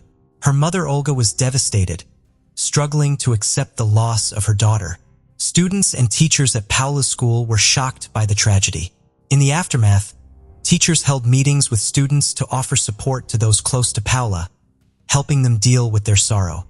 They also cautioned students against walking alone in the area for safety. Reporters were barred from entering the school, and the principal, along with district officials, refused to speak with them. Detectives were left with many unanswered questions. They canvassed the 30th floor building, hoping to find witnesses who saw Paula in the vicinity where her body was discovered. Unfortunately, no one had seen her there. Additionally, the detectives had no description of the person responsible for the crime. It was unclear whether Paula was killed at the location where her body was found, filled with crack vials, or elsewhere. During their investigation, the detectives uncovered crucial information. They learned that Paula often stayed late at school for a journalism workshop on Wednesdays and Thursdays. On the day of her murder, she was working on an article about her father as a Valentine's Day gift. The detectives also discovered that Paula left the school after the workshop around 4:00 p.m. and walked north on First Avenue with a friend. They parted ways at 106th Street, with Paula heading towards her family's apartment building. During their investigation, the detectives gathered information that revealed another teenager, Aram Warford, had entered the same elevator as Paula. However, during their conversation with him, he stated that he had exited on the 19th floor while Paula continued her ascent. Consequently, the detectives redirected their focus away from him as a potential suspect. The autopsy provided a harrowing account of the extent of Paula's suffering. She had been violated, strangled, and stabbed 3 times near her heart. The medical examiner also observed peculiar elongated marks on her thighs. It was evident that Paula had valiantly resisted her attacker, who had forcefully spread her legs, resulting in bruises that matched the shape of fingers. Additionally, the examiner collected male hair from her body, which was preserved as evidence. On February 2, 1991, Paula was laid to rest at St. Michael's Cemetery in East Elmhurst, Queens. For months after her tragic murder, Paula's family made the decision to relocate to Flushing, New York, where they received support from Victim Services, a private nonprofit organization aiding victims of violent crimes and their families. In Flushing, Olga sought solace through counseling at the Families of Homicide Victims program, also operated by Victim Services. As the family continued to cope and heal, they clung to the hope of attaining justice for Paula. However, as time passed, the case gradually grew colder and the pursuit of answers became increasingly arduous. The murder of a 13-year-old girl should have garnered significant media attention in any city at any time. Regrettably, in the violence-plagued New York of 1991, this horrific crime in East Harlem went largely unnoticed. Between 1990 and 1992, the city reported over 2,000 murders annually, with an average of 6 bodies discovered daily across the 5 boroughs of New York City. Unfortunately, the majority of these incidents occurred in impoverished, predominantly minority neighborhoods such as East Harlem, the South Bronx, and East New York, Brooklyn. Unfortunately, only a handful of these cases garnered significant attention from the media. Instead, the media tended to focus on more high-end crimes involving affluent, white victims in picturesque settings. Due to the lack of media coverage and political pressure, Paula's case was classified as a low-priority homicide. Consequently, her murder went unsolved and was largely forgotten throughout most of the 1990s. In the mid-1990s, crime rates in New York City were decreasing. However, in the housing projects of East Harlem, a troubling pattern persisted. A series of apparently unrelated incidents emerged, all involving the assault and murder of young, attractive teenagers, regardless of their race. In 1994, a 15-year-old girl fell victim to an attacker wielding a knife. This incident unveiled a consistent modus operandi employed by the perpetrator, which he repeated multiple times over the next 4 years. He would approach the teenager from behind, lead her to a secluded spot, blindfold her with a piece of her own clothing, coerce her to undress, and then subject her to assault. Surprisingly, the 15-year-old survivor managed to provide a description of her assailant. He was a well-grew young man with a muscular physique and an inflated sense of self-worth. Shockingly, he even informed the victim that she should consider herself lucky to be assaulted by someone as good-looking as himself. A few years later, on September 10, 1997, firefighters were called to a rooftop fire at the George Washington houses on East 104th Street. Upon investigation, they found the lifeless body of a woman who had been severely abused, struck with a blunt object, and burned beyond recognition. This victim was later identified as 19-year-old Johalis Castro, who had relocated to New York from the Dominican Republic with her family. Johalis, a young mother with a daughter, had been pursuing her studies in computer science at a community college in the Bronx. 7 months later, in April of 1998, a 13-year-old girl became the next victim in the same neighborhood. Fortunately, this young victim was able to escape with her life. 2 months after that, on June 2, 1998, 17-year-old Rashida Washington met a tragic end. She was discovered in a 15th-floor stairwell of an East 112th Street housing project, having been robbed, assaulted, and strangled. When Rashida's body was found, it was not immediately clear what had transpired. Her lifeless body, covered by a shirt, was positioned in a seated stance against the wall. Similar to the previous victims, Rashida, a fashion student who worked at a clothing boutique, was petite, weighing only 100 pounds. Sadly, she was murdered just 3 days after celebrating her 18th birthday. In that same year, during the autumn, 2 more young teenagers fell victim to assaults in the same area. A 15-year-old was attacked on September 25, 1998, followed by a 14-year-old on November 16th. Thankfully, these 2 adolescents survived, likely because they did not get a good look at the attacker before being blindfolded. Despite the ongoing similar cases, the police did not publicly acknowledge the possibility of a serial murderer targeting teenage girls in East Harlem. However, due to the concerns raised by the parents of the victims, the police eventually decided to take immediate action. In the 1990s, there was a relatively small database of DNA samples on record because widespread testing of convicted felons had not yet begun. However, a significant breakthrough occurred in the autumn of 1998. Regarding the East Harlem cases, New York police forensics experts compared bodily fluid evidence from Rashida Washington's murder with evidence from 2 other similar cases in the neighborhood. These tests definitively linked the same perpetrator to all 3 crimes. Finally, detectives had concrete evidence confirming the existence of a serial criminal preying on teenagers in Harlem. In response, the police leadership formed a specialized task force consisting of detectives with a specific goal of capturing the suspect. They took action by circulating the wanted poster featuring a sketch of the serial attacker based on descriptions provided by the victims.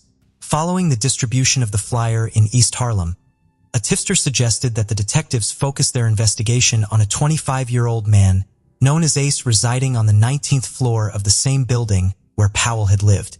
The police quickly discovered Ace's real name to be Aaron Key, triggering a memory of the name Aaron from Powell's murder case. The detectives recalled Aaron Warford, a teenager who had been seen entering the elevator with Paula and claimed to have exited on the 19th floor. The unique first name Aaron also appeared in the investigation of Jalhalis Castro's murder in 1997. Phone records revealed that Jalhalis had made several calls to a man named Aaron Key in the days leading up to her death. When questioned, Aaron explained that Jalhalis was a friend of his girlfriend, Jacqueline, and they were planning a shopping trip on the day of her murder. Jacqueline corroborated Aaron's statement during her interview with the police. It was later discovered that Aaron Warford and Aaron Key were the same person, with Warford being his father's last name and Key his mother's. This revelation linked Aaron to 2 of the 3 victims in the suspected serial killer case, as he was the last person seen with Paula before her death and had significant phone communication with Jalhalis prior to her murder. These connections raised suspicions, prompting detectives to delve deeper into Aaron's background. He was identified as an intelligent and fairly articulate individual. Born on September 18, 1973, he spent a majority of his childhood in East Harlem. At the time of Paula's disappearance in 1991, he resided with relatives in the same building.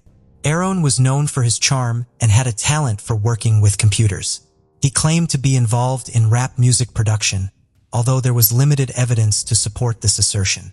In terms of physical appearance, stood at a height of 5 feet 8 inches and possessed a handsome demeanor. His criminal record only showed 1 arrest for theft in 1990, and he had minimal or no time spent behind bars. However, neighbors had a different perception of Aaron.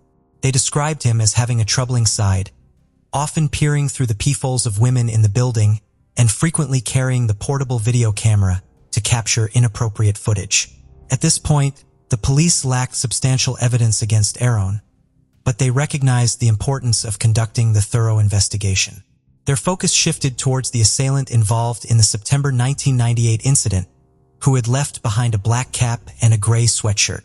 The detectives decided to closely examine these clothing items for potential leads. Their efforts paid off when they discovered a laundry tag on one of the garments, leading them to a dry cleaner near Aaron's residence. What made this discovery even more significant was the fact that Aaron's mother, Cynthia, was listed as a client at this dry cleaner. Every piece of information seemed to point towards Aaron as the primary suspect, and law enforcement became increasingly convinced that conducting a DNA test would confirm his involvement in the crimes. However, a significant obstacle stood in their way. Aaron did not have a DNA record since mandatory DNA testing for accused felons in New York would not commence until the year 2000. In the 1990s, obtaining a DNA sample was not as simple as bringing in a suspect and requesting a SWAT. DNA tests were considered invasive procedures, requiring judicial authorization based on reasonable suspicion to acquire a sample. Despite substantial circumstantial evidence pointing to Aaron's involvement, details like the elevator ride, phone calls, and the laundry tag alone were insufficient to convince a judge to order a DNA sample. As a result, the police had to come up with an alternative plan. Initially, they attempted to tail Aaron in the hopes that he would unknowingly leave behind a saliva sample through spitting or disposing of chewing gum. However, this strategy proved unsuccessful. Detectives finally had a breakthrough on February 8, 1999, when Aaron was arrested for stealing a computer hard drive.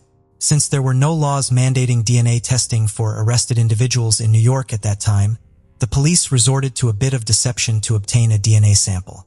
A female detective disguised herself as a doctor and approached Aaron, asking for a saliva sample under the guise of a routine osteoporosis test. Despite handing him paperwork to sign, Aaron, being cautious, refused to cooperate upon noticing a line mentioning DNA analysis. He cited his faith as a Jehovah's Witness, which prohibited him from participating in medical treatment. After tearing his paper cup into pieces and flushing them down the toilet, He swapped cups with a cellmate to further confuse investigators. However, the police were prepared and had already taken steps to secure the necessary evidence. Shortly after Aram's arrest, he found himself in a shared holding cell with several other men. While they were there, the attendants provided them with cups of water. The detectives were able to locate these cups in a waste paper basket and sent them for DNA testing. In just a matter of days, the results came back, confirming that a sample collected from the rim of one of the cups found in the police holding cell matched the DNA of the East Harlem criminal. By the time the DNA test results were ready on February 12, 1999, Aron had already been released without bail, as he was only facing a misdemeanor charge related to computer theft. Meanwhile, the New York Police Department offered an $11,000 reward for any information that could lead to his arrest. Authorities soon discovered that Aron had traveled to Brownsville, Brooklyn, and met up with his 16-year-old girlfriend named Angelique Stallings. Her parents believed that they were going on a Valentine's Day date. However, instead of sticking to their plans, Aron and Angelique boarded a bus headed for Florida from Newark, New Jersey. Detectives grew concerned that Angelique might be in danger, potentially facing the same fate as the previous victims. After Aron arrived in South Florida, he made 2 phone calls to another girlfriend back in New York. By this time, news of this status as a suspected serial killer on the run had made headlines. The second girlfriend, aware of the situation, promptly contacted the police and provided information that Aron was staying at the Miami Sun Hotel, located just 2 blocks from the beach on Northeast 1st Avenue in downtown Miami.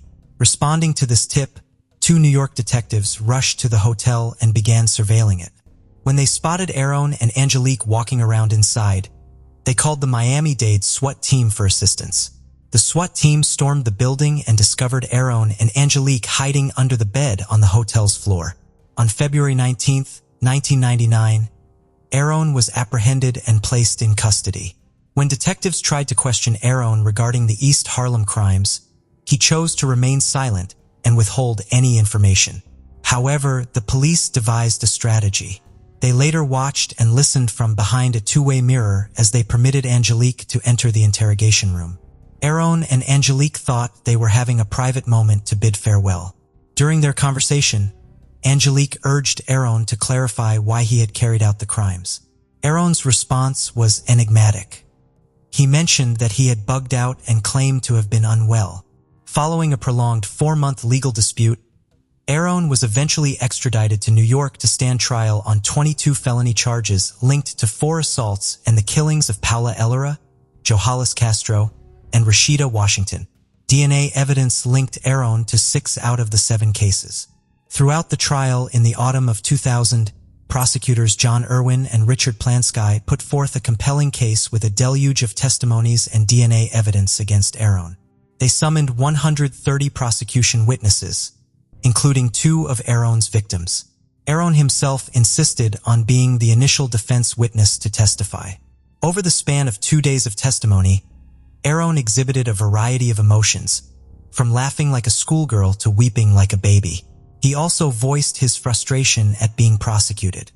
His soliloquy, which was largely unimpeded by the judge, prosecutors, or his own lawyers, touched on a wide array of subjects such as pop culture, drugs, rap music, jail food, and his musings on the criminal justice system. With numerous family members of his victims in attendance in the courtroom, Aron spun a peculiar tale to elucidate why he found himself facing charges of savage serial violence against young women. He claimed that the police had colluded to frame him as part of a cover-up orchestrated by a corrupt medical examiner involved in the illicit trade of human organs. He even alleged that his DNA had been tampered with in what he termed genetic shuffling. However, the jury was not convinced by his intricate tale. On December 16, 2000, when the guilty verdict was announced, the courtroom erupted in cheers. As Aron was escorted past the grieving relatives, he directed a vulgar curse at them.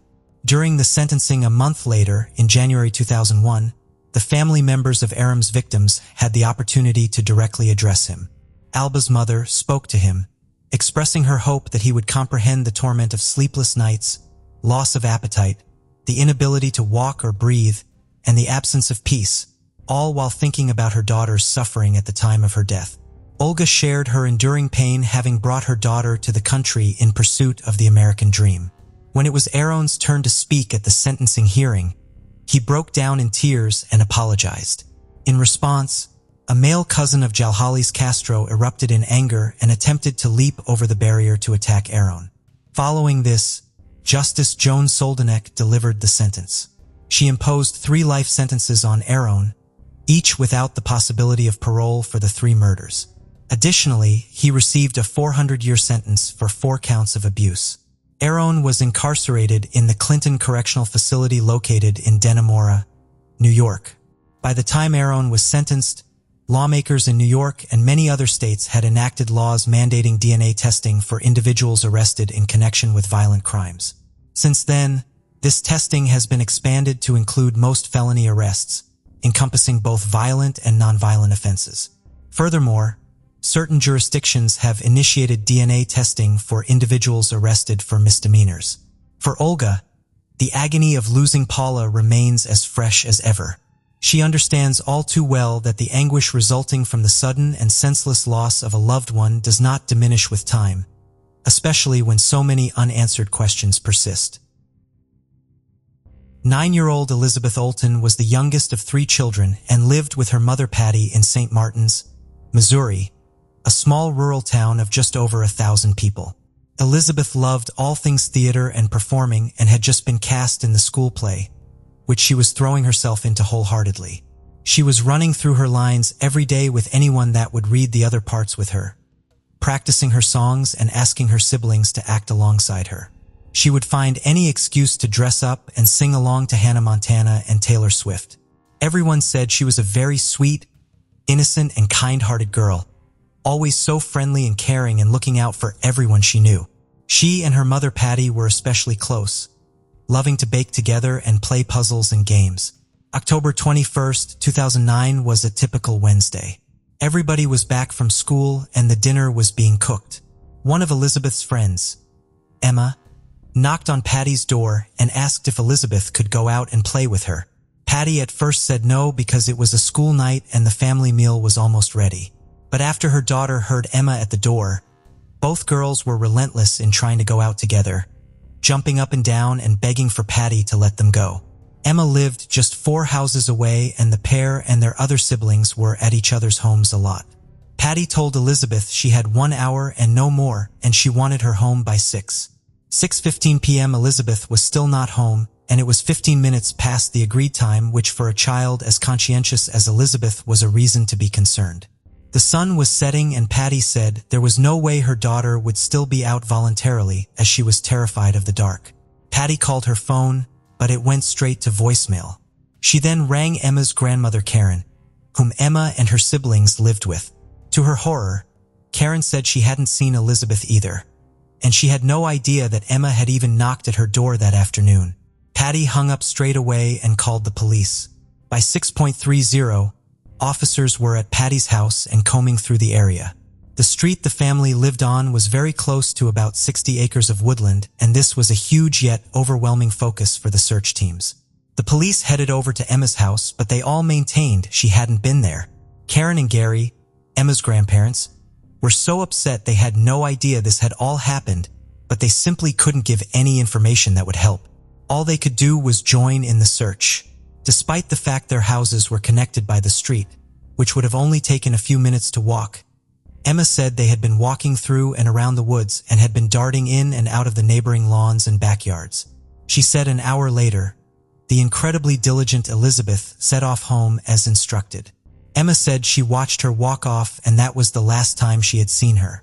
Officers said they still couldn't see any evidence that pointed towards foul play or anything untoward, suggesting maybe she had become lost in the woods, to which Patty replied, "She's 9 years old. She wouldn't just walk off by herself." Soon, almost a third of the whole town was out and looking, but the search party eventually had to slow down and stop for the night because of how dark it was. As soon as the sun rose, they were out in force again.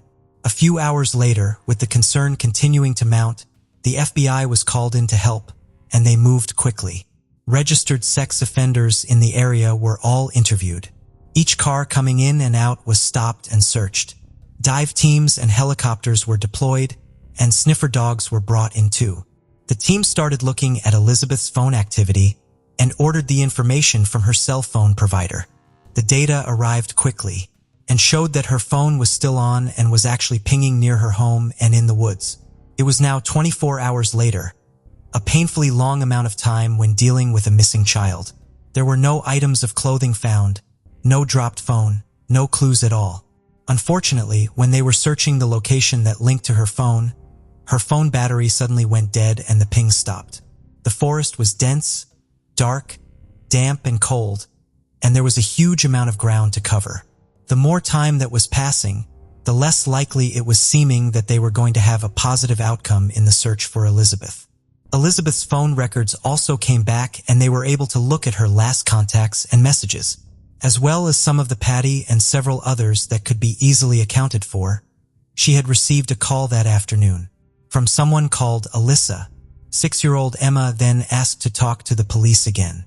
She now had a new story but seemed scared to tell the detectives.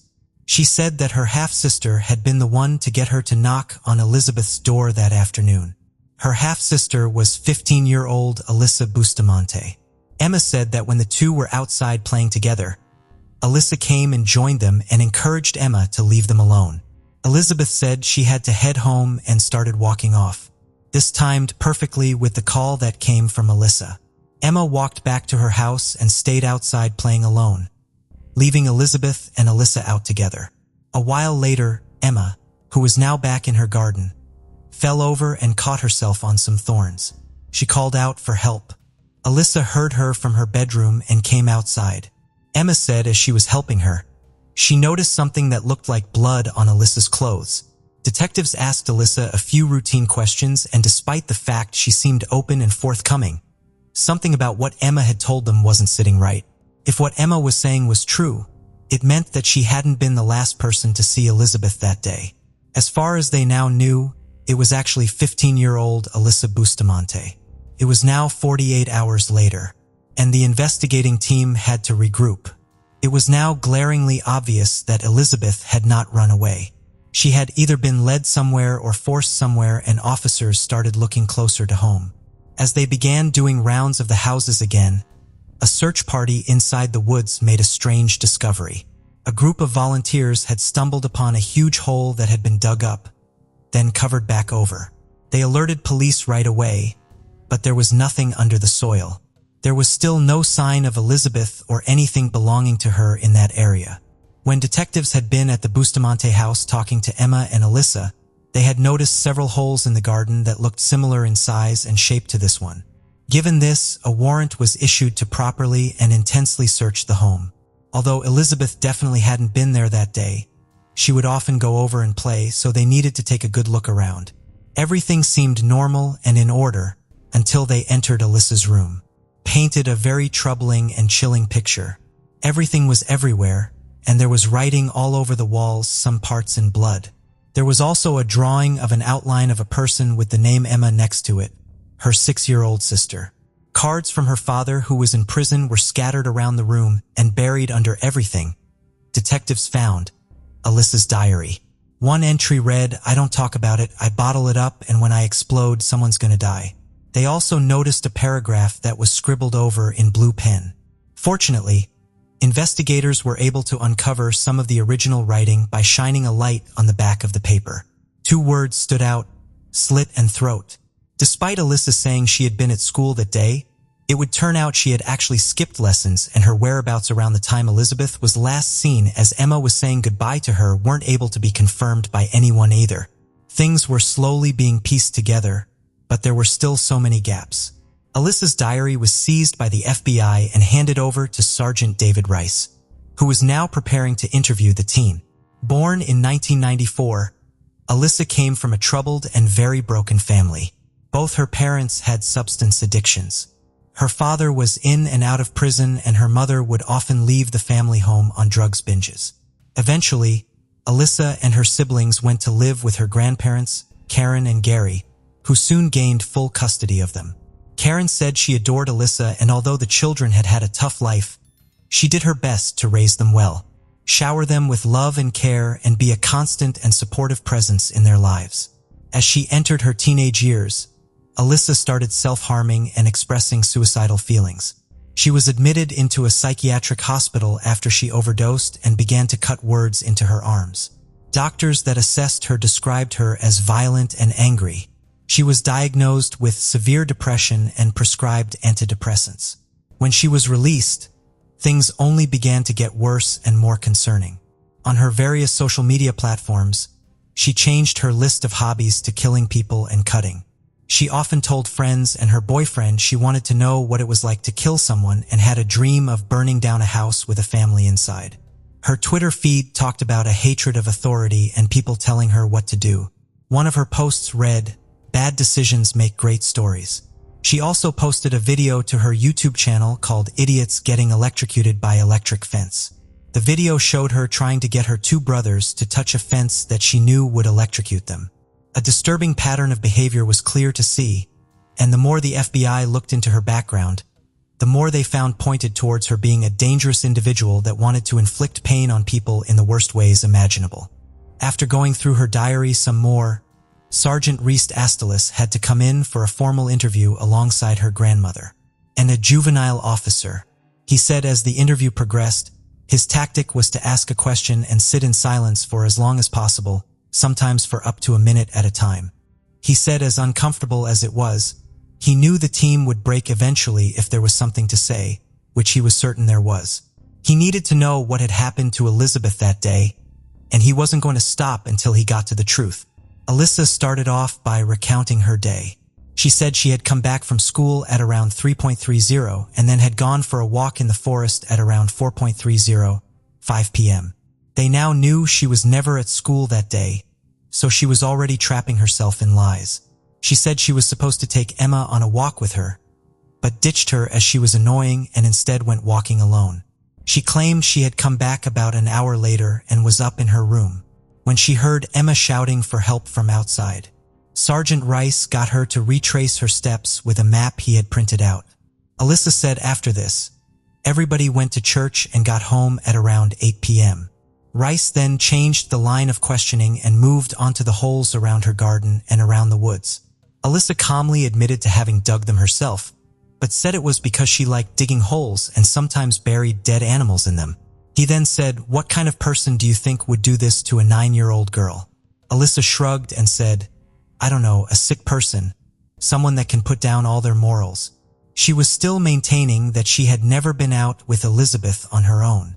It was always in a group of siblings, and she had been trying her best to help find her as well. After this, he started asking questions about Elizabeth's phone, explaining that the data did not lie and it was indicating that her phone was somewhere behind Alyssa's house, which she showed her on a map. He then moved on to Alyssa's house and her bedroom. When Rice confronted her about the entries, including the one that had been scribbled over, the interview would take a drastic turn. Alyssa said the pair had been playing out in the forest and Elizabeth had fallen, hit her head and died instantly. Panicked, she had tried to conceal her body by burning it. But given the final entry in her diary, Rice knew this wasn't true. But it was the start of the truth coming out. He just had to keep chipping away and poking holes in her stories. The entry in her diary that had been scribbled over had now been completely uncovered, and it read as follows. "I just fucking killed someone.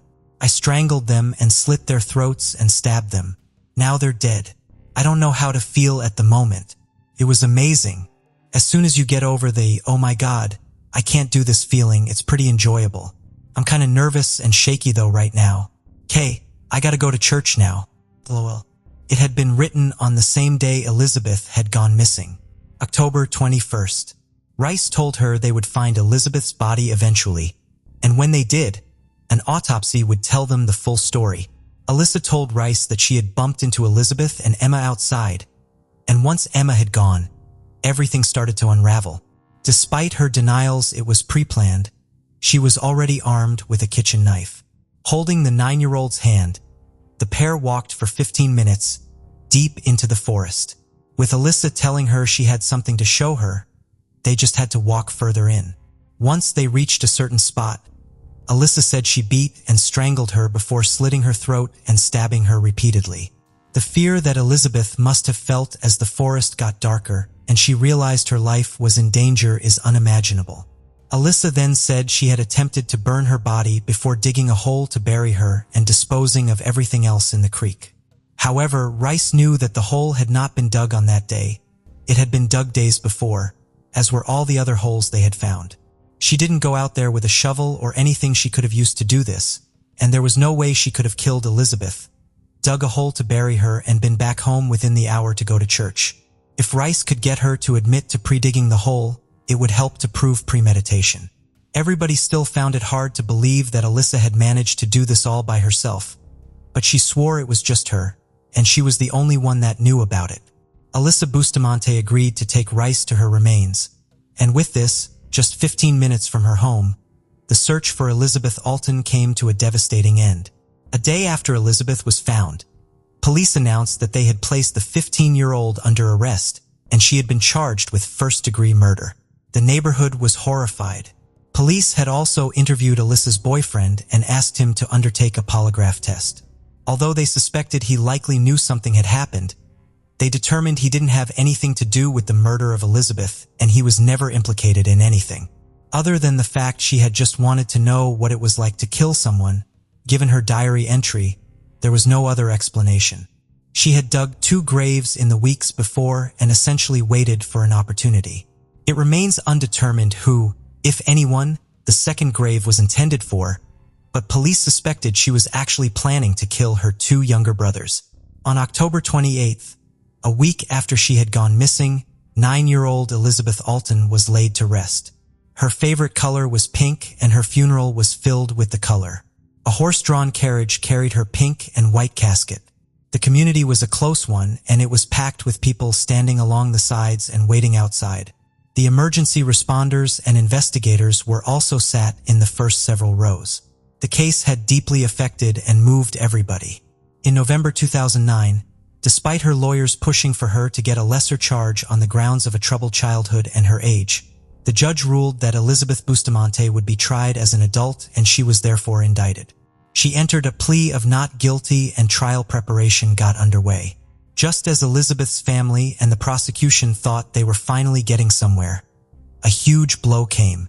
In June 2011, her defense team requested that her lengthy confession to Sergeant Rice was thrown out. A judge ruled that because of her age and the line of questioning put forward by the juvenile officer working alongside Rice, at least part of her statement would not be admissible in court. After this, her trial was delayed and set for early 2012. The prosecution knew they were really up against it, and after going back and forth, thinking of the best approach, they decided to offer the option of a plea deal to Alyssa. Second-degree murder instead of first-degree murder. With this, Alyssa Bustamante withdrew her not guilty plea for first-degree murder and pleaded guilty to second-degree murder instead. This also spared her the chances of receiving the death penalty. The courtroom was packed. Everybody wanted to know what would happen. As part of the deal, Alyssa had to recount what had happened that day. As she went through what she had done in all its awful detail, reporters in the court said the tension was palpable, with everybody sitting in stunned silence. Her defense team also spoke and leaned heavily on her childhood and upbringing, mental health issues, and claiming that her prescribed medication made her more prone to violence. Despite all of this, Alyssa Bustamante was sentenced to life in prison for second-degree murder and 30 years for armed criminal action, and the sentences were to be served consecutively. Several months after she pleaded guilty, however, the United States Supreme Court ruled that juveniles cannot face automatic life sentences without the possibility of parole. So under Missouri's law, Alyssa may seek parole after 30 years. Patty gave a speech at her sentencing. She was so upset and physically shaking, the judge eventually asked her to stop talking. All Alyssa could say in response was, "I cannot even understand what you guys are going through," adding that she would give her life to bring Elizabeth back. A detective said it was in this moment Karen and Gary got up and walked out of the courtroom, and everybody could see Alyssa suddenly realize that the only 2 people that had stuck by her and tried to be a constant in her life had just walked away. Patty said that everything that came out of Alyssa's mouth was a lie. She had no remorse and she was being told what to say by her lawyers. The prosecutor Mark Richardson said he had never seen anything like this in his life and he hoped to never have to try a case like it again. The motive has to be the most senseless, reprehensible that could be in humankind, and that is to take a life for a thrill, he said. A forensic psychologist added it was clear from her patterns of behavior over the years, it was only a matter of time before she killed somebody. Went on to sue not only Alyssa, but the hospital where Alyssa sought treatment. She believes that the healthcare system should have seen the red flags and taken preventative measures. A judge threw out the lawsuit against the hospital, but the lawsuit against Alyssa was successful and she will ultimately owe Patty $5 million. Alyssa appealed her sentence in 2014, but this was denied. The events that transpired so very quickly on October 21, 2009 rocked the town and shattered the closeness of the community. Patty said she misses her daughter's kindness and her ability to see the good in everyone and everything. A friendly and innocent young girl, excited for her starring role in the school play, just playing with her friends and siblings, enjoying the simple pleasures that childhood brings. Her life was snatched away in the most frightening way imaginable, and the damage done to so many people on that day will forever be felt. Sunday, May 23, 1982, two roommates, 21-year-old Lori Lister and 18-year-old Melinda Aguilar, experienced a terrifying attack in their Houston, Texas apartment. A man seemed to target them with the clear intention of killing them. He tied them up and tried to drown Lori in their apartment bathtub. However, Melinda successfully escaped by pretending to faint and then jumping head first off her balcony. She sought help and with the assistance of a neighbor, both herself and her roommate were saved. The culprit, 28-year-old Coral Watts, was arrested as he attempted to escape. What no one could have expected was that he was not only involved in just these two attempted murders, but was also suspected to have killed close to 100 other women. He confessed to killing 13 women and received a 60-year sentence in 1982. Then, in a shocking twist, in the early 2000s, this man, who had committed numerous murders, was on the verge of being set free from jail. This was because of a controversial legal ruling that changed his classification to a nonviolent felon. Surprisingly, under Texas law, well-behaved nonviolent felons could deduct 3 days from their sentence for every 1 day served. Watts, a model prisoner, had enough time deducted to potentially be released as early as May 9, 2006. The police, victims' families, and the public were left in utter shock and fear. The lingering questions haunted everyone. Why, against all reason, how could the killer be released? Can there be any conceivable justification for setting free a serial killer responsible for a multitude of deaths? Carl Eugene Watts, known by his nickname Coral, was born on November 7, 1953 in Killeen, Texas, to Richard Eugene Watts and Dorothy Mae Young. His father served as a private first class in the Army while his mother worked as a kindergarten art teacher. Before Watts turned 2, his parents separated, and after this, he was raised by his mother. They relocated to Inkster, Michigan, and in 1962, Dorothy Mae married a mechanic named Norman Caesar with whom she had 2 daughters. When he was 8 years old, Watts and his sister battled meningitis. The illness nearly claimed his life, leading him to be held back in school an extra year and causing him to miss the 3rd grade. Herman Kiefer Hospital became Watts' temporary home, where he underwent spinal taps and had to be isolated from other patients. Reports from journalists suggested that Watts' body temperature reached alarming levels, raising concerns about potential brain damage. Following his illness, his family noticed a transformation in his personality. He became bashful, quiet, and introverted, with a compromised attention span and a deteriorating memory. Struggling to keep up academically due to being held back a grade and suffering from chronic sleeplessness, Watts began having violent dreams about combating and killing malevolent spirits of women, and these disrupted his sleep cycle. When later questioned about his crimes and why he killed his victims, he explained that he wanted to free their spirits because they possessed evil eyes. At the age of 12, Watts began to relish his sleep-induced fantasies of torturing and killing girls and young women. This was when Watts, who was a teenager, started stalking girls, and it's thought he might have killed his first victim before the age of 15. At 15, Watts was identified by the police as the assailant in the attack on 26-year-old Joan Gave that occurred on July 29, 1969. During his newspaper delivery route, Watts knocked on Joan's apartment door and violently assaulted her when she opened it. Without showing any remorse, he continued with his delivery route as if nothing had transpired. Joan contacted the authorities and promptly reported the incident, leading to Coral's arrest at his home. Subsequently, he was mandated to undergo psychiatric treatment at the Lafayette Clinic in Detroit, a mental hospital. A psychiatric evaluation revealed mild intellectual disability with a full-scale IQ of 75 and a delusional thought process. Despite his poor academic performance, a police officer later described him as very, very intelligent with an excellent memory. Watts was released from the Lafayette Clinic on November 7, 1969. Despite academic struggles, Watts graduated from high school in 1973 and earned a football scholarship to Lane College in Jackson, Tennessee. However, he was expelled after 3 months due to allegations of stalking and assaulting women. Additionally, suspicions surrounded Watts in the cruel murder of a female student, contributing to his expulsion, although insufficient evidence prevented a conviction. Following his expulsion, he relocated to Houston, Texas.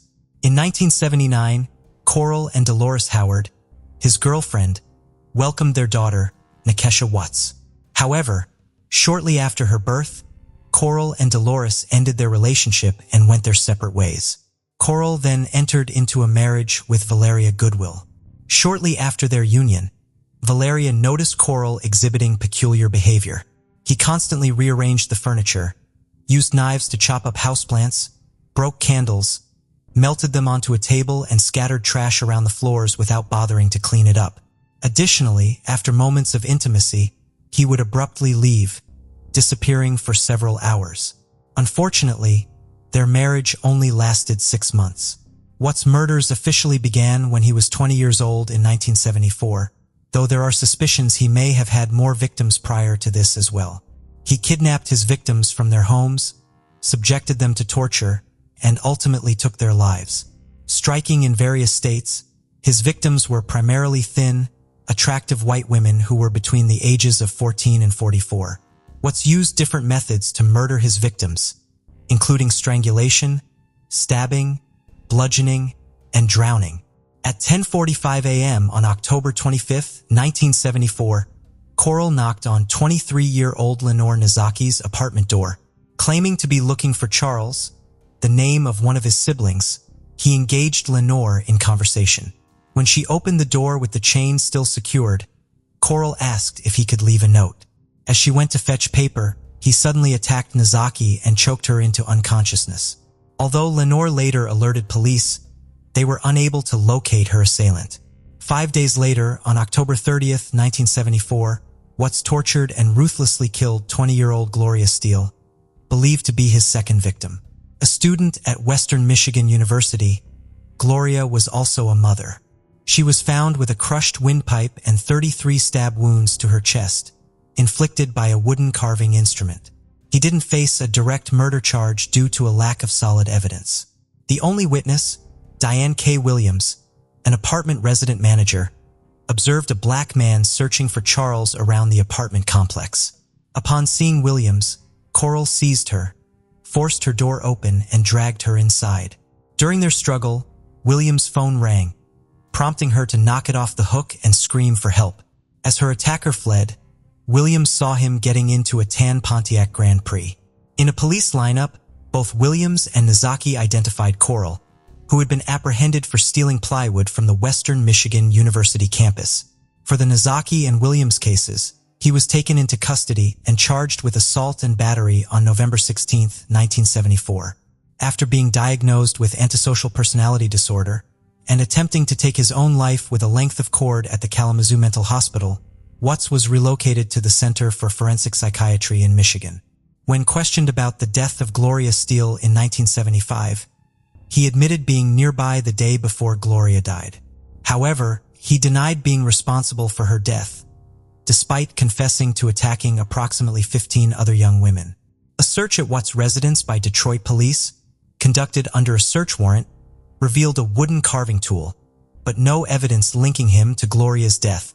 During his trial for the assault and battery of Nizaki and Williams, Watts entered a no-contest plea and was subsequently sentenced to a year in the county jail.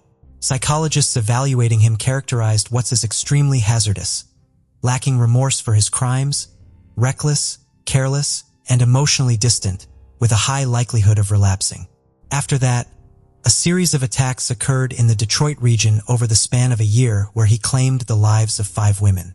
One peculiar discovery was that the majority of his crimes happened on Sunday mornings. This odd pattern earned the perpetrator the ominous nickname Sunday Morning Slasher from Ann Arbor newspaper, heightening the mystery surrounding the timing of these horrifying attacks, all occurring at around 4 a.m. In 1980, Shirley Small, a 17-year-old from Ann Arbor, Michigan, was fatally stabbed twice outside her home on April 20th. A similar attack targeted Glenda Richmond, 26, on July 13, 1980. Both cases lacked sufficient evidence for conviction, but exhibited Watts' characteristics. The first homicide directly attributed to Coral occurred on September 14, 1980, when 20-year-old graduate student Rebecca Huff was found dead, having endured around 50 stab wounds. A 20-year-old named Delpy survived an attack on October 6, 1980, but suffered severe consequences, including partial paralysis and muscle weakness. On November 1, 1980, a 30-year-old woman, Agnes, narrowly escaped an attack by a hooded man resembling Watts after raising the alarm while returning from a Halloween party. Although she identified Watts from photos, the dimly lit surroundings left some uncertainty. In July 1980, local homicide investigators turned their attention to Watts, prompting the formation of a task force to delve into the Sunday slashings. Watts came under sporadic surveillance, and in November, a court order allowed officers to install a tracking device on his car. On November 15, 1980, around 5 in the morning, 2 patrol officers near Main Street in Ann Arbor observed a suspicious man in a car following a woman walking home. Realizing she was being tailed, the woman sought refuge in a doorway in an attempt to elude her pursuer. Coral, frustrated by losing track of the woman, was apprehended by the police when they pulled over his car for outdated license plates and driving with a suspended license. During the inspection of his vehicle, authorities found a package containing wood-filling equipment and a few screwdrivers. Their most significant discovery was a dictionary belonging to Rebecca Hoff, bearing the carved phrase, "Rebecca is a lover." However, it proved insufficient evidence to link him directly to her murder. In the spring of 1981, Coral relocated to Columbus, Texas, and secured employment with an oil firm. During the weekends, he would travel over 70 miles to his next hunting ground in the Houston region. Between 1974 and 1982, Watts committed murders of numerous women, totaling dozens. Despite the extensive list of victims, Watts managed to evade detection as a serial killer for nearly 8 years. Several factors contributed to this elusiveness. Watts operated across various jurisdictions and even different states, complicating the task of connecting the crimes. Additionally, his modus operandi diverged from typical patterns as he never engaged in physical intimacy with his victims, unlike many other serial killers targeting women and girls. Consequently, even with the emergence of DNA testing, linking the crimes proved challenging. Furthermore, Watts was not considered a suspect by those who knew him, and law enforcement did not identify him as a potential perpetrator until his arrest in 1982.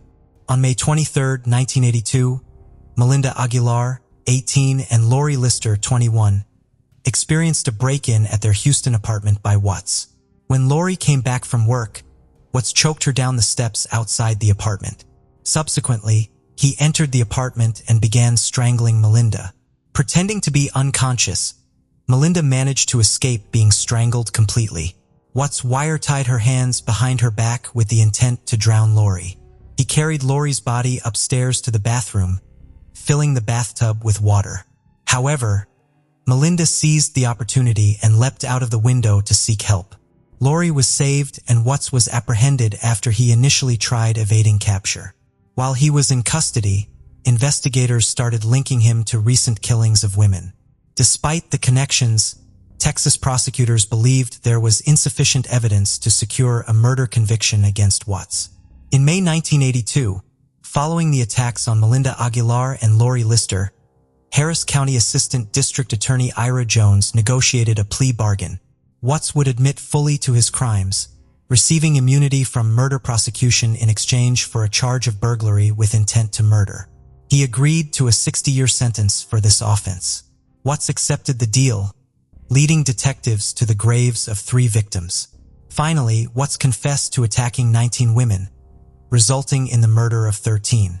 He admitted to killing some victims but also refrained from confessing to the deaths of a few. However, Michigan authorities declined to participate in the deal, leaving his cases in that state open. However, the hope for justice took a devastating turn when, shortly into his prison term, the Texas Court of Appeals ruled that Watts had not been informed that the bathtub and water he used in the attempt to drown Lori Lister were considered deadly weapons. This decision reclassified him as a nonviolent felon and eventually opened the door to early release.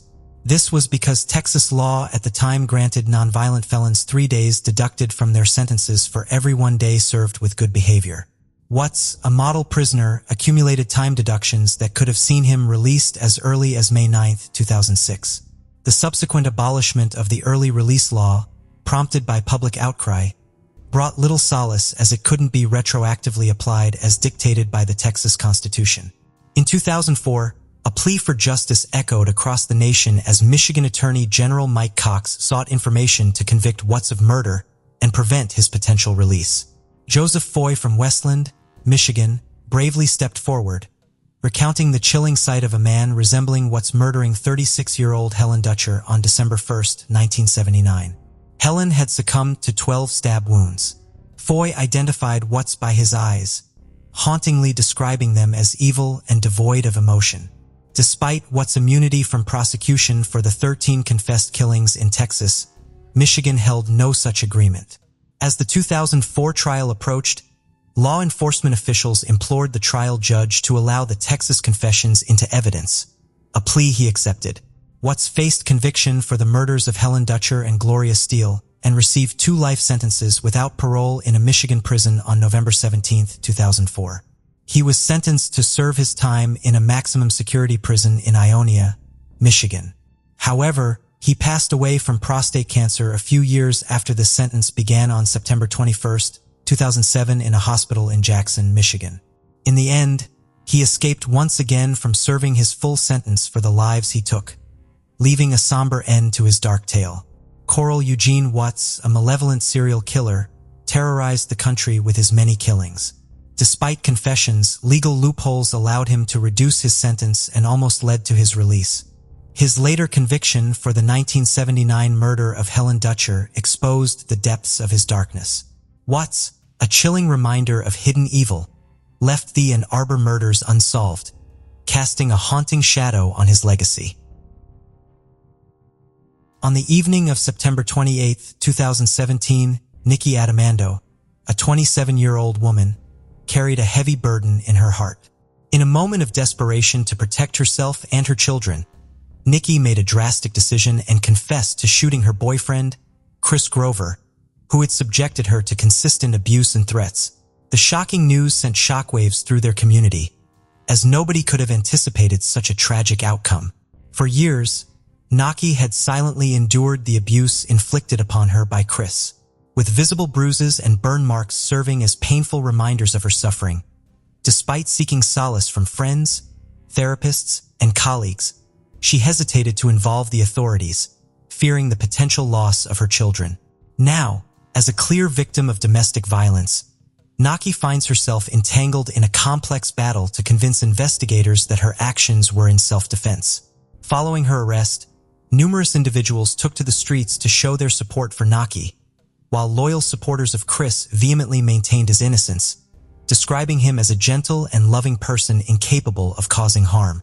Amidst the chaos, a lingering question arises. Was Nikki truly a victim of domestic violence? Or is she a manipulative liar? Poughkeepsie, New York, a city renowned for its historical charm and picturesque location along the Hudson River, has unfortunately gained notoriety due to the occurrence of high-profile murder cases, including the tragic incident involving Nikki Adamando in 2017. Despite the tragic events that occurred, Poughkeepsie continues to thrive as a diverse community, offering a range of cultural and recreational activities. However, the question remains, what happened to Nikki Adamando that prompted the entire Poughkeepsie community to rally behind her? Let's delve into the details. On the night of September 28, 2017, Officer Richard Sicily was patrolling the serene streets of Poughkeepsie, New York. It was approximately 2 a.m. when he noticed a car stopped at a red light. Even when the light turned green, the car remained motionless, suspecting a drowsy or inattentive driver. Officer Sicily politely honked his horn, unaware that this seemingly routine encounter was about to take an unexpected turn. As the car continued to stay stationary, Officer Sicily stepped out of his cruiser and approached it. To his surprise, a distressed woman, standing at just 5 feet tall and weighing no more than 100 pounds, emerged from the driver's seat. She was barefoot and visibly distraught. In the back seat, 2 children peacefully slept. Officer Sicily considered various possibilities. Perhaps the woman was lost or experiencing a medical emergency. However, he was completely unprepared for the shocking revelation that this distressed woman was about to disclose. The agitated woman, Nikki Adamando, quickly informed the officer that something terrible had occurred at her home. Nikki explained that she had been enduring long-term abuse at the hands of her boyfriend, which had reached a breaking point on September 28, 2017. When she attempted to leave, her boyfriend, armed with a gun, threatened her with gestures of violence. After confiding in the officer, Nikki urgently reached out to her friend for assistance. Without hesitation, Elizabeth Clifton responded to Nikki's distress call. Upon her arrival, the officers requested that Elizabeth wait in a nearby parking lot, as there were still crucial details that needed to be uncovered. But who exactly was Nikki Adamando? Nikki, whose full name is Nicole Adamando, was born on November 19, 1988. At the age of 4, she relocated to Poughkeepsie, New York, alongside her family. Throughout her upbringing, she was recognized as a lively, carefree, and sociable young girl. In 2008, at the tender age of 19, commenced her employment at a local gym named Mr. Todd's Gymnastics. Within the establishment, she assumed the role of a children's gymnastics coach. It was during this time that she crossed paths with Christopher Grover, a fellow coach and colleague who was 21 years old. Their professional relationship swiftly evolved into something more profound, as Chris became Nikki's life partner. Tragically, Nikki alleged that she had shot Chris that fateful night due to his continuous abuse and threats towards her. Upon the officers' arrival at Nikki's apartment, they discovered Chris, her partner, seemingly asleep on the couch. However, he had already succumbed to a fatal gunshot wound to the head. A thorough search of the entire apartment revealed a running shower in the bathroom and a damaged laptop in the bathtub. Meanwhile, Elizabeth also received the shocking news of Chris' demise, leaving her utterly bewildered as she had never anticipated such a tragic outcome. Amidst the confusion, Nikki emerged as the sole individual capable of shedding light on the situation. Consequently, she was brought in for questioning at the police station to ascertain the motive behind Chris' murder. Was it truly a result of domestic violence, or were there other factors at play? Simultaneously, Gail Grover, Chris's mother, received the heart-wrenching news of her son's passing from the sheriff. Gail's immediate concern revolved around Nikki and the children. When she inquired with the sheriff, her primary question centered on the well-being of Nikki and the kids. Gail expressed her complete lack of understanding regarding the true cause of Chris's tragic fate. Chris was described as a kind and athletic individual. He possessed an abundance of energy, was outgoing and exuded charm. With a black belt in Taekwondo and serving as the head gymnastics coach at Mr. Todd's gym in Poughkeepsie, Chris was highly respected. His coaching style infused gymnastics with excitement, making him beloved by his students. In 2008, Chris and Nikki's close collaboration fostered a deep friendship that eventually blossomed into a romantic relationship. By 2012, they made the decision to live together, and Nikki expressed her gratitude for Chris' unwavering support, compassion, and understanding. He patiently waited for Nikki to be ready, and after a year, they joyfully announced her pregnancy. Their first child, Finn, arrived in 2013, and Chris proved to be an exceptional father who adored both Nikki and their child. 2 years later, in 2015, Nikki gave birth to their daughter, further solidifying their family bond. Nikki was regarded as an exceptional mother, as her love for her children was paramount. However, Elizabeth noticed some concerning changes in Nikki. She appeared more anxious than usual, displaying skittish behavior despite her typically gentle and soft-spoken nature.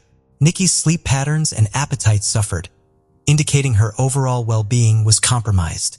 Elizabeth attributed these changes to Nikki's juggling of multiple responsibilities, including studying early childhood education, working at a preschool, caring for her children, and maintaining her job at the gym. Not only Elizabeth, but Nikki's childhood friends, Laura McAdoo New and Rachel Hawkes, also observed something amiss. It wasn't just Nikki's behavior that raised concern, but the visible injuries and bruises scattered across her body. On September 28, 2017, Child Protection Services, CPS, paid a visit to Chris' apartment following a report from an anonymous parent at the gym where Chris still worked. Concerns were raised after witnessing Chris losing his temper with students and noticing Nikki, who was covered in marks. The parent became worried about Nikki and the children at home. However, the struck later that night when Chris was discovered dead in his apartment. In the interrogation room, Naki desperately tried to explain why she had killed Chris. She genuinely believed that the detectives would recognize her actions as self-defense rather than intentional murder. Naki was confident that her innocence would be proven through evidence and her actions. To her surprise, Naki was arrested for Chris' murder. This turn of events left everyone close to her and her supporters, who believed Nikki was a victim of domestic violence, heartbroken and questioning why she was being held responsible for defending herself. Elizabeth held the key to this mystery, and it all began in April 2016 when she expressed her concerns about Nikki's injuries. Elizabeth was genuinely afraid for Nikki's safety at home with Chris. In response, Nikki confided in Elizabeth, admitting that Chris was abusing her on a daily basis. However, Elizabeth was not the only one to uncover the truth. Journalist Rachel Snyder, who had dedicated 10 years to studying domestic violence, stumbled upon Nikki's case. After reading numerous articles and speaking to various individuals, Snyder also believed that Chris was physically assaulting Nikki. Initially, although Chris displayed occasional violence, the situation was not too severe. During Naki's pregnancy in 2013, he displayed qualities of gentleness, sweetness, and care. Naki held on to hope, believing that the arrival of their baby would strengthen their relationship. The anticipation of becoming parents seemed to smooth out the rough patches in their relationship. However, after their son, Ben, was born, their situation took a dark turn. Naki made the difficult decision to leave her job at the preschool and focus on establishing her own photography business, as well as selling homemade booties for infants. Initially, Chris proved to be a great father and provided assistance with Ben. However, approximately 6 weeks later, he began pressuring Nikki for intimacy, which placed a strain on their relationship. A few days later, Nikki experienced severe swelling in her face and jaw, rendering her unable to chew. She sought medical help at Vassar Brothers Hospital in Poughkeepsie. Her condition was so severe that a domestic assistance program was contacted to intervene and encouraged Nikki to take action. The examiner's records noted the extent of Nikki's injuries, which made it difficult for her to speak audibly. Despite the severity of her injuries, Nikki chose not to file a police report out of fear that Chris would take Ben away from her. Unfortunately, their troubles did not end there. In 2015, 2 years after the birth of their daughter, Fane, a similar incident occurred. A few weeks later, while Nikki was cooking eggs for Ben, Chris demanded that she make enough for him as well. In a sarcastic tone, Nikki replied with a "yes, sir," which triggered an extreme anger in Chris. He proceeded to grab a metal spoon and heat it on the gas stove flame. Holding Nikki's other arm, he burned her in multiple places with a scorching spoon. Enduring excruciating pain, could only plead for him to stop. She sought medical treatment once again, and this time, the examiner documented her injuries through photographs. The images revealed bite marks on her shoulder and back, as well as burns covering her body. Chris' obsession with violent adult internet content took a sinister turn for Nikki when he began to act out scenes from those videos, going to extreme lengths to carry out aggressive acts against her. This included tying her up, physically assaulting her, and even using a weapon to choke her until she lost consciousness. Shockingly, Chris recorded all of these horrifying incidents without Nikki's consent. Despite the severe abuse she endured, Nikki hesitated to report it to the police out of fear that Child Protective Services might take her children away if she identified herself as a victim. This fear haunted Nikki, and she was determined to protect her children at all costs. Despite the urging of her friend Elizabeth and others, Nikki's emotional paralysis prevented her from pressing charges against Chris. In 2016, Elizabeth went above and beyond to help Nikki escape her abusive situation. Nikki packed her children into the car and drove to Elizabeth's house, but she couldn't bring herself to stop. She circled in front of the house, slowing down and then speeding up again for hours on end. Elizabeth watched in concern as Nikki repeatedly drove past. Finally, Elizabeth called out to Nikki, pleading for her to stop and come inside. Tearfully, Nikki admitted that she couldn't do it. The fear of Chris' reaction held her captive, and she believed that he would never forgive her if she left. Throughout 2017, Nikki sought medical help multiple times for various violent incidents. She had rope-like burns around her neck and body, frequent bruises and bleeding. Nikki also reported that Chris had a gun and had attempted to use it against her. Then, on September 28, 2017, Child Protective Services made an anonymous visit, drawing attention to their situation. The worker discreetly asked Nikki if she was safe at that moment, to which she nodded yes. The worker then inquired about the presence of weapons in the house, but Nikki lied and claimed there were none, despite Chris owning a gun. When the worker inquired about the bruises on Nikki, both Chris and Nikki asserted that they were merely engaging in normal fights and arguments like any other couple. Consequently, the worker saw no reason to take immediate action and departed from the scene. Meanwhile, Chris had temporarily left the house but returned later in the evening. According to Nikki, he appeared calm and even kind. Surprisingly, they were intimate after putting the children to bed. In this time, Chris displayed a much gentler demeanor than Nikki had grown accustomed to. At one point, after leaving the room, Chris called Nikki again, this time holding his gun. He asked her to look at it and proceeded to demonstrate its functionality, while she nervously observed. In a chilling moment, he casually mentioned, I could kill you in your sleep, leaving Nikki feeling extremely unsafe. In an attempt to relax, she decided to take a shower. However, while she was in the shower, Chris unexpectedly entered the bathroom, stating that he could shoot her in there, but it would be too loud. Shockingly, he then threw the laptop into the tub. After Nikki finished showering, Chris forced himself onto her, creating a distressing and uncomfortable situation. As soon as she entered the living room, Chris instructed Nikki to lie down on top of him on the couch. Feeling fearful, Nikki complied for a while. However, when she sensed that Chris had finally fallen asleep, she cautiously attempted to sneak away. Unfortunately, her attempt took a frightening turn when Chris suddenly woke up and reached for the gun hidden in the couch cushion. In an effort to protect herself, Nikki swatted away Chris' arm, causing him to drop the gun onto the floor. This gave Nikki the opportunity to swiftly grab the weapon and point it at him. Chris reclined on the couch with an air of nonchalance, seemingly unaffected by the situation. This lack of concern may have been a result of the damage he had already inflicted on Nikki's self-esteem and confidence.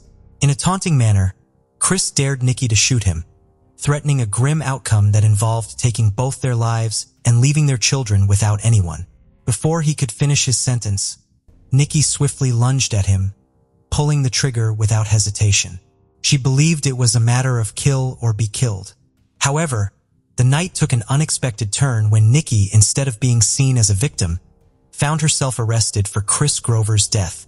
In March 2019, Nikki Adamando, who had been out on bail, faced trial for the murder of her partner. The Poughkeepsie court became a gathering place for friends and advocates, all wearing purple to symbolize support for victims of domestic violence. On one side, loyal supporters of Chris stood, firmly convinced of his calm and gentle nature. Unable to believe he could harm anyone, they were shocked to hear Nikki's defense, which relied on claims of his alleged abuse and violence towards her. Chris's mother, Gail, vehemently rejected these allegations and maintained her belief in her son's innocence throughout the trial.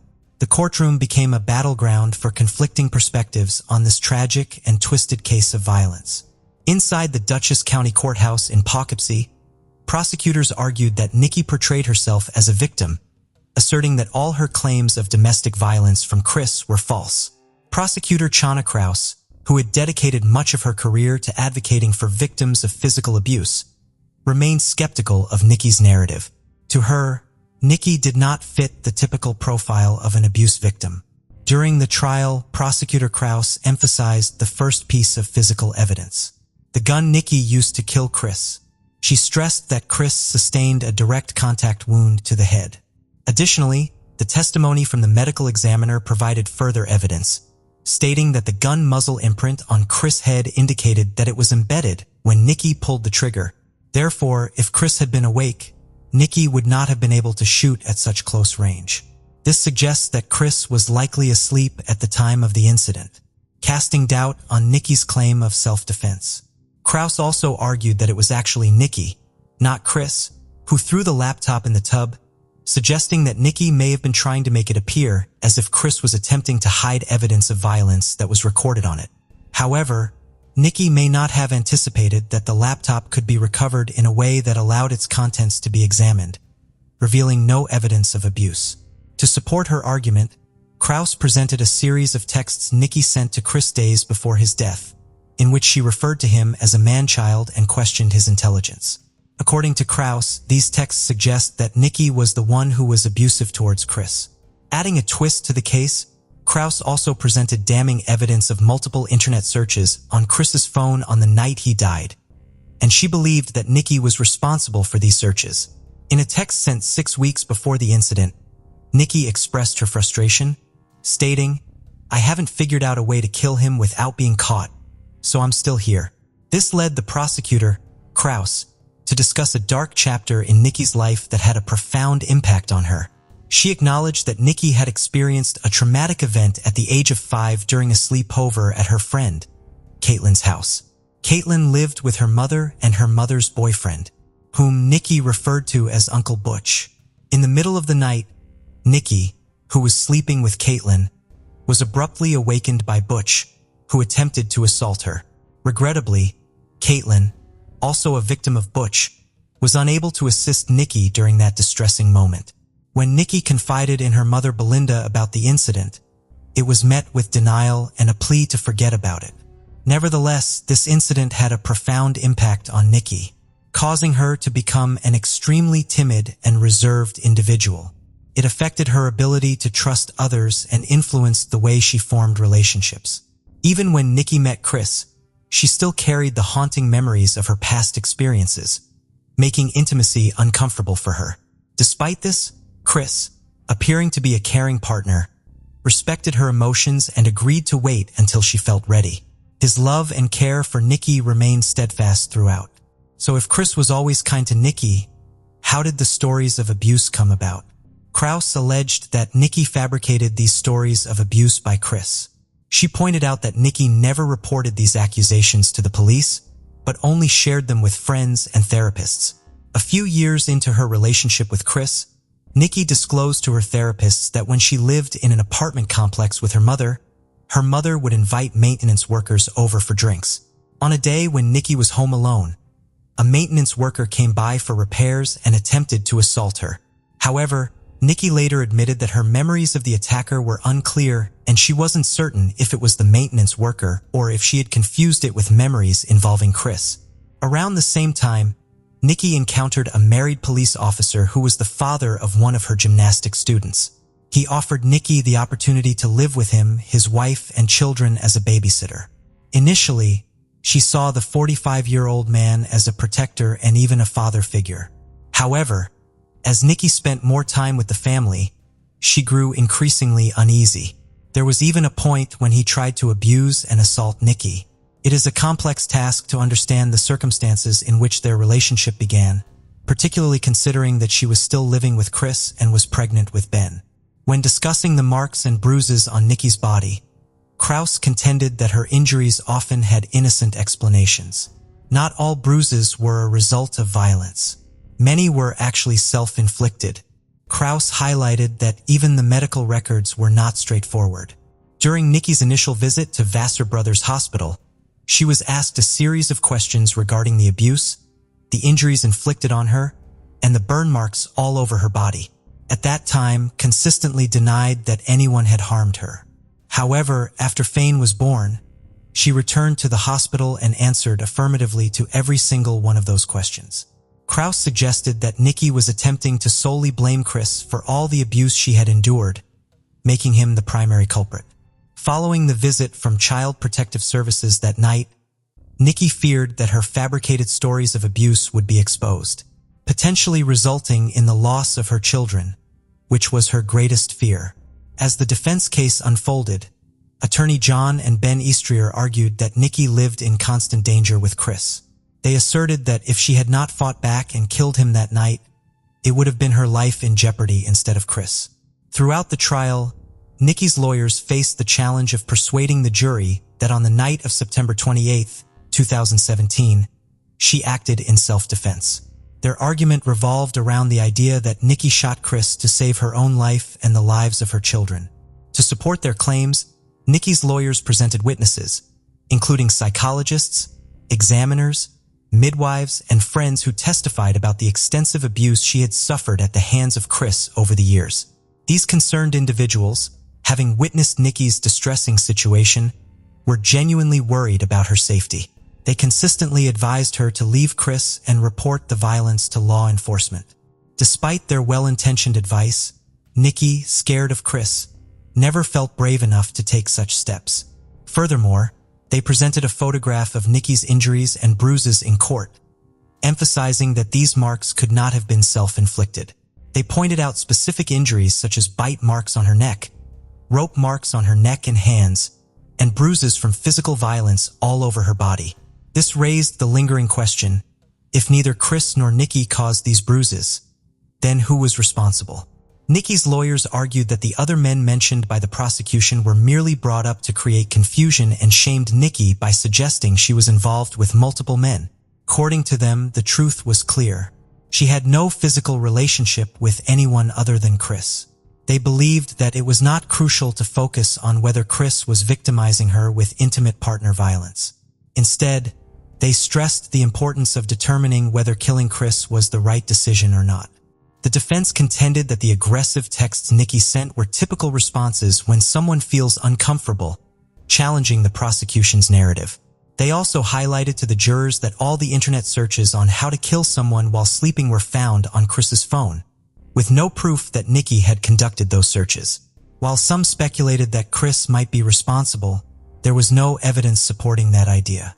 The lawyers further argued that the medical examiner, Dr. Newman, testified that there was no proof Chris was actually sleeping at the time of the incident. He suggested that it could have happened the way Nikki described.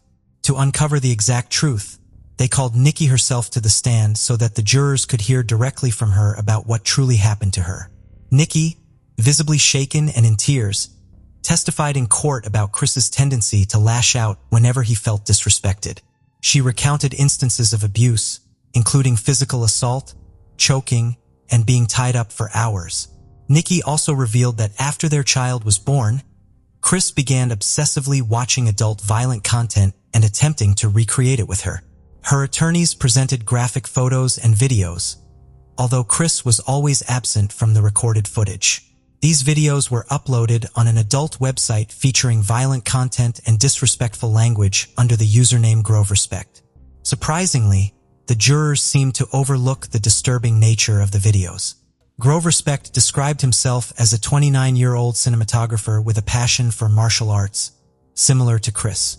However, the judge ruled that there was insufficient evidence to prove Chris's involvement in creating and posting the videos. The case took a surprising turn when undisclosed evidence emerged, including Nikki's full medical report from 2014 detailing the violence she endured. Additionally, midwife exams revealed injuries sustained the summer before Chris's death, which had been kept hidden. While it is not uncommon for certain evidence to be excluded in a murder trial, many argue that omitting this evidence was a mistake. Prosecutor Krauss suggested that Nikki may have fabricated the explicit videos herself, as there was no way to definitively identify the man in the footage. Krauss believed that Nikki had been gradually building a case against Chris, which explained his absence from the evidence presented. Nikki's anxiety during the trial was also observed by her prosecutors and Chris' mother. After extensive arguments and testimonies in Nikki's case, there were differing opinions, with some believing Nikki's innocence and others thinking Chris was innocent.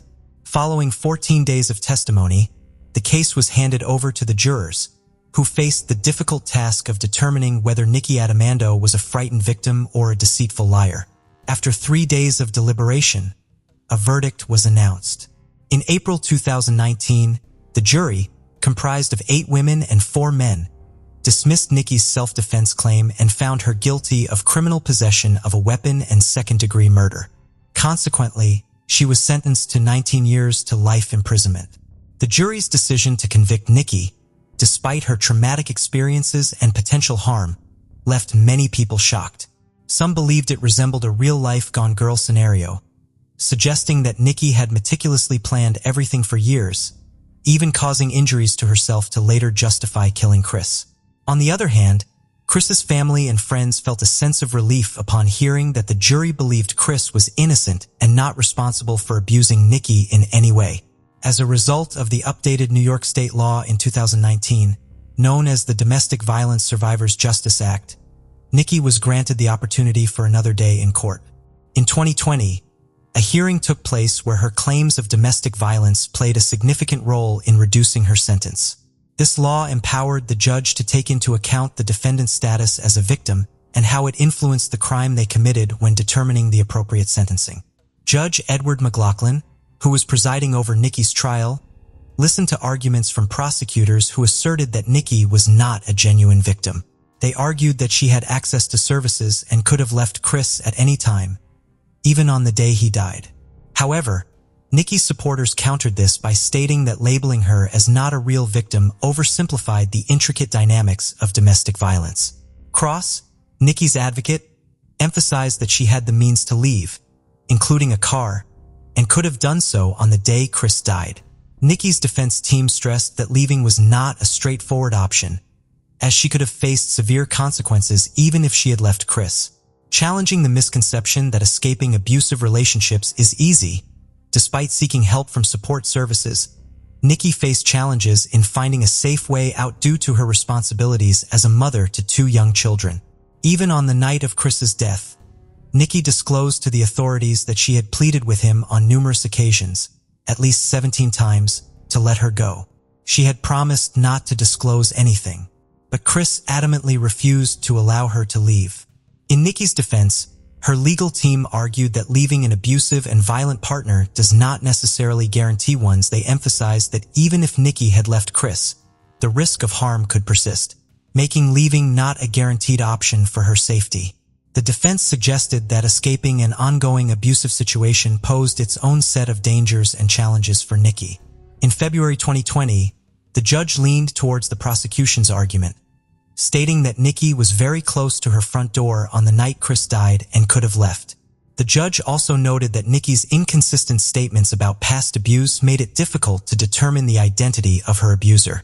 However, despite this, many of Nikki's supporters firmly believed that she was the true victim, emphasizing that all the documented instances of abuse point to Chris as the perpetrator. Nikki's supporters gathered outside the Poughkeepsie courthouse, and although the court did not overturn her conviction, they ruled in her favor. They decided that she deserved a reduced sentence under the Survivors Justice Act, changing it from 19 years to life to 7.5 years in prison. With 5 years already served, Nikki's release was scheduled for 2024, and she was ultimately released on January 4, 2024, at the age of 35. While Nikki served her time behind bars, her children found a home with relatives, and the Grover family faithfully visited them every other day. Nikki and Chris are the sole individuals privy to the enigma that unfolded on that fateful evening of September 28, 2017. Regrettably, only one of them remains alive to recount their perspective.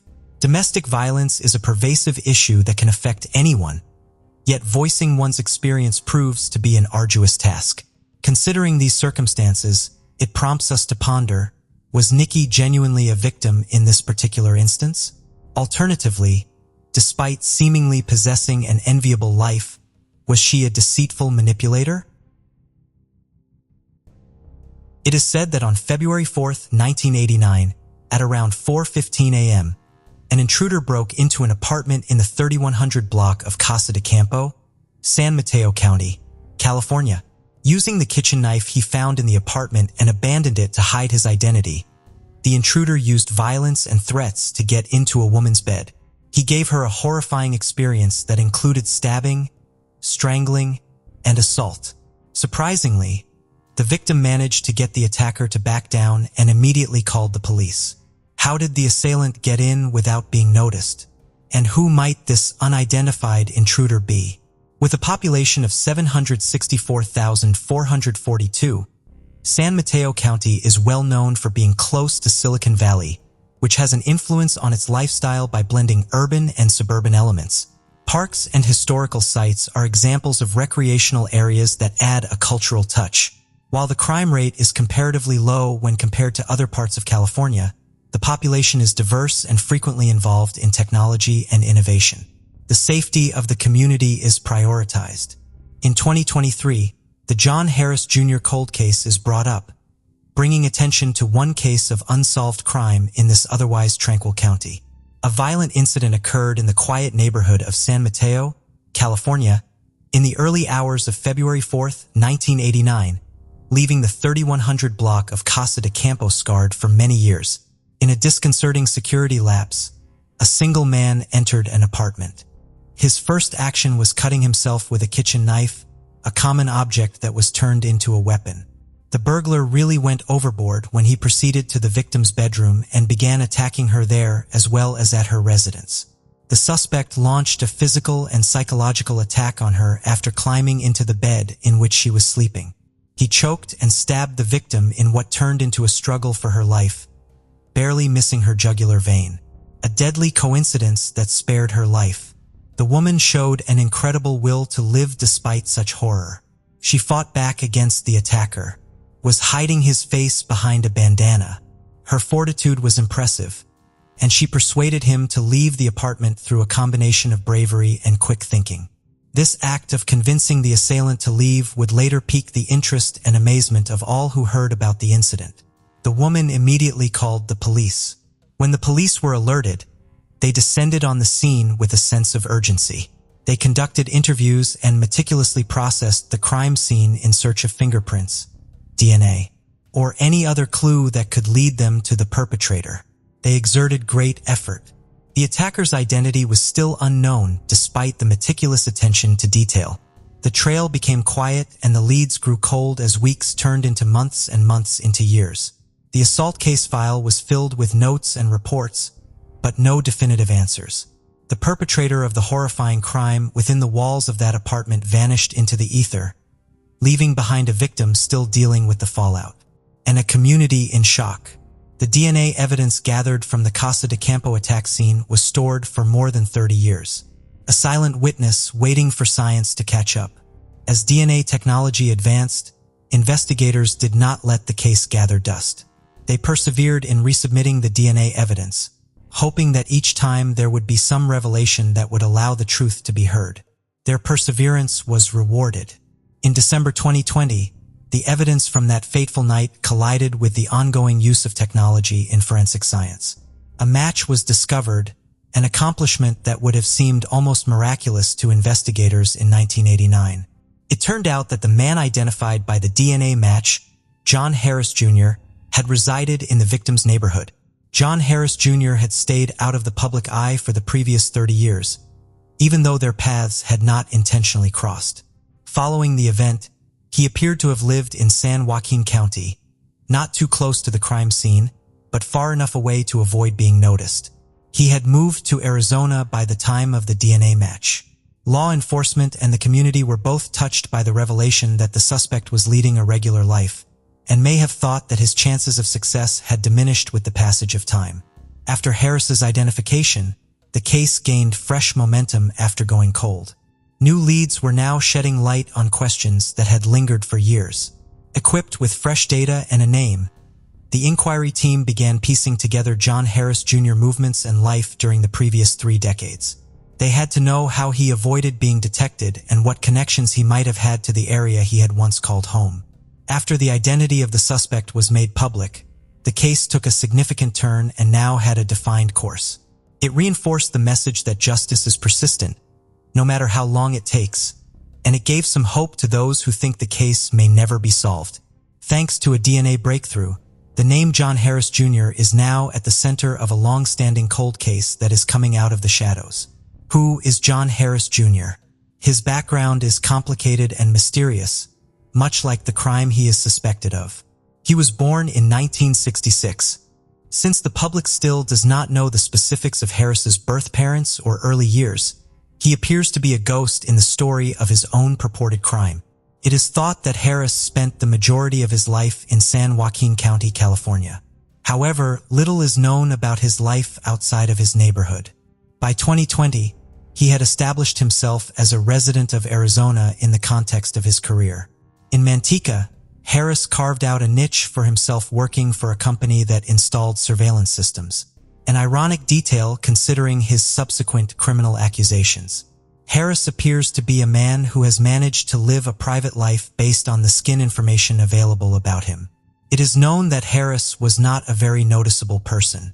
There were no obvious indicators of a difficult upbringing or difficult educational path that the general public is aware of. The abrupt connection to a violent crime is all the more startling given the lack of a known criminal past. Harris is the primary suspect in an attempted murder case, and his DNA has permanently linked him to a horrific deed, raising the possibility that beneath the surface of a normal life, there may be a history of darker tendencies. There have been no disclosed marriages or family relationships. In many ways, Harris appears to be a lone individual cut off from the social pillars that support most people's lives. His former community in San Joaquin County and beyond have surely felt the impact of his name becoming associated with the case. The close proximity of a man suspected of a dangerous crime is causing discomfort to neighbors who previously might have simply nodded to him passing. John Harris Jr. experienced an abrupt upheaval in his life at the age of 55. He was taken into custody on Wednesday, February 25, 2021.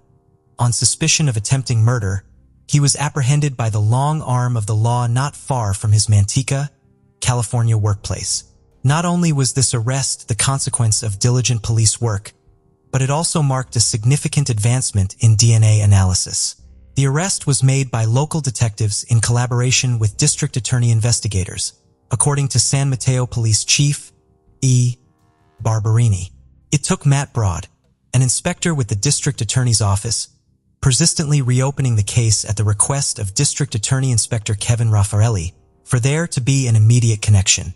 At the time, Raffaelli was a San Mateo police surgeon who was heavily involved in the investigation of this especially unsettling case. The investigators' determination was unwavering in their pursuit of justice for the atrocious crime committed in 1989. Harris appeared to have lived the nomadic life in the Bay Area, having lived in the counties of San Mateo, Alameda, San Francisco, and San Joel, Queen. Despite this, he had remained unnoticed, as his DNA was not found in the National Law Enforcement Database. To establish a connection, the investigators had to pivot and use advanced genealogical methods similar to the one used to discover the identity of the infamous Golden State Killer, Joseph James DeAngelo. In the end, it was his DNA that linked him to the case. Inspector Brolitz said that this scientific match would become the cornerstone of the case, unquestionably connecting Harris to the crime that had plagued the victims and the community for more than 3 decades. This statement summed up the results of tireless investigative efforts. As he considered the nature of the crime, Raffaelli noted how inhumane it was and how it left a lasting impression on the people who worked the case. At the time, Samatia was not used to handling crimes of that terrible caliber, and the local law enforcement had a collective memory of this specific incident. Steve Wagstaff, the district attorney, acknowledged the intricacy and skill of the investigation. Since Harris's DNA was missing from the databases that were usually checked, the investigating team had to use more creative ways to find the criminal. After being arrested, Harris was detained at the San Mateo County Jail with a hefty $500,000 bail. The community, which had previously been unaware of a seemingly ordinary man's dark past, was now confronted with the chilling reality of his alleged actions. For the victim and others impacted, this arrest represented a much-needed step toward justice and closure. On February 25, 2021, a gloomy Friday afternoon, John Harris Jr. appeared before the bench at San Mateo County Superior Court in Redwood City to answer to his charges. The seriousness of the situation was evident as he was about to be arraigning for 2 serious charges: attempted murder and aggravated mayhem, both of which carries a harsh life sentence. Given the gravity of the accusations, Justice Berberis handled the case with a calm disposition. Following Supreme Court Rule 23, the courtroom recognized that the rulings in this case would not establish a precedent. Therefore, the case's implications were limited to the present. When delivering the court's ruling, Justices Barbaras, Vaughn, and McCaney presented a united front. John Harris Jr.'s attempt to review his conviction was unsuccessful due to the intricate legal proceedings. The court summarily dismissed his post-conviction petition in attempt to revoke his previous guilty plea for first-degree murder. This dismissal was not taken lightly following Harris Jr.'s appointment to the Appellate Counsel. The Office of the State Appellate Defender, or OSAD, submitted a withdrawal motion claiming that there was insufficient justification for the court's ruling to be incorrect. Harris Jr. was given the chance to reply, but he did not, so the court granted the motion and upheld the dismissal. The background to Harris Jr.'s current situation showed a complex legal battle. He had first accepted a guilty plea to first-degree murder in exchange for a shorter sentence of 25 years. But allegations of incompetent counsel and coercion emerged, and his guilty plea was temporarily withheld at a subsequent Krinkle hearing. The state's argument that they were unfairly excluded from the Krinkle hearing resulted in the guilty plea being reinstated. On appeal, Harris Jr. claimed that his constitutional rights were violated when the guilty plea was reinstated. The court denied the appeal, stating that the initial withdrawal was premature and that his plea was voluntary and informed upon review. Harris Jr.'s subsequent post-conviction petition was an attempt to work around these previous rulings. He asserted new arguments of collaboration between the trial court defense counsel and the prosecutor, but the court rejected them. The OSAD upheld the verdict. His actual innocence claim, which lacked new evidence or proof, was also rejected by the court. The petition was properly dismissed within the procedural boundaries, according to Justice Barbaras, because it did not present any reasonably arguable issues. Finally, the court's decision was binding, the motion was granted, and the judgment was upheld. Harris Jr.'s attempt to obtain a new trial was ultimately unsuccessful due to the principle that once a case is decided, it cannot be pursued again. In a recent news conference, a San Mateo police chief, ITT Barberini, expressed the victim's relief and gratitude in the John Harris Jr. case, which had gone unsolved for over 3 decades. The victim, who has been through the unimaginable for the past 32 years, now has some closure. The arrest of a suspect was made possible by the combined efforts of the San Mateo County District Attorneys and investigators, the FBI's San Francisco and Los Angeles divisions, Manteca Police, and San Mateo Police detectives. It demonstrates their commitment and the power of collaborative law enforcement. Authorities have stated that there may be additional victims. They are currently processing additional DNA in order to uncover additional evidence to help with the ongoing investigation. Police in San Mateo are encouraging anyone with information about Harris to come forward. Evening of May 30th, 2012, 19-year-old Brittany Wood dressed up and departed from her mother's residence in Mobile, Alabama, somewhere between 7 and 7:30 p.m. Everyone had assumed that Brittany was off to visit her friend, but the reality was far from it. Unbeknownst to those around her, Brittany's true destination was her uncle, Donnie Holland's home. However, what began as an ordinary visit would unfold into a nightmarish ordeal for both the family and law enforcement. 2 days later, on June 1st, 2012, the police made a gruesome discovery. Donnie, Brittany's uncle, was found in his car, a gunshot wound to the back of his head, revealing a chilling crime scene. The shocking and blood-stained scene added a layer of mystery, intensifying further. Brittany would remain mysteriously absent. Did Brittany play a role in Donnie's death? And if so, what drove her to such actions? Or was it someone else who not only killed Donnie, but also kidnapped Brittany? Brittany always had a dream of becoming a hairdresser and opening her salon one day. However, the young girl just in her teenage years would come across a man named Andy Woods. Their connection blossomed, leading to the joyous arrival of their beautiful daughter, Peyton, in 2009 when Brittany was just 18. While initially relishing the freedom of youth, the birth of Peyton signaled a profound change in Brittany's life. However, her life took an even more significant turn when, just a few months after Peyton's birth, and Brittany parted ways. Despite the breakup, the two made the decision to share custody, maintaining a positive and amicable relationship for the well-being of their daughter. Subsequently, Brittany ventured into dating, encountering several relationships that proved short-lived. Brittany found joy in spending time with her family, particularly her brother Derek, whom she considered as her protector. Reflecting on her past, Brittany's tumultuous experiences were also rooted during her childhood days. Her father, Wallace Hankey, had divorced her mother Chessie Wood when she was just a baby. Despite the divorce, Brittany maintained a positive relationship with her father. However, the main complication arose in her connection with her uncle, Donnie Holland. Donnie seemed like a fun-loving guy to everyone, always nice to those around him. However, beneath the surface his story was more complex than it appeared. At the time of his death, Donnie was actually under investigation for his alleged involvement in a child abuse ring, which extended to include other family members, even reaching members of Brittany's household. Now, is there a connection between everything that transpired in the past leading to the ultimate death of Donnie and Brittany's disappearance? On the evening of May 30th, 2012, Brittany left her house around 7:30 p.m. with her family assuming she was visiting a friend. Despite attempts to contact her later that night, they couldn't reach Brittany. The family, accustomed to her spending days with her friends, didn't initially suspect anything was amiss. However, unbeknownst to them, this was not just one of those nights. As Brittany's whereabouts remained unknown, chilling revelation awaited the family 2 days later. On June 1st, 2012, Donnie Holland, Brittany's uncle, was found in his car with the engine still running, left in a secluded area overlooking the Fish River. He had a gunshot wound to the back of his head behind his ear. He was transported to a local hospital, but had passed away.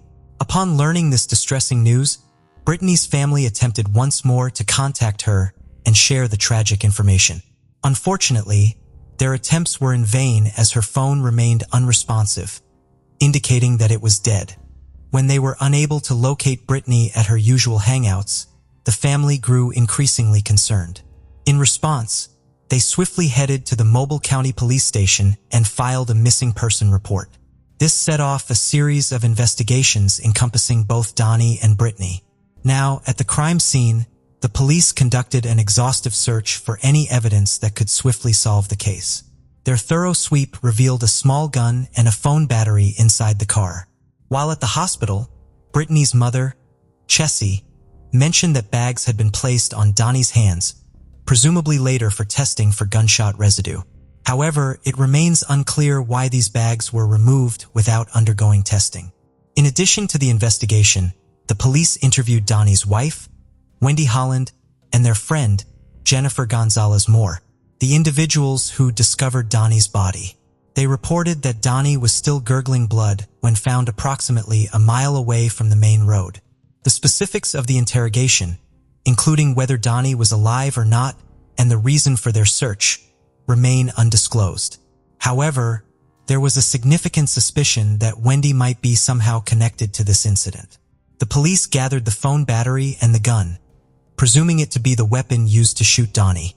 However, surprising turn of events occurred when Brittany's best friend, Tiffany Bailey, confirmed that the gun belonged to Brittany. Tiffany revealed that Brittany had purchased the gun for protection shortly before her disappearance. With suspicions running high, questions arose about whether Wendy and her friend were involved or if Brittany played a role. However, another perspective on the story was yet to be explored. At the time of his death, Donnie was under investigation for his alleged participation in a troubling child abuse ring that implicated several of his own family members. A mere 30 minutes before his scheduled meeting with the investigators to discuss these allegations, he succumbed to a fatal gunshot while seated in his vehicle.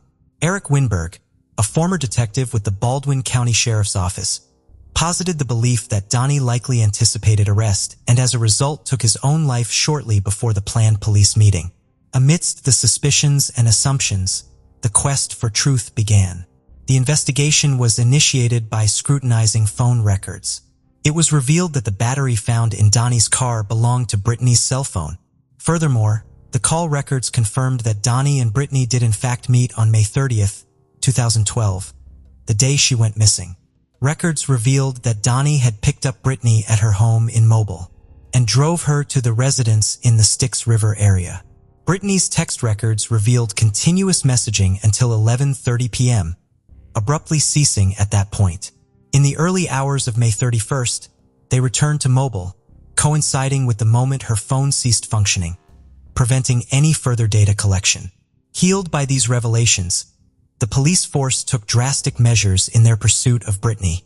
A widespread search ensued, mobilizing volunteers, the search and rescue unit, helicopters, dogs, and boats.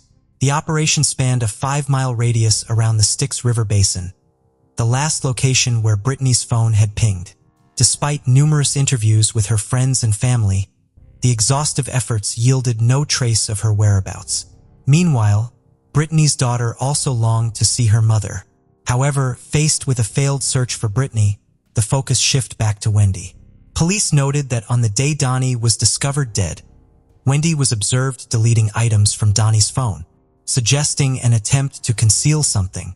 Initially overlooked, this action gained significance as the investigation hit a dead end, prompting the police to turn their attention back to Wendy.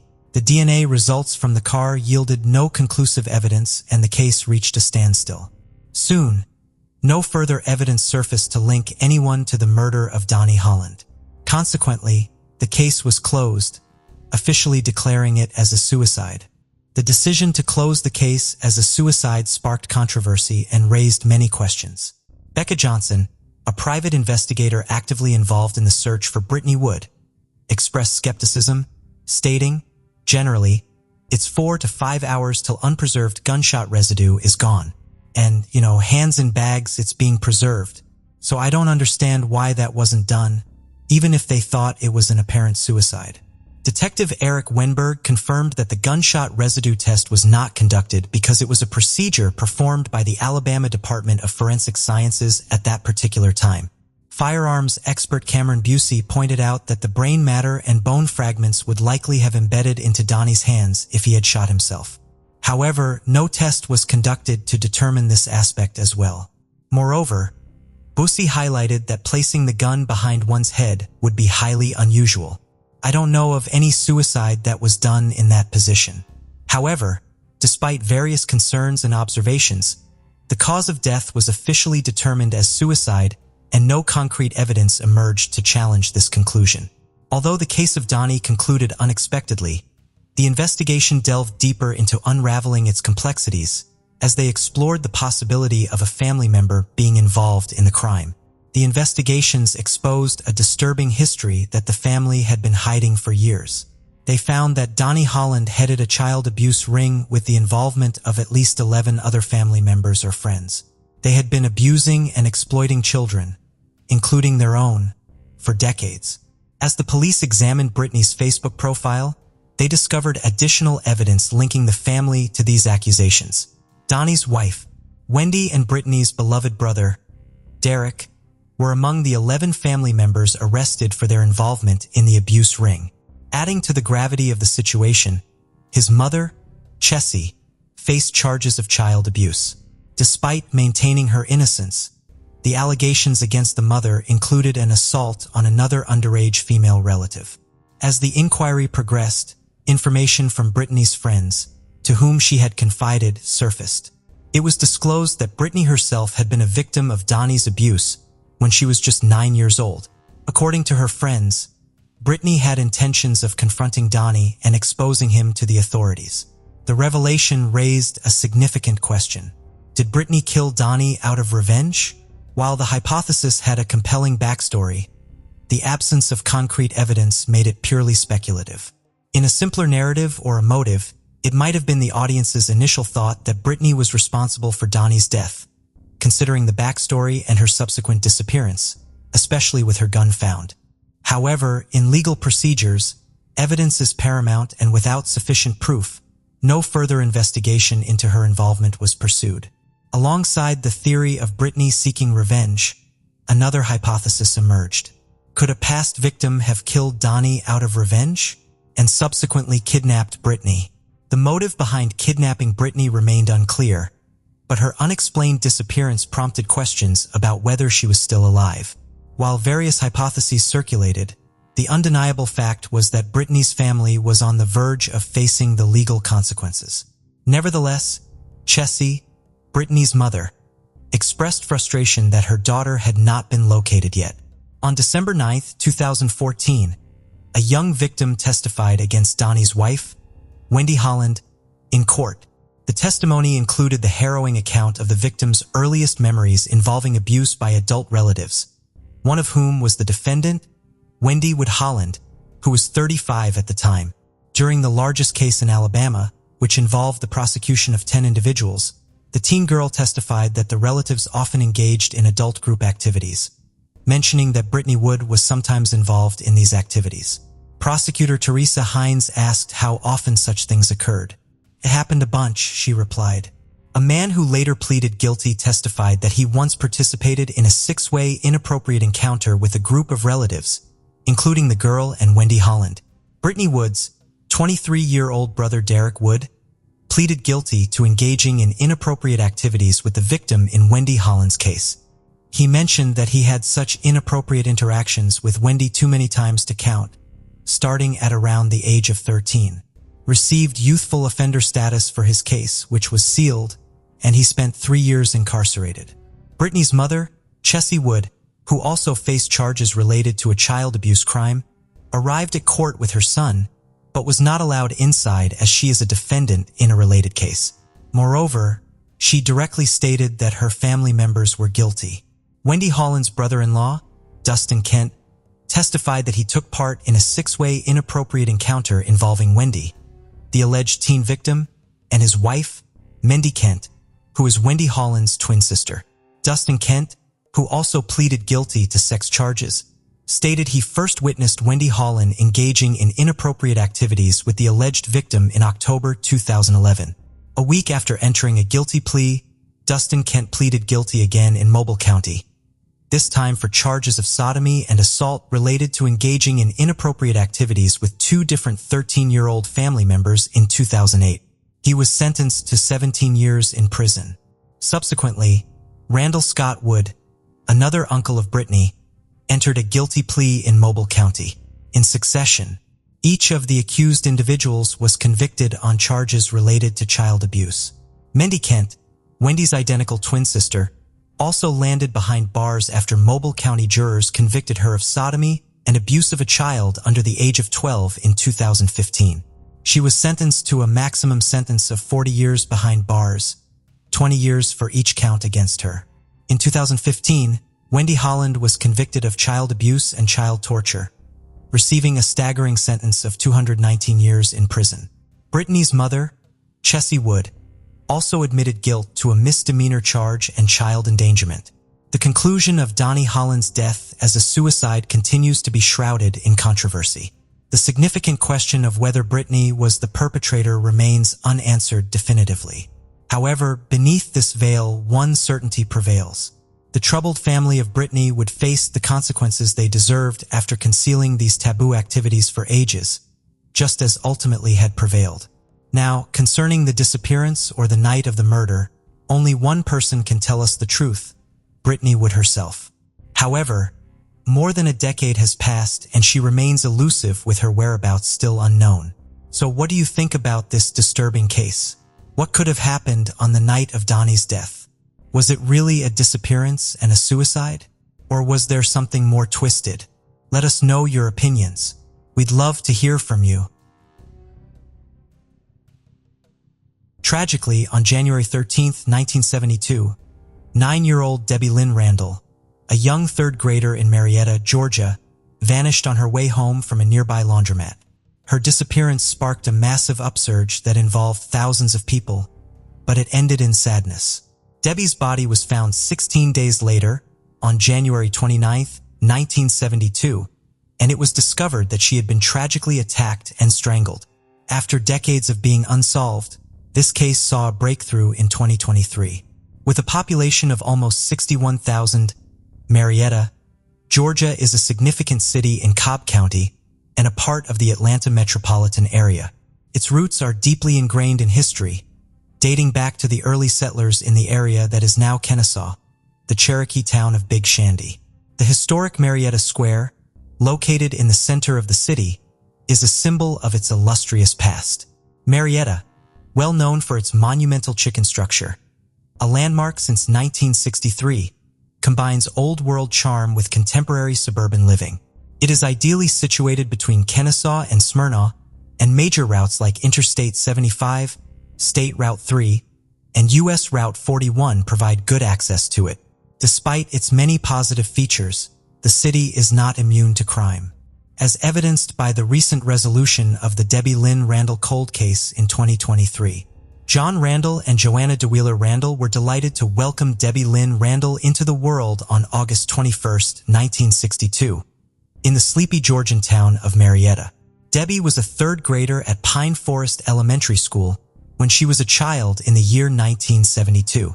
Her kind and compassionate disposition soon won her over as a favor among her peers, both at school and in the neighborhood. Debbie was adored and renowned for her kind disposition. Debbie had a charming personality as evidenced by the warmth and love that were frequently present in her home. Guests showed their affection for her by bringing dolls for her on a regular basis. These dolls represented the affection of the community for her and were more than just toys. Debbie had a unique relationship with her elder brother Melvin Randall at home. Their bond as siblings was close-knit and compassionate. As Debbie's caring and protective older brother, Melvin always makes an effort to grant her wishes. Their family's close-knit dynamics were demonstrated by this bond. Debbie's life, which was filled with hopes and youthful aspirations, was tragically cut short, leaving her family and community grieving greatly. On January 13, 1972, the Randall family in Marietta seemed to be enjoying just another evening. Debbie, a lively little child, was with her mother, Joan Nita, and her brother Melvin was in bed because he was sick. Joan Nita was in the kitchen making dinner while she waited for John Debbie's father to return. The evening went on as usual. Debbie asked permission to play at the neighborhood playground that evening, as she usually did. It is a short walk from their house and a known and secure area. Debbie happily agreed, promising to return before supper, when Juanita asked her to pick up some washing powder from the laundromat across the street. Debbie's regular routine included a 5-minute stroll to the playground, where she would typically spend an hour playing after school. In roughly 1.5 hours, Juanita anticipated her return. But as time went on and Debbie did not come back, anxiety began to grow. Debbie never missed her curfew, and she never arrived late without telling her. Joanna's anxiety increased as the evening went on and Debbie was still nowhere to be found. Around 9:45 p.m., John arrived home, but they still did not know Debbie's whereabouts. When they realized that this was not at all like Debbie, their concern turned to panic. Melvin joined the search even though he was not feeling well. The family acted quickly. Normally the center of activity, the neighborhood was now the focus of an increasing amount of concern. Melvin went around asking people if they had seen Debbie, but nobody knew anything about her other than the fact that she had left the house earlier. Jemina and John hurried to the closed laundromat after discovering the playground was empty. The streets were deserted, and the loss of their daughter made each minute feel more burdensome. Their concerns were heightened when they found a box of washing powder on the road close to their house. a stark reminder that something was wrong. Refusing to cry and motivated by maternal instinct, Juanita made the decision to call the police. Nevertheless, they had to deal with the formal obstacle that Debbie had vanished in less than 24 hours, which prevented them from filing an official missing persons report at that time. The police reassured them that they would make every effort to find Debbie in spite of this. The Randall family received support and assistance in their search from the community as a whole. Approximately 4,000 volunteers, among them Debbie's brother Melvin, canvassed the city in the days that followed. The streets were covered in flyers with Debbie's picture on them and a request for her safe return. The local police were equally dedicated and followed up on every lead. Debbie had picked up the washing powder, as the laundromat confirmed, but it was still unclear what transpired in the short time between her visit and her disappearance. Although Debbie's immediate neighborhood friends were questioned during the search, none of them were able to provide information about her whereabouts. The Randall family and the community held on to hope as the days stretched into weeks, knowing that it would soon run out. On January 29, 1972, 16 agonizing days later, a group of Southern Tech students who had been assiduously helping the police made an extremely painful discovery. Debbie's body was discovered off Johnson Ferry Road in a wooded area. It was a grim scene, with her half-clothed body showing signs of a violent struggle, as though she had battled mightily to survive. It appeared that the murderer had muffled Debbie's screams for assistance with her own coat. The revelation provided a horrifying glimpse into the suffering Debbie had to go through. It seemed as though the offender had been pursuing her and waiting for the right opportunity to kidnap her. This vicious person made Debbie endure horrific experiences in multiple places before disposing of her body in the woods. The community, once unified and resolved in hope, was now brought together in grief. Marietta was rocked by shock when word of the tragic discovery of Debbie's body reached the community. The sight of their dead daughter's body struck Juanita and John Randall like a ton of bricks, turning their terrible nightmare into a terrible reality. Everyone who knew Debbie will always bear a profound wound from her passing. Debbie was a cherished daughter, sister, and friend. As the Randall family struggled to understand the terrible fate that had befallen little Debbie, the community grieved with them. The inquiry into Debbie Lynn Randall's death grew more intense after her body was tragically found. Examining the scene, the coroner found disturbing details. Debbie was severely injured as evidenced by the deep wounds on her body from being strangled and beaten. During this examination, a crucial finding was an unidentified hair strand that might have belonged to her attack. This discovery suggested a potential development in the case, but one major obstacle in the 1970s was the limitations of medical technology. Since such evidence analysis was still in its infancy, the hair sample offered more of a hope for the future than a quick fix. The hair was preserved with great care, hoping that one day new technological developments would help identify Debbie's killer. Detectives followed hundreds of leads over the course of days and months, all of which ended in dead ends despite the lead's initial promise. Law enforcement put in a lot of effort, but they were caught in a frustrating loop and could not find the key clues that would have solved the case. The Randall family was left with unanswered questions as a result of the protracted uncertainty and lack of closure. They wondered what had really happened that fateful evening and who was to blame for their daughter's premature death. They had to deal with the pain of losing their dear Debbie, as well as the never-ending annoyance that justice was still evasive. Debbie's case progressively moved from an active investigation to a cold case as the years went by and the number of leads decreased. Her murder mystery remained unsolved for almost 28 years, causing constant suffering and intrigue. The Marietta community and the Randall family were left to ponder whether the truth about Debbie's terrible demise would ever be revealed. The case, which left many who knew and loved Debbie with unsolved questions and unfulfilled justice, lingered in their collective memories. But in 2001, there was a renewed interest in the unsolved mystery surrounding Debbie Lynn Randall's case. Re-examining old files, Detective Morris Nix was unable to escape the haunting memory of unsolved cases. That included Debbie's case, where he sensed details that the 1972 original investigation had overlooked. Detective Morris reopened the case because he was determined to find answers. He found the long-stowed evidence box and the hair strand that had been preserved from the crime scene. The case was put on hold while future technological advancements were made because, despite the FBI's best efforts, the hair's owner could not be identified using the advanced technology of the early 2000s. Until 2015, when Detective Morris joined the Cobb County Cold Case Unit, the case remained unresolved. The case took on new life and increased momentum thanks to modern medical science. Sandra Walker was one of the children who played with Debbie that fateful evening, and media coverage helped bring her to light. Sandra's testimony, which had previously been suppressed out of fear, gave the case a terrifying new angle. Years later, the horrific details of her experience seeing Debbie kidnapped were still fresh in her mind. Police partnered with Amanda Wood, a freelance artist, and a graphic designer to engage the community in job memorials. Wood devoted months to putting Debbie's final moments into graphic form. The result is a moving and intense depiction that highlights both Debbie's innocence and the horrific nature of her attack. Debbie's father John held on to every article from the newspaper detailing his daughter's disappearance, a continual reminder of the mystery left unsolved. Detective Morris, in the meantime, sent a piece of cloth with floral prints found on Debbie's body to the Sorensen Forensic Lab so that it could be tested for DNA. Thanks to technological developments, a partial DNA profile of an unidentified man could be created. Despite obstacles, renewed DNA testing provided fresh opportunities for the investigation in 2019 thanks to additional funding from the Criminal Justice Coordination Council. Previously unmoving, the case now might lead to the answers the Randall family and the Marietta community have been looking for many years. Thanks to developments in genetic genealogy, Debbie Lynn Randall's cold case made a significant breakthrough in 2023. The police set out to create an SMP, a single nucleotide polymorphism profile, in cooperation with DNA Labs International.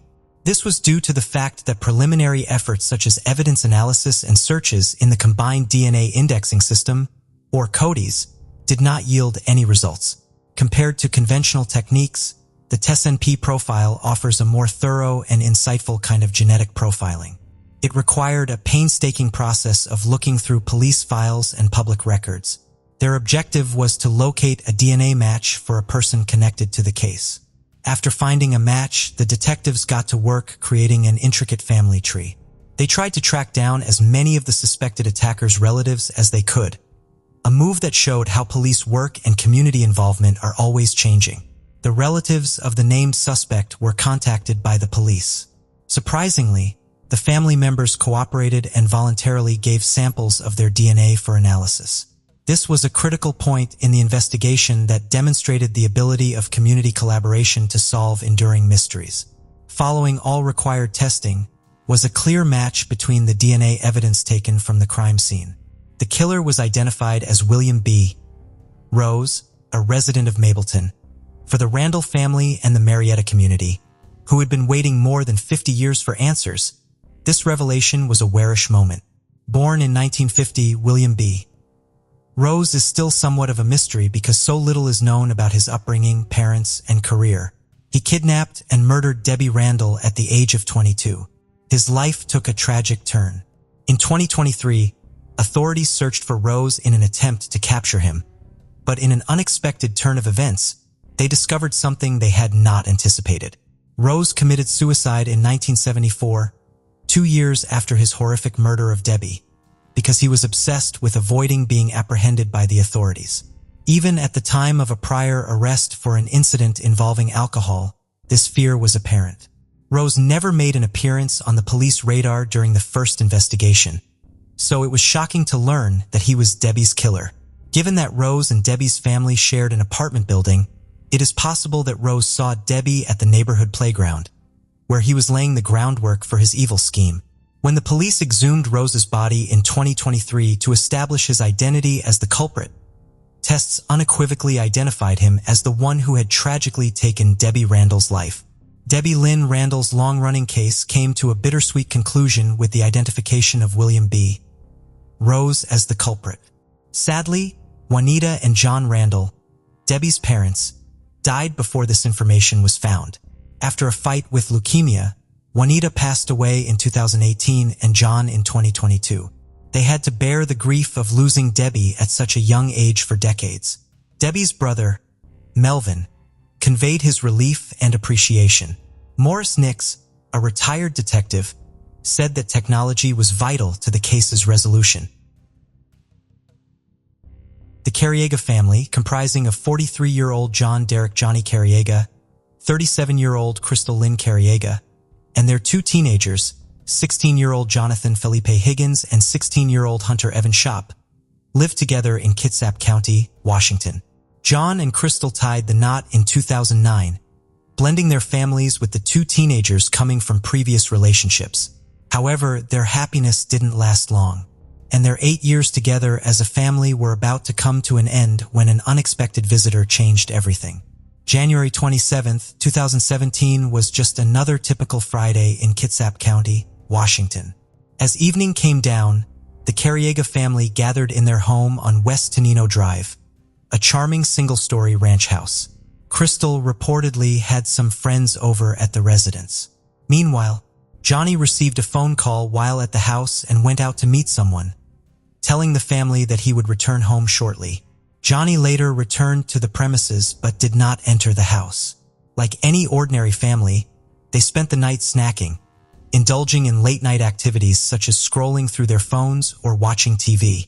However, the tranquility of the evening was shattered when on that fateful Friday night, dispatchers at Kitsap County received a harrowing 911 call from 16-year-old Hunter Shop. In a desperate plea, he urged authorities to rush to their location.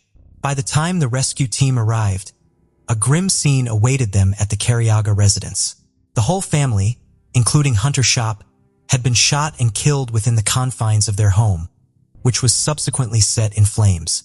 On Sunday morning, January 29, 2017, the community woke up to a chilling headline. 3 people found dead in Kitsap County home after fire. The news sent shockwaves through the area, with residents grappling to make sense of the tragedy that had unfolded. The newspapers had this wrong headline, "Homeowner Missing." This added another layer of concern and uncertainty to the already disturbing situation. According to the initial reports, the victims, 2 teenagers and a woman, had been discovered inside a home engulfed in flames. Authorities confirmed that the deaths were classified as homicides, leaving the community reeling from the shock of such a violent and senseless crime. It was confirmed that the crime had taken place the previous Friday night, with no sign of the homeowner, John.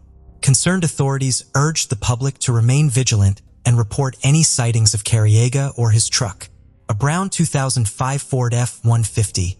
Despite being labeled as a missing person, suspicions began to swirl around John, with some suspecting he may have been involved in the heinous crime. Now, the press played a pivotal role in shaping public perception, with headlines fueling speculation and uncertainty. The mention of "someone's here with a gun" only added to the air of suspicion surrounding Carriega. However, it soon became apparent that the media had made a grave error in reporting the survival of 16-year-old Hunter Shop, who had made the distressing 911 call before tragically succumbing to his injuries. As authorities continued their investigation, some surprising details emerged, shedding light on the cruelty of the crime. Shell casings, predominantly 9mm, were discovered on the back deck, and more than $50,000 was found in cash hidden in a strongbox in the main bedroom, along with another $7,000 in a money bag. Throughout the next few days, law enforcement spared no effort in their search for Johnny Carriega and his truck, mobilizing every available resource in a desperate bid for clues. Eventually, a crucial development rocked the ongoing investigation. The discovery of John Carriega's truck, the burnt wreckage containing the lifeless body of Johnny, was found on a remote road in North Mason County. The discovery was made by a passerby walking in the area, prompting immediate action from authorities. The announcement from the Kitsap County Sheriff's Office sought assistance from residents in the area, urging anyone with information to come forward. Crime scene investigators carefully searched the area, scouring for clues that might shed light on the circumstances surrounding John's death. Their efforts brought out a crucial piece of evidence: a single latex glove found near the burnt-out truck. Now this discovery raised questions and fueled speculation, prompting authorities to appeal to residents and businesses with security cameras for any footage that might provide valuable insights into the case. Sheriff's Detective Lieutenant Earl Smith emphasized the importance of video evidence, urging those with relevant footage to cooperate with law enforcement. The appeal was met with a swift response from the community, with individuals stepping forward to offer assistance in any way they could. Despite the collaborative spirit permeating the investigation, details surrounding the circumstances of John's death remain shrouded in mystery. According to detectives, the road leading to the tree farm, marked by a gate, showed signs of forceful entry, with the gate visibly damaged. It appeared as though Johnny's truck had rammed through the gate, which was a stark indication of some level of struggle. Amidst the chaos and uncertainty, the memory of Hunter's shop weighed heavily on the minds of many. Principal Megan Swiecki of North Kitsap High School delivered the somber news, paying tribute to Hunter's memory and urging those who knew him to cherish the moments they shared.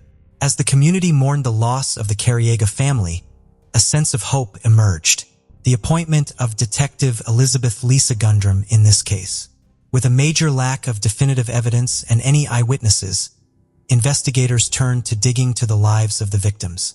As the investigators started to, they uncovered a series of puzzling yet potential motives. These were basically speculations about the family's business ventures and financial dealings, fueling theories of possible illicit activities and criminal connections. The first thing, the disturbing 911 call made by one of the victims struck a question. Why didn't Hunter mention anything about the fire, or was he confused? This raised suspicions about the timing and motives behind the arson, adding another layer of complexity to an already confusing investigation. As the investigation progressed, authorities faced a ton of questions and uncertainties. The motive behind the attack, the identity of the person or persons, and the circumstances surrounding John Cariega's abduction remain shrouded. Amidst the confusion and despair, one question loomed larger than all others. Why? Months passed with little progress. However, in February 2017, a breakthrough occurred when surveillance footage captured John Cariega at a local grocery store buying cigarettes, seemingly behaving normally in the hours leading up to his disappearance. While this provided some insight into his whereabouts, it failed to yield any significant leads. Then, in June 2017, authorities released a photo of a person of interest captured on surveillance footage at a Target store just days before the murders. The image showed an individual entering the store, raising suspicions about their potential involvement in the crime. This marked the first communication from authorities in months, highlighting the urgency of the investigation. Sheriff Gary Simpson emphasized the need for public assistance, confirming that more than one person was involved in the meticulously planned murders. This added a new layer of complexity to the case, prompting hints about the suspect's motives and connections to the victims. The request for information on the unknown suspect seen at Target 12 days before the murders raised questions about their possible purchases and their relevance to the crime. Could items bought at the store be linked to the murders, such as firearms or materials found at the crime scene? In September 2017, the investigation progressed with the identification of a person of interest, Danny Kelly Jr. Danny was a longtime friend of Johnny's, even turned out to be Johnny's best man at the time of his wedding. Now reports suggested a troubling encounter between Danny and his estranged mother, who accused him of misconduct. The case report was that he had repeatedly groped and propositioned his mother and was arrested on behalf of this case. Besides, the alleged involvement in the Cariaga case raised eyebrows, but authorities clarified that he had not been officially charged in connection with the homicides. Now the year of 2017 drew to a close, marking the Cariaga family murders as the most significant local news story of the year. The community's deep-seated feelings were further pushed by an anonymous donor who chose to contribute $16,000 to Crime Stoppers, bolstering the reward fund to $20,000. Despite the dropped charges against Danny J. Kelly Jr. for assaulting his mother, investigators remained committed to pursuing leads in the case. On January 11, 2018, authorities released an extended version of Hunter Shop's chilling 911 call, as the investigators weren't letting down on the case. They came to notice that Danny was wearing Bandito's motorcycle club attire in the video, and the investigators appealed to members of the motorcycle club for information. Now this marked a significant development, as investigators publicly identified Danny Kelly Jr. as a person of interest and highlighted his association with the Banditos Motorcycle Club. For those who aren't aware, the Bandidos Motorcycle Club is widely recognized as a motorcycle gang by law enforcement and intelligence agencies across multiple countries. Although the club has denied allegations of being a criminal organization, several members have been convicted of engaging in illegal activities. It has a substantial presence in Washington state and has been the target of various law enforcement operations over the years. According to the Department of Justice, Bandidos members have been heavily involved in methamphetamine trafficking and various violent crimes in Washington. Further scrutiny focused on surveillance footage showing Johnny Carriega meeting someone at a local grocery store shortly before the murders. In January of 2020, authorities once again pressed the importance of their belief that members of the Bandidos Motorcycle Club were directly involved in the Carriaga family murders. They appealed to the biker community for any information that could aid in the investigation. However, since then, there had been little to no progress in the case, and it stayed the same for nearly 5 years. On further digging, detectives found out that Johnny had been involved in the transportation and distribution of for a significant period. He made numerous trips to California, where he reportedly acquired kilos of coke to distribute in Kitsap County.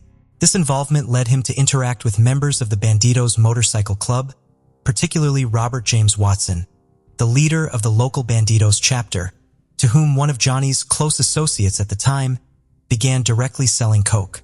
Yes, the initial suspect, Danny J. Kelly Jr. Despite their close relationship, a falling out occurred before the murders, allegedly over money stolen by Danny. As Johnny went into distribution in Kitsap County, he came into contact with other Bandidos Motorcycle Club members who were in process of joining the club. Now the detectives used cell phone tracking to show the locations of Carriega and the suspects before, during, and after the killings. Danny Kelly Jr. had bought a prepaid mobile burner phone at the Silverdale Target, which he used extensively to communicate with John Carriega for the 10 days leading up to the killings. However, communication stopped afterward, even though the phone didn't expire until April 2017. Detectives obtained a search warrant in January 2020 for Robert Watson's cell phone when members of the Bandidos were suspected in the homicides.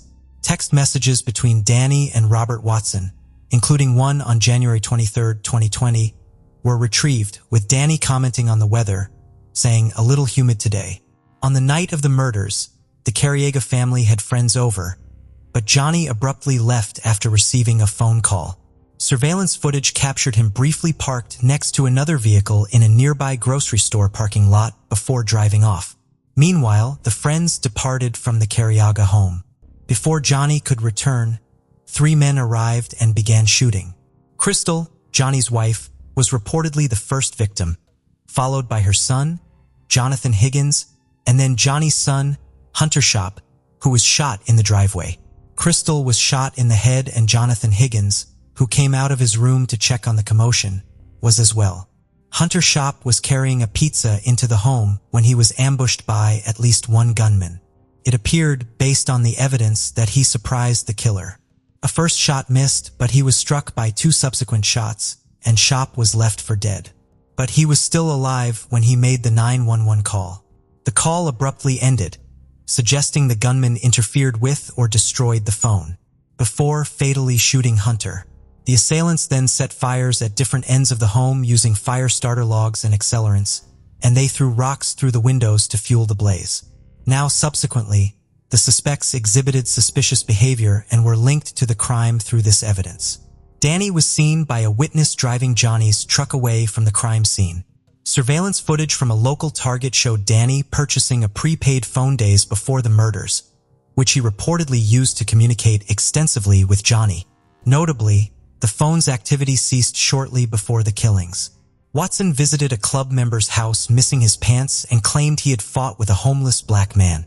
Later that evening, Watson called 911 to report his truck had been broken into several days earlier, and a loaded Glock handgun and a second loaded magazine were stolen. Watson, who worked for Kitsap County Public Works, stopped going to work and was eventually fired in September 2017. Detectives found that about $303,000 was deposited into his accounts that year, with numerous cash deposits that couldn't be traced. Johnny Carriega had reportedly hidden $200,000 under his home, but it was never found. Also, a neighbor heard gunshots on the night of the homicide and saw Carriega's truck speeding down Tanino Drive. The neighbor identified the driver as Danny, whom he knew from when Danny's family lived in the same house. Following the truck was a silver car, almost bumper to bumper. Detectives noted that Danny and John Carriega had a strong dislike for each other, making Danny's presence at Carriega's house or driving his truck suspicious. Less than a week after detectives released video of Carriega's truck in the unidentified car at the Camp Union grocery, Robert's brother Johnny Watson's car, a 2006 Mercedes, was found stripped and dumped in the Puyallup River. The vehicle was missing its plates and had not been reported stolen. However, later, Robert and his brother paid $1,500 to retrieve the car. Now there was a question. Why did he only think to report it then, the day after a quadruple murder nearby? Johnny Watson, the third individual, was believed to be the driver of the second vehicle seen in the grocery store parking lot on the night of the murders. And furthermore, the DNA from one of the rocks at the crime scene matched perfectly with his. Finally, on June 6, 2022, a significant development shook the community as 3 men were formally charged in connection with the quadruple murder of the Carriega family. This marked a crucial moment to the long-standing investigation that had gripped the region for years. The arrest operation, meticulously planned over several weeks, involved approximately 70 police officers spanning multiple counties. The suspects, identified as 43-year-old Danny J. Kelly Jr., 49-year-old Johnny James Watson, and 50-year-old Robert James Watson, were apprehended in different locations across the state. Robert Watson was caught in between traffic at Gig Harbor. Johnny Watson and Danny were arrested about an hour later in their apartments in Bremerton. Following their arrests, the 3 men were booked into local jails and charged with a total of 16 felonies each. These charges ranged from first-degree aggravated murder, first-degree murder, first-degree arson, to first-degree burglary. Bail for each defendant was set at a staggering $20 million. The suspects appeared in court the following morning to enter their pleas, with each pleading not guilty to the alleged felony charges. The judge ordered that they be held without bail and imposed strict conditions, prohibiting them from possessing firearms, alcohol, or drugs, as prescribed. Additionally, the defendants were forbidden from having any contact with each other as mandated by the court. In response to the Carriega family murders, investigators had formed a specialized task force dedicated to unraveling the complexities of the quadruple homicide. This collaborative effort underscored the gravity of the case and the determination of law enforcement to bring the perpetrators to justice. The community awaited further developments in the legal proceedings, hoping that the arrests would mark a significant step towards closure for the families affected by the tragic loss of the Carriega family. But even in this darkness, there's a glimmer of hope as people come together to remember them. The arrest of the 3 suspects in the Carriega family murder case was a moment long awaited by those touched by the tragedy. For years, Carly Scott, the mother of Hunter Scott, had pleaded for justice, and finally her prayers were answered. She's made so many emotional pleas over the years, just asking for someone to step forward. And it worked. The detectives got tips from the public that helped crack the case.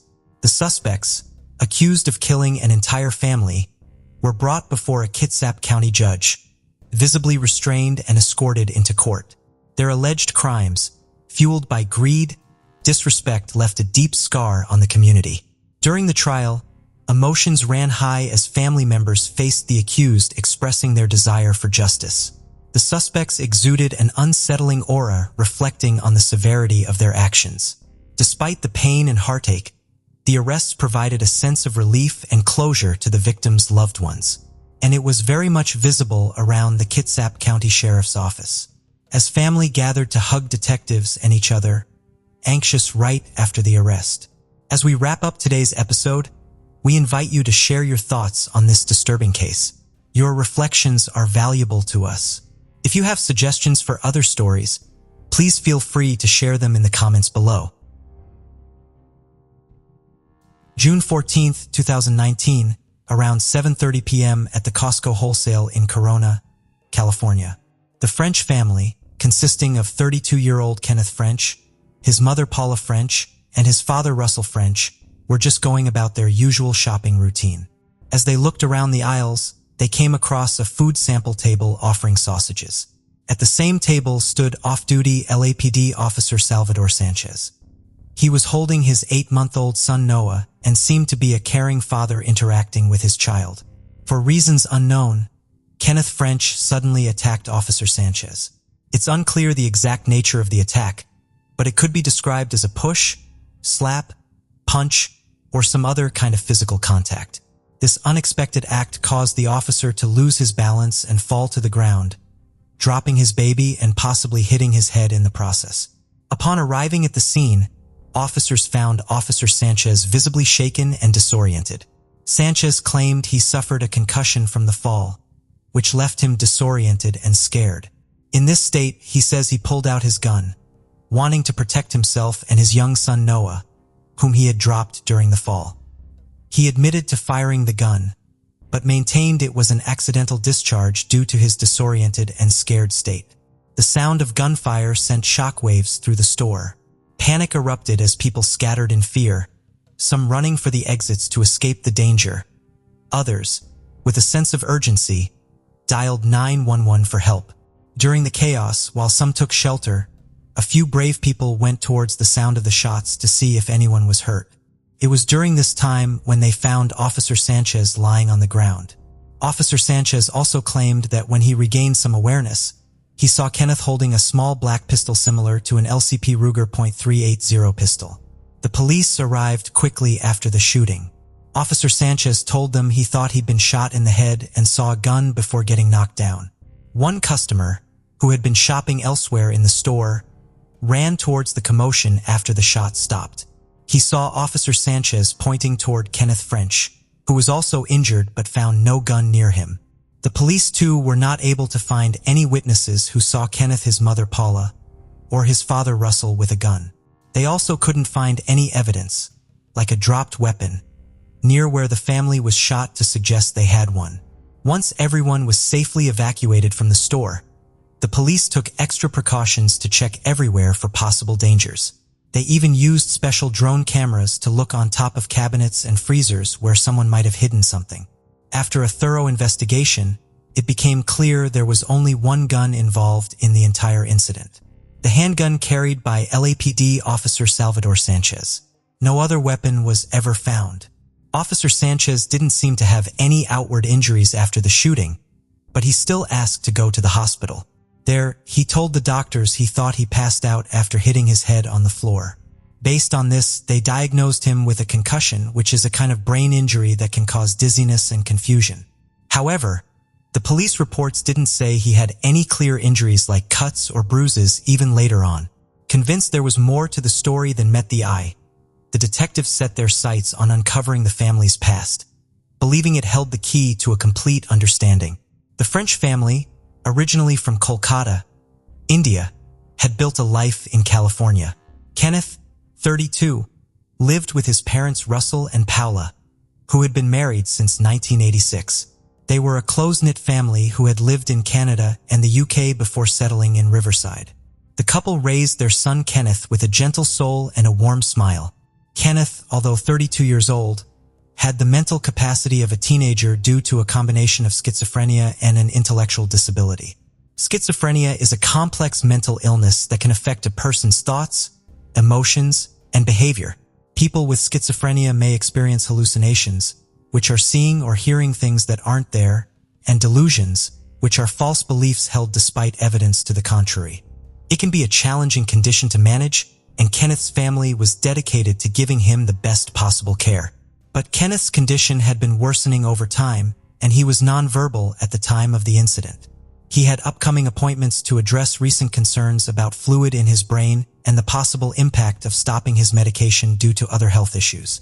However, the circumstances surrounding the incident raised questions about whether Kenneth's situation could have played a role in the tragedy. To understand the full picture, it's crucial to hear from those closest to Kenneth, his parents. In the aftermath of the shooting, Kenneth's mother told responding officers that her son had hit the officer at the sample stand. However, She was understandably traumatized, and her account later changed, saying it was more of a slap. Meanwhile, Officer Sanchez wasn't arrested and went home while authorities investigated. He was initially given desk duty and then placed on paid leave. In light of the ongoing investigation, Officer Sanchez was given a desk assignment until further notice. Unfortunately, the store's security footage did little to shed light on the situation. The camera was far away and blocked by merchandise, so it didn't capture the initial interaction between Kenneth and the officer. It only showed Kenneth wearing a striped shirt, being pushed away from the stand by his father. Paula briefly appears gesturing towards the officer before moving away. The footage then shows the French family backing away just before the officer fired. Authorities released this footage as the only visual evidence they had from the store. They emphasized that there was no earlier footage available and no other cameras captured the incident. This was especially shocking for a crowded store like Costco, with people walking in various directions, browsing through aisles and stopping by sample stands. With only one camera and its limited view, large sections of the store remain unseen. While the footage provided a frustratingly limited window into the event, investigators weren't ready to give up just yet. Through careful analysis, they managed to get some valuable pieces of information from the grainy frames. They determined that a mere 3.8 seconds passed between Officer Sanchez falling to the ground and opening fire.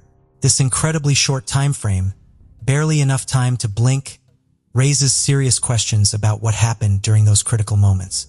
As previously mentioned, Officer Sanchez fired a total of 10 shots during the chaotic encounter.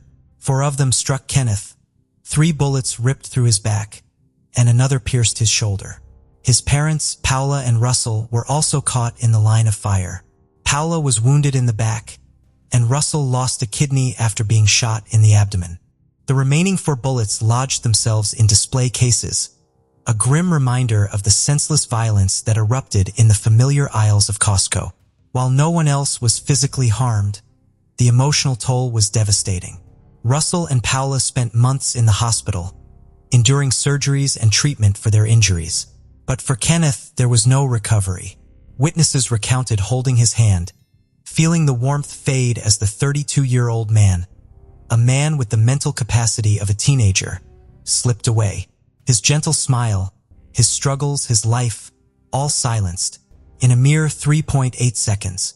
The loss of Kenneth on June 14, 2019, a son, a brother, and a friend cast a deep shadow on his family and the community. His absence left behind a void filled with only the echo of unanswered questions and the weight of unimaginable grief. The French family spent 2 long months in the hospital recovering from their injuries. After being discharged in July 2019, they decided to speak up about their ordeal. They hoped that by sharing their story, they could convince the Riverside County District Attorney's Office to file charges against Officer Sanchez.